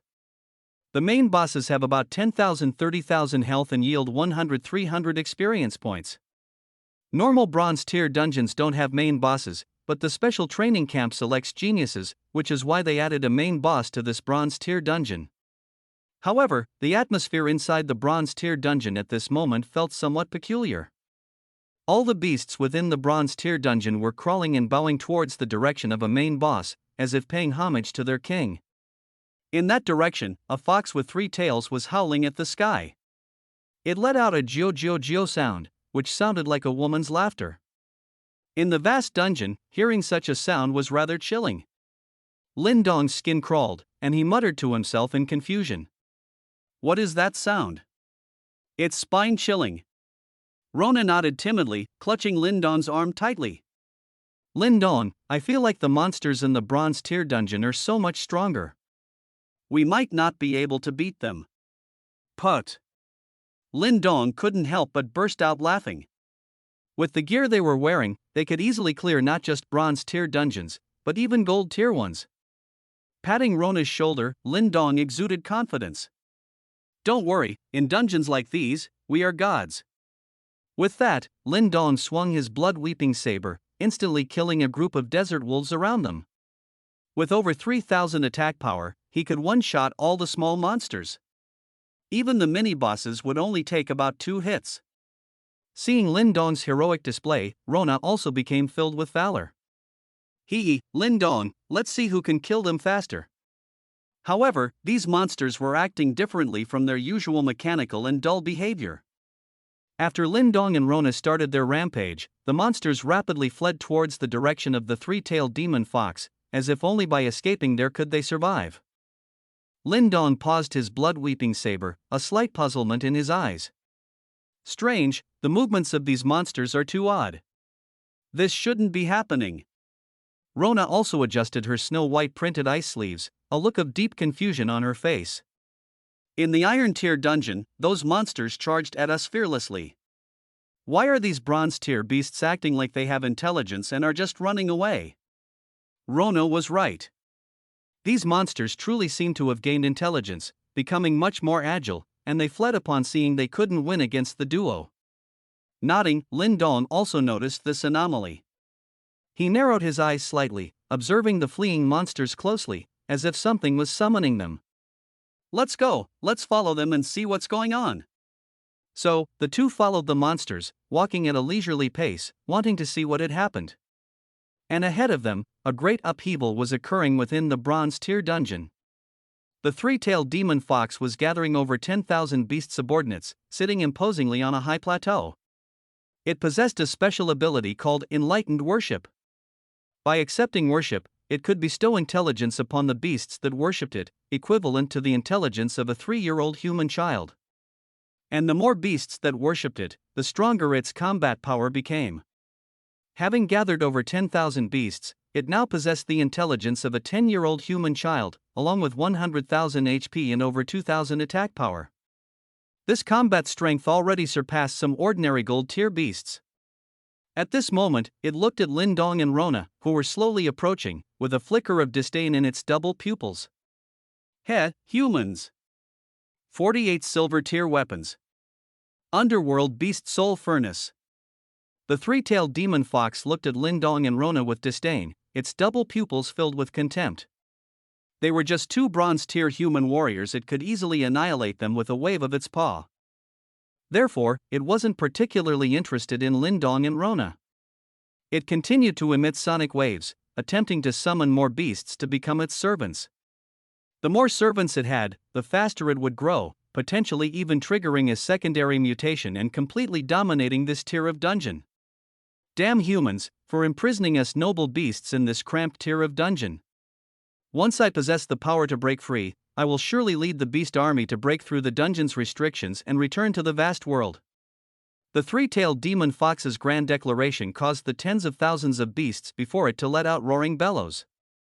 They were moved by the 3-tailed demon fox's grand dream and were now willing to sacrifice their lives to serve this newly emerged, great mutated king. The 3-tailed demon fox looked with satisfaction at the beasts now completely under its control, its expression becoming more animated. If it weren't for its continued fox-like form, one might even suspect it was human. Upon reaching the gathering point of the beasts, Lindong and Rona were stunned by the chaotic scene before them. Rona covered her mouth with her hand, her face filled with disbelief. Lindong, am I seeing things? That fox is standing there with its hands on its hips like a human. Has it become a spirit? It is said that animals are not allowed to become spirits after the founding of the People's Republic of China. Even high-level beasts generally have an intelligence lower than that of a 3-year-old child. But this three-tailed fox before them was clearly different. It stood there vividly, looking exactly like a human. Lindong also frowned in thought, sensing that a major change might have occurred in the beast world ahead of schedule. He recalled that in his previous life, the mutation of beasts was a very slow process, and beasts with human-level intelligence wouldn't appear for at least another year. But now, a highly intelligent mutated beast has already appeared ahead of schedule. It seems the situation is becoming increasingly urgent. If their strength isn't improved soon, once a mythical tier mutated beast appears, the entire Blue Star will be utterly devoured by beasts, with no hope of recovery. Unranked, Iron Tier, Bronze Tier, Silver Tier, Gold Tier, Platinum Tier, Diamond, Legendary Tier, Celestial, Mythic Tier, Epic, Mythological, Supreme, Eternal. Each tier of beast possesses more than 10 times the combat power of the previous tier. And starting from the mythical tier beasts, their combat power can surge to hundreds or even thousands of times that of the previous tier. Although only mythic tier beasts have appeared so far, no one can guarantee that beasts won't evolve again in a short period. After pondering for a long while, Lindong finally made his move. This mutated three-tailed fox must be eliminated quickly. Mutated beasts with high intelligence like this evolve very rapidly. Although she's only entered the silver tier now, it won't be long before she easily breaks through the level barrier and quickly evolves to gold tier or above. By then, neither of us will be her match.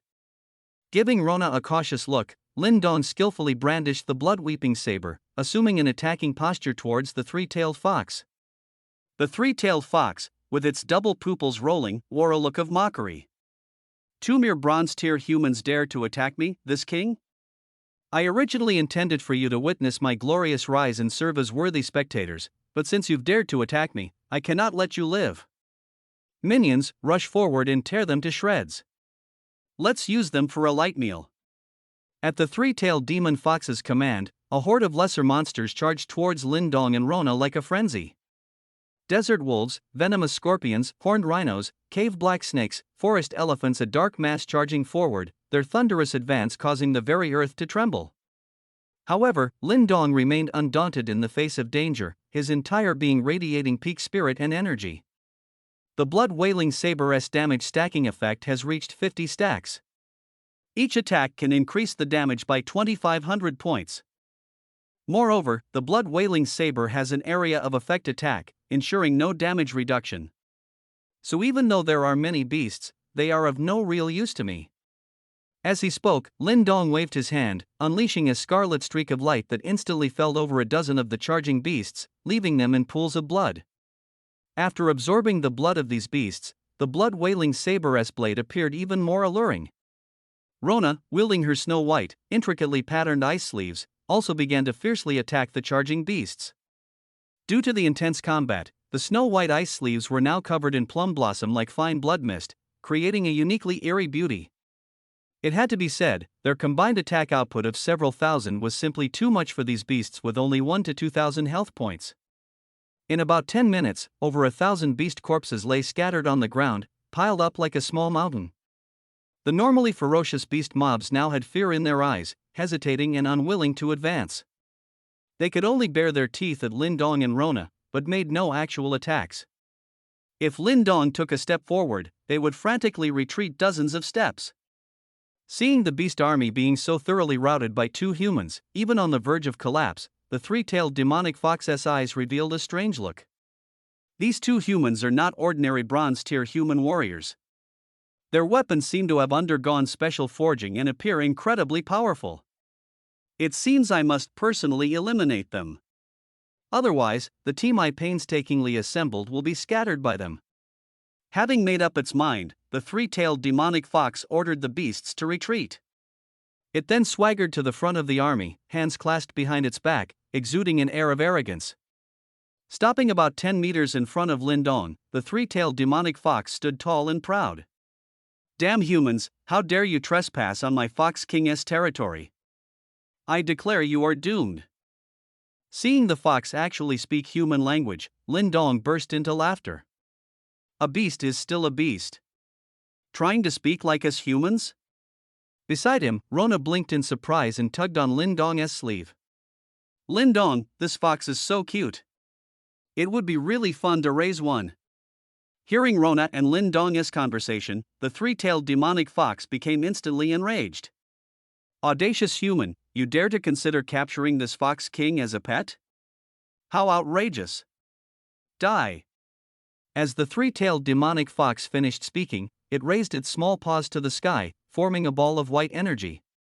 It began to chant incantations, clearly initiating an attack. Lindong's expression changed as he felt the surrounding energy field rapidly shifting. Waves of danger were converging towards him and Rona. "This is bad, we need to dodge." Lindong pulled Rona and quickly retreated.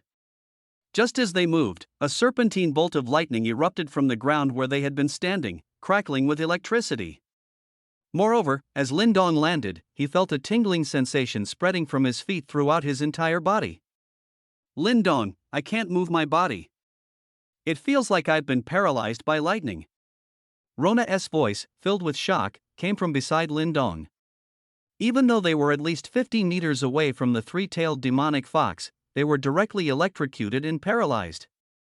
Lindong struggled to control his body, pulling Rona to leap away again.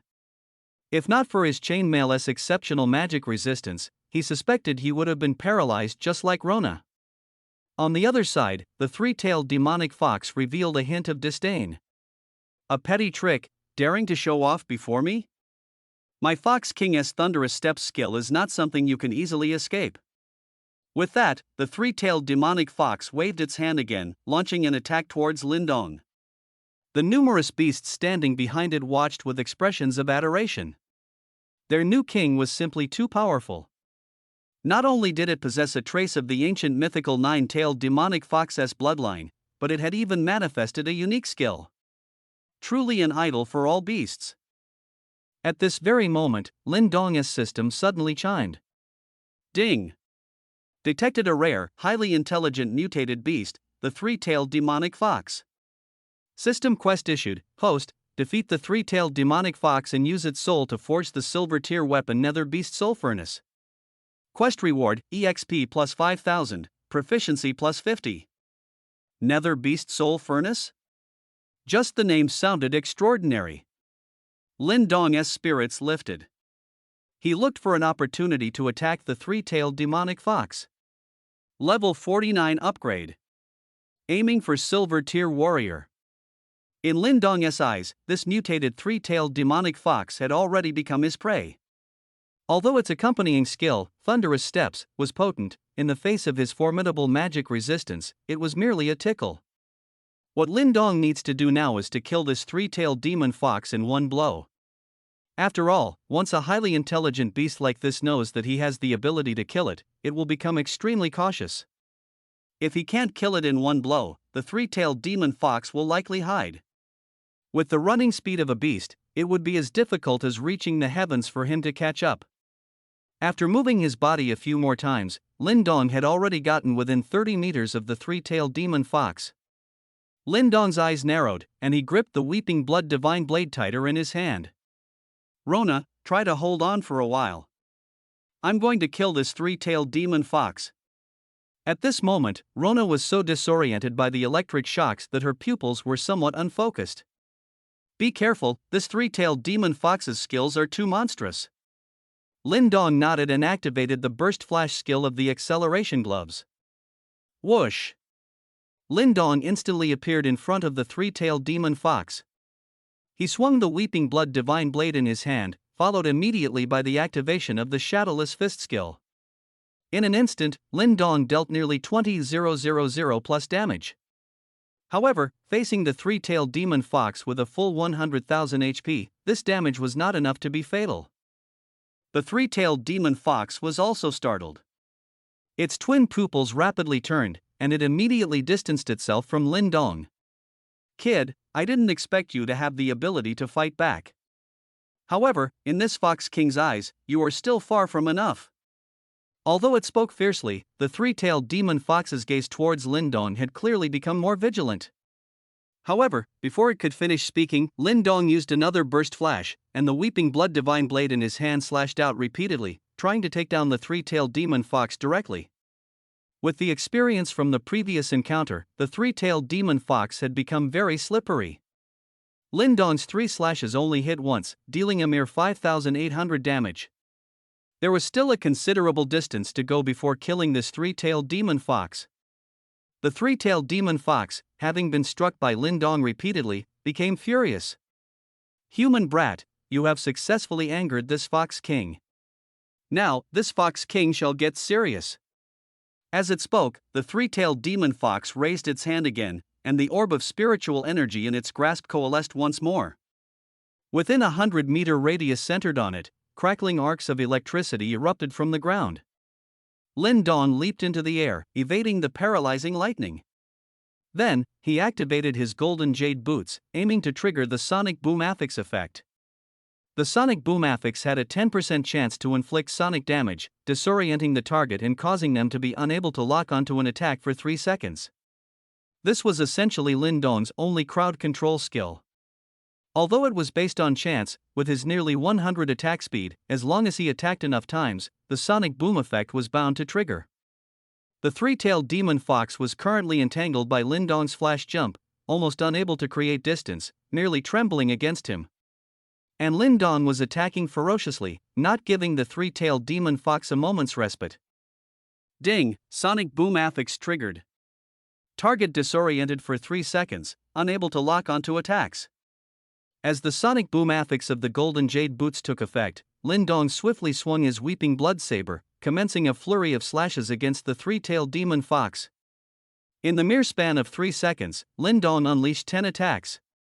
In an instant, he dealt 58,000 damage to the three-tailed demon fox. The three-tailed demon fox's health bar was instantly reduced to 1/5 of its total. If the sonic boom effect triggered one more time, Lin Dong could directly slay the three-tailed demon fox. However, the now sober three-tailed demon fox also realized Lin Dong's formidable power.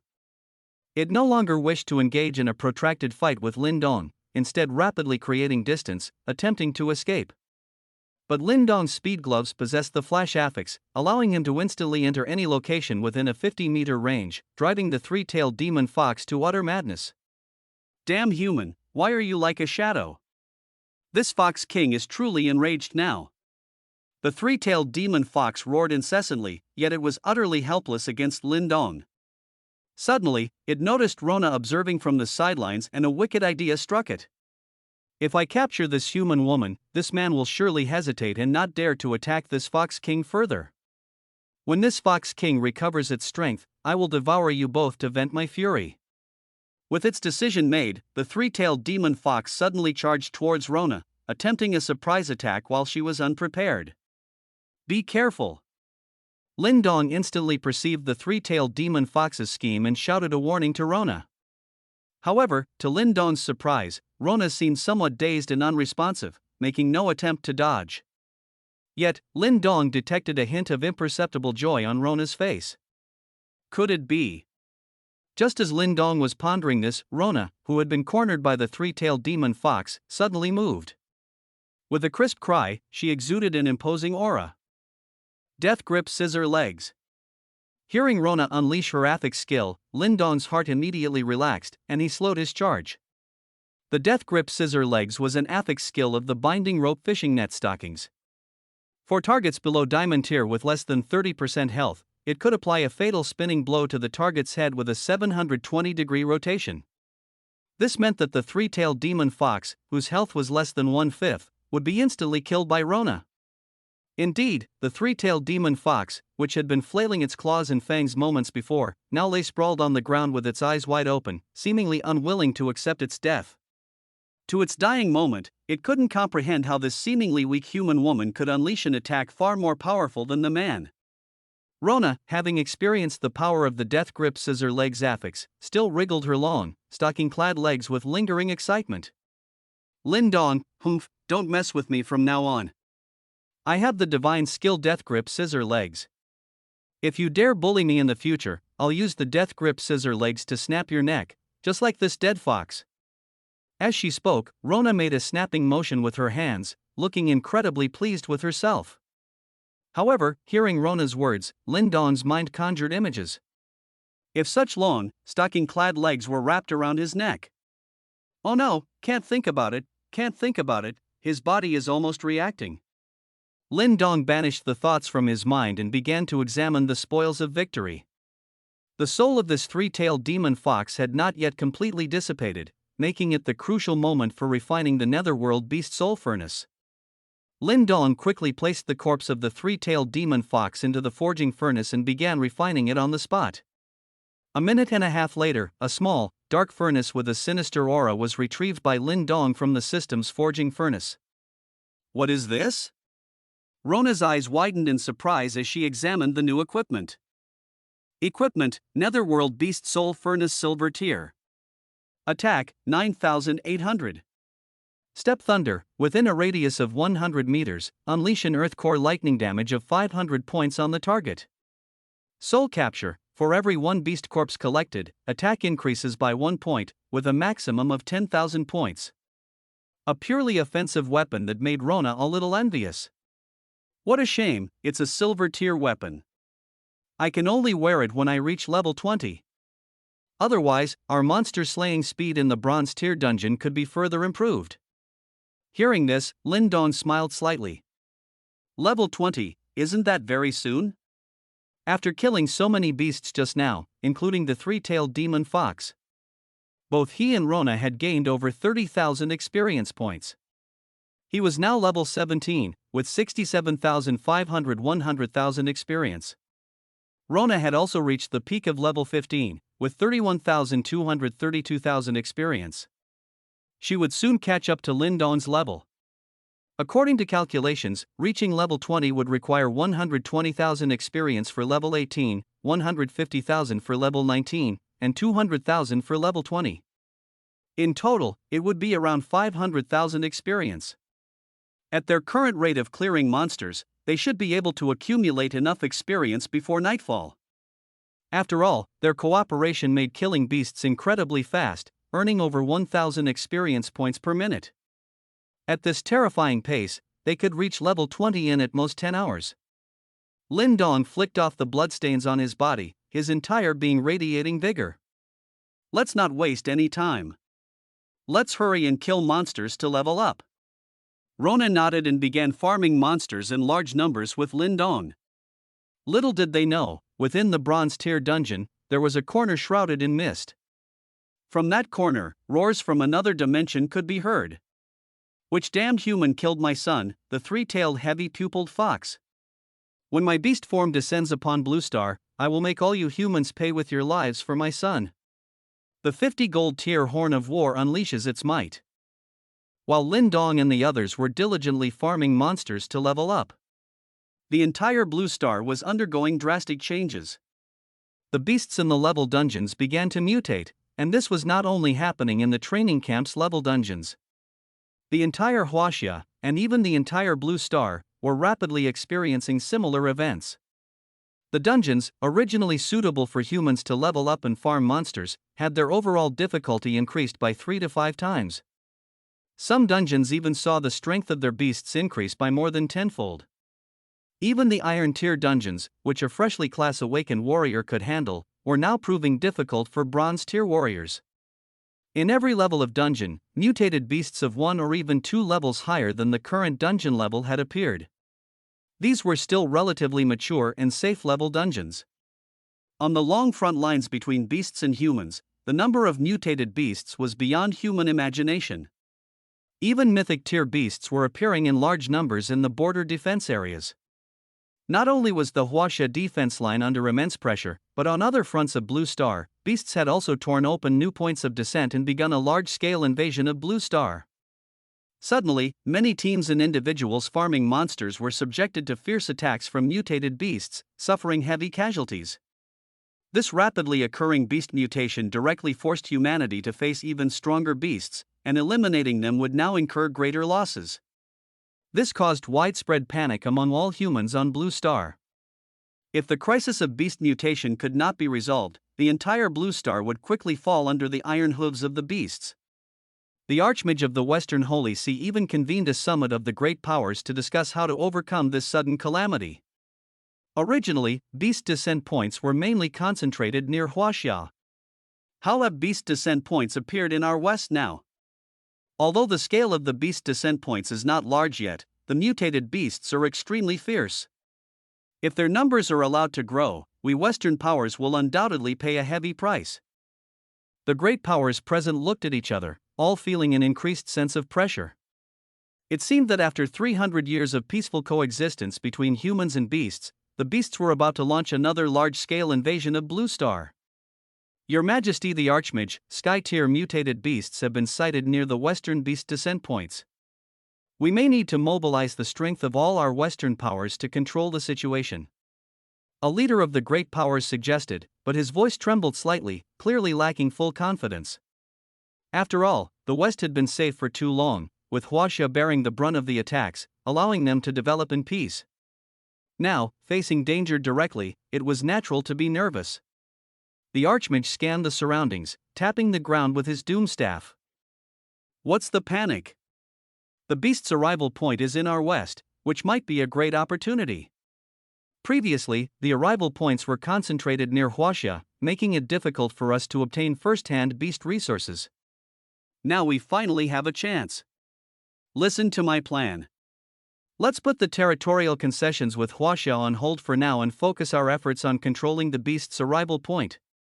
While the Western powers were anxiously discussing the beast's arrival point, a world-shattering battle had already begun in Huaxia.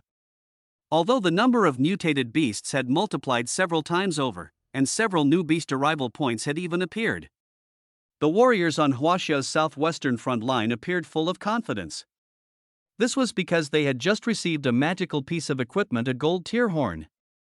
They had personally witnessed the power of this team combat equipment during a live broadcast. At this moment, Pang Yu, the deputy commander of the southwestern front line, reverently held this divine artifact, his excitement evident. Warriors, our savior has arrived. With this equipment, we can finally fight against the damned army of mutated beasts. Immediately assemble 10,000 warriors, and we will repel the mutated beasts besieging the front line.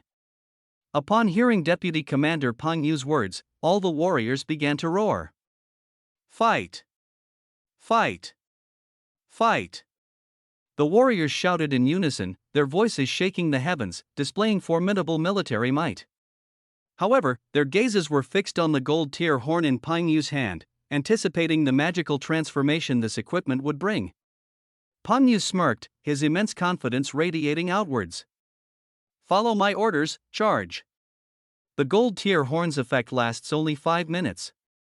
Once the time is up, retreat immediately. With that, Pang Yu blew the gold tier horn. Whoa! A desolate and majestic sound instantly echoed throughout the entire border defense line, making every warrior who heard it feel their blood boil. Team morale plus 10,000, each member's attack plus 10,000, defense plus 10,000, current team members 10,000. The gold tier horn made every warrior as powerful as a legendary tier war god. At this moment, they stared at the massive glowing screen, like a circular scimitar, swiftly entering the battlefield to shred the mutated beasts. Along the way, the mutated beasts, which had been arrogant and invincible, were all instantly annihilated, turning into clouds of blood mist and corpses. 10,000 war gods were simply too terrifying. Even legendary tier mutated beasts were killed in a single blow. Only sky tier beasts could barely resist and escape with their lives. In an instant, the entire front line was littered with beast corpses. This 5-minute charge left behind tens of thousands of beast corpses. The results were remarkable. But around the defense line, there are at least tens of billions of mutated beasts gathered. This immense victory seemed insignificant in the face of the sheer number of beasts. After a swift retreat, all the warriors wore expressions of excitement and surprise. In the past 5 minutes, they had experienced unprecedented power. If the gold tier horns effect had lasted longer, they could have cut through this beast army. Deputy Commander Peng Yu nodded with satisfaction. At this rate, they could quickly eliminate beasts of Iron tier to Legendary tier. Then, the remaining Sky tier Mythic tier beasts could be ground down slowly. Moreover, the harvest this time was enormous. The corpses of the slain beasts were excellent materials for forging equipment. If sent to the rear, a batch of handy equipment might be produced. An hour later, the gold tier horns cooldown ended, and Peng Yu once again organized a charge involving tens of thousands of soldiers. The harvest was immense this time, directly killing one Sky tier mutated beast and tens of thousands of other ranked beasts. Sensing the ferocity of the human forces, the agitated beasts gradually calmed down and began tentative attacks on Huaxia's warriors to minimize casualties. The critical situation at the southwest defense line was completely alleviated. Marshal Xiao, upon hearing this news, finally relaxed his furrowed brow of many days and happily ate 3 large bowls of rice. Excellent, the gold tier horns effect is truly immense. If more gold tier horns were deployed to the southeast and northwest defense lines, our Huaxia borders would be completely stable. Rubbing his hands, Marshal Zhao's eyes held an ineffable excitement. He was extremely satisfied with his newly accepted disciple, Lin Dong. The emergence of this divine blacksmith could only be described as an act of providence, heaven's favor upon Huaxia. His gaze shifted to the guards standing beside him.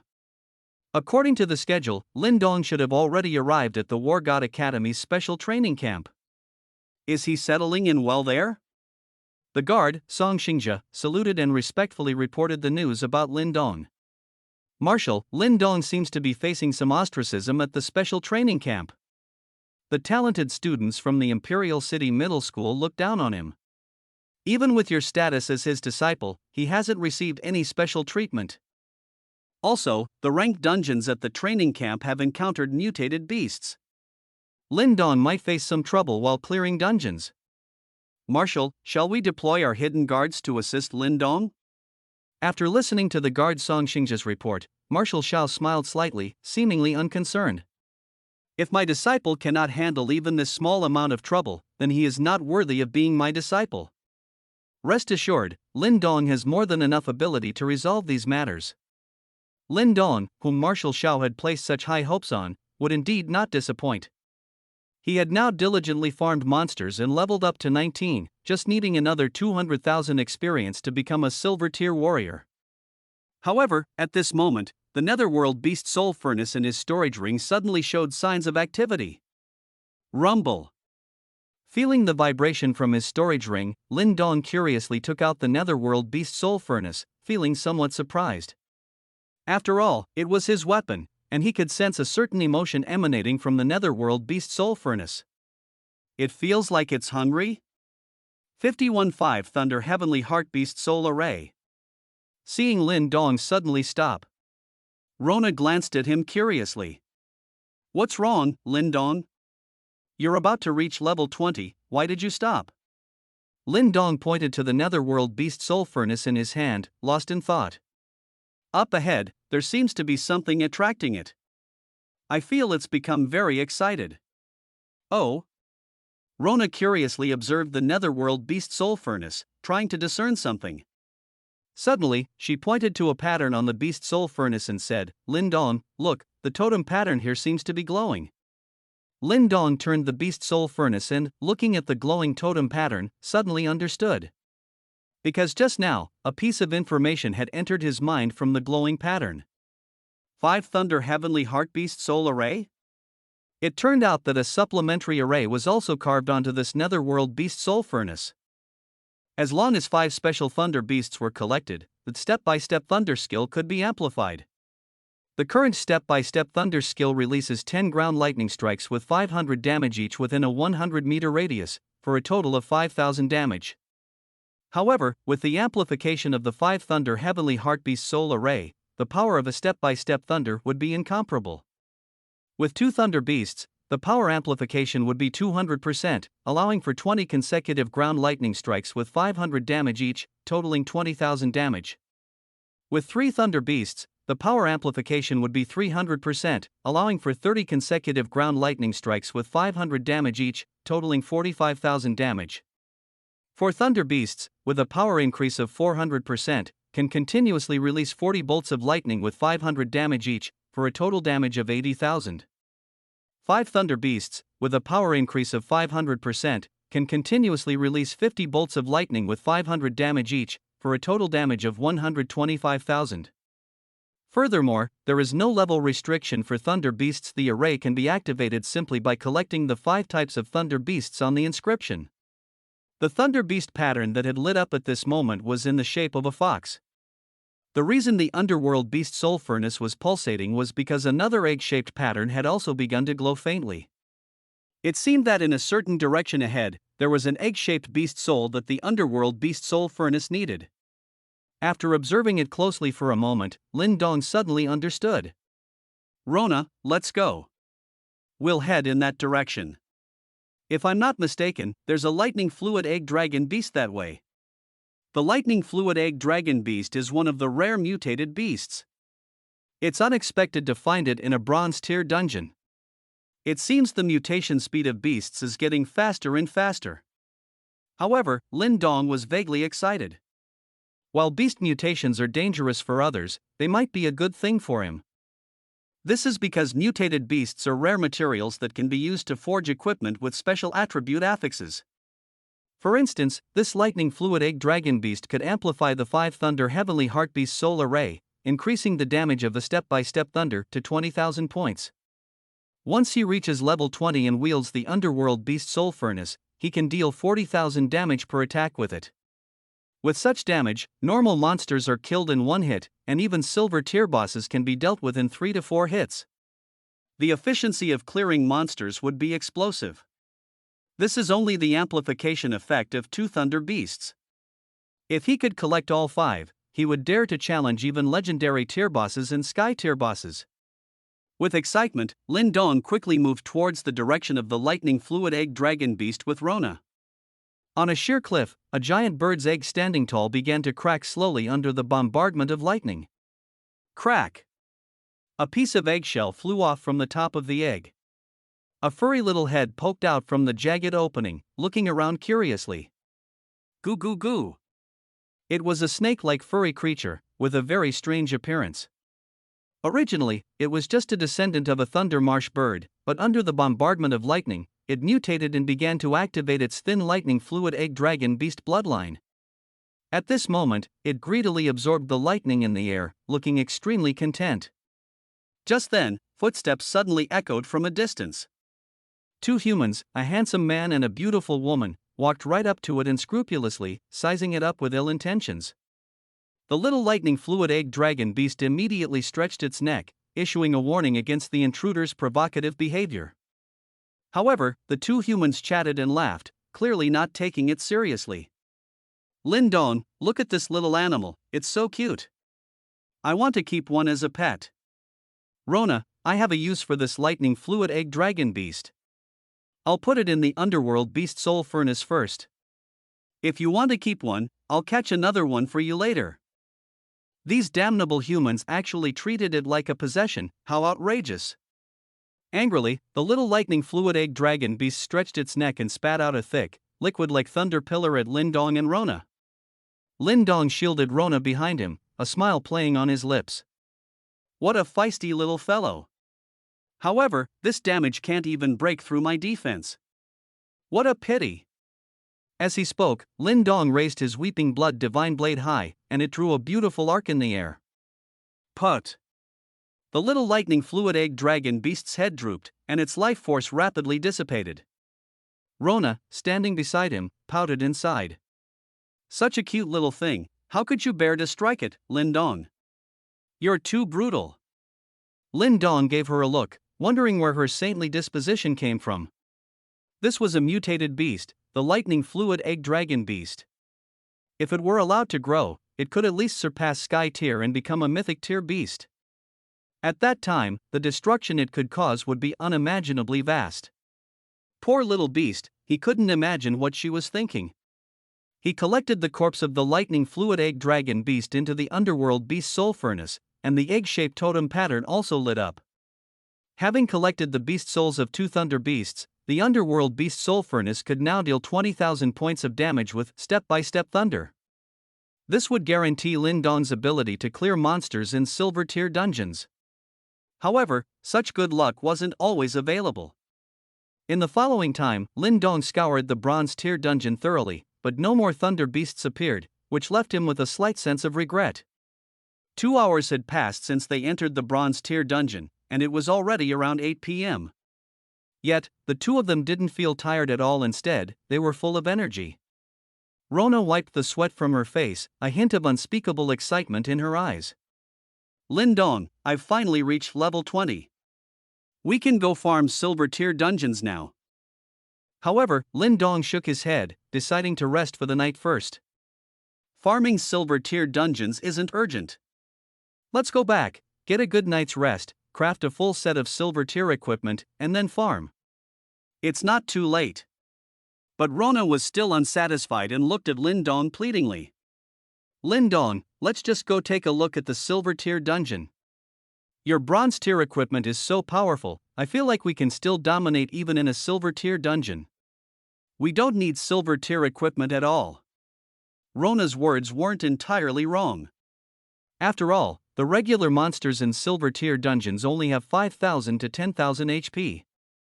With her current damage of 3 to 4,000, she could take them down in 2 hits. But in Lin Dong's opinion, if monsters couldn't be cleared in groups, the efficiency would still be too low. Rushing into a silver tier dungeon recklessly would simply be a waste of time. After all, if he wore a full set of silver tier equipment, his output would be at least 10,000, and the efficiency of killing monsters would be more than 10 times higher than it is now. However, Rona was currently very enthusiastic, and it was difficult for him to refuse. We agreed to just take a look. Don't fight. We also need to hurry back and craft silver tier equipment. We've been farming monsters for a long time today. We should rest. Only by balancing work and rest can we improve faster. Rona stuck out her tongue playfully at Lin Dong, who was nagging endlessly, looking very mischievous. I know, I'm just more curious. Upon arriving at the silver tier dungeon, both of them clearly felt that this dungeon was much more vast than the previous bronze tier dungeon. Moreover, the beasts within the silver tier dungeon were much larger in size. Their purpose for this trip was to familiarize themselves with the terrain, so they didn't kill many monsters. They simply toured the area quickly to select their farming spots for tomorrow. Just as they were walking and talking, the sound of a fight ahead caught their attention. Shuahong, you must hold on. Don't you dare die. You have to wait for me to come back. Cui Shuanya, don't worry about me. Go quickly and report to Tactical Instructor Ding, tell him to come rescue us. If it's too late, we might all perish here. Lin Dong and Rona exchanged a glance, seeing the confusion in each other's eyes. It's Shuahong and the others, they seem to be in danger. Let's go and see. The two of them hid their figures in the bushes and looked towards the combat area. 52, should I save them or not? With just one glance, Lin Dong's heart trembled. Because in the arena, there was a 2-headed bloody toad, entirely crimson, unleashing its might. Although it had less than half its health remaining, it displayed immense combat power. The tongues flying everywhere made Lin Dong's eye twitch. This toad is so strong. If Lin Dong wasn't mistaken, this blood-colored toad was also a mutated beast. Judging by the strength of its attacks, it was at least gold tier, making it an absolute boss in this silver tier dungeon. With 500,000 health and over 1,000 attack and defense, it was beyond the capabilities of any ordinary silver tier warrior. Shuahong and his team, who were considered top-tier silver tier combatants, were now completely overwhelmed and unable to retaliate. Shuahong rose from the pool of blood, drank the last healing potion, and his eyes were filled with despair. The Dark Knight priest, Yao Qingxing, had collapsed on the ground, completely drained of magical energy. Blade Maniac Song Tianke leaned on his single sword, looking utterly exhausted. Only Sword Saint by Xing Xue maintained his sword-drawing stance, but he too appeared to be at his limit. All hope now rested on Cui Xianya, who was attempting to escape the battle. The hope was that he could relay the message about the mutated beast, allowing tactical instructor Ding Taichou to come to their rescue. Seeing this horrific scene, Rona's heart was filled with pity. Lin Dong, should we save them? Lin Dong tilted his head, looking at her, unsure why she would ask such a question. Why should we save them? We're not exactly close. Rona, however, clearly had her own thoughts and looked earnestly into Lin Dong's eyes. Lin Dong, I know you're still angry with them, but I believe we should help them. Rona's expression was serious, indicating this was not simply an act of undue compassion. She then provided Lin Dong with well-reasoned arguments that he found quite compelling. You are Marshal Zhao's disciple. You cannot act solely based on personal feelings, you must learn to consider the bigger picture. The situation in Huaxia is precarious. Every young genius will become a key force against the beast army. We must think about Huaxia's overall interests. Moreover, Teacher Ding, our tactical instructor, has repeatedly emphasized unity and friendship. We should set an example. Most importantly, these individuals will be our classmates who we'll spend our days with. Their potential is significant, and they act with genuine emotion. If you can win them over, they might become your valuable assets in the future. After hearing Rona's words, Lin Dong unconsciously stroked his chin. Honestly, he hadn't really considered these points Rona raised. But upon further reflection, they made a lot of sense. Although Lin Dong was a powerful blacksmith capable of arming a formidable force at any time, without trustworthy individuals by his side, his endeavors would be hampered. While Xue Hong and the others had foul tempers, they were genuine. If they could be cultivated into loyal allies, it would be a good choice. After all, fighting alone is never as effective as having a reliable team. After a moment's hesitation, Lin Dong decided to give these individuals a chance. With this thought, Lin Dong stood up, resolving to intervene and rescue them.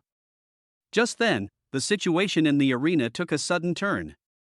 The twin-headed blood-colored toad's attention was drawn to Cui Xianya, who was on the verge of escaping. One of its heads rapidly turned, its mouth opened, and a long, blood-red tongue shot out, coiling around Cui Xianya. Caught off guard, Cui Xianya was yanked back by the toad, on the verge of becoming its next meal. Xue Hong and the others were shocked their last hope was extinguished. No! Xianya! As Xue Hong cried out, Sword Saint Bai Xingxue, who was nearby, suddenly moved. His sword, previously sheathed, was drawn with lightning speed, flashing with a brilliant light. A radiant beam shot out, slicing towards the toad's tongue. Put! The toad's tongue was severed in mid-air, erupting into a massive spray of blood in a gruesome spectacle. Freed from the severed tongue, Cui Xianya fell heavily to the ground, his eyes vacant as he struggled to escape the shadow of death. Bai Xingxue, having expended all his strength, also collapsed to the ground with a thud. However, the toad, having its tongue severed, was enraged by the pain and let out a furious croak. It turned its other head towards Bai Xingxue, preparing to strike first. The 5 individuals, completely devoid of combat capability, couldn't help but close their eyes. It's over. They would all die here today. But the outcome they expected never came. After a long while, they still hadn't heard any movement from the toad. Xue Hong was the first to open his eyes, cautiously looking around. He saw the blood-colored toad warily observing 2 young people not far away, in a defensive posture. Could it be that war god Ding Taichou had arrived, commanding such respect from the blood-colored toad? Xue Hong looked expectantly towards the rear, but his expression immediately fell into a grimace. It wasn't war god Ding Taichou who had arrived, but the 2 trash classmates from their middle school, Lin Dong and Rona. Lin Dong was seen standing at the rear, holding the blood-weeping saber, majestic and imposing, with the tip of the saber pointing at one of the heads of the scarlet toad. Rona, on the other hand, held a blood-stained printed ice sleeve, floating gracefully like a fairy descending to the mortal realm. Xue Hong shook his head. These 2 must have discovered that they were injured and intended to come to their rescue. But this scarlet toad was too powerful, and they were surely no match for it, and might even lose their lives in vain. So Xue Hong couldn't help but shout, "You 2 hurry and leave, don't throw your lives away. This scarlet toad is too powerful, quickly go find Tactician Ding to avenge us." However, he didn't consider how Lin Dong and the others managed to enter the silver tier dungeon. After all, when they parted ways in the morning, Lin Dong was only level 16, and Rona was only level 1. And now, both of them were level 20. This terrifying leveling speed was absolutely unheard of by him. But now, his mind was filled with urging Lin Dong and Rona to escape, completely ignoring this crucial point. Lin Dong heard Shui Hong shout and gave him a deep look. This Shui Hong has a decent character, worth nurturing. Praising him inwardly, Lin Dong began to calculate how to quickly deal with the Scarlet Toad. But Cui Xianya, lying on the ground, once again taught Lin Dong a lesson. She was seen adjusting her messy purple hair, a sneer involuntarily escaping her lips. Shui Hong, if they want to play the hero, let them. It's useless to persuade someone rushing to their death. People like that aren't worth pity. Lin Dong's eyebrows furrowed. What's wrong with this woman? Even when death is imminent, she still can't help but mock people? Could it be that she was abandoned by some man, making her so cynical? Seeing Lin Dong's disgusted expression, Cui Xianya couldn't help but intensify her taunts. Lin Dong, what's with that look? This young lady, look down on reckless people like you. The 5 of us couldn't defeat this Scarlet Toad, so can you, a mere blacksmith, be stronger than all 5 of us? But in the next second, she was swept by Lin Dong's icy gaze and was too scared to speak. That gaze was incredibly terrifying, cold and devoid of any human emotion, even carrying a certain vicissitude of time. She had only seen such a terrifying gaze in her father, a man of high status. How could it appear on a young man like Lin Dong? Before she could react, Lin Dong from behind took a step forward, stirring up a whirlwind at the spot. Cui Xianya, let me tell you, I'm saving them. As for you, you're just a free rider. With that, Lin Dong gave Rona a look. After I finish my combo, you use the deadly scissor kick. We absolutely cannot let it have a chance to attack us. Rona nodded, her eyes filled with seriousness. After all, it was their first time facing a gold tier boss, and it would be a lie to say she wasn't nervous. She and Lin Dong had just promoted to level 20 as silver tier warriors. The gap in such a cross-level battle was simply too vast. Lin Dong, be careful. Meanwhile, Lin Dong, holding the blood-weeping saber in his left hand and the netherworld beast soul furnace in his right, charged straight ahead. Slash. Kill the Scarlet Toad in 53 seconds, forge the Miaozhong 10,000 Poisons Cauldron. Lin Dong also charged forward with the mindset of risking his life. He was still wearing bronze tier armor. Although the stats were decent, it was indeed a bit of a stretch to deal with this mutated gold tier boss. According to Lin Dong's calculations, the blood-weeping saber could deal 5,800 damage, the netherworld beast soul furnace with its attack and skill could deal 39,800 damage, the dual accelerating gloves with the shadowless fist could deal 20,000 damage, plus his own 3,300 basic attack. His current combo could deal a maximum of about 70,000 damage. And the Scarlet Toad had less than half of its health remaining, which was about 200,000 HP. After his combo burst, the Scarlet Toad's health would drop directly below 30%. With good coordination, this amount of health could be directly finished off by Rona's deadly scissor kick. However, this kind of Scarlet Toad, when its health is low, is extremely prone to bursting and healing, returning to its peak state, or even undergoing new mutations. Therefore, the timing must be precise. Once they fail, they would undoubtedly fall into danger as well. As the Scarlet Toad saw Lin Dong charging towards it, the bulging eyes on both sides instantly turned from grayish-white to black, and its gaping maw opened. Croak, croak, croak.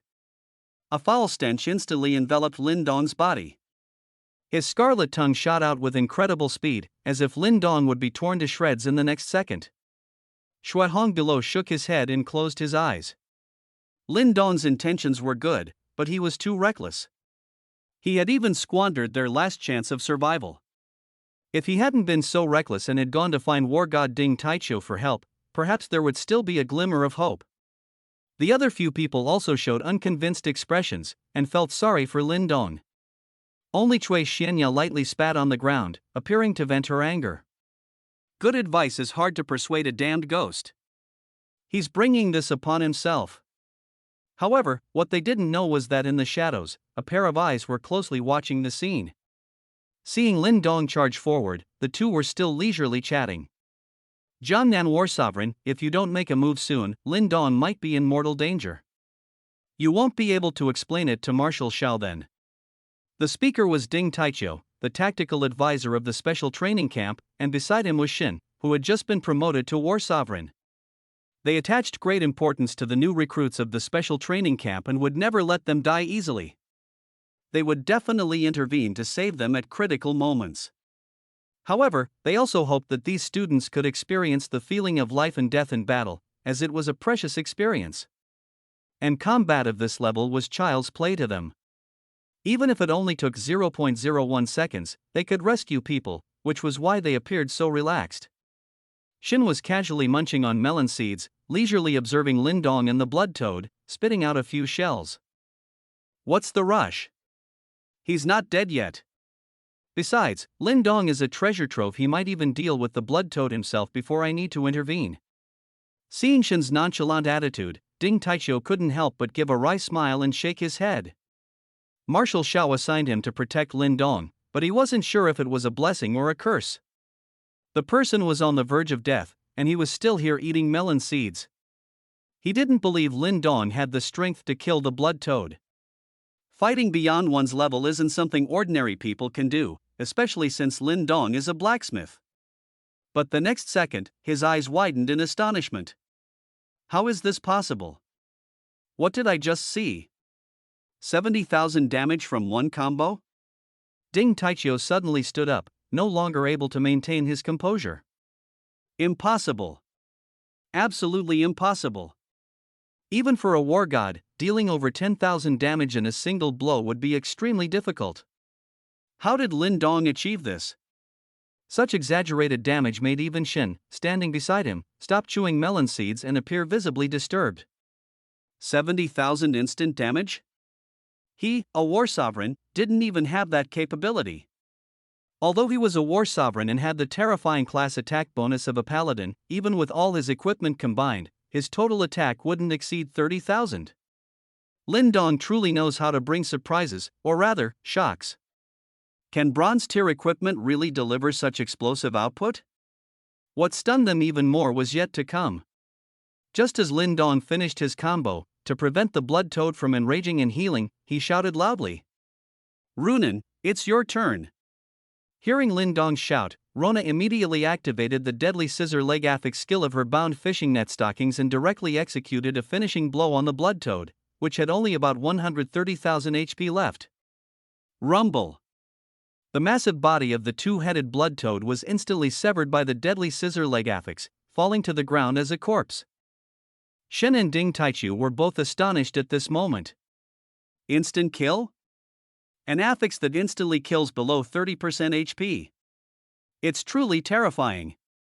Only Lin Dong could probably forge such a divine affix equipment. Ding Taiqiu gulped and clenched his storage ring. If Lin Dong were to forge a set of equipment for me, how much would it cost? My requirements aren't high. Bronze tier equipment would be fine. Shen rolled his eyes at him, a slight smirk playing on his lips. Seeing Ding Taiqiu acting so out of his depth was truly a disgrace to a war god. However, his hands gently caressed his two bronze tier acceleration gloves, showing great fondness. Fortunately, he met Lin Dong early and obtained the two acceleration gloves, becoming a standout among war sovereigns. But speaking of which, if Lin Dong could craft a set of equipment for him, could he also become stronger? His requirements weren't high either. He just wanted to achieve 70,000 damage in a single combo like Lin Dong. While the two big shots were secretly having their own thoughts, Lin Dong, in the arena, gently put away the corpse of the two-headed blood toad. This was because the system had just issued another temporary quest. Ding, detected mutated beast two-headed blood toad corpse. System issues temporary quest, please craft the silver tier weapon Myriad Poisons Gourd of Miao territory. Myriad Poisons Gourd forging recipe issued. Please complete the forging quest within half an hour. Reward EXP plus 10,000, proficiency plus 10. Lin Dong's heart rejoiced. Judging by its name, the Myriad Poisons Gourd of Miao territory sounded like a good weapon. Now that he had the netherworld beast soul furnace, this myriad poison's gourd would be a perfect weapon for Rona. He tidied up the blood mist on his body and prepared to leave with Rona.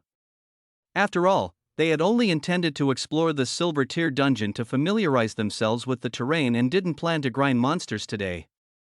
As for rescuing Shui Hong and the others, it was merely a convenient act. Whether they would appreciate it or if Lin Dong should invest in them, that remained to be seen. Tonight, they would return to rest well and craft a set of silver tier equipment for himself and Rona. Tomorrow, they would officially start grinding, aiming to reach level 29, or even 30, in a single day. Seeing Lin Dong and Rona leave directly, Shui Hong stood up with shame and bowed deeply to Lin Dong. Lin Dong, thank you for saving us. If it weren't for you, we would have been annihilated today. However, Lin Dong just smiled and waved his hand, as if he had done something insignificant. We are all classmates, and it's natural to help each other. Instructor Ding taught us well. Lin Dong's slight show-off made Shui Hong and the others feel even more ashamed.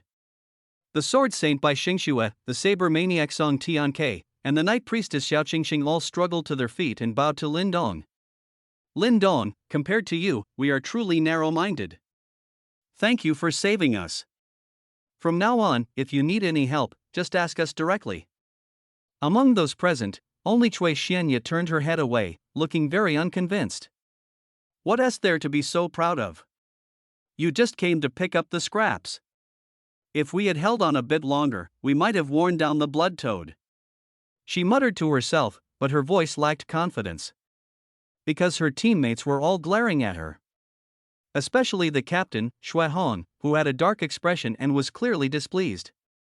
Cui Xianya, watch your words. If it weren't for Lin Dong this time, we would have died long ago. How can you be so ungrateful? Apologize to Lin Dong immediately. What, you want me to apologize to him? Is he worthy? Cui Xianya jumped up as if her tail had been stepped on. She came from a noble war sovereign family. How could she apologize to someone from a small county town? But while they were arguing, Lin Dong had already taken Rona and left gracefully. In Lin Dong's heart, Cui Xianya had already received a big cross mark. As for the other four, they could be cultivated properly. Lin Dong quite liked people who knew how to repay kindness. After returning to their room, Lin Dong could not wait to take out the corpse of the blood toad and prepare to forge the myriad poison's gourd of Miao territory. 54 combat power source, building a faction base. Lin Dong had all the materials needed for the myriad poison's gourd of Miao territory in his storage ring. However, forging equipment consecutively consumed a great deal. After only one day in the special training camp, 1/3 of the materials in his storage ring had been used up. It was truly like money flowing down the drain, which made Lin Dong gasp in amazement. No wonder they say blacksmith is a money-burning class. Ordinary people simply can't afford it. The materials he had gathered in his ring were worth at least tens of billions of Huaxia currency.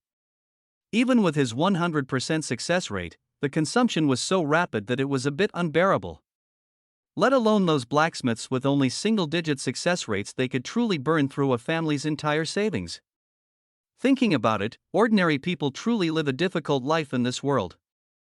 After preparing the materials, Lin Dong threw them all into the system's forging furnace. 2 minutes later, a cup that was completely black but emitted a green fluorescent light was directly taken out by him. Equipment, myriad poison's gourd of Miao territory silver tier. Health, plus 10,000. Attack, plus 9,100. Poisoning skill, inflicts continuous poison damage on the target, 1,000 damage per second for 15 seconds. Damage amplification, poisoning skill damage increases by 100% on targets with health above 70%.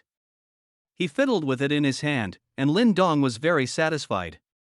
With this piece of equipment, Rona's overall attack power was almost catching up to his, who possessed the underworld beast soul furnace. Here, this weapon is yours. He said it very casually, as if the myriad poison's gourd of Miao territory was just an ordinary toy. Hee, new equipment again. She reached out, took it, played with it for a bit, and Rona directly bound it. Perhaps it was because she had been with Lin Dong for a long time, but Rona no longer found this equipment astonishing. Holy Shin, who was secretly protecting Lindong outside the door, knew how precious this weapon was. He munched on sunflower seeds, full of envy. TSK, this young girl has latched onto the right person. As long as she stays by Lindong's side, her future achievements will be limitless. Lindong's forging had not stopped. The system had already awarded him the rewards for forging the myriad poisons gourd of Miao territory. However, the system immediately issued a new temporary mission, to forge a set of silver tier equipment for Rona. Ding, system has issued a temporary mission. Host, please forge a silver tier leveling set for Rona. The equipment forging recipe has been issued. Silver tier leveling set, cloud hair glazed hairpin, silver tier enchanting mask, slim fit flight attendant suit, external cup bra, gold thread water infused shawl, chastity inducing mature woman stockings, high top white deer boots.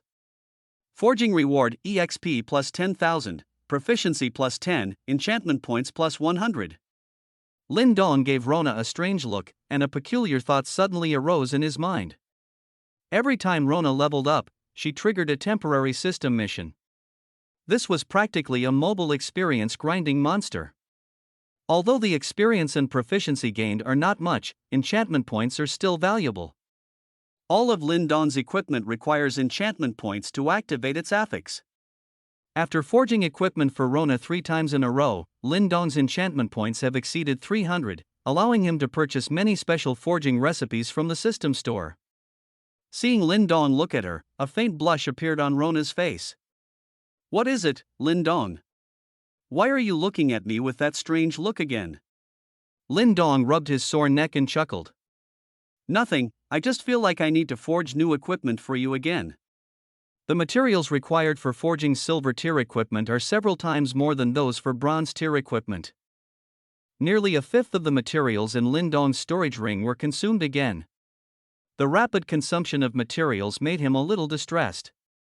At this rate, these materials would only be enough for him to craft the gold tier leveling equipment.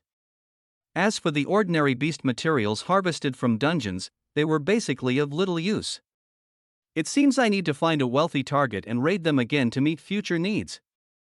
About 10 minutes later, Rona's silver tier set was forged. It's unclear if the system did it on purpose, but the new set mostly inherited the affixes from the bronze tier set, though the overall affix stats saw significant improvements. With the new equipment equipped, Rona's combat power surged several times over. Just a full set of silver tier equipment gave her the confidence to fight a war sovereign. Name, Rona. Class Paladin. Level, 20. HP, 23,000. Attack, 15,500. Defense, 3,100. Magic defense, 3,100. Agility, 80. Attack speed, 200. Movement speed, 100. Evasion, 30. Health Regan Cloud Hair Glazed Hairpin, restores 200 HP per second. Exorcism Silver Tier Enchanted Mask, immune to 8,000 magic damage every 3 seconds. Clone Air Stewardess Uniform Set, creates a phantom clone lasting 3 seconds, inheriting 50% of the wearer's stats, attacking the target. Resistance Aura Outer Bra Cup Bra, negates 150 normal attack damage per second. Damage over time Gold Silk Moisturizing Shawl, each hit on the target deals 800 damage over 5 seconds. Phase Shift White Deer High Boots, active skill, grants plus 200 movement speed and plus 100 evasion for 5 seconds, with a 1-minute cooldown. Deadly Scissor Legs Celibate Mature Woman Stockings, for targets below Sky Tier, can inflict a 720-degree fatal blow to the head when below 30% HP. Poison Skill Myriad Poisons Gourd of Miao Territory, inflicts continuous poison damage to the target, 1000 damage per second for 15 seconds. Increased damage Myriad Poisons Gourd of Miao Territory, poison skill damage increased by 100% on targets with over 70% HP. Except for the base HP being significantly lower than a war sovereign's, her combat power and defense are already comparable to a war sovereign's. As for a war god, they probably couldn't even defeat the current Rona. With this set of equipment, the silver tier dungeon journey tomorrow should be smooth sailing. As for Lindong's own equipment, the system hadn't made any recommendations. Lindong had to meticulously search through the vast library of forging recipes, causing the forging to pause temporarily. However, Lin Dong wasn't in a hurry. With the Netherworld Beast Soul Furnace in hand, he could run rushot in the Silver Tier dungeon even without updated equipment. Besides, it was already very late. He decided to get a good night's sleep first. The next day, when Lin Dong woke up and opened his door, he was stunned by the scene before him. Shui Hong and the other team members were standing respectfully outside the door, seemingly waiting for Lin Dong to wake up. As soon as Lin Dong stepped out, Shui Hong immediately cupped his fists in greeting with pleasant surprise. He then subtly signaled to the others behind him. Instantly, except for Cui Xuanya's reluctant mumbling, the other three sincerely and respectfully shouted to Lin Dong, "Good morning, Captain." Lin Dong looked at Shui Hong and the others with confusion, blinking his eyes. What's going on? How did I wake up and become the captain? Seeing Lin Dong's bewilderment, Shui Hong quickly explained. Lin Dong, we had a meeting last night and decided to make you our captain. You'll lead us in grinding and leveling up. We'll all follow your command once we enter the Forgotten Land. Oh? Lin Dong secretly rejoiced. It seemed these people were about to become his subordinates. But it was difficult to determine if they were truly obedient yet. It would be better to make them go through the 3 visits to the thatched cottage routine first. This would not only satisfy his need to show off but also test their sincerity. Therefore, Lin Dong maintained a poker face and directly refused. You want me to be captain, so I'll just be it? That makes me seem too casual. No, I have important matters to attend to and no time to be your captain. Seeing Lin Dong's feigned reluctance, Shui Hong chuckled and stepped forward. Captain, don't rush to refuse. This is a small token of our appreciation. Please don't reject it. Shui Hong took out a storage ring and forcefully thrust it into Lin Dong's hand. Lin Dong's eyes narrowed. Oh, what's this? Trying to test an official? He should check the contents of the ring first before making any further decisions. So Lin Dong willed it and began to scan the contents of the storage ring. He was startled by what he saw. There were really good things in here. This storage ring was filled with materials of gold tier or higher, and even a few mythic tier and sky tier items. The value of the materials in the storage ring was conservatively estimated at 200 billion Huaxia coins. For Lin Dong, who was short on forging materials, this was a massive windfall. The descendants of these influential families are truly generous. With such sincerity, how could Lin Dong possibly refuse? Grumbling, Lin Dong swallowed and his expression instantly turned amiable. This. Oh my, why are you all being so formal? Do I look like such a greedy person? Please don't do this again. Seeing Lin Dong's insatiable greed, the purple-haired beauty Cui Xianya showed a look of disgust. Humph, a nobody who's gotten lucky. Your attitude, it's really. However, everyone else felt a sense of relief, truly worried that Lin Dong might not agree.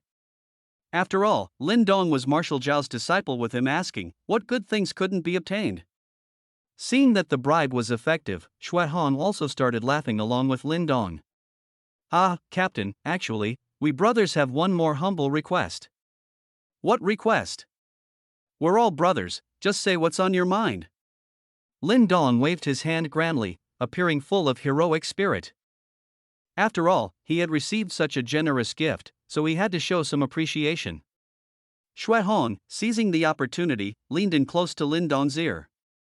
Captain, the brothers would like to ask you to forge some suitable weapons and equipment for us. Don't worry, we'll provide the forging materials, and we won't shortchange you on the payment. Even brothers need to settle accounts, right? Oh? Business is coming to my doorstep? It seems these few have completely acknowledged Lin Dong's forging skills and are now thinking about getting equipment made. But this is good, as it provides Lin Dong an opportunity to establish a great personal image in their minds. Since that's the case, then I won't stand on ceremony. 55 The third lightning beast appears. Lin Dong rubbed his chin, his eyes lighting up. There was no reason to refuse business that came knocking. However, if he agreed too readily, wouldn't he seem too casual? Should he play hard to get? He understood that if one is too easygoing, it's hard to earn others' respect. After a moment of thought, Lin Dong deliberately put on a troubled expression. Oh dear, forging equipment is a time-consuming and labor-intensive process. It also consumes a lot of my vital energy. Before each forging, I need to bathe and pray. A solemn ritual is necessary to improve the success rate, so equipment cannot be forged casually. Rona, standing beside him, widened her eyes in surprise. She didn't believe a single word Lin Dong was saying. She had personally witnessed Lin Dong forging an item in just 1 minute. How could it be as difficult as he described? But Lin Dong seemed addicted to showing off, continuing to inflate his own value. As you know, people who seek my forging services are figures like Marshal Xiao and the significant Shin war sovereign. Therefore, to avoid demeaning myself, I generally don't act readily. In truth, this wasn't entirely an exaggeration, as both of them had indeed commissioned him for equipment before. However, hearing this, Xue Hong and the others interpreted it very differently. Marshal Xiao was the commander-in-chief of Huaxia, a battle saint. Shin was also a war sovereign, one of Huaxia's top 9 combat powers. With these two as endorsements, Lin Dong's value skyrocketed. When dealing with people who had seen the world, one shouldn't be too stingy. Thus, they began to re-evaluate their budgets, wondering if they could afford Lin Dong's services. Even the hidden tactical advisor Ding Taichiu and war sovereign Shin, who were observing from the shadows, felt a pang of uncertainty. It seemed that commissioning Lin Dong to forge equipment would definitely be quite costly. Seeing everyone deep in thought, Lin Dong added more fuel to the fire. Furthermore, the equipment I forge is too extraordinary. If I were to give it to you, it might make you overly reliant on external power, hindering your growth. Just as everyone thought Lin Dong was refusing, his tone suddenly shifted, performing a complete 360-degree turn. However, I happen to have a pair of bronze tier acceleration gloves that I've already crafted, which are perfect for your current level. These are the same type of equipment used by Marshal Zhao's Special Decapitation Task Force, and they aren't even available on the market yet. But given your sincerity today, I'll reluctantly part with them. Saying this, Lin Dong, with a look of reluctance, took out a pair of acceleration gloves from his storage ring. Rona, who had seen how many acceleration gloves Lin Dong had in his storage ring, looked at him suspiciously, wondering what his true intentions were. Little did she know, Lin Dong was playing the long game, aiming for a bigger catch. Only by offering enough temptation can Xue Hong and others be enticed to pay a higher reward. When Xue Hong and the others saw the pair of acceleration gloves, their eyes lit up. Equipment, acceleration gloves. Attack, plus 100. Defense, plus 50. Attack speed plus 50. Collapsing fist, when the combat distance to the target is less than 1 meter, attack speed increases by 100, and attack increases by 500. Equipment, acceleration gloves. Attack, plus 30. Defense, plus 30. Attack speed plus 100. Tendon-splitting bone-setting hand, causes damage to the meridians of the target hit. Each hit reduces attack by 1% and defense by 1%. The basic attributes of the bronze tier acceleration gloves are already incredibly exaggerated. But they even come with 2 special skill affixes. Collapsing fist is perfect for melee combat, especially for a shield warrior like Xue Hong. As for tendon-splitting bone-setting hand, it's a god-tier skill for farming monsters without taking damage. As long as you hit enough times, you can weaken the beast to the point of having no attack or defense, then just slowly grind it down. And Lin Dong was actually willing to give them such powerful equipment, which truly delighted them. Xue Hong tentatively stretched out his hands, his voice trembling with excitement. Captain, are you serious? Are you giving these to us? Lin Dong deliberately glared, pretending to be displeased with Xue Hong's doubt. Do you think my words as captain can be faked? Xue Hong, I'm appointing you as my vice captain right now. You'll be in charge of these 2 pairs of acceleration gloves. Alright, I still have some unfinished business. You guys go form a team and go farming. With these 2 pairs of acceleration gloves, you won't encounter the same dangers as yesterday. Lin Dong's objective had been achieved. Any further acting would be overdoing it. Only by letting these people experience the power of the equipment he forged would they be willing to pay a higher price to buy it. So, he needed to let things unfold naturally and not rush. For the next period, he needed to continue selecting forging recipes and craft suitable silver tier equipment for himself. Since Lin Dong had already dismissed them, Shui Hong and the others naturally wouldn't overstay their welcome. After leaving with profuse thanks, Cui Xianya finally couldn't help but complain. Shui Hong, look at how servile you were just now, it's disgusting. Don't ever say you're a student from the Imperial Capital Middle School again. I'm ashamed to be your classmate. Shui Hong fiddled with the acceleration gloves in his hands, not angered. He was already used to Cui Xianya's spoiled temper. After all, her grandfather was a war sovereign, someone not to be trifled with. But this didn't mean he wouldn't retaliate. His expression turned serious.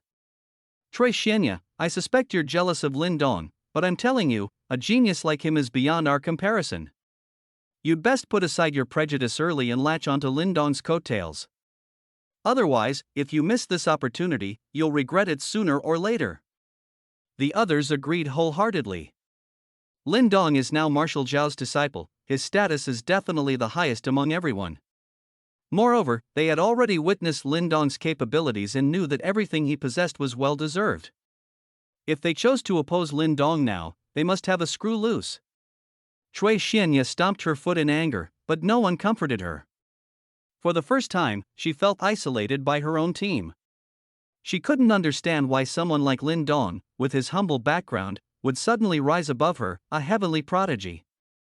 However, she overlooked one point. It had always been her comparing herself to Lin Dong, while Lin Dong had never considered her a rival. It's all your fault, Lin Dong. I'll definitely teach you a lesson sooner or later. She sullenly followed behind the team, but her spirits were low. While she was dragging her feet, she was surprised to find that Shui Hong, wearing the acceleration gloves, was like a god today, even more fierce than the Blade Master Song Tianke and Sword Saint by Shang Shui, a definite MVP. Several bosses were killed by Shui Hong alone, including a mutating aberrant beast. Shui Hong himself was full of fighting spirit, exuding an aura of immense confidence. Let's go, we must hunt a real mutated boss today, preferably one on the level of yesterday's twin-headed blood toad. Song Tianke and Bai Shang Shui looked enviously at the acceleration gloves on Shui Hong's arm, their eyes burning with desire. Is this the effect of god-tier affix equipment? It's too powerful. Today, their experience farming efficiency was at least 5 times higher than usual. At this rate, they could reach level 30 within half a month, or even faster. It seems we need to interact more with Captain Lin Dong privately. No matter the cost, we must get a full set of equipment from him. Even bronze tier gear would be enough for them to grow into war gods. Even the support healer, the goddess of the night Yao Qing Xing, had a look of admiration in her eyes. She secretly took out a small mirror and examined her own appearance. My beauty is no less than Rona's. What she can do, I can do too. If I take the initiative, maybe Lin Dong will be mine alone from now on. Then, whatever equipment I want, I can get it at will? Each of them had their own thoughts, yet they all moved closer to Lin Dong. Just then, Cui Xianya, who had been zoning out the whole way, suddenly found herself in danger.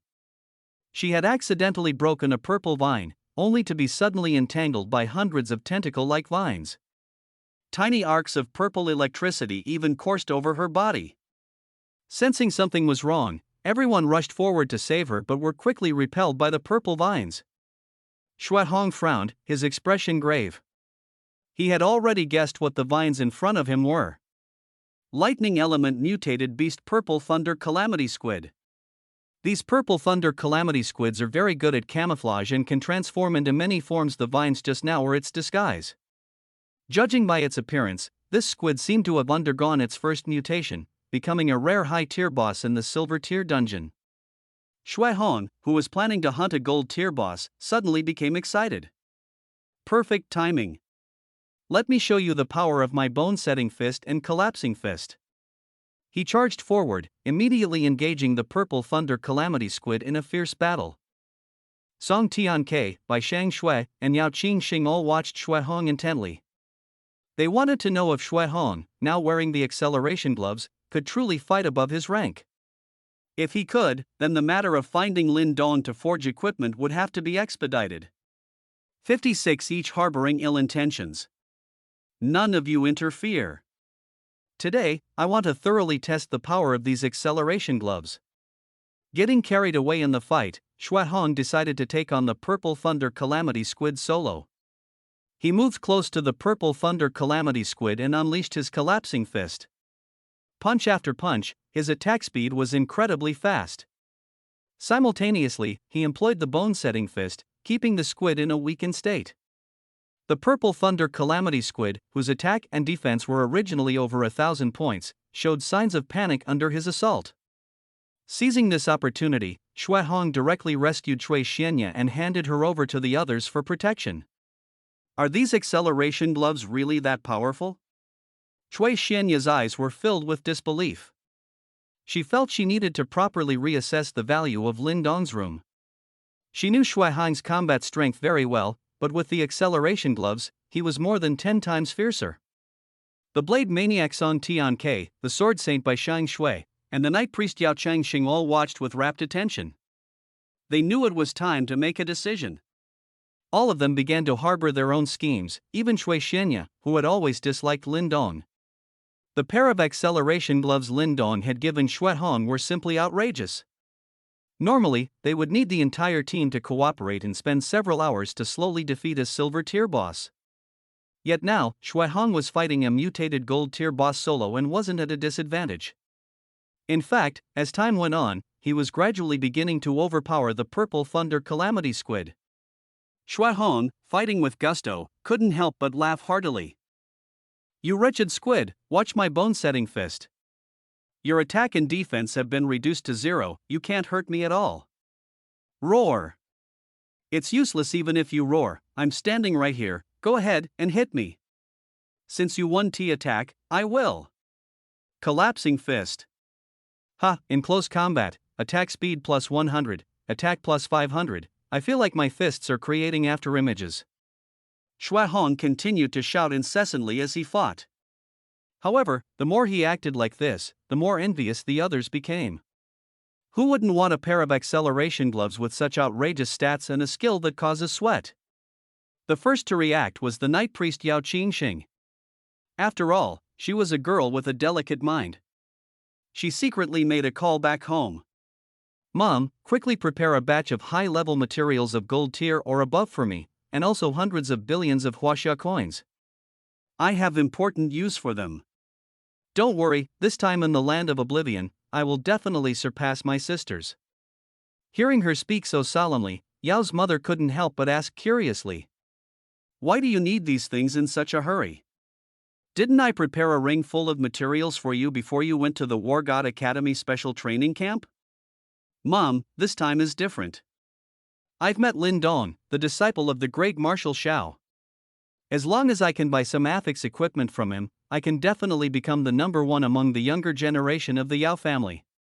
Yao Qingxing spoke with such conviction that Yao's mother couldn't help but be moved. Are you saying you met Lin Dong, the one who forged the gold tier horn of victory that was broadcast live across Blue Star a few days ago? The Yao family was well informed, and she had heard about how the gold tier horn of victory had performed brilliantly on the southwest defense line. If Yao Qingxing really met Lin Dong, it would be a tremendous opportunity.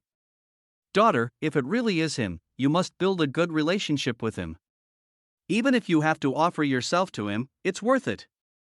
Opportunities don't always come, you understand what I mean, right? I'll have someone prepare the materials and huaxia coins for you right away. They'll be delivered by tonight at the latest. With Yao's mother's approval, Yao Qingxing felt a huge weight lifted off her shoulders. It seemed she had made the right move.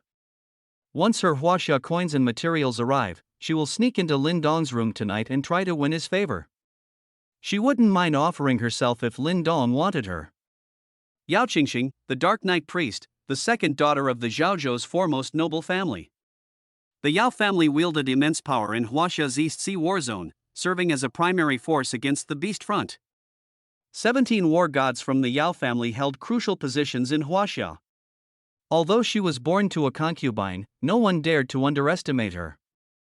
In fact, the backgrounds of these individuals were all exceptional, with incredibly prominent family histories. Song Tianke, the Blade Maniac, the eldest legitimate son of the Lingnan Song family. Although the Song family did not have a war sovereign, their family had produced 10 war gods since his grandfather's generation. In the Lingnan region, they were absolutely a dominant force. Bai Xingxue, the Sword Saint, the eldest young master of the Tongzhou Bai family. The Bai family had once had a war sovereign who died defending Marshal Shao, after being ambushed by sky-tier beasts. Therefore, the Bai family were considered benefactors of Marshal Shao and were treated with great favor. Even now, the Bai family still had 3 war god-level individuals, maintaining an extremely stable position. And Cui Xuanya, the archer, possessed an even more extraordinary background. Her grandfather was Cui Taihang, one of Huaxia's 9 war sovereigns. Her status was the highest among them all. So, despite her usually arrogant attitude and sharp tongue, no one was willing to cross her. After all, provoking such an influential figure would bring trouble to one's own family. If a conflict arose, their families might not even choose to protect them. Rather than that, it was better to go along with her. At this moment, Song Tianke and Bai Xingxue had also recovered and gone to secretly discuss raising funds with their families. They were determined to obtain the affix equipment forged by Lin Dong. However, Cui Xuanya didn't think so. Although she also realized Lin Dong's value, it didn't change her spoiled young lady's temper. Humph, Lin Dong is actually a blacksmith. I underestimated him before. But he doesn't know what's good for him and opposes me. How can I let him off easily? When I get back later, I'll bring up my grandpa's status as war sovereign. If he knows what's good for him, he'll immediately forge a pair of speed-enhancing gloves for me. Her grandfather war sovereign's identity was the foundation of her pride among her peers. Each of them had their own hidden agenda, appearing somewhat distracted. Even after Shui Hong killed the purple firmament divine thunder squid, they didn't react. Shui Hong gave them a strange look and scratched the back of his head. What's wrong with you guys? I defeated a gold-tier mutated beast in a one-on-one battle. Aren't you going to applaud me? Really, are you stunned by my might? Alas, you've never seen the world. Looking at the show-off Shui Hong, they all showed disdain. If it weren't for the awesome affix on the acceleration gloves, how could you, Shui Hong, have defeated this purple firmament divine thunder squid? If they were given the acceleration gloves, they could have done it too. After all, such a groundbreaking piece of equipment has completely broken the rule where high-level players are anxious while low-level players have low combat power. It directly allows for low-level players with high combat power. Seeing their strange expressions, Shui Hong knew he had angered everyone. So, he made a phone call, trying to cover up his embarrassment. But he tightly bound the acceleration gloves to his arm, unwilling to hand them over again. Captain Lin Dong said that I am to keep these acceleration gloves, so don't be envious. Who told me I'm good at latching onto powerful allies? It's getting late today, so let's end our leveling session here. The experience is more than 3 times the usual, and the carcass of this mutated gold-tier beast, the purple firmament divine thunder squid, is simply a huge harvest. By the way, we should offer this squid to the captain to show our sincerity. Does anyone have any objections? Everyone shook their heads, indicating no objection. Now their minds were all focused on how to get a pair of acceleration gloves from Lin Dong. Who cared about these minor details? However, what they didn't know was that someone was faster than them. That was the tactical advisor of the special training camp, the war god Ding Taiqiu. He had been secretly protecting these geniuses. When he saw Shui Hong directly take down the purple firmament divine thunder squid, he could no longer suppress his restless heart. He returned directly to the special training camp to find Lin Dong.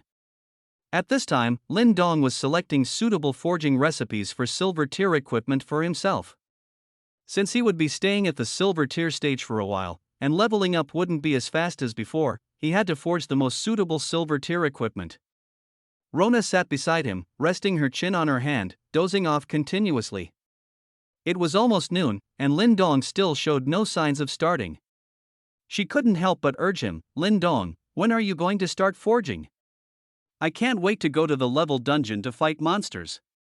Lin Dong smiled slightly. "Don't rush, sharpening the axe does not delay the woodcutting."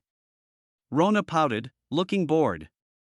As if she remembered something, she couldn't help but ask Lin Dong, "What did you mean by deceiving them this morning? You clearly still have a lot of those acceleration gloves." "Shoo! Be careful of eavesdroppers." Before she could finish her sentence, Lin Dong covered her mouth. "This is what's called playing hard to get. You'll understand later." As he said this, Lin Dong's ears twitched. He knew that someone was coming outside the door. As expected, Ding Taichio, who heard their conversation, joyfully knocked on Lin Dong's door. "Lin Dong, it's me, I've come to bring you warmth." Lin Dong naturally knew what he was here for, but he didn't expect Ding Taichio to be the first one to arrive, not Xue Hong and the others. Opening the door, Lin Dong welcomed him with a smile and signaled Rona to step aside. "Instructor Ding, what brings you here?" "Ha, I'll get straight to the point. Lin Dong, do you still have any acceleration gloves?" "I'm willing to buy them at a price of 10 billion huaxia coins per pair." Ding Taichio was convinced that Lin Dong still had some in stock, so he directly threw out a price. "Instructor Ding, I really don't have any more." 20 billion. "No, Ding. 30 billion. The price, well, 40 billion. I need to consider it carefully." 50 billion. This is really the last one." Ding Taichio held up 5 fingers, his voice not as strong as before. Although he was prepared to bleed profusely, the price of 50 billion still exceeded his expectations. He had already decided that if Lin Dong still refused to agree, he would turn around and leave. After all, for a war god like him, 50 billion was close to going bankrupt. Lin Dong was also good at observing people's expressions. He could hear a subtle tremor in Ding Taichio's voice, and knew that the time was almost right. So, he put on a determined expression and took out a pile of acceleration gloves from his storage ring.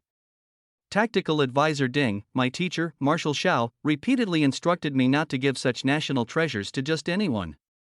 It must be given to someone who regards the safety of huaxia as their own responsibility. Through our brief interaction just now, I have already recognized your fervent patriotism, tactical advisor Ding. I, Lin Dong, have no choice but to reluctantly part with this last pair of acceleration gloves and hand them over to you. If anyone asks you, you must say this is the last set." After all, such a divine artifact, if it falls into the wrong hands, could bring disaster to huaxia. Seeing that Lin Dong had finally agreed, Ding Taichio's anxious heart finally settled down. "Absolutely, absolutely." As he spoke, he took the pair of speed gloves and examined them. With just one glance, he was overjoyed. Equipment, acceleration gloves bronze tier. Attack, plus 120. Attack speed, plus 50. Defense, plus 50. Concussion, stuns the target for 3 seconds, doubling damage taken. The left speed glove possesses a control skill. Control skills are extremely rare and can even be the key to victory. Therefore, Ding Taichio was ecstatic and immediately put them on. The right speed glove, on the other hand, has an output skill. Equipment, acceleration gloves bronze tier. Attack, plus 80. Attack speed, plus 100. Defense, plus 30. Movement speed, plus 100. Buddha's palm strike, after every 100 attacks on a target, summon a palm strike from the heavens, dealing 10,000 damage. Upon seeing the affix, Ding Taichio's eyes widened. A divine skill. For a war god like him, wearing these 2 speed gloves would increase his attack speed, allowing him to reach 100 attacks in about 10 seconds. In other words, as long as he wears these speed gloves, he can deal an additional 10,000 damage with the Buddha's palm strike every 10 seconds. Combined with regular attacks, his output per minute now exceeds 200,000. This is a full double of his previous output. He swallowed hard, his entire body engulfed in ecstasy. Buying such equipment for 50 billion was truly a steal. Ding Taichio could not wait to venture into a legendary tier dungeon to test the might of these speed gloves. Lin Dong, rest assured, I will not make things difficult for you. I will use this pair of gloves to make even greater contributions to Huaxia. Even if Marshal Xiao finds out later, he won't be angry. I will now head to the leveling dungeon and clear out the mutated beasts, so you won't be in danger while leveling. After a few courteous words, Ding Taichio transferred the money to Lin Dong and left in a hurry. Lin Dong watched him leave with a smile, already overjoyed. These speed gloves, when he sold them in Jiangcheng, were only 10 billion Huaxia coins per pair. Now he had quintupled the price, making a huge profit.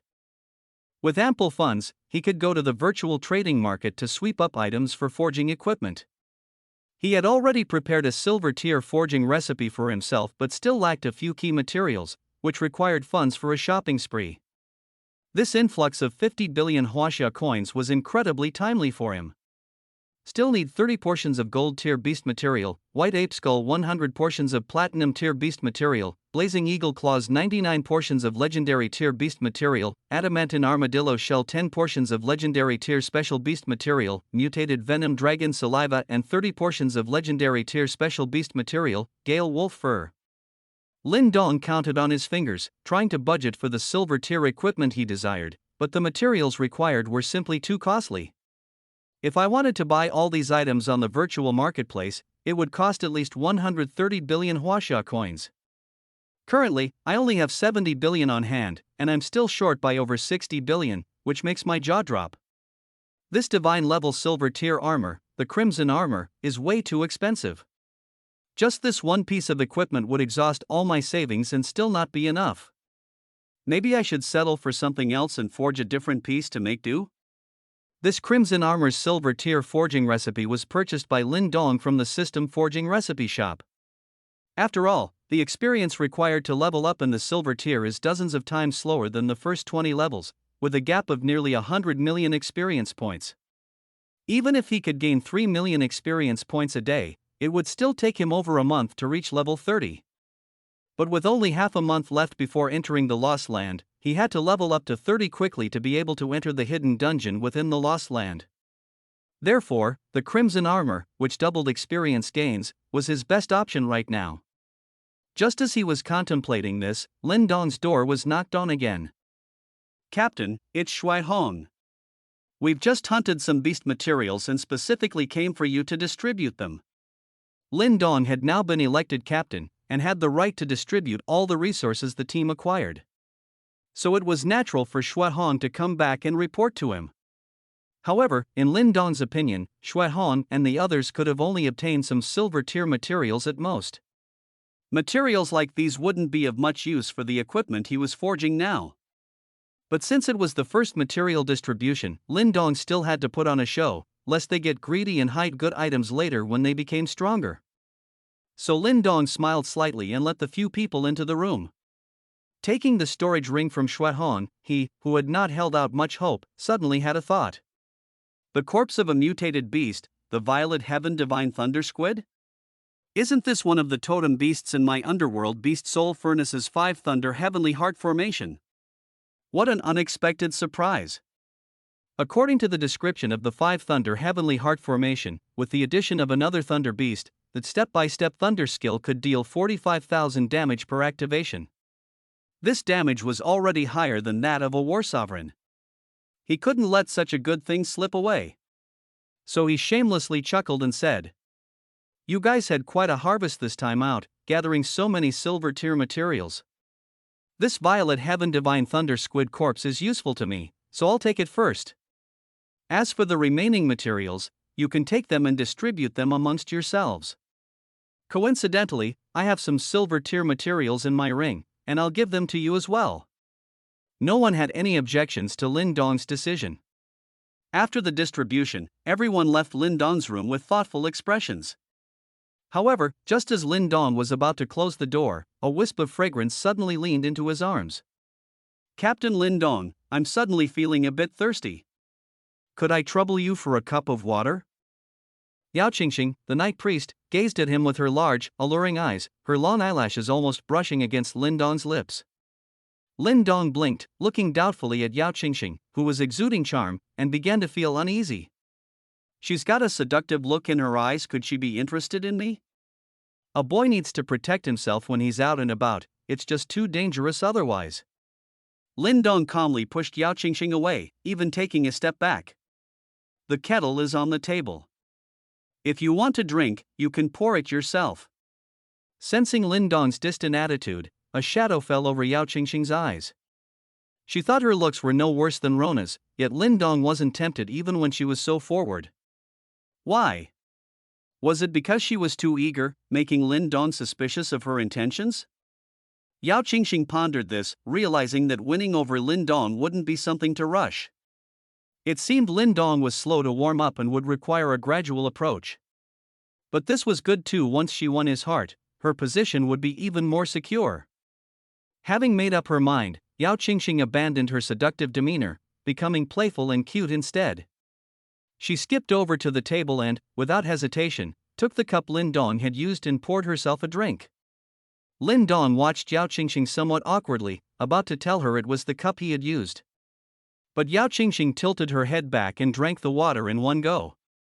Wiping her mouth, Yao Qingxing appeared innocent and lively, a stark contrast to her slightly seductive expression just moments before. Brother Lin Dong, are you short on money? What makes you say that? Lin Dong touched his nose, wondering how Yao Qingxing had seen through him. Yao Qingxing chuckled, her dimples appearing as charming as ever. When we came in, you were browsing the items in the virtual trading center. That Gale wolf fur pelt was actually listed by me. I saw you looking at it multiple times, clearly wanting to buy it. You must be a bit short on funds. If Brother Lin Dong is looking to forge equipment, our Yao family can provide you with the funds so you can buy all the materials you need. We can even open up our Yao family's material stores for you to choose from. 58 The Yao family's olive branch. Yao Qingxing's expression seemed genuine, clearly indicating her sincerity. Lin Dong quietly observed Yao Qingxing's facial expression, and couldn't help but feel surprised. Lin Dong wasn't a fool. He knew that if they were willing to invest so much in him, they must have something they wanted in return. Therefore, he didn't rush to accept Yao Qingxing's offer, but instead asked in a calm tone. I don't accept favors without reason. Miss Yao, since you're being so generous, please state your true intentions. If what you ask is beyond my capabilities, then I can't accept the Yao family's promises.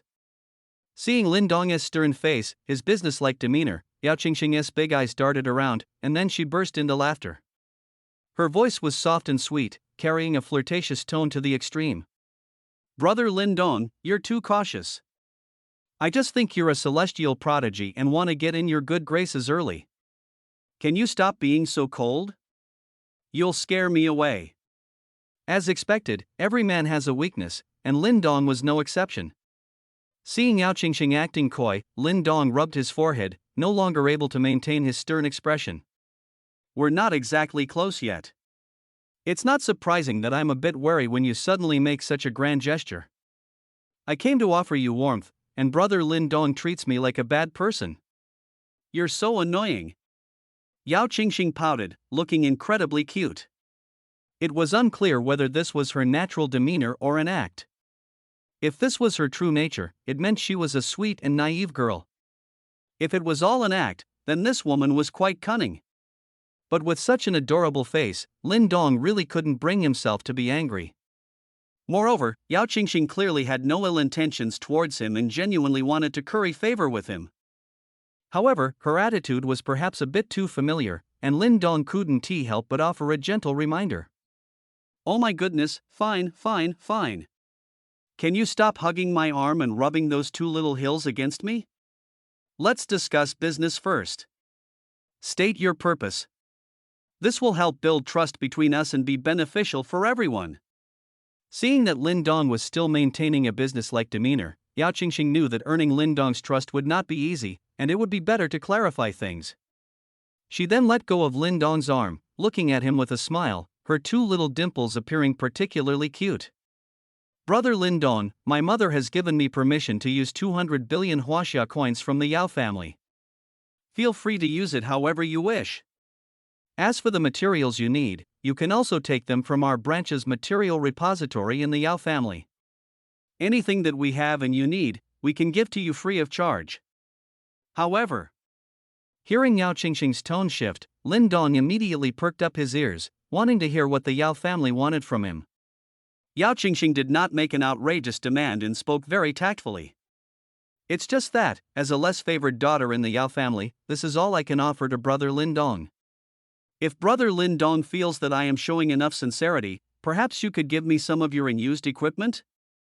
Of course, if you don't have any, I won't be demanding. I only hope that brother Lin Dong can remember my kindness and help our Yao family if we ever face hardship in the future. Lin Dong slowly let down his guard. He could tell that Yao Qingxing was a very sensible young woman. At the very least, she didn't show excessive greed and demonstrated sufficient sincerity. After pondering for a moment, Lin Dong felt it would be best to give her some incentive. So, he took off his bronze tier embroidered brocade cloak, crown of the king, and golden jade battle boots and gave them to Yao Qingxing. When Yao Qingxing received the two pieces of equipment, she was immediately stunned by their powerful attributes. Equipment: embroidered brocade cloak bronze tier. Health, plus 2000. Attack, plus 600. Defense, plus 200. Magic defense, plus 200. Bodyguard skill, weakens targets below diamond tier, reducing their attack damage by 50%. Equipment: jade battle boots bronze tier. Health, plus 1000. Attack, plus 300. Defense, plus 300. Magic defense, plus 300. Sonic Boom, 10% chance to cause sonic boom damage, disorienting the target and preventing them from locking onto attack targets for 3 seconds. Equipment: Crown of Kings bronze tier. Health, plus 3000. Attack, plus 200. Defense, plus 200. Magic defense, plus 200. Brother Lin Dong, you're saying I can have all these pieces of equipment? Yao Qingxing's large, beautiful eyes nearly popped out of her head. She never imagined Lin Dong would be so generous. Lin Dong looked at Yao Qingxing's utterly shocked expression, a slight curve forming on his lips. This was exactly the effect he wanted. This equipment is unisex. I don't need it anymore, so I can give it to you. In addition, I can give you a pair of speed-enhancing gloves as a token of gratitude for your Yao family's help. Saying that, Lin Dong took out 2 more speed-enhancing gloves from his spatial ring. Yao Qingxing's eyes lit up again.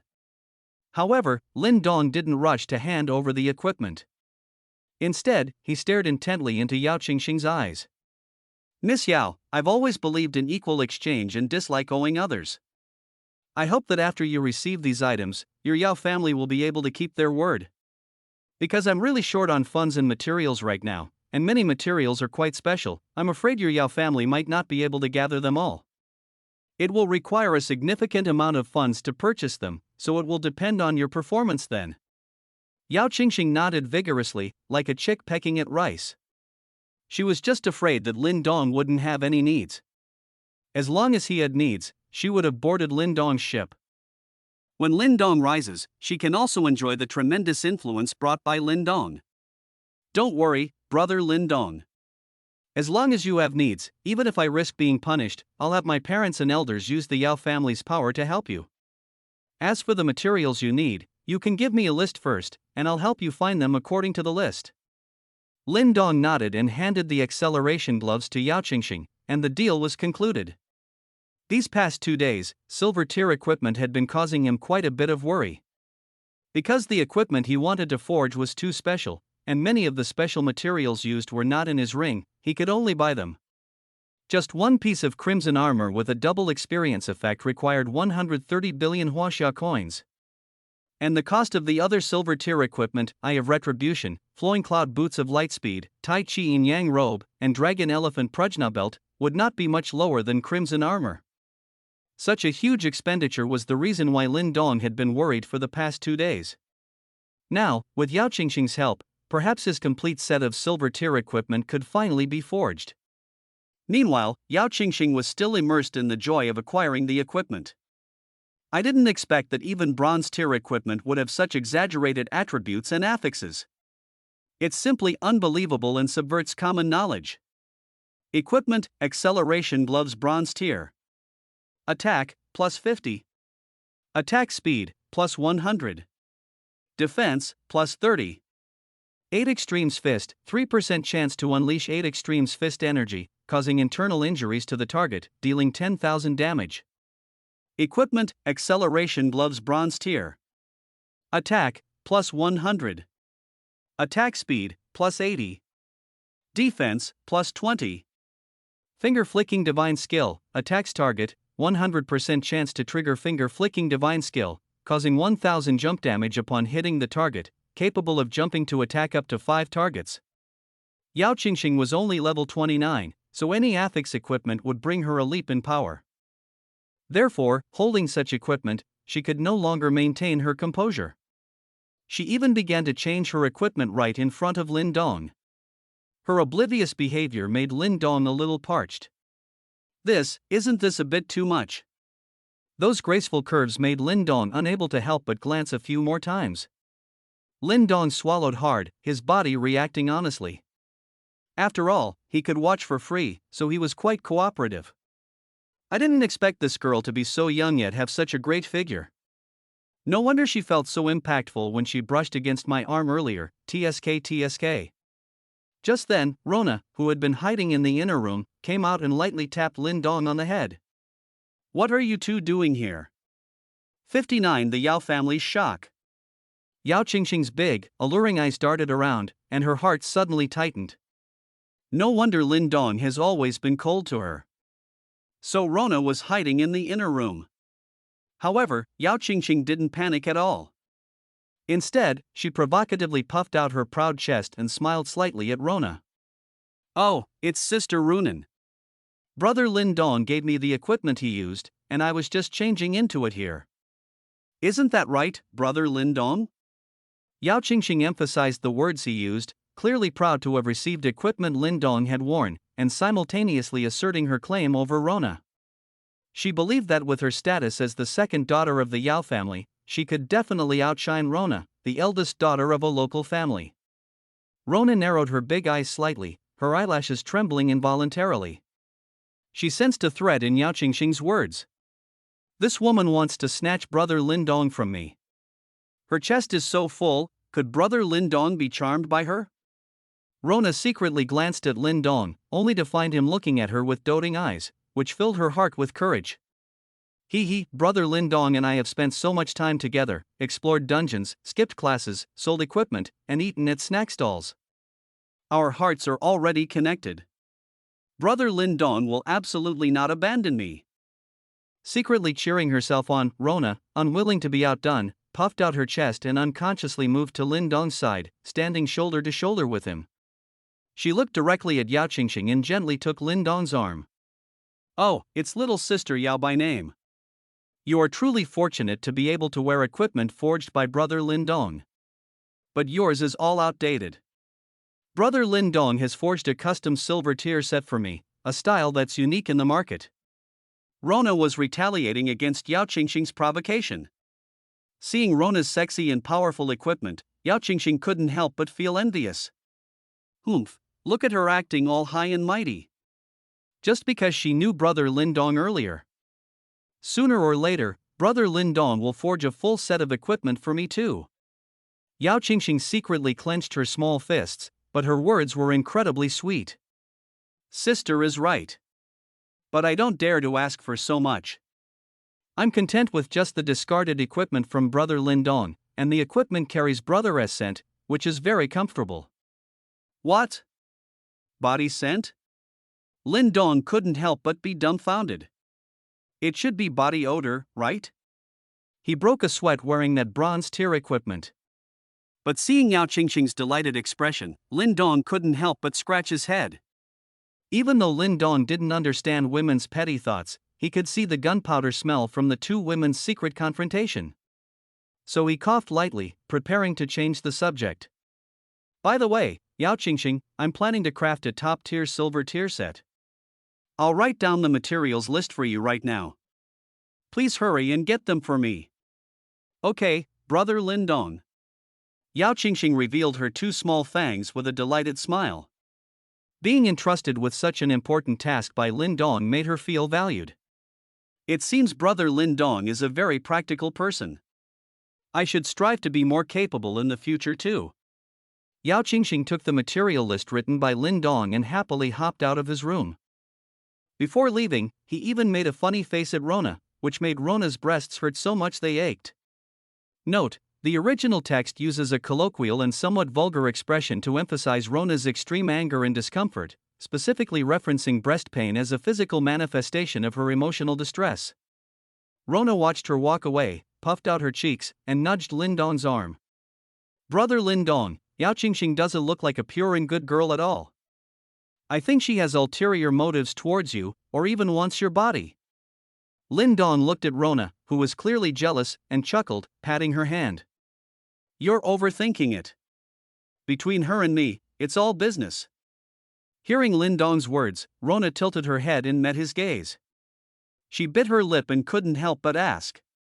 So, is everything between Lin Dong brother and me just business? Lin Dong blinked, not expecting Rona to be so sensitive. He had always seen Rona as a mischievous, impish younger sister, and never considered any ulterior motives. Recalling their time together, Rona and he had completed beginner dungeons to gain combat experience, skipped classes to watch performances, and shared 3 yuan ice bowls from street vendors. She never acted like a pampered rich girl, she was simply a sweet, endearing young lady. Those beautiful memories were etched into his mind, some of the few precious moments from his first 18 years. Even when he was gravely wounded and close to death in his previous life, only Rona had stepped forward to tend to his injuries. He was determined to treat such a wonderful girl well for the rest of his life. With that thought, he ruffled Rona's soft hair, a doting smile in his eyes. What are you thinking about? Silly girl, I've never had any ulterior motives with you. I see you as family. Receiving Lin Dong's response, Rona's heart filled with sweetness, her eyes curving into crescents. I knew it, Brother Lin Dong, you're the best to me. Saying that, she fluttered like a butterfly and, before Lin Dong could react, lightly pecked his cheek. Then, like a startled deer, she fled. Lin Dong shook his head, a blush creeping onto his face.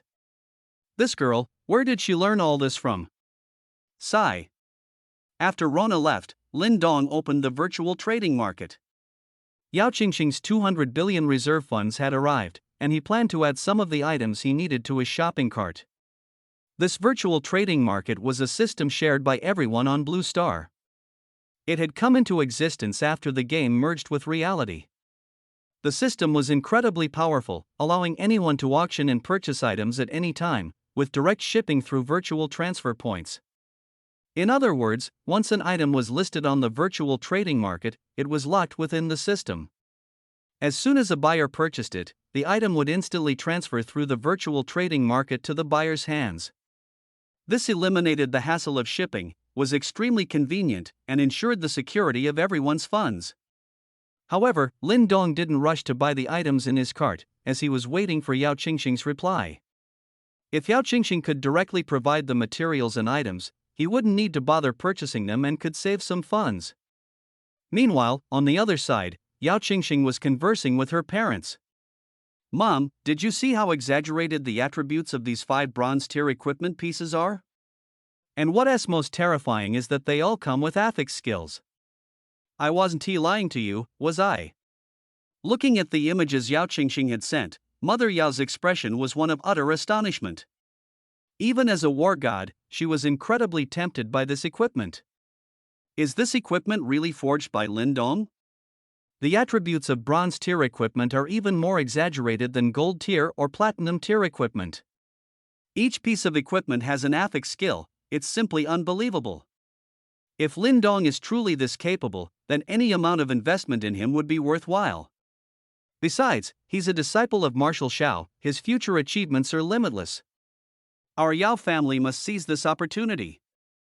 With a sharp glint in her eyes, Mother Yao had made up her mind. Their branch of the family wasn't favored in the Yao family. The patriarch of the Yao family favored the first branch, and they were on bad terms with the first branch, which would inevitably lead to their complete separation from the Yao family. At that point, without any support, they would face utter decline. Lin Dong's appearance offered Mother Yao hope for their branch to continue to flourish. Qingxing, you must grasp this opportunity tightly. Do not let it slip away. No matter the cost, you must win Lin Dong over. Yao Qingxing nodded and closed the conversation with her mother. With her mother's support, her confidence surged. Although their branch wasn't doing particularly well within the Yao family, they could still command trillions in funds, a true affluent family. With these funds, she felt approaching Lin Dong would be a simple matter. Following Lin Dong's provided list, Yao Qingxing inventoried the materials in the storage, then packed everything Lin Dong needed into a storage ring. About 2 hours later, Yao Qingxing returned, entering Lin Dong's room once more. Brother Lin Dong, all the materials our Yao family has are in this ring. However, about a third of the materials on your list are still missing. Lin Dong nodded, taking the storage ring and examining Yao Qingxing. I see your effort. I'll purchase the remaining materials from the virtual trading center. Pausing, Lin Dong rubbed his fingers together, producing a forging recipe. Your class is Shadow Priest, right? I'm about to forge some equipment. Here are some weapon forging recipes suitable for you. You can pick one you like, and I'll forge it for you later. Damn Lin Dong, how could he treat me like this? Brother Lin Dong, are you going to make weapons for me?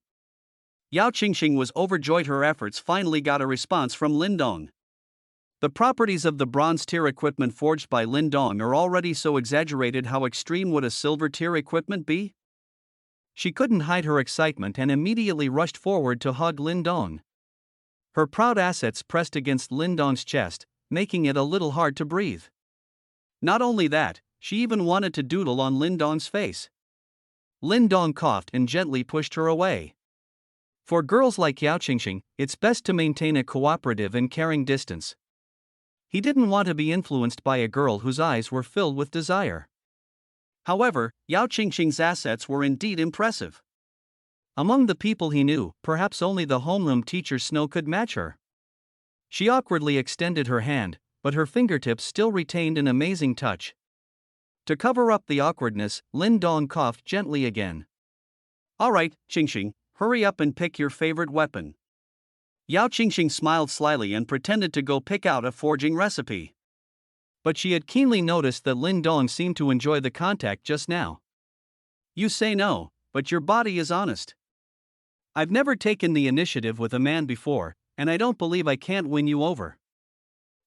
There's plenty of time, and you'll eventually fall under my pomegranate skirt. These weapon forging recipes are all suitable for the Dark Knight Priest class. Yao Qingxing's eyes were dazzled. Each piece of equipment had its own characteristics, and some even possessed special skill effects. She propped her chin in her hand and looked for a long time, unsure of how to choose. Brother Lin Dong, why are your forging recipes different from others? Our Yao family has had equipment made by other blacksmiths, but their forging recipes never have such detailed descriptions. And some of your forging recipes have direct special effects, which is simply incredible. Lin Dong smiled calmly. He enjoyed seeing people like this, who had never seen the world before. Those haughty scions of wealthy families were now like bumpkins in his eyes. Don't waste any more time, hurry up and choose. I've already bought all the materials at the virtual trading center, just waiting for you. Yao Qingxing stuck out her tongue and quickly began to choose. But every single one of these forging recipes was so appealing that she truly found it difficult to make a choice. Her desire to have it all was perfectly displayed. In the end, she simply closed her eyes and made no choice at all. Brother Lin Dong, these forging recipes are all too good, I really don't know which one to choose. Why don't you help me pick one? She returned the choice to Lin Dong. At the same time, she secretly rejoiced. This way, she could say the equipment was personally chosen and crafted by Lin Dong, which would make others extremely envious in the future. Lin Dong blinked helplessly, casually picked out a forging recipe, and put away the rest. Here, this one, the elf staff. Yao Qingxing nodded in agreement. To Lin Dong, these forging recipes were not considered good items at all. The gap between them and the equipment he intended to forge himself was like the difference between day and night. But as system products, they were guaranteed to be exquisite. Even a simple elf staff forging recipe like this would be considered extremely rare in the eyes of ordinary people. Lin Dong also planned to have Yao Qingxing leave quickly, so he immediately began to forge it for her. 2 minutes later, he took the elf staff out of the system's forging furnace and placed it in front of Yao Qingxing. Alright, go familiarize yourself with how to use it first. I'm going into seclusion to forge equipment. Hearing Lin Dong's dismissal, Yao Qingxing wisely left his room. After closing Lin Dong's door, she couldn't help but cover her heart, take a few deep breaths, and could no longer contain her excitement. She leaned directly against a doorframe and carefully took out the weapon. This elf staff. It's too powerful. Equipment, elf staff silver tier. Attack, plus 1,500. Magic power, plus 9,700. Mana, plus 5,000. Health regeneration, allies within 100 meters regenerate 300 health per second. Elf self-destruct, every 60 seconds, summon 5 elves that self-destruct on the target, dealing 2,500 damage per elf. It's no exaggeration to say that this weapon's stats are even more explosive than her mother's war god weapon, Moongazing Scythe. Moreover, this is a weapon with dual affix attributes. With just these 2 affixes, she believes she could sell this weapon for 100 billion huaxia coins. Of course, she wouldn't sell it for any amount of money. Such a weapon is key to her rise. Even if Lin Dong didn't forge any more weapons for her, this one weapon would be enough for her to reach the war god level and beyond. After admiring it with a blissful smile for a few more moments, she carefully put away the weapon and walked back to her room with her head held high. However, this scene was witnessed by Cui Xianya, who was secretly observing. Cui Huanya came here specifically to extort weapons from Lin Dong. She thought that with their Cui family status, Lin Dong would surely compromise. I didn't expect that Yao Qingxing would actually get there first. She squinted her eyes, examining the back of Yao Qingxing as she left, her teeth grinding together with irritation. What a Yao Qingxing, usually acting like a naive sweetheart, but who would guess she is so cunning? She got here even earlier than I did. I hope she hasn't cleaned out all the good stuff from Lin Dong. I need to take action quickly.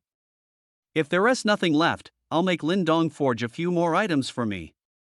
Cui Xianya withdrew her gaze and swaggered towards Lin Dong's room, her purple hair flying in the wind, exuding a mix of confidence and arrogance. The door was slightly ajar, and she pushed it open and walked right in. Meanwhile, Lin Dong was sitting cross-legged on the floor, his eyes half closed, waiting for the system forge to create a top-tier silver armor, the Crimson Armor. Hearing the door open, Lin Dong slowly opened his eyes, frowning slightly. Cui Xianya was someone he had put on his blacklist. No matter how pretty she was, he wasn't interested. Could she be trying to approach me like Yao Qingxing, using her beauty to get close, and then leverage her family's wealth to help me rise? This Cui Xianya is really unlikable. If she were to extend an olive branch to me, should I reject or accept it? Lin Dong's expression tightened slightly, feeling a bit conflicted. But the truth was, Lin Dong was overthinking it. Cui Xianya had no intention of trying to butter Lin Dong up. Instead, she stood there with her hands on her hips, acting like a spoiled young lady. Lin Dong, let me be honest with you, I am the eldest daughter of the Cui family. Cui family, you know, right? One of Huaxia's 9 war sovereigns is my grandfather, Cui Taihang. As for the incident earlier where you provoked me, I can let it slide, but if you want my forgiveness, you'll have to forge a few pieces of equipment for me. You still have the acceleration gloves used by Shui Hong, so hurry and bring me a pair for emergencies. Lin Dong raised an eyebrow. He had imagined countless scenarios, yet he never thought Cui Xianya would speak to him like this. Cui Xianya talking to him like this. Was he Lin Dong just a lapdog of the Cui family? It seemed he had been blinded by Yao Qingxing's friendly attitude, thinking that Cui Xianya was also here to cling to him. Now it looked like she was just here to make trouble. So, Lin Dong immediately straightened his face and waved his hands at Cui Xianya. You entered my private room without my permission, which has made me quite upset. Please leave my room immediately, or I won't be polite to you. Cui Xianya never expected that even after revealing her identity, Lin Dong would still dare to speak like this. Her face instantly flushed red with anger, pointing her finger at Lin Dong, gritting her teeth in hatred. Lin Dong, do you know who you are talking to? Aren't you afraid I'll tell my grandfather to tear you to shreds? Unexpectedly, Lin Dong sneered dismissively, showing her no pleasantries. Only relying on your ancestors when problems arise. As expected of someone who can't make it to the big leagues. The equipment forged by me, Lin Dong, is something even your grandfather couldn't afford. Hurry up and leave. You are not welcome here. Saying this, Lin Dong directly picked up Cui Xuanya with one hand and threw her out the door, then slammed the door shut with a bang. Cui Xuanya landed heavily on the ground, crying out in pain. Her expensive clothes were also soiled by the dust. She truly never expected Lin Dong to actually lay hands on her and throw her out like garbage. Damn you, Lin Dong, how dare you treat me like this? I'm telling you, you're finished. Cui Xuanya stomped her feet in anger outside, slapping the door repeatedly, but it was to no avail. Lin Dong had already double-locked the door, and she couldn't get in. Staring hatefully at Lin Dong's door, Cui Xuanya's face contorted. You think you're so tough? So what if you can forge a few pieces of equipment? What's so great about that? In 3 days, my brother Cui Woody will come to the special training camp to see me. I'll have him teach you a lesson then. 61. Recruiting subordinates. I prefer to win people over with quality. As for what Cui Xuanya thought, Lin Dong didn't care at all. The other party trying to use their family background to force him to comply was truly laughable. In terms of powerful backgrounds, who now has a stronger background than Lin Dong?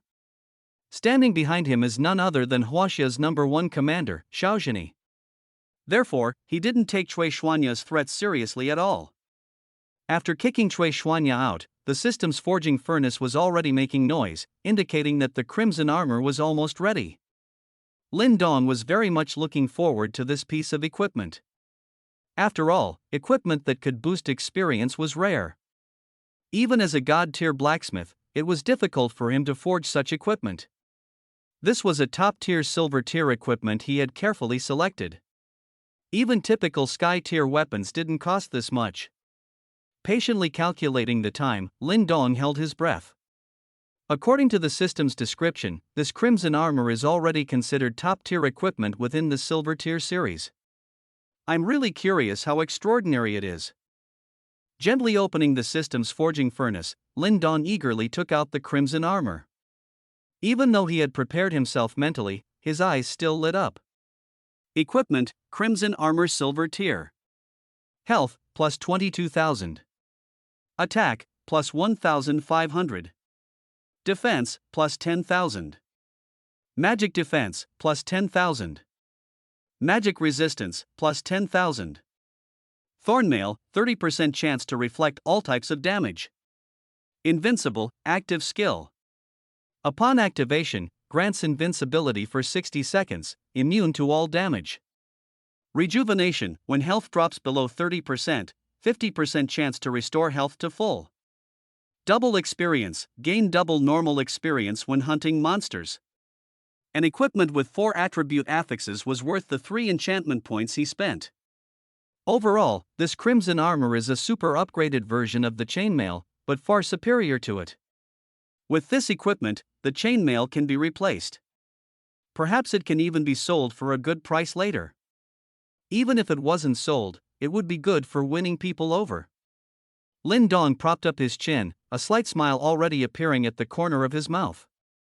Now that Yao Qingxing had joined Lin Dong's side, and Shui Hong also considered him the boss, it remained to be seen how the blade maniac Song Tianke and sword saint Bai Xingxue would choose. However, there were still more than 10 days before the Lost Land officially opened, so he wasn't in a hurry.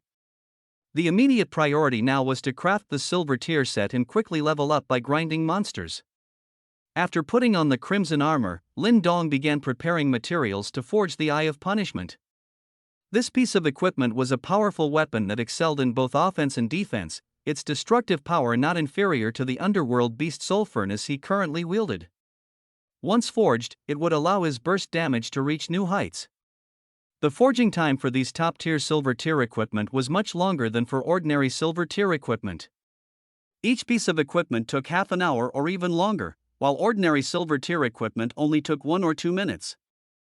Therefore, after putting the materials into the system forging furnace, Lin Dong entered a state of light slumber, quietly waiting for the eye of punishment to be forged successfully. It was during this lull that a knock sounded at the door again. A smile played on Lin Dong's lips. He knew business had come knocking again. So he opened the door, his hands behind his back, projecting an air of inscrutability. Standing outside was Song Tian-Kei from the Song family. He had come to purchase the speed gloves. Furthermore, he had received instructions from his family to build a good relationship with Lin Dong, this exceptional talent. He would even be willing to become his subordinate. However, Song Tian-Kei didn't quite see it that way. He still had his pride and absolutely did not want to become someone's subordinate. Moreover, he believed that if he possessed the same equipment as Lin Dong, he could easily defeat Lin Dong and leave him begging for mercy. But he also knew that Lin Dong could not be offended. He had to maintain a good relationship with him. Therefore, upon seeing Lin Dong open the door, Song Tian-Kei immediately cupped his hands, displaying a demeanor that was both measured and respectful. Classmate Lin Dong, oh, Captain, may I come in and sit for a moment? There are some matters I'd like to discuss with you. Oh? Come in, then. Lin Dong chuckled and let Song Tian-Kei in. Lin Dong held Song Tian-Kei in relatively high regard, considering him a crucial damage dealer and a vital member of the team. After taking a seat, Song Tian-Kei bowed slightly and smiled a little bashfully. Captain Lin Dong, I'm very interested in the speed gloves you forged. Could you sell me a few pairs? Don't worry, while our Song family isn't a top-tier family, we have considerable wealth and are willing to purchase them at market price. Song Tian-Kei had already inquired about the price of the speed gloves. Tactical instructor Ding Taichou had spent 50 billion huaxia coins to buy a pair of speed gloves. The extraordinary effect of the speed gloves was well worth the price. Since the speed gloves could be worn at bronze tier level, they could allow the younger generation of a family to quickly level up and rise to prominence. They could be considered a divine weapon for family inheritance. Therefore, Song Tian-Kei intended to represent the Song family and purchase 5 pairs of speed gloves. However, Lin Dong smiled playfully, exuding an air of nonchalance. My teacher, Commander Xiao, repeatedly instructed me before I came to the special training camp that speed gloves are a national strategic asset and must not fall into the hands of those with malicious intentions. I don't know your Song family well enough to make such a deal rashly, for fear of being reprimanded by my teacher later. Student Song, please return for now. Song Tian-Kei, who had been so confident, couldn't help but stand up from his seat, losing his composure. He hadn't expected Lin Dong to refuse outright, leaving no room for negotiation. This rendered all his prepared remarks useless, leaving him stunned and unsure of what to say. Lin classmate Lin Dong, would you reconsider? We are willing to pay the price of 50 billion per pair for 5 pairs of speed gloves. That comes to 250 billion, enough to help a family rise to prominence. Song Tian-Kei laid out the benefits clearly for Lin Dong, fearing that Lin Dong had refused simply because he hadn't explained it well enough. But no matter what he said, Lin Dong simply shook his head. Student Song, do you think I'm short of money? If I wanted to, any equipment I forge would have hordes of top families lining up to buy it. If I wanted to make money, it would be incredibly simple, but why haven't I done so, don't you ever wonder? Lin Dong walked over, patted Song Tian-Kei on the shoulder, and put on a stern, righteous expression. This completely confused Song Tian-Kei, who felt he couldn't understand Lin Dong. That's not right. This morning, when he took Xue Hong's ring, he had a greedy look on his face. Why is he lecturing me now? Does he think I gave him too little? Song Tian-Kei pondered for a moment and immediately said. Regarding the acceleration gloves, our Song family needs them very much, so Lin classmate, just name your price. As long as we can afford it, we will definitely buy it. However, Lin Dong's reaction still disappointed him. Lin Dong still gently swayed his right index finger, looking elegant and serene. He poured 2 cups of tea and pushed one towards Song Tian-Kei on the table. Then, he took out the blood-weeping saber from his storage ring and played with it in his hand. I, Lin Dong, like to make friends. To my own people, I am extremely generous, but to strangers, I am as stingy as a ghost. I just don't know, classmate Song, do you want to be my friend or a stranger? As he spoke, Lin Dong pushed the blood-weeping saber towards Song Tianke and then made a pleased gesture with his hand. How could a genius like Song Tianke not understand the meaning behind Lin Dong's words? As soon as Lin Dong finished speaking, he knew that Lin Dong wanted him to be his subordinate. But who was Song Tianke to be willing to be subservient to others? However, in the next second, Song Tianke's eyes widened. He was an expert with sabers and had a deep affection for fine blades. Very few sabers caught his eye, but this blood-weeping saber was truly stunning. His originally unyielding heart suddenly skipped a beat. His throat felt a little dry, and he hesitated to speak. 62 Exquisite equipment, the strongest silver tier team begins to form. Equipment, Blood-Witching Saber Bronze Tier. Health, plus 2,700. Attack, plus 2,000. Bloodthirsty, absorbs target's blood, stacking 50 attack power, with a maximum of 50 stacks. Bloodthirsty. This affix skill is too overpowered. Once the stacks reach 50, the attack power of this saber can reach 4,500, and it also adds 2,700 HP. Keep in mind that his current total HP is only a little over 3,000. Adding 2,700 HP at once is almost a doubling of his health. He flipped his hand and took out the Zanmadeo horse-cleaving saber that had been with him for half a year, sighing softly. Equipment, Zanmadeo Silver Tier. Attack, plus 1,300. Defense, plus 3. Attack speed, plus 1. These stats are completely incomparable to the blood-weeping saber before him. A silver tier equipment is actually inferior to bronze tier equipment. This made him find it hard to accept. But it also ignited his desire for the blood-weeping saber. If this saber were in his hands, his 13 forms of the heavenly saber technique could unleash over 10 times more damage than it does now. He swallowed hard, his expression changing rapidly. He knew that if he refused Lin Dong, this opportunity might slip through his fingers. But was he really going to become someone's subordinate for such a piece of equipment? Where would his pride and self-respect go then? Just as he was hesitating, Lin Dong suddenly took the blood-weeping saber back. This made Song Tianke's face fill with disappointment. He extended his hand, hanging in mid-air, wanting to stop Lin Dong but unable to speak. After all, it was Lin Dong's weapon, and Lin Dong had the right to control it. He could only helplessly lower his hand and droop his head. Lin Dong had been observing Song Tianke's expression and had already made up his mind. He knew that geniuses like Song Tianke had pride and would not easily surrender to others. However, once such a person commits to a principle, they will uphold it for a lifetime. But this was not a problem for Lin Dong. In his opinion, the temptation he offered was not great enough. As long as he increased the temptation, Song Tianke would surely submit. After all, since Song Tianke could come here, his family must have made all arrangements for him long ago. The reason Song Tianke was unwilling to bow his head was entirely due to his pride. But Lin Dong is also a prodigy, perhaps even a cheater. It's not an insult for Song Tianke to acknowledge such a cheater as his brother. In fact, it's his honor. So Lin Dong gently picked up the blood-weeping treasure saber and wiped it clean with a handkerchief. He plans to use enchantment points to upgrade the quality of the bloodthirsty saber. It was also a way to show off in front of Song Tianke, making him completely admire him. Ding, this enchantment requires 2 enchantment points. Do you want to enchant? Enchant it.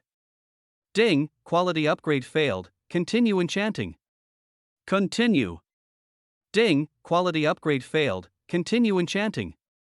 Ding, quality enhancement failed. Continue enchanting. Continue. 5 consecutive enchantment failures left Lin Dong's face as green as a cucumber.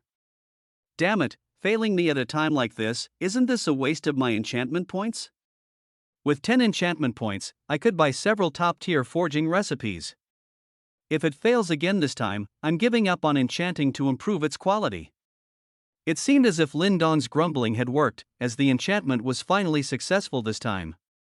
Ding, enchantment successful. The Weeping Bloodblade's quality has been upgraded to silver tier. Reward, host experience plus 100, proficiency plus 10. Ding, enchantment successful, the quality of the blood-drinking saber has been upgraded to silver tier. Host experience plus 100, proficiency plus 10 awarded. Lin Dong wiped the cold sweat from his forehead. This reward was of little practical use to him now, it was better than nothing. Looking at the silver tier blood-drinking saber in his hand, Lin Dong nodded in satisfaction, placed it back on the table, and pushed it towards Song Tianke. Brother Song, opportunities don't wait. Seeing the blood-drinking saber placed before him again, Song Tianke shook his head with a wry smile. He really couldn't let go of his pride to become someone's subordinate. Classmate Lin Dong, I'm a stubborn person, I'm afraid. Just as he was about to refuse, his eyes widened slightly.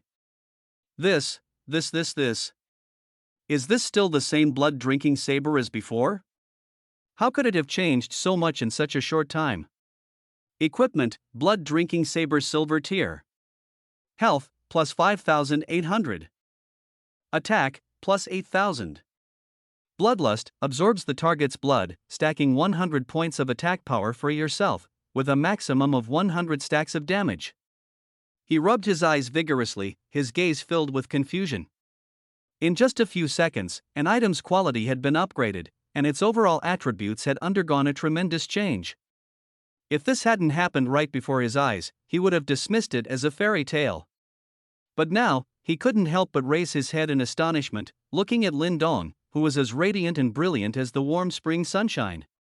He swallowed, his demeanor becoming completely humble. What could be more shocking than seeing an item's quality upgraded right before his eyes? Song Tianke stared intently at the blood-drinking saber on the table, speechless for a long time. A silver tier item, with its bloodlust effect fully stacked, could directly deal 18,000 damage in a single blow. With this saber in his hand, he was confident he could fight against someone at the war god level. Frankly speaking, this saber completely subverted his understanding and perception of equipment. A silver tier item, with war god level attributes, and even a heaven-defying affix.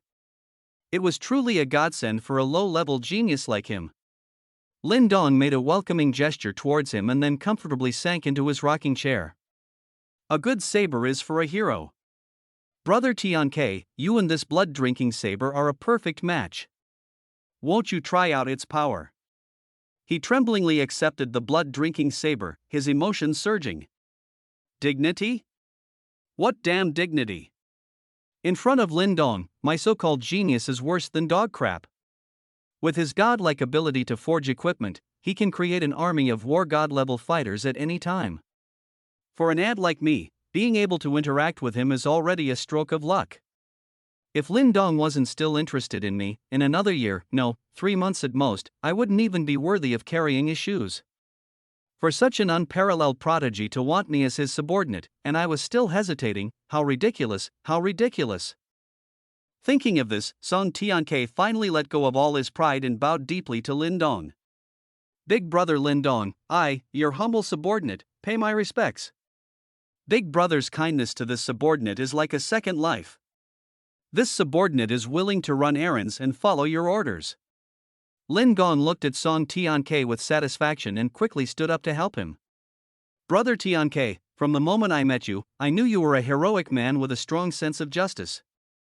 It is truly my honor, Lin Dong's honor, to have this connection with you today. This blood-drinking saber cannot fully unleash its potential by my side. Consider it a meeting gift, I'll give it to you, brother. Song Tiang's mind went blank, he could hardly believe his ears. He had originally planned to spend a lot of money to buy this saber, but Lin Dong had generously gifted it to him. He was too extravagant. Having such a generous person as his big brother, what reason would he, as a subordinate, have not to go through fire and water for him? Big brother, this is too valuable, you're subordinate. Hey, brother Tianke, don't be so polite. This is a token of my brotherly affection. You must not refuse, refusing would be looking down on me. However, friendship is friendship, and business is business. You wanted to buy speed gloves, right? I do charge for those. Hearing Lin Dong mention the speed gloves, Song Tianke quickly agreed. Of course, it's only right to charge. I just wonder what price Big Brother intends to charge per pair. Let's say 50 billion per pair. Alright, then I'll take 5 pairs. The family elders specifically instructed me to buy at least 5 pairs. Song Tianke and Lin Dong hit it off immediately, and the transaction was settled then and there. Just as the two finished their transaction, another knock echoed from outside the door. Is Captain Lin Dong in? This is by Xing Xue, may I come in? Lin Dong and Song Tianke exchanged a glance. Song Tianke clapped his hands and laughed. I didn't expect him to come too. Big brother, should I excuse myself? Lin Dong smiled slightly. No need. With that, Lin Dong opened the door. Standing outside the door was none other than Bai Xingxue, dressed all in white. Team 63's loyalty secured, the strongest silver tier team is born. As Bai Xingxue looked into the room, he was surprised to find Song Tianke also inside. Moreover, Song Tianke stood a step behind Lin Dong, appearing to follow Lin Dong's lead. He eyed Song Tianke suspiciously, then looked at Lin Dong, wondering what kind of secret dealings were going on between them. Lin Dong, smiling broadly, invited him in. Having gained such a formidable warrior as Song Tianke, Lin Dong was in high spirits and couldn't help but show a hint of joy when facing Bai Xingxue. My dear Bai, what brings you to my humble abode? Bai Xingxue brushed off his white robe and sat upright in the chair, exuding an air of noble aloofness, untouched by the vulgarity of the mundane world. However, the matter he was about to discuss with Lin Dong was far from detached from worldly concerns. Classmate Lin Dong, your forged acceleration gloves are exquisite. Our Bai family intends to purchase a batch. Would you consider selling them? Bai Xingxue glanced at Song Tianke beside him, his words hesitant. Clearly, saying these words in front of Song Tianke made him feel a bit embarrassed. But since they were already here, it wouldn't be appropriate to leave without finishing things, so he spoke haltingly. However, this time, before Lin Dong could speak, Song Tianke had already gotten into character and started playing his part. Old Bai, brother Lin Dong is generous and unfettered, but that's only towards his friends. Until you become a recognized friend of brother Lin Dong, I'm afraid it will be difficult to get what you wish for. Bai Xingxue looked at Song Tianke in astonishment, her face full of disbelief. In his impression, Song Tianke was an extremely proud person, and rarely would he be convinced by anyone. But seeing Song Tianke's demeanor now, calling him big brother repeatedly and intimately, it didn't seem fake. He even seemed genuinely impressed, which made him incredibly surprised. These geniuses don't place much importance on backgrounds. The only thing that earns their admiration is personal strength. Song Tianke's current behavior indirectly highlights Lin Dong's extraordinary talent. Could it be that this Lin Dong is an even greater prodigy than Song Tianke? Moreover, Song Tianke's words were quite profound, making Bai Xingxue pause and ponder their deeper meaning. A friend recognized by Lin Dong? What does that mean? Song Tianke chuckled and enlightened Bai Xingxue. Old Bai, you've always been sharp. Why are you acting so foolishly in a matter like this? To be honest, I've already accepted Lin Dong as my elder brother and am willing to be his subordinate. Hearing Song Tianke's candid admission, Bai Xingxue became even more bewildered and uncertain. He shook his head in disbelief, his face etched with incredulity. Old Song, don't joke with me. You're so proud. Just how monstrous must this Lin Dong be for you to be so utterly convinced? But to Bai Xingxue's surprise, Song Tianke didn't seem embarrassed. Instead, he spoke to him as if boasting. In front of a genius like Lin Dong, we are like fireflies trying to outshine the moon. We're not even on the same level. Old Bai, we were like frogs in a well before, with no worldly experience. Only after you get to know big brother Lin Dong well will you realize that we so-called geniuses are nothing. As he spoke, Song Tianke took out the blood-weeping treasured saber he had just obtained and waved it in front of Bai Xingxue. See this? It's a gift from big brother Lin Dong. Song Tianke wore a smug look on his face, which completely baffled Bai Xingxue. Just a knife could make Song Tianke directly recognize Lin Dong as his big brother? This Song Tianke is too easily bought. Just as Bai Xingxue was about to shake her head again, her gaze suddenly swept over the attributes of the blood-weeping saber.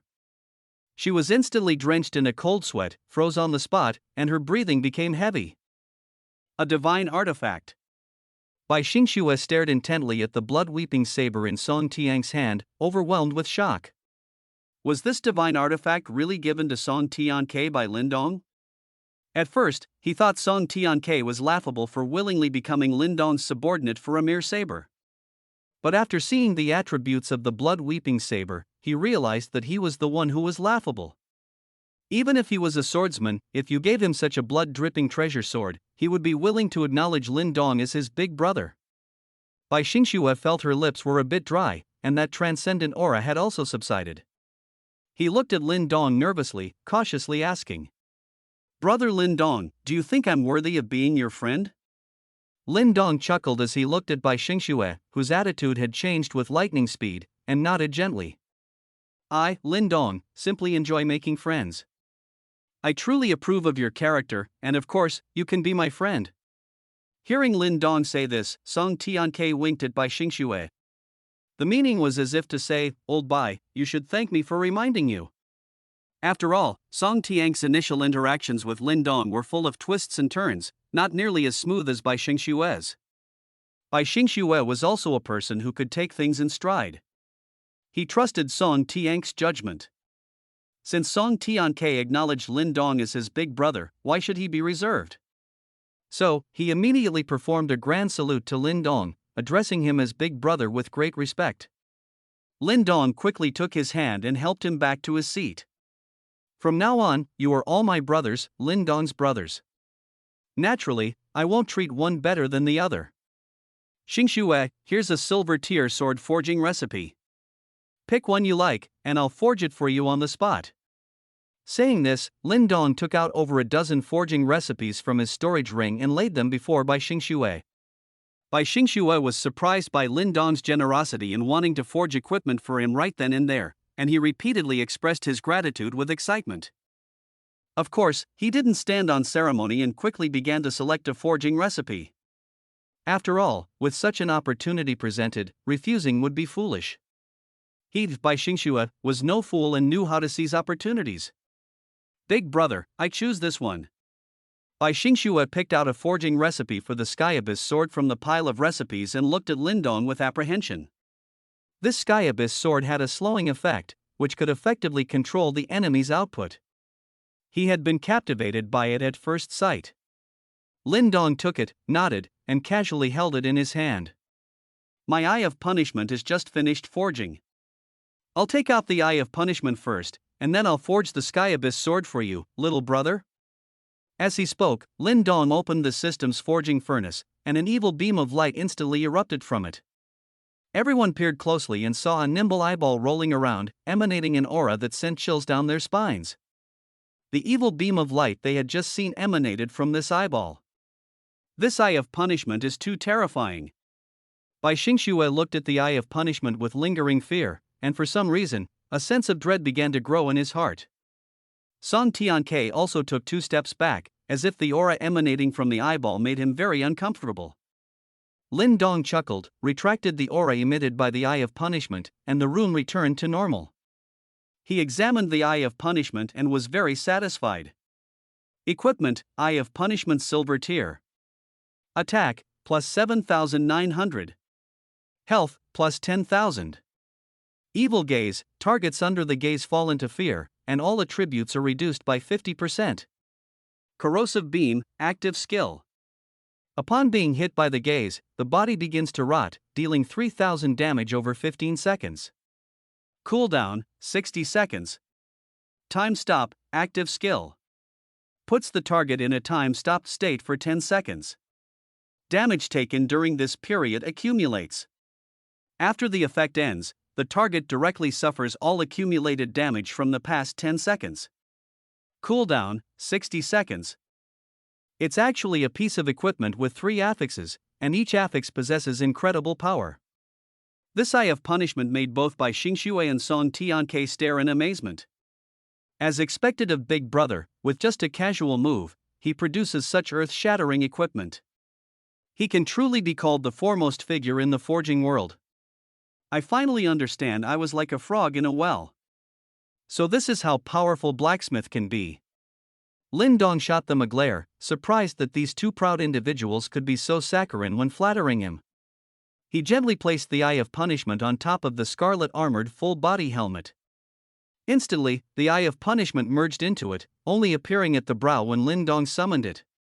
Next, he began to help Bai Xingxue forge the Sky Abyss sword.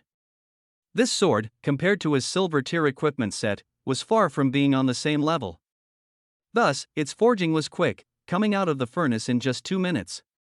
But even so, Bai Xingxue still covered her mouth, almost moved to tears. Equipment: Sky Abyss sword silver tier. Attack, plus 9,800. Health, plus 3,000. Defense, plus 1,000. Spatial stasis: the attacked target's surrounding space becomes viscous, reducing attack speed by 30%. Stunning slash: top-tier sword drawing technique. When unleashed, it can erupt with a slash 3 times the user's attack power. Cooldown: 60 seconds. Equipment with dual attribute affixes, especially stunning slash, becomes more explosive with the user's attack power increase. It can be called a god-tier skill with unlimited potential. Bai Xingxue held it in her hand, feeling an urge to try it out. His long black hair moved without wind, exuding a heroic aura, like a sword god. Lin Dong wanted to test the effectiveness of his crimson armor, so he patted his chest. "Come on, if you're a brother, cut me." 64. A small test of skill, invincible aura begins to show. If you're a brother, cut him? Bai Xingxue felt her brain couldn't keep up. Is this something a mature person would say? He was Sword Saint Bai Xingxue, his heaven-slaying sword draw technique was almost unrivaled among his peers. This Lin Dong actually told him to attack? Was he not taking him seriously at all? Although he had acknowledged Lin Dong as his elder brother, his inner pride wouldn't subside so easily. So, he frowned slightly and said, suppressing his displeasure. "Since Big Brother wants to spar, I will use 30% of my power to attack you. However, my heaven-slaying sword draw technique is extremely fierce. Big Brother, you must be careful when facing it. If you feel any danger, you must tell me to stop immediately." But Lin Dong carelessly patted his chest, saying with full confidence, "Come at me with full power. I want to test the might of the crimson armor I just forged." Hearing Lin Dong's overconfidence, Bai Xingxue suddenly felt conflicted. If he were to use his full strength, what if he injured Lin Dong? After all, Lin Dong was just a blacksmith. All his strength came from his equipment. His personal combat ability was no match for warriors like them. It's better to be safe than sorry. But as he hesitated, Song Tianke beside him burst into laughter, looking exceptionally spirited. "Old Bai, you have too little faith in Big Brother's strength. He told you to attack, so just attack. If you don't, I will go first." Saying that, Song Tianke leaped forward, brandished his blood-quenching saber, and swung it at Lin Dong. "Big Brother, get ready. I'm going to use our Song family's 13 saber styles. Each strike will add 30% more power. With the base attack of the blood-quenching saber, the final blow can even reach 50,000 attack power. You better be careful." But Lin Dong chuckled, with a fighting spirit eager to try. "Good, that's more like it. Come on, let's have a thrilling battle." Lin Dong adopted a stance, preparing to take Song Tianke's blade head-on. Bai Xingxue, standing nearby, narrowed his eyes, inwardly terrified that the scoundrel Song Tianke might accidentally injure Lin Dong. After all, their family patriarch had personally instructed that Lin Dong must be treated with the utmost care and absolutely must not be harmed in any way. But now, "Old Song, brother is being foolish, how can you join him?" Tisk. Just as Bai Xingxue was shaking her head in secret, Song Tianke's first saber strike had already landed solidly on Lin Dong. Clang! The sound of metal colliding vibrated through their eardrums instantly, causing Bai Xingxue, who was standing by, to squint her eyes even tighter. Song Tianke's blood-weeping saber was flicked high into the air. This first strike had utterly failed to penetrate Lin Dong's defense. An attack of over 10,000 points, and it didn't break Big Brother's defense? At this moment, Bai Xingxue was utterly stunned. Even a mutated beast probably wouldn't have such high defense. With this kind of defense, if it were him attacking, he probably couldn't even scratch Lin Dong without using his family's ultimate skill, sky-cutting sword art. Song Tianke, his first attack unsuccessful, grew even more excited. He stood tall and imposing, his eyes blazing with fervor. Brother, catch this. My second strike is coming, and this one's power is a whopping 3,000 points higher than before. With that said, Song Tianke charged forward again. This strike was powerful and heavy, imbued with an arrogant ferocity. His entire head of hair stood on end, flying wildly. Yet, Lin Dong on the other side remained standing with a smile, appearing calm and composed. Duong. This time, the blood-weeping saber struck Lin Dong, emitting another deafening roar. But Lin Dong showed no reaction whatsoever. Song Tianke, however, let out a shout and retreated madly, a hint of blood at the corner of his mouth. Big brother, what technique did you use just now? How did my attack feedback onto myself? With his health bar depleted by more than half, Song Tianke appeared shaken.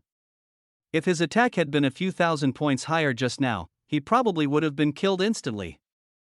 But Lin Dong smiled slightly, lifted his jacket, and revealed the crimson armor he was wearing underneath. At that moment, Song Tianke and Bai Shengshua's eyes widened in disbelief. Equipment, Crimson Armor Silver Tier. Health, plus 22,000. Attack, plus 1,500. Defense, plus 10,000. Magic Defense, plus 10,000. Magic Resistance, plus 10,000. Thornmail, 30% chance to reflect all types of damage. Invincible, active skill. Upon activation, grants invincibility for 60 seconds, immune to all damage. Rejuvenation, when health drops below 30%, 50% chance to restore health to full. Double experience, gain double normal experience when hunting monsters. Is this seriously silver tier equipment? Even sky tier equipment probably wouldn't have such stats. This is too outrageous. Most importantly, the equipment actually had 4 heaven-defying skill affixes. Each of these affixes was a life-saving skill on the battlefield. Having so many stacked together was like exploiting a bug. The retaliation armor affix was precisely what caused Song Tianke to suffer backlash damage earlier. This affix had just activated, reflecting all of Song Tianke's damage. Song Tianke licked his lips bitterly and looked back at Lin Dong with lingering fear. Big brother, my health bar is less than 20,000. Unlike you, with your thick health of 50 to 60,000. If I were to use my 13 heavenly blade strikes on you again and your retaliation armor affix activated, I'd probably be bounced to death. Lin Dong nodded. Indeed, there was a possibility of what Song Tianke described. However, he hadn't had enough fun yet and didn't want the sparring match to end so abruptly. He pondered for a moment, then Lin Dong directly took out the chainmail he had replaced from his ring and placed it before Song Tianke. Wear this, and you won't be in mortal danger. Feel free to unleash your 13 heavenly blade strikes and let me experience the joy of battle. Song Tianke took the chainmail. Even though he had a strong capacity for acceptance, he couldn't help but breathe rapidly, his eyes burning with desire. Bai Xingxue beside him couldn't help but crane her neck, exclaiming, "A treasure armor! A true treasure armor." Equipment, Chainmail Bronze Tier. HP, plus 8,000. Defense, plus 500. Magic Defense, plus 500. Magic Resistance, plus 500. Attribute Deception, hides true attributes, displaying normal attributes of equipment of the same level. Invincible Shield, upon receiving an attack far exceeding defense, activates an invincible shield lasting 30 seconds, with a 10-minute cooldown. Decoy Puppet, the moment the chainmail is shattered, the wearer is instantly teleported randomly 10 kilometers away, leaving a dummy corpse in their place. Wearing this treasure armor would essentially grant him 2 extra lives. The invincible shield could save a life, and the substitute puppet could also save a life. Such a treasure, and Lin Dong actually spared it for the two of them to broaden their horizons. This big brother is truly generous. Unconsciously, a change occurred in their minds again, and their gaze towards Lin Dong became even more respectful. A reliable ally. Lin Dong is definitely a reliable ally. If they could seize the opportunity to stick with Lin Dong, they would have many more chances to save their lives in the future. These precious and rare equipments were beyond the reach of even these prominent families. After all, before Lin Dong appeared, such equipment had never been seen on the entire Blue Star. After Song Tianke put on the chainmail, his confidence soared. He brandished the blood-weeping saber in his hand and shouted again. "Big brother, here I come. Watch my third move of the Sky Saber." Lin Dong smiled slightly, beckoned to Song Tianke, as if to say, "Come on." At this time, Song Tianke's attack had reached about 16,000 points, which was enough to break through Lin Dong's defense. But for Lin Dong, whose HP pool was more than 3 times that of Song Tianke, this attack didn't even deplete 1/10 of his health. Next, Song Tianke attacked 5 more times, finally reducing Lin Dong's HP to a mere 30,000 points. However, on the 6th strike, Lin Dong's counter-armor affix activated again, directly triggering the invincibility shield of Song Tianke's chainmail. Seeing the golden glow enveloping his armor, Song Tianke knew that if it weren't for the chainmail, he might have died from that reflected blow. But this also ignited his ferocity. "Big brother, watch closely. This strike of mine deals over 30,000 damage. Take it." Bai Xingxue, standing beside him, suddenly grew restless. Lin Dong only has less than 30,000 HP left. If this strike lands, won't it kill him? He was about to stand up and intervene, but Song Tianke's 10th form of Skyblade had already landed squarely on Lin Dong. Bai Xingxue's heart leaped into his throat as he saw Lin Dong's HP bar drop to 0. Lin Dong's face turned pale, appearing to be on the brink of death. This is bad. 65 prodigies? Insignificant in front of him. At this moment, Bai Xingxue completely panicked. A surge of immense anger rose within him. "Song Tianke, you scoundrel! Don't you know when to stop? With the blood-weeping divine blade, the power of your Skyblade 13th form is vastly different now. How can you be so reckless? If Big Brother gets killed by you, neither of us will be able to handle the consequences." However, Song Tianke, facing Lin Dong, wasn't worried at all. Instead, he pointed at the pale-faced Lin Dong and chuckled. "Don't worry, Big Brother has plenty of ways to save himself. We don't need to fuss over him. Big Brother didn't activate his invincible affix proactively, he must have his reasons. All we need to do is trust him." In a way, Song Tianke was even more fervent than Bai Xingxue. He now had a level of trust in Lin Dong that bordered on adoration, the belief that everything Lin Dong did was correct. Bai Xingxue, on the other hand, seemed a bit lacking, but his concern for Lin Dong was genuine. While the two were bickering, Lin Dong, whose life was nearly depleted, wore a mysterious smile. He could feel a vast life force enveloping him, rapidly restoring his depleted HP. Rejuvenation. When HP is below 30%, there is a 50% chance to instantly restore HP to full. A 50% chance is quite high, meaning there's a 1 in 2 probability of triggering it when attacked. However, this skill cannot be used against Rona's Death Scissors kick, as she can instantly kill with less than 30% HP. Thus, this attribute affix is quite interesting. There can be enhancements or counters between them.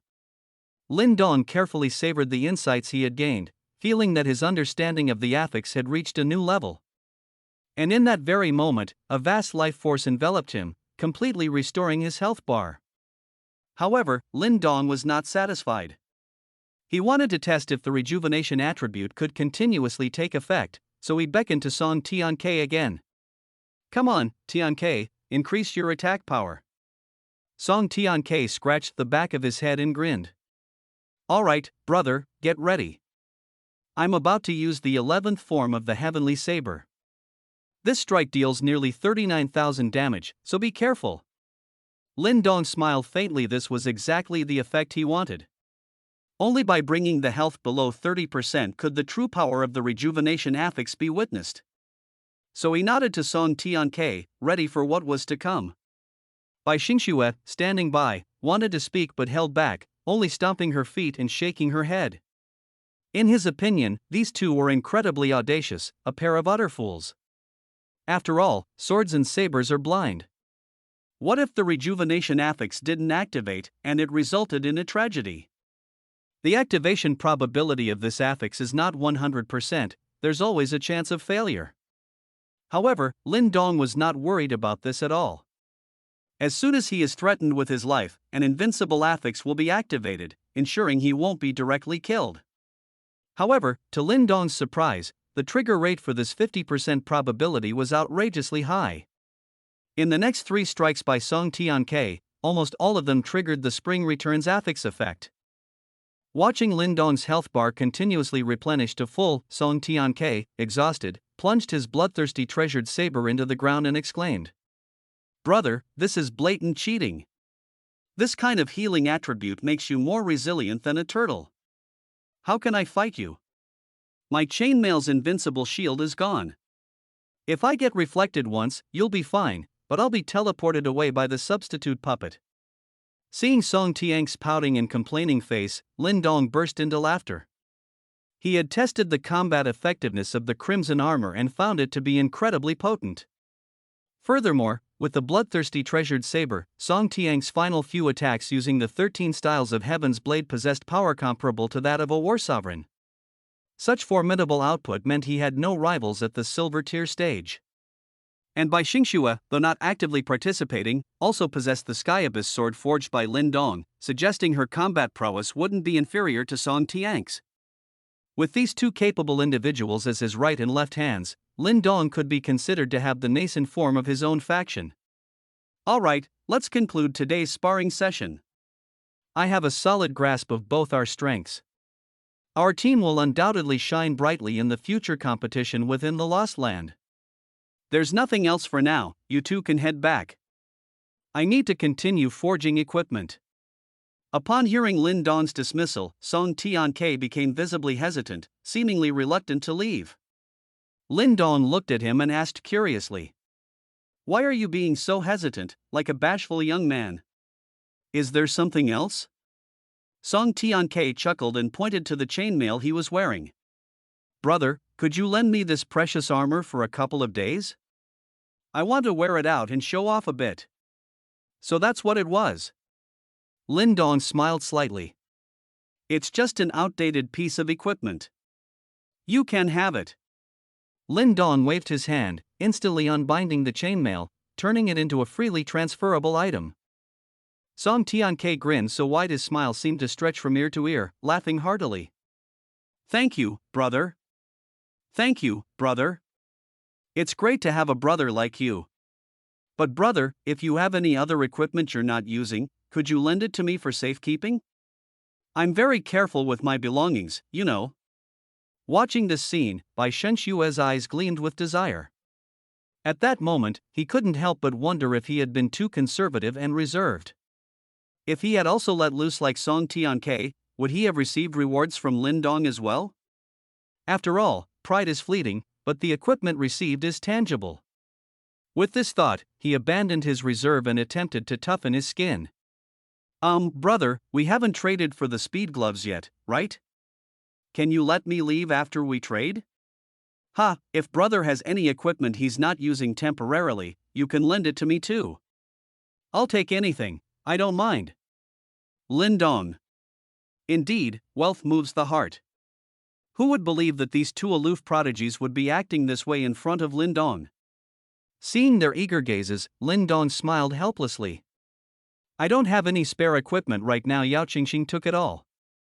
I'll craft some for you when I have time. I haven't even finished crafting my own gear yet, so I don't have time to forge for you guys now." Hearing Lin Dong's words, both of them felt a pang of regret. They had come too late. It seemed Yao Qingxing had gotten there before them. Could she have used some sort of honey trap? However, judging by Lin Dong's energetic demeanor, it didn't seem like he had prematurely ejaculated his vital essence, suggesting Yao Qingxing hadn't succeeded yet. After Bai Xingxue successfully purchased 5 sets of speed gloves, he happily trotted out of Lin Dong's room with Song Tianke. On their way back, Bai Xingxue eagerly took out the speed gloves and caressed them affectionately. "He finally has this thing too." Song Tianke, standing by, couldn't help but help him pick and choose. Hey, old boy, use this one is good, a flashbang. It can randomly jump within a 50-meter range. Combined with your swordsmanship, you can become an elusive assassin. And this, blazing finger. It can add a 15% attack boost to the equipment in hand. It takes effect with every attack, a divine artifact. Bai Shingshue's eyes were dazzled by the sheer number of speed gloves in his hand. In the end, following Song Tiang's suggestion, he chose 2 speed gloves with the effects of explosive flash and blazing finger. The other equipment was sent back into the Bai family through the virtual trading platform, by operating designated personnel transactions. And the head of the Bai family, Bai Jianfeng, was so excited that he jumped up from his seat the moment he saw these speed gloves.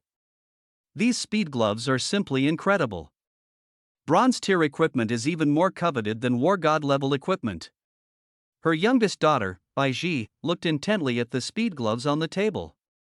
Father, could you get me a pair of these speed gloves? Many prodigies in our Divine Dragon Academy have secretly obtained powerful equipment, reportedly dropped by mutated beasts hunted in the borderlands to the southwest. With their strength greatly increased, I might lose my spot in the Lost Land this time. Bai Jianfeng, the head of the Bai family, looked dotingly at his youngest daughter, Bai Ji, and affectionately stroked her head. The slots to enter the Lost Land are extremely important, and are key for these major families to cultivate the next generation. The reason he arranged for Bai Xingxue and Bai Ji to enter the War God Academy and the Divine Dragon Academy respectively was to ensure they would both have a spot in the Lost Land. He had also heard about the Divine Dragon Academy obtaining a lot of strange equipment. It is said that with the application of the gold tier horn on the battlefield, a large number of mutated beasts were killed on the border. Not only were a large amount of mutated beast materials obtained, but many rare equipment pieces also dropped, some of which occasionally came with affixes. However, this equipment was not handed in along with the mutated beast materials. Instead, it was intercepted by some major families and secretly distributed to their disciples for use. Our Bai family doesn't even have the qualifications to obtain such equipment. I never expected that some of the prodigies from the Divine Dragon Academy would actually obtain this equipment. This is indeed surprising news. After all, such equipment is very rare. Even the elders don't have enough to go around, yet it's being distributed to the younger generation. It's clear these prodigies have significant backing. But after looking at the speed gloves on the table, he suddenly felt at ease. Those so-called prodigies are nothing compared to Lin Dong. Your brother Bai Xingxue is now Lin Dong's subordinate. What kind of high-quality equipment can our Bai family not obtain in the future? Here, take this pair of speed gloves to use. Bai Ji excitedly took the speed gloves, her eyes sparkling with joy. Just as Bai Ji was about to leave the room, Bai Jianfeng seemed to recall something and called out to her retreating figure. Oh, and if you encounter Lin Dong in the Land of Inheritance later, you must treat him with utmost respect. Do you understand? Got it. Bai Ji stuck out her tongue playfully and hopped out of the room like a rabbit. However, her young heart couldn't help but race. Rare affix equipment of 66 rarity appears. Lin Dong. Bai Ji softly repeated the name in her heart, wishing to engrave him into her memory. Ever since she saw Lin Dong during the live broadcast across Blue Star, she had been deeply infatuated with the handsome and clear-faced young man. A unique feeling of young love began to blossom in her heart. The thought of meeting Lin Dong in the Land of Inheritance made her heart pound with excitement. Moreover, the speed gloves she was now holding were forged by Lin Dong himself, making her cheeks flush slightly. Upon returning to the Divine Dragon Academy's special training camp, his teammate Cui Bingbing, a fire mage, quickly noticed something unusual about him. Bai Ji, what's wrong? You look like you have a fever. You're the one who's got a fever. I'm perfectly fine. Bai Ji pouted, starting to bicker with Cui Bingbing. Seeing Bai Ji's bashful demeanor, Cui Bingbing burst into laughter. Ah, you little rascal, you really do have a fever. Your face is all flushed, like it's spring. I don't. You're making things up. Saying that, Bai Ji and Cui Bingbing playfully tumbled into an embrace. These two were the best of friends in the Divine Dragon Academy's special training camp. Cui Bingbing came from a prominent background, being a prodigy from a collateral branch of the Chui family. Thanks to Old Master Chui, a war sovereign, the Chui family had become one of the most powerful families in Huaxia. However, at this moment, both of them were at risk of being eliminated from the special training camp. This is because many prodigies in the special training camp had acquired rare equipment dropped from the southwestern front line, some even with affixes. The appearance of this equipment instantly gave those who were inferior to them a leading advantage, causing their rankings to plummet. After playing around for a while, Chui Bingbing sighed resentfully. Sigh, I think we're completely out of luck. Why did this equipment appear now, instead of earlier or later? It's clearly snatching away our chances to enter the land of inheritance. I heard that Chui Woody, a prodigy from the main branch of our Chui family, obtained an infinity staff with the berserk affix. I'm so envious. It's a pity I'm from a collateral branch of the Chui family. I probably won't have a chance to get such a good item. By the way, Bai Ji, where did you go last night after leaving the training camp? You were so secretive and shifty. Hearing Chui Bingbing's question, Bai Ji playfully stuck out her tongue. Then, she took out the pair of speed gloves from her storage ring and whispered excitedly. Ta-da! Let me show you a treasure. Look what I have. My goodness, it's speed gloves. Where did you get them? I heard only Lin Dong can forge these. Chui Bingbing covered her mouth in shock, her ample chest heaving with excitement. Even Bai Ji, a girl, found herself captivated for a moment. To tell you the truth, my brother Bai Xingxue has already acknowledged Lin Dong as his big brother. With Lin Dong looking out for him, getting some equipment is easy. Bai Ji raised her head proudly. Mentioning Lin Dong always filled her with energy. Not everyone doubted Lin Dong's strength. For example, she and Chui Bingbing often discussed how Lin Dong repelled the Holy Knights' leader, the European emperor, who represented the Western powers. They felt that Lin Dong in the live broadcast was simply too handsome, and such a person was worth chasing after. As expected, when Chui Bingbing heard that Bai Ji's brother was actually related to Lin Dong, her eyes immediately lit up. My goodness, your brother is so lucky to be connected with Lin Dong. I'm so envious. If only I could meet Lin Dong, I'd die a happy woman. Her lovesick appearance was no better than Bai Ji's. Bai Ji tapped her forehead forcefully, like a little devil. Humph, stop acting cute. I'm telling you, Song Tianyi from our special training camp, that blockhead, his brother Song Tianke also recognized Lin Dong as his elder brother. He must have gotten the speed acceleration gloves just like me. Lucky fools. Bai Ji curled her lips, clearly having a strong opinion about this Song Tianyi. However, Chui Bingbing, who was beside her, quieted down, appearing quite melancholic. Bai Ji looked at the silent Chui Bingbing, blinking her eyes, not quite understanding why she had suddenly become sad. What's wrong, Bingbing? Why are you suddenly so sad? Woo-woo, you all have affix equipment, but I have no chance of getting any. It looks like I'll definitely be eliminated from our Divine Dragon Academy's special training camp. After all, with over 10 people competing for only 9 spots, it's just too difficult. So, this little girl was upset because of this matter. Bai Ji looked at the speed acceleration gloves in her hand, hesitated for a moment, and handed the left one to Chui Bingbing. Bingbing, don't be sad. We are good sisters, and I absolutely cannot watch you leave the special training camp. Take this pair of speed acceleration gloves. From now on, it's yours. Chui Bingbing looked at Bai Ji in disbelief, her eyes wide with astonishment. Her gaze couldn't help but drift over the speed acceleration gloves. With such a divine artifact, she wouldn't have to worry about being eliminated from the special training camp. After all, the affix equipment dropped by mutant beasts has very low attributes, nowhere comparable to what Lin Dong forged. But these speed acceleration gloves are so precious. How can I ever thank you, Bai Ji? Bai Ji looked at her best friend, with whom she had gone through thick and thin, and giggled with her head tilted. Hurry up and take them. What's mine is yours. After all, we swore we'd marry the same man. Oh, why are you bringing up such embarrassing things? You're so annoying. Chui Bingbing wrinkled her nose and shyly put away the speed acceleration gloves. As her fingers touched the speed acceleration gloves, her heart couldn't help but tremble slightly. This acceleration glove was forged by Lin Dong. If the two of them were to marry one person, she hoped it would be someone like Lin Dong. Unfortunately, Huaxia's law stipulates monogamy, so such things can only be imagined and cannot become reality. Watching Cui Bingbing carefully put on the acceleration glove, Bai Ji giggled. Judging by your expression, could it be that you have a crush on Lin Dong? Cui Bingbing quickly concealed her true thoughts and made up an excuse. No. I was just thinking, now that I have the speed gloves, can I beat our Cui family's eldest daughter, Cui Xuanya, or even the number one genius, Cui Woody? Cui Woody?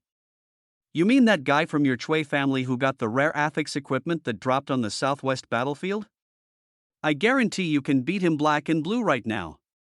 After all, the equipment forged by our Lin Dong is not comparable to his trash affix equipment. Bai Ji shook his head and wagged his finger, enlightening Cui Bingbing, which made Cui Bingbing burst into laughter.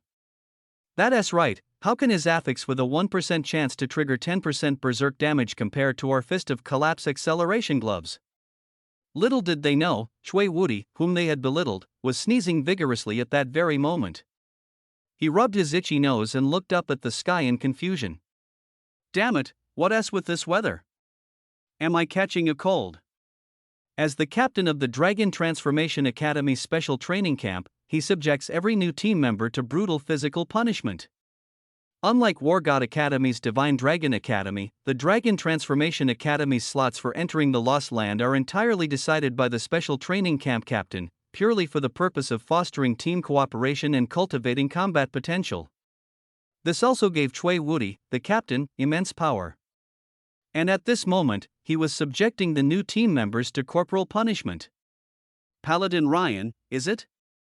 With such little stamina, how can you adapt to our team's combat needs? If you can't finish dismembering these 30 tons of beast corpses before nightfall, don't even think about sleeping in the special training camp dorms. He looked at the new team member, Ryan, with an air of command, his eyes unreservedly showing disdain. A paladin from a small town, do you really think you can achieve sudden fame? In the eyes of true prodigies from our major families, you're still just trash, only fit to do chores for us. He was right. If their Hualong Academy hadn't been one member short, Ryan would never have ended up here. Even after Ryan arrived at the special training camp, he was only assigned to clean beast hides and corpses, with no opportunity for training or growth. Ryan could only suppress his anger and dare not speak out, reluctantly performing these menial tasks. Watching Ryan being ordered around like a dog, the other team members burst into laughter. Captain Woody, look, he's just like a dog. I heard his brother is that genius blacksmith Lin Dong. Is it really okay to treat him like this? Haha, you mean that Lin Dong? The equipment he forged was secretly given to him by Xiao Dashui. He's just putting on a show during live streams. Do you really think a newly class awakened blacksmith has such terrifying abilities? That's true. Since his brother is a liar, the character of their Lin family must be questionable. We have to be strict with Ryan. Come here, Ryan, go clean up the mutant bronze tier beast I just hunted. Being bossed around by these people, Ryan had already become somewhat numb. Like a dog, he took a storage ring from a team member, took out the corpses of dozens of mutant beasts, and continued to clean their bodies and hides. These were things that could be sold for money, but he didn't dare to touch them. Sigh, I really miss the days when Lin Dong worked like a dog for me. If only Lin Dong hadn't broken our twin bond. But just as everyone was laughing at him, calling him an idiot for leaving an opening, his hand, deep inside the beast's corpse, suddenly trembled violently. Because he had touched a hidden piece of dropped equipment. Equipment, Wind Still Pearl Bronze Tier. Attack, plus 15. Defense, plus 1. Immobilize, 1% chance to immobilize target for 3 seconds, dealing 100 damage. He turned his head and glanced nervously at the teammates who were speaking, his heart in his throat. His hands clenched tighter. 67. After enduring humiliation, Ryan regretted it. Ryan was extremely nervous at this moment. He knew that any piece of equipment with affix attributes was priceless. This wind still beat in his hand, which was equipment for a control type skill, could be sold for at least several 100 million huaxia coins. I've endured this for so many days, the opportunity has finally come. While the others were not paying attention, Ryan secretly put the wind still bead into his storage ring. He decided to embezzle this wind stabilizing pearl for his own use. Chui Woody and the others didn't notice the wind stabilizing pearl. But seeing Ryan's sneaky demeanor, they immediately started scolding him loudly again. Damn it, what are you looking at? Look again and I'll gouge your eyes out. You trash, you never improve, why aren't you cleaning up the beast corpses for us already? That's right, if you don't finish cleaning before dark, don't even think about sleeping. Ha! Ryan felt a surge of contempt. He now possessed an affix weapon and believed his level would soon catch up to theirs. The special training camp at Dragon Transformation Academy had varying levels of strength, and this year's enrollment was much worse than in previous years. For instance, the highest level member, Chui Woody, was already level 30 and could equip gold tier equipment. Among the other 7 team members, 4 were level 29, 1 was level 26, 1 was level 23, and 1 was level 15. And then there was Ryan, who was only level 1. However, Ryan's admission here was purely due to luck. He ranked 9th among the students enrolled by Dragon Transformation Academy this year, so even though he wasn't particularly outstanding, he still got in. Compared to the Dragon Academy, which was brimming with prodigies, it was indeed quite a bit worse. These 9 spots to enter the Lost Land had been filled. However, Chui Woody, from the bottom of his heart, looked down on Ryan, who came from a small place like Zheng City. The other 8 members all came from influential families with strong backgrounds, and befriending them would be beneficial to everyone. As for Ryan, he was completely unqualified to stand with them and was only fit for doing odd jobs. Chui Woody had even prepared himself to abandon Ryan to his fate once they entered the Lost Land. However, they were unaware that a seed of hatred had already been sown in Ryan's heart. He concealed it well, burying the ruthlessness deep within and pretending to diligently clean the beast corpses. You bunch, just you wait. Once I, Ryan, rise quickly with the wind stabilizing pearl, I will trample you all under my feet. The humiliation you've inflicted on me today, I will repay it 100-fold, 1,000-fold. Ryan cursed inwardly a few times, but couldn't help but recall his time before high school. When he was in high school, no matter how much trouble he caused at school, Lin Dong would always stand up for him, beating up anyone who bullied him. He remembered one time when he got into a fight with a classmate over a piece of color-changing cotton cloth. The other party called for over 30 people, intending to corner him and break his third leg. But Lin Dong arrived in time and was willing to take the beating in Ryan's place to get Ryan out. However, when Ryan returned home, he falsely accused Lin Dong of fighting with delinquents outside, causing Lin Dong to be severely beaten at home again. At the time, he just thought it was fun, and that it was natural for Lin Dong to take care of him. But now, when he was helpless, he suddenly realized how good it was to have Lin Dong by his side. Lin Dong, oh Lin Dong, haven't I just been a bit mischievous since childhood? Although I haven't been very good to you, I'm your own brother. How could you be so angry with me, even severing ties with the family? Ryan glanced at the wind calming bead in his storage ring, feeling a surge of regret. Although this was also an affix item, compared to the affix items forged by Lin Dong, it was simply trash. If he hadn't treated Lin Dong that way before, perhaps he could have owned a pair of speed gloves like Rona. With a casual, collapsing fist attack, none of these noble sons would dare to yell at him anymore. However, there was no chance to start over. Unconsciously, Ryan, who had suffered so many grievances, shed tears of regret. Lin Dong, if I apologize to you, will you forgive me? Now that I'm out here on my own, I realize how well you protected me at school back then. I truly didn't appreciate my blessings. If you had forged equipment for me, I would never have suffered such humiliation today. I was wrong. Let alone one night, even 3 days wouldn't be enough to clear away these mountain-like beast corpses. Therefore, Chui Woody and the others didn't even consider letting Ryan rest. After dinner, they left Ryan there and went to sleep. But Ryan continued his hard work under the moonlight. However, after noticing that no one was around, he suddenly stood up with a resolute expression. I bet these guys have no idea that I sneak into the dungeon to level up every night. With this wind calming bead today, I think I can break through level 2 soon. Ryan's figure quietly entered the Iron Tier dungeon. Wielding the cold iron hammer with 60 attack power, which he bought for millions, he began to lure monsters and fight them in the dungeon. In the past, every night, he would spend several hours to kill a monster. But now, with the wind calming bead, a weapon he possessed, he managed to kill a monster in just 2 hours. Throughout the entire night, he killed a total of 3 monsters, successfully earning 10 experience points. With the accumulation from before, I successfully broke through to Tier 2. After all, he's a paladin. Every level up brings terrifying attribute bonuses. After reaching level 2, his attack and defense both increased by 50 points, causing his combat power to surge instantly. Before leaving the Iron Tier dungeon, he even managed to kill an Iron Tier boss, which made him incredibly happy. Gaining a level in just one night is incredibly fast. I expect I can reach level 10 before entering the Lost Land, which will give me more power to protect myself. I wonder how fast Lin Dong, who can forge equipment with super affixes, grinds monsters. Sigh. After Ryan left the dungeon, he began clearing the corpses of those beasts again. However, Chui Woody and the others, who had woken up early, stared at him in astonishment, as if they had seen a ghost. What is going on? Can you even level up by clearing beast corpses? Heh, maybe. But it only takes 50 experience points to go from level 1 to level 2, so it's not strange to level up. It's not like us, where each level requires millions of experience points. That is true. With so little experience needed, leveling up does make sense.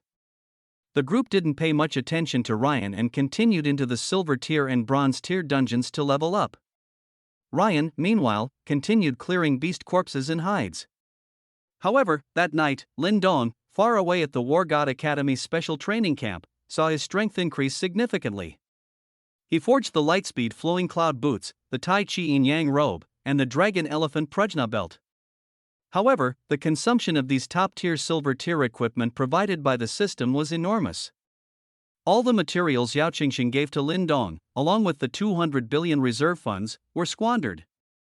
If not for the funds from selling the acceleration gloves to Song Tianke and others, he might not have been able to fully forge these few pieces of equipment. Lin Dong felt considerable pressure from this. Sigh, even Silver Tier equipment consumes so much. How will I afford Gold Tier equipment later on? Just as Lin Dong was worrying, he received good news from Commander Xiao. The corpses of the numerous beasts and mutated beasts killed on the southwestern border were processed into materials and sent to Lin Dong. Commander Zhao's original intention was for Lin Dong to forge another batch of basic Iron Tier and Bronze Tier equipment for more young people to use, allowing the youth of Huaxia to grow rapidly. However, Commander Xiao would only take half of the finished products, leaving the remaining materials for Lin Dong to distribute freely. This made Lin Dong a little excited. On the southwestern front, tens of thousands of high-level beasts and mutated beasts are hunted daily, yielding a massive amount of materials. This should alleviate his shortage of forging materials. However, Commander Xiao also mentioned something important: the immense effect of the war horn.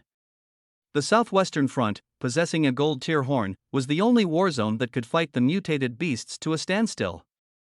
The eastern, northeastern, and northwestern war zones were not as optimistic. Therefore, Commander Xiao was currently searching for a new Mythic Tier mutated Great Desolate Kuei Niu, hoping to obtain another Great Desolate Kuei Niu horn to have Lin Dong forge a Gold Tier horn, a group war god artifact. Lin Dong had no objections to this. He would do anything Commander Xiao asked as long as it helped Huaxia's war effort. However, it would take some time for the beast materials to arrive, so he planned to go level up in the Silver Tier dungeon today. After all, the equipment had been forged, so he had to show it off. 68, damn, there aren't enough monsters. When Lin Dong gathered all the other team members in front of him, the expressions on their faces became incredibly varied. No one had expected that in just one night, everyone's overall combat power would undergo such a dramatic transformation. Xue Hong was the most shocked. His eyes were wide open. What is going on? Why does everyone have a pair of acceleration gloves, and even Silver Tier affix weapons? This huge change made Xue Hong incredibly envious. He didn't expect they were all like this, secretly contacting Captain Lin Dong behind his back. Lin Dong smiled and looked at Xue Hong, patting him on the shoulder. Don't worry, the corpse of the purple cloud divine thunder mutated squid you gave me yesterday was very useful. When I have time, I'll forge a weapon for you too. The corpse of that thunder beast has been collected by Lin Dong into the nether beast soul furnace, upgrading the 5 thunder skyheart beast soul array to level 3, which is quite helpful to Lin Dong. His overall attributes now even surpass those of a war sovereign. Name, Lin Dong. Level, 21. HP, 91,000. ATK, 37,900. Def, 21,000. M.Def, 21,000. M.Res, 15,000. ASPD, 500. MSPD, 300. Dodge, 200. Evil Gaze Eye of Retribution, target caught in the gaze falls into fear, all stats reduced by 50%. Corrosive Beam Eye of Retribution, active skill. Upon being hit by the gaze, the body rots, dealing 3,000 damage over 15 seconds. Cooldown, 60 seconds. Time Stop Eye of Retribution, active skill. Target is put into a time-stopped state for 10 seconds. Damage taken during this period accumulates. After the effect ends, the target directly suffers all accumulated damage from the past 10 seconds. Cooldown, 60 seconds. Thorn Mail Crimson Mail, 30% chance to reflect all types of damage. Invincibility Crimson Mail, active skill. Grants invincibility for 60 seconds, immune to all damage. Rejuvenation Crimson Mail, when HP drops below 30%, there is a 50% chance to restore HP to full. Double EXP Crimson Mail, gain double the normal experience when hunting monsters. 1,000-mile Swift Step Godspeed Flowing Cloud Boots, active skill. Movement speed plus 1,000 for 30 seconds. Cooldown, 60 seconds. Sonic Boom Godspeed Flowing Cloud Boots, 10% chance to inflict sonic boom damage, causing the target to become disoriented and unable to lock onto attack targets for 3 seconds. Tai Chi 2 forms Array Tai Chi Yin Yang Robe, applies a suppression effect on the target, causing them to lose 3,000 HP per second. Dragon Elephant Prajna Power Dragon Elephant Prajna Belt, for every 10,000 HP reduction, def increases by 10,000. Shadowless Fist Silver Tear Gale Gloves, every 60 seconds, unleash 100 fist shadows with plus 500 attack. Flash Burst Silver Tear Gale Gloves, every 3 seconds, can tear space in front of you for an instantaneous 300-meter leap. Step Thunder Level 3 Nether Beast Soul Furnace, within a 100-meter radius, unleash 30 bolts of core lightning dealing 1,500 damage each onto the target. Soul Snatch Nether Beast Soul Furnace, for every beast corpse collected, ATK increases by 1 point, up to a maximum of 10,000 points. The current Lin Dong is completely covered in affix buffs. Standing still right there, even if all the teammates charged at him together, they might not even be able to move him. Even if Marshal Xiao, this Huaxia war saint, personally took action, he might not be able to defeat him easily. As for War Sovereign? The current Lin Dong is no longer taken seriously. Of course, Lin Dong would not let others see such attributes. He used an attribute deceiving necklace to hide his real attributes. Therefore, others couldn't see through his reality at all, and even thought he was incredibly ordinary. Only those who had deep contact with Lin Dong, like Song Tianke, knew that Lin Dong was not as simple as he appeared on the surface. Xue Hong was the only one who didn't trade with Lin Dong last night. Seeing that he had fallen so far behind, he couldn't help but become anxious. Captain, you said it yourself. You have to help me forge my weapon. I'll cover the costs and materials myself. Just name your price for the forging fee, as long as you can help me forge it. Xue Hong's reaction made Yao Qingxing, Song Tianke, Bai Xingxue, and the others cover their mouths and laugh. It seems Xue Hong isn't as slow-witted as he appears and reacted pretty quickly. Only Cui Xuanya stood far away, pouting, unwilling to approach the group. She felt that she seemed to be isolated within this team. Just 2 days ago, everyone else looked down on Lin Dong just like she did. How come now they're all acting like lapdogs, fawning over Lin Dong one after another? They have no principles. It's just affix equipment. My grandpa also sent me one through a specific trade last night. Who doesn't have one? The affix equipment Chui Xuanya obtained was a silver tier recovery ring dropped on the southwestern battlefield. Her grandfather, Chui Taihang, secretly got his hands on it and gave it to her. This recovery ring could restore 30 health points per second, making it an top-tier item dropped by mutant beasts. However, holding the recovery ring, Chui Xuanya looked at the bronze-tier equipment on her teammates and couldn't help but feel a sense of disappointment. Were their equipment's attributes really that exaggerated? Compared to them, this recovery ring was so trashy it was embarrassing to even take out. But what surprised Chui Xuanya even more was yet to come. After entering the silver tier dungeon, these guys were like they were on steroids today. They could take down small monsters with a single strike, and even normal bosses only took a few more hits. Keep in mind that it used to take their entire team hours to kill these normal silver tier bosses. Now it was so effortless and leisurely, as if they were just out for a stroll. She didn't even exert much effort and just watched from the side.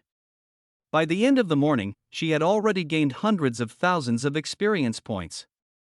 However, within the silver tier dungeon at this time, mutant beasts also appeared frequently. Some mutant beasts even reached the level of gold tier bosses, not inferior to the purple cloud divine thunder mutant cuttlefish from yesterday. Yet, even these mutant beasts couldn't withstand the attacks of Bai Xingxue, Song Tianke, Yao Qingxing, and the others. Especially Rona, who could easily defeat a gold-tier mutant beast single-handedly. This completely terrified Chui Xuanya. Just 2 days ago, she had mocked Rona, but now that Rona was so formidable, she was no match for her if Rona decided to retaliate. Throughout the entire dungeon crawling process, Chui Xuanya lived in constant fear, worried that Rona would notice her. However, with the team's formidable performance, the gains in experience and materials were immense. She was reluctant to leave the team and could only follow along with them, albeit with a heavy heart. By the end of the day, her gaze towards Lin Dong had changed, and she even began to feel a sense of awe. This Lin Dong is simply a treasure-making machine. Overnight, he equipped these people to this extent. It's incredible. That Yao Qingxing, who used to be just a support, never had a chance to fight monsters. But now, she can even solo a gold-tier mutated boss. And that newcomer Rona, her output is explosive, far more powerful than by Xingxue and Song Tianke. And all of this was made possible by Lin Dong. I really regret how I treated him before. But why didn't he take the initiative to apologize and explain to me? Isn't he deliberately making me offend him? Chui Xuanya stomped her foot in frustration. She knew she had lost the best opportunity to approach Lin Dong. Especially after the conversation she had with Lin Dong last night, which effectively pushed them to opposite sides. However, after a moment, her expression stabilized. No matter how capable he is, he's just a silver-tier shrimp now. With my grandfather Chui Taihang, a war sovereign, backing me, he wouldn't dare do anything to me. Tonight, I'll try to mend fences with him. If he doesn't know what's good for him, I don't mind finding someone to teach him a lesson. Having made up her mind, Chui Xuanya's eyes were once again filled with confident light. But just then, the team suddenly stopped, and everyone looked at each other with strange expressions. Chui Xuanya looked up in surprise, not knowing what had happened. Xuehong began to complain, seemingly not satisfied.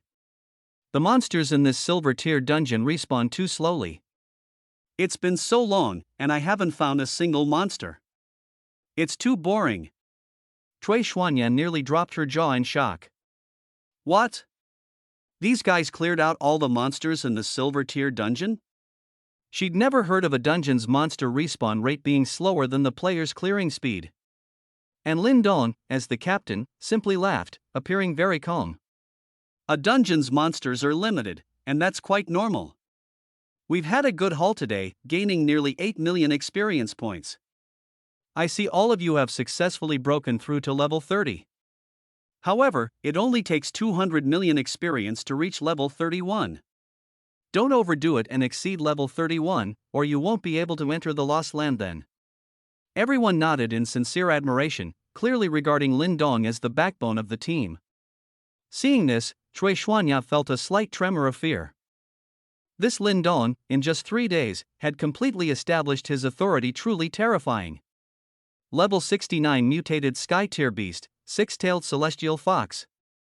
Just as Lin Dong and the others were preparing to leave the Silver Tier dungeon, a shallow rift suddenly tore open in the sky above the Silver Tier dungeon. An extremely ferocious and powerful beast aura emanated from within. A beast that can tear through space must be at least an sky-level beast. For a moment, everyone, including Lin Dong, couldn't help but look up at the anomaly in the sky. The knowledgeable Yao Qingxing showed a hint of worry in her brows. It is said that tiered dungeons are the connection points between our Blue Star world and the Beast world. Every time beasts descend, it is within these tiered dungeons. Judging by the current situation, the Silver Tier dungeon we are in is highly likely to become a landing point for the Beast army. As soon as Yao Qingxing voiced her speculation, everyone present became solemn. If a beast army were to descend in this dungeon, the Huaxia citizens in this area would undoubtedly be affected, and it might lead to utter devastation. Because each time a beast descent point appears, it is accompanied by tens of millions or even hundreds of millions of beasts, with Sky Tier beasts appearing frequently. There might even be mythic tier beasts. Ordinary citizens are simply incapable of fighting them. Xuehon licked his lips with difficulty, his whole body tense. If I remember correctly, beast descent points almost always appear in border regions. The tiered dungeon where our special training camp is located is deep within Huaxia. If a beast descent point were to appear here, the resulting damage would likely be countless times greater than in border regions. Hearing their conversation, Lin Dong also frowned. He looked at the increasingly clear rift in the sky, feeling a sense of pressure. Even though his current strength was no weaker than a war sovereign, facing a large number of beasts suddenly would be insurmountable. However, judging by the length and scale of the rift's appearance, it didn't seem like a large-scale beast descent, which puzzled him. Xin and Ding Taiqiu, who were observing from afar, exchanged glances and began to speculate as well. This area is deep within Huaxia, and the dungeon's barrier is incredibly strong, making it unsuitable as a beast descent point. If I'm not mistaken, this is a beast with spatial abilities trying to forcibly descend here to scout, not a large-scale beast invasion. Upon hearing Shen's analysis, Ding Taiqiu felt some of the pressure ease. Because if a genuine beast descent point were to appear here, this area would likely gradually turn into a war zone spanning hundreds of kilometers. At that time, the living environment for humans would be further compressed. He gazed at the increasingly clear rift in the sky and slowly uttered a sentence. Let's hope so. I also don't wish for a new beast descent point to appear here. The two of them closely monitored the situation in the sky, but Lin Dong, standing beneath the rift, felt a familiar aura. Even the nether beast soul furnace in his storage ring began to stir again. Lin Dong looked suspiciously at the figure gradually appearing in the rift, a bold guess forming in his mind. Could the beast about to descend be a thunder beast? Because only a thunder beast would cause the 5 thunder heavenly heart beast soul formation inscribed on the underworld beast soul furnace to react. If it were just a spatial thunder beast, he wouldn't be afraid at all. So, Lin Dong unconsciously moved ahead of the crowd, reaching the very front. He squinted his eyes as he looked at the rift in the dungeon sky.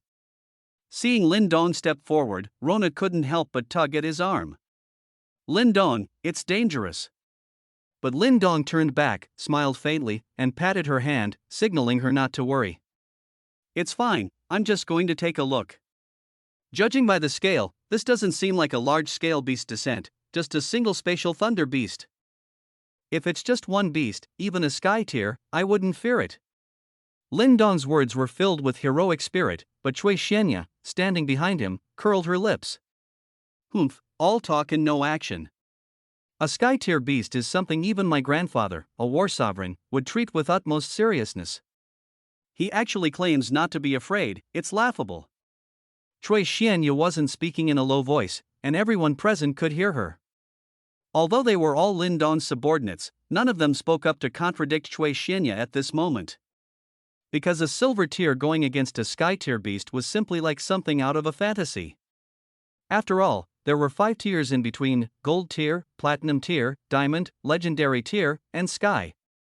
The gap was simply too vast. Even Song Tian Ke, who blindly admired Lin Dong, thought at this moment that Lin Dong was being far too overconfident. Just then, the rift in the sky suddenly made a crisp cracking sound, like shattering glass. A hole about 2 meters in diameter abruptly appeared in the sky. A magnificent, furry tail stretched down from the sky. Immediately after, another tail.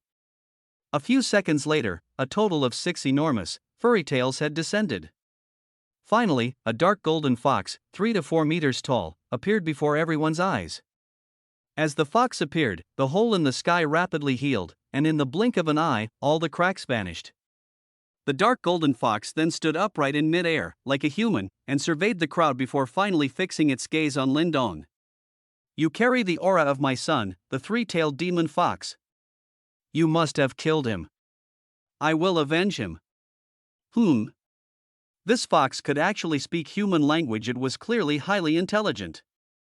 Beasts that could develop sentience were high level among beasts. The origin of this six-tailed dark golden fox must be extraordinary.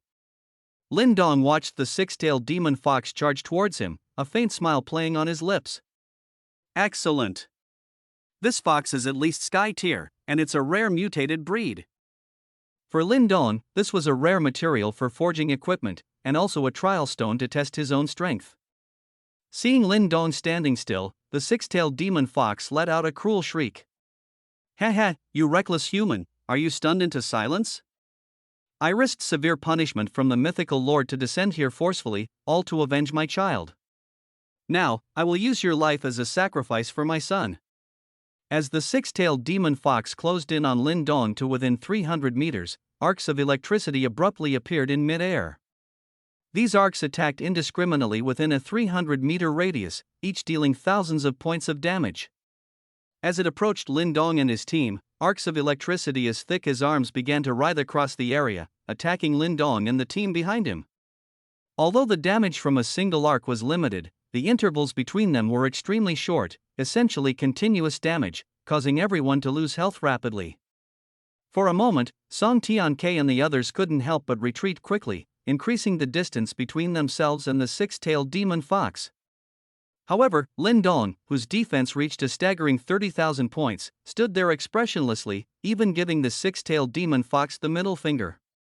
This level of electrical discharge is far too weak. Even 30 lightning bolts at once couldn't break through my defense. Seeing Lin Dong unharmed, Shen, who had been about to intervene, concealed his presence once more. Lin Dong is always cautious. Let me see what method he has to defeat the enemy first. As expected, in the next second, Lin Dong made his move. He took a step forward and produced an ancient, black cauldron, the underworld beast soul furnace. The moment the underworld beast soul furnace appeared, the six-tailed demon fox let out an enraged shriek. "You damned human, you actually forged my son into equipment. I'll skin you alive." Lin Dong chuckled, revealing a row of pearly white teeth. "Don't rush, you'll be joining your son soon. Watch this, step-by-step thunder." Following Lin Dong's shout, the step-by-step thunder skill affix of the underworld beast soul furnace was activated. Instantly, bolts of lightning even thicker than those unleashed by the six-tailed demon fox rained down upon it. In just an instant, 30 lightning bolts struck, directly taking away 45,000 HP from the six-tailed demon fox. This amount of HP was nothing to the six-tailed demon fox, which had 15 million HP. It was like a tickle. However, being injured by a mere silver-tier human was something it could not tolerate. "Brat, you should be proud that you could injure me. But next, I will make you wish you were dead." As it spoke, a vertical eye on the six-tailed demon fox's forehead suddenly opened. Suddenly, within a 300-meter radius around it, spherical lightning bolts, each with a diameter of over 1 meter, appeared. Carrying immense and terrifying energy, they rapidly charged towards Lin Dong. Each of these spherical lightning bolts could inflict at least 5,000 damage, which was incredibly terrifying. "Brat, die." 70 killing the six-tailed sky fox, power exceeding war sovereign. The six-tailed sky fox's six tails swayed simultaneously, resembling a peacock displaying its feathers, exuding an aura of dominance. The vertical eye in the center continuously generated spherical lightning, almost drowning Lin Dong in an ocean of it. Due to the intense light emitted by the lightning, the entire combat area became incredibly dazzling, making even the surrounding sky appear dark. The man and the fox became the focus of everyone's attention. "Heh, human kid, you should be proud to make me use my lightning eye." But Lin Dong, who was facing him, still stood tall, even with an expression of disdain. "Very good, but for me, it's still too weak." "Do you think you're the only one with a third eye? Let me show you what a real third eye is. Come out, Eye of Judgment." As Lin Dong summoned the Eye of Judgment, a blood-red, sinister eye appeared in the center of the crimson full-body helmet, exuding an aura of immense evil. The degree of evil in this aura made it seem more demonic than the six-tailed celestial fox in front of them. The six-tailed celestial fox, enveloped by this aura, couldn't help but be taken aback. "What? How is this possible? How can a silver tier kid make me, a sky tier mutated beast, feel fear? This must be an illusion." But in the next second, something even more incredible happened. Because he was shocked to discover that his defense, health, and even attack speed were all decreasing, dropping by about half. How can it be? What happened? Why is my health bar only 7.5 million? I clearly had 15 million health. This scene also astonished Shin from behind. This is too exaggerated. Without even engaging in combat, all the six-tailed celestial fox's attributes were halved. It was simply unbelievable. Among the onlookers, only Lin Dong himself understood that the first skill of the Eye of Succession, Evil Gaze, had taken effect. Evil Gaze, targets under the gaze fall into fear, and all attributes are reduced by 50%. However, Lin Dong quickly unleashed a dazzling combo next. The richness of his skills stunned the spectators behind him. Lin Dong first let out a loud roar. Time stop. Time stop is an active skill of the Eye of Judgment that can put the target into a state of temporal stasis for 10 seconds. During this period, damage taken is accumulated, and after the effect ends, the target directly suffers all the accumulated damage from the 10 seconds. The cooldown is 60 seconds.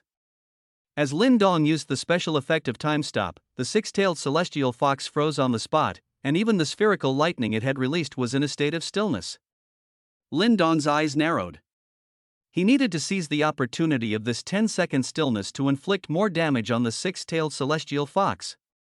After all, damage accumulates instantly, and if used well, it could deal hundreds of thousands of damage points. Next skill, Corrosive Beam. Corrosive Beam is also an active skill of the Eye of Punishment. After being hit by its gaze, the body decays, dealing 3,000 damage over 15 seconds, resulting in 45,000 points of continuous damage. But this is just the beginning.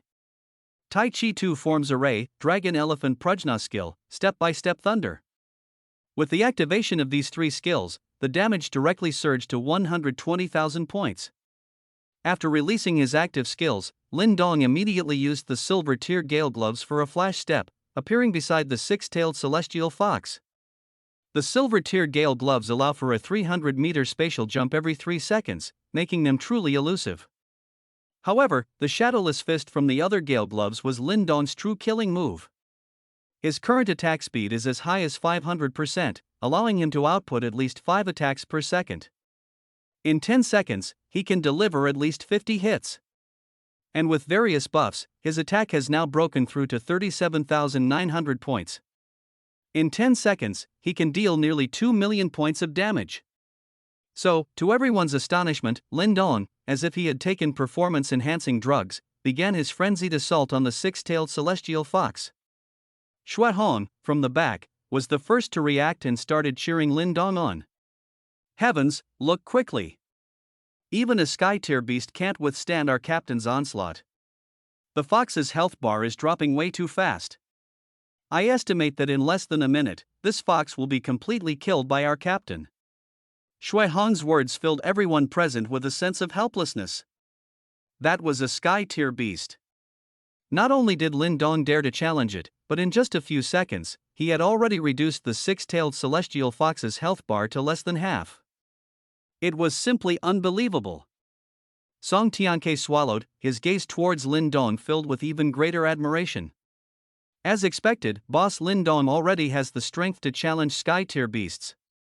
I can't believe I doubted Big Brother's words earlier, it was truly unnecessary.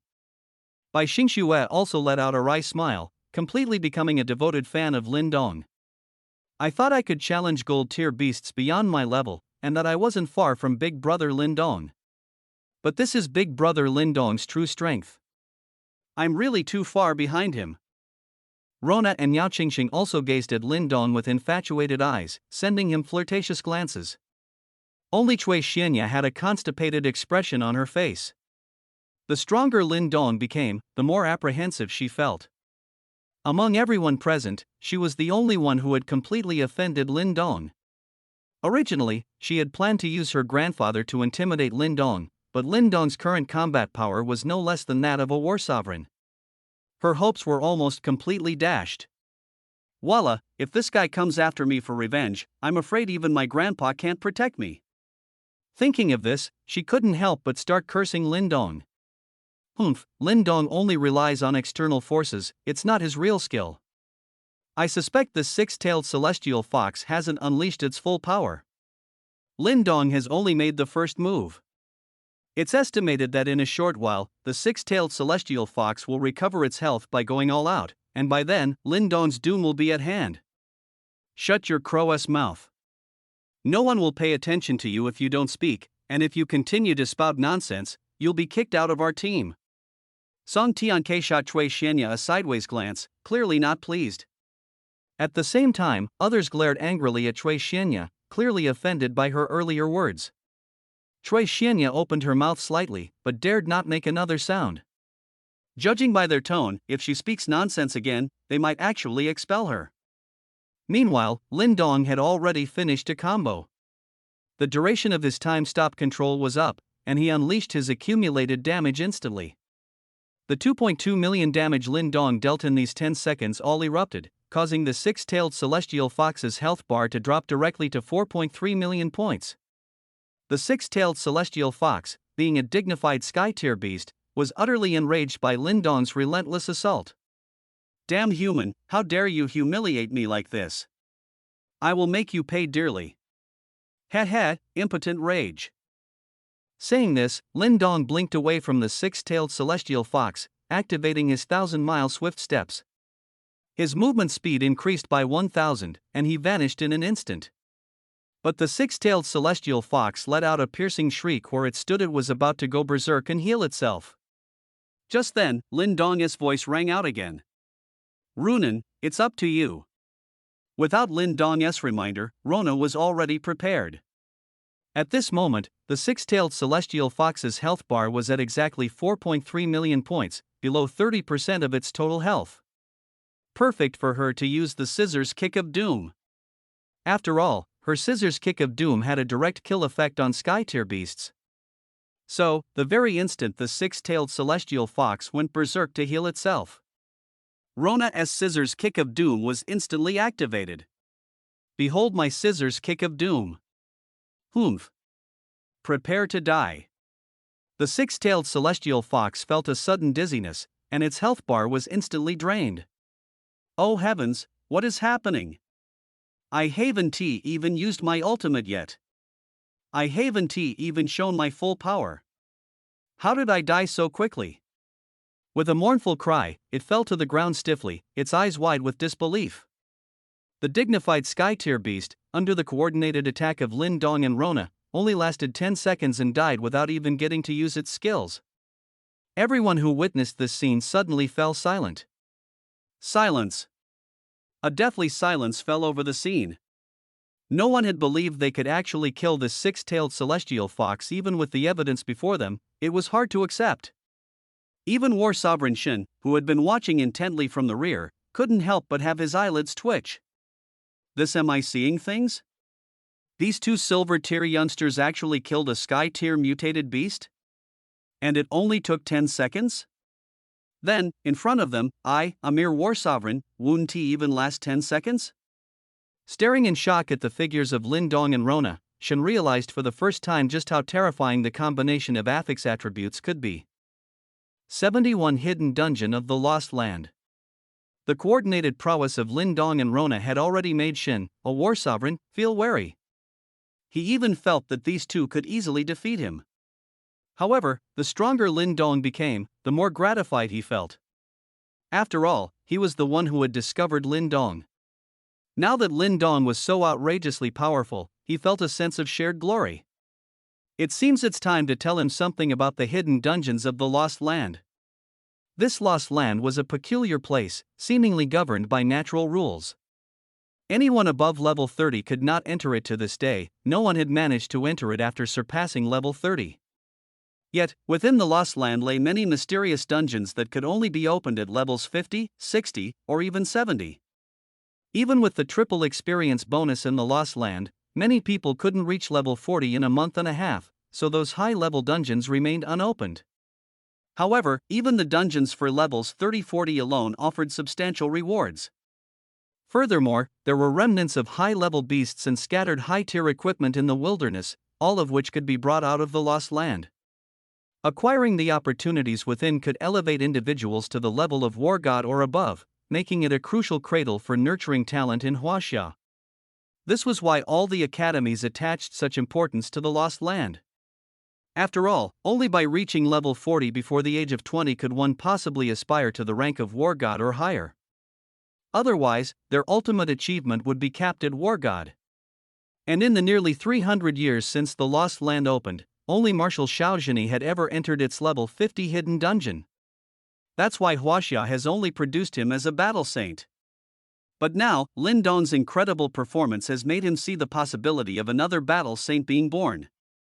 Shin stroked his chin, his eyes growing more determined. It seems I need to go find Principal Xiao Beizhou and get a copy of the Lost Land dungeon map to give to Lin Dong. This way, it will save Lin Dong a lot of time searching for dungeons, allowing him to level up quickly and explore higher level dungeons. So that evening, Shin arrived at Lin Dong's room with the map. Lin Dong was somewhat surprised by the arrival of Shin, the war sovereign. Although he knew Shin had been secretly protecting him, Shin had never appeared before him since Lin Dong arrived at the special training camp. This was the first time today. "Teacher Shin, is there something you need from me?" Shin grinned broadly and laughed heartily, slapping the map of the Lost Land onto the table in front of Lin Dong. "Take a look, it's useful for you." "Oh?" Lin Dong curiously glanced at the map made of sheepskin scroll and slowly opened it. The map depicted a landmass approximately 1 million square kilometers in area. However, only 1/3 of this landmass was marked with information, the rest was labeled as unknown territory. Scratching his head, Lin Dong looked at Shin, somewhat confused. "Teacher Shin, what is this map used for?" Shin pointed to the map with his finger and said loudly, "In 10 days, you will enter the Lost Land. This is the most detailed map of the Lost Land I've prepared for you. The marked areas are regions that Marshal Xiao and Dean Xiao Beizhou explored together back in the day. As for the unmarked unknown territories, they are areas that are inaccessible due to extremely high entry requirements." Hearing Shin's explanation, Lin Dong became curious. "Entry requirements for dungeons?" Shin nodded and began to explain to Lin Dong. "That's right. The hidden dungeons in the Lost Land are very different from the dungeons in our outside world. Everyone can only enter each dungeon in the Lost Land once. Moreover, entering a dungeon not only has level requirements but also requires the sacrifice of special materials, such as Dragon King skulls, Crystal Demon Spirit stones, and so on. The requirements vary for each dungeon. Back then, your teacher Marshal Xiao could only reach level 50 in the Lost Land and enter some beginner-level hidden dungeons for level 50. After listening to Shin's description, Lin Dong gained a completely new understanding of the Lost Land. This Lost Land is so vast, and it contains countless hidden dungeons. Furthermore, there are many special restrictions on entering dungeons. To avoid forgetting, Lin Dong noted down all the key points about the Lost Land in a small notebook. During this time, he also asked Shin many questions, all of which Shin patiently answered. Lost Land, entry requirement is below level 30. Above level 30, entry is impossible. Dungeon features, monster grinding yields triple experience. Many hidden dungeons with special level requirements are concealed within. They can produce special materials and equipment that currently surpass the highest human level. It is also extremely perilous, with many super beasts residing within hidden dungeons. Hidden dungeon features: each person can only enter once. After leaving, re-entry is impossible for life. Dungeon open period, from September annually until early November, a total of 50 days. Exiting dungeon: when the time is up, all participants within the Lost Land will be forcibly teleported back to their entry point. This information was incredibly useful to Lin Dong. After entering the Lost Land, he could be one step ahead in clearing many dungeons. However, he also extracted a more crucial piece of information: within this dungeon, only by leveling up faster could he explore farther regions. Stroking his chin, Lin Dong thought of a new idea.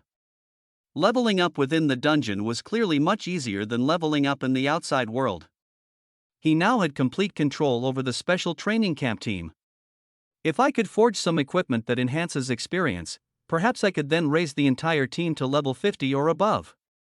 Without delay, Lin Dong began searching through the vast array of forging recipes in the system store for recipes that offered experience bonuses. But to his disappointment, there were very few pieces of equipment related to experience bonuses. The crimson armor he forged earlier was one such item, but the crafting cost for this kind of equipment is too high, and it doesn't guarantee an experience bonus affix every time. After searching for a while, Lin Dong was disappointed to discover that below the mythic tier realm, there was no equipment with an experience bonus. Currently, it appears that only mythic tier gold tier experience books have an experience bonus effect. However, mythic tier equipment is not something I, a blacksmith who can only forge gold tier items, can currently create. Even if I could forge it, I'm only a silver tier warrior at level 20 something, I wouldn't be able to use it at all. Just as Lin Dong was pondering, a yellow exclamation mark suddenly lit up above his system store. Ding, today's free forging recipe has been issued, do you wish to claim it? The system issues one free forging recipe daily, and after it's issued, it's added to the equipment Lin Dong can forge. However, the free forging recipes from the past few days were all useless, so Lin Dong had put them aside. Seeing the exclamation mark, he habitually clicked on it, intending to toss it into his system space. But the next second, his eyes trembled. This is a peach blossom brew forging recipe with a double experience bonus effect?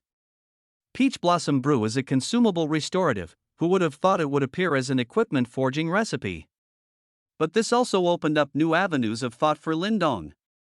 That's right, why should I only forge equipment that provides long-term experience bonuses? I can also forge consumables like potions. Once his mind opened up, Lin Dong felt he had instantly found a new direction. So, he began searching the system's forging recipe store again for potion forging recipes. This time, his search indeed yielded new discoveries. 6 flavors Emperor Pill, triple experience bonus, lasts for 2 hours, can be stacked with other potions.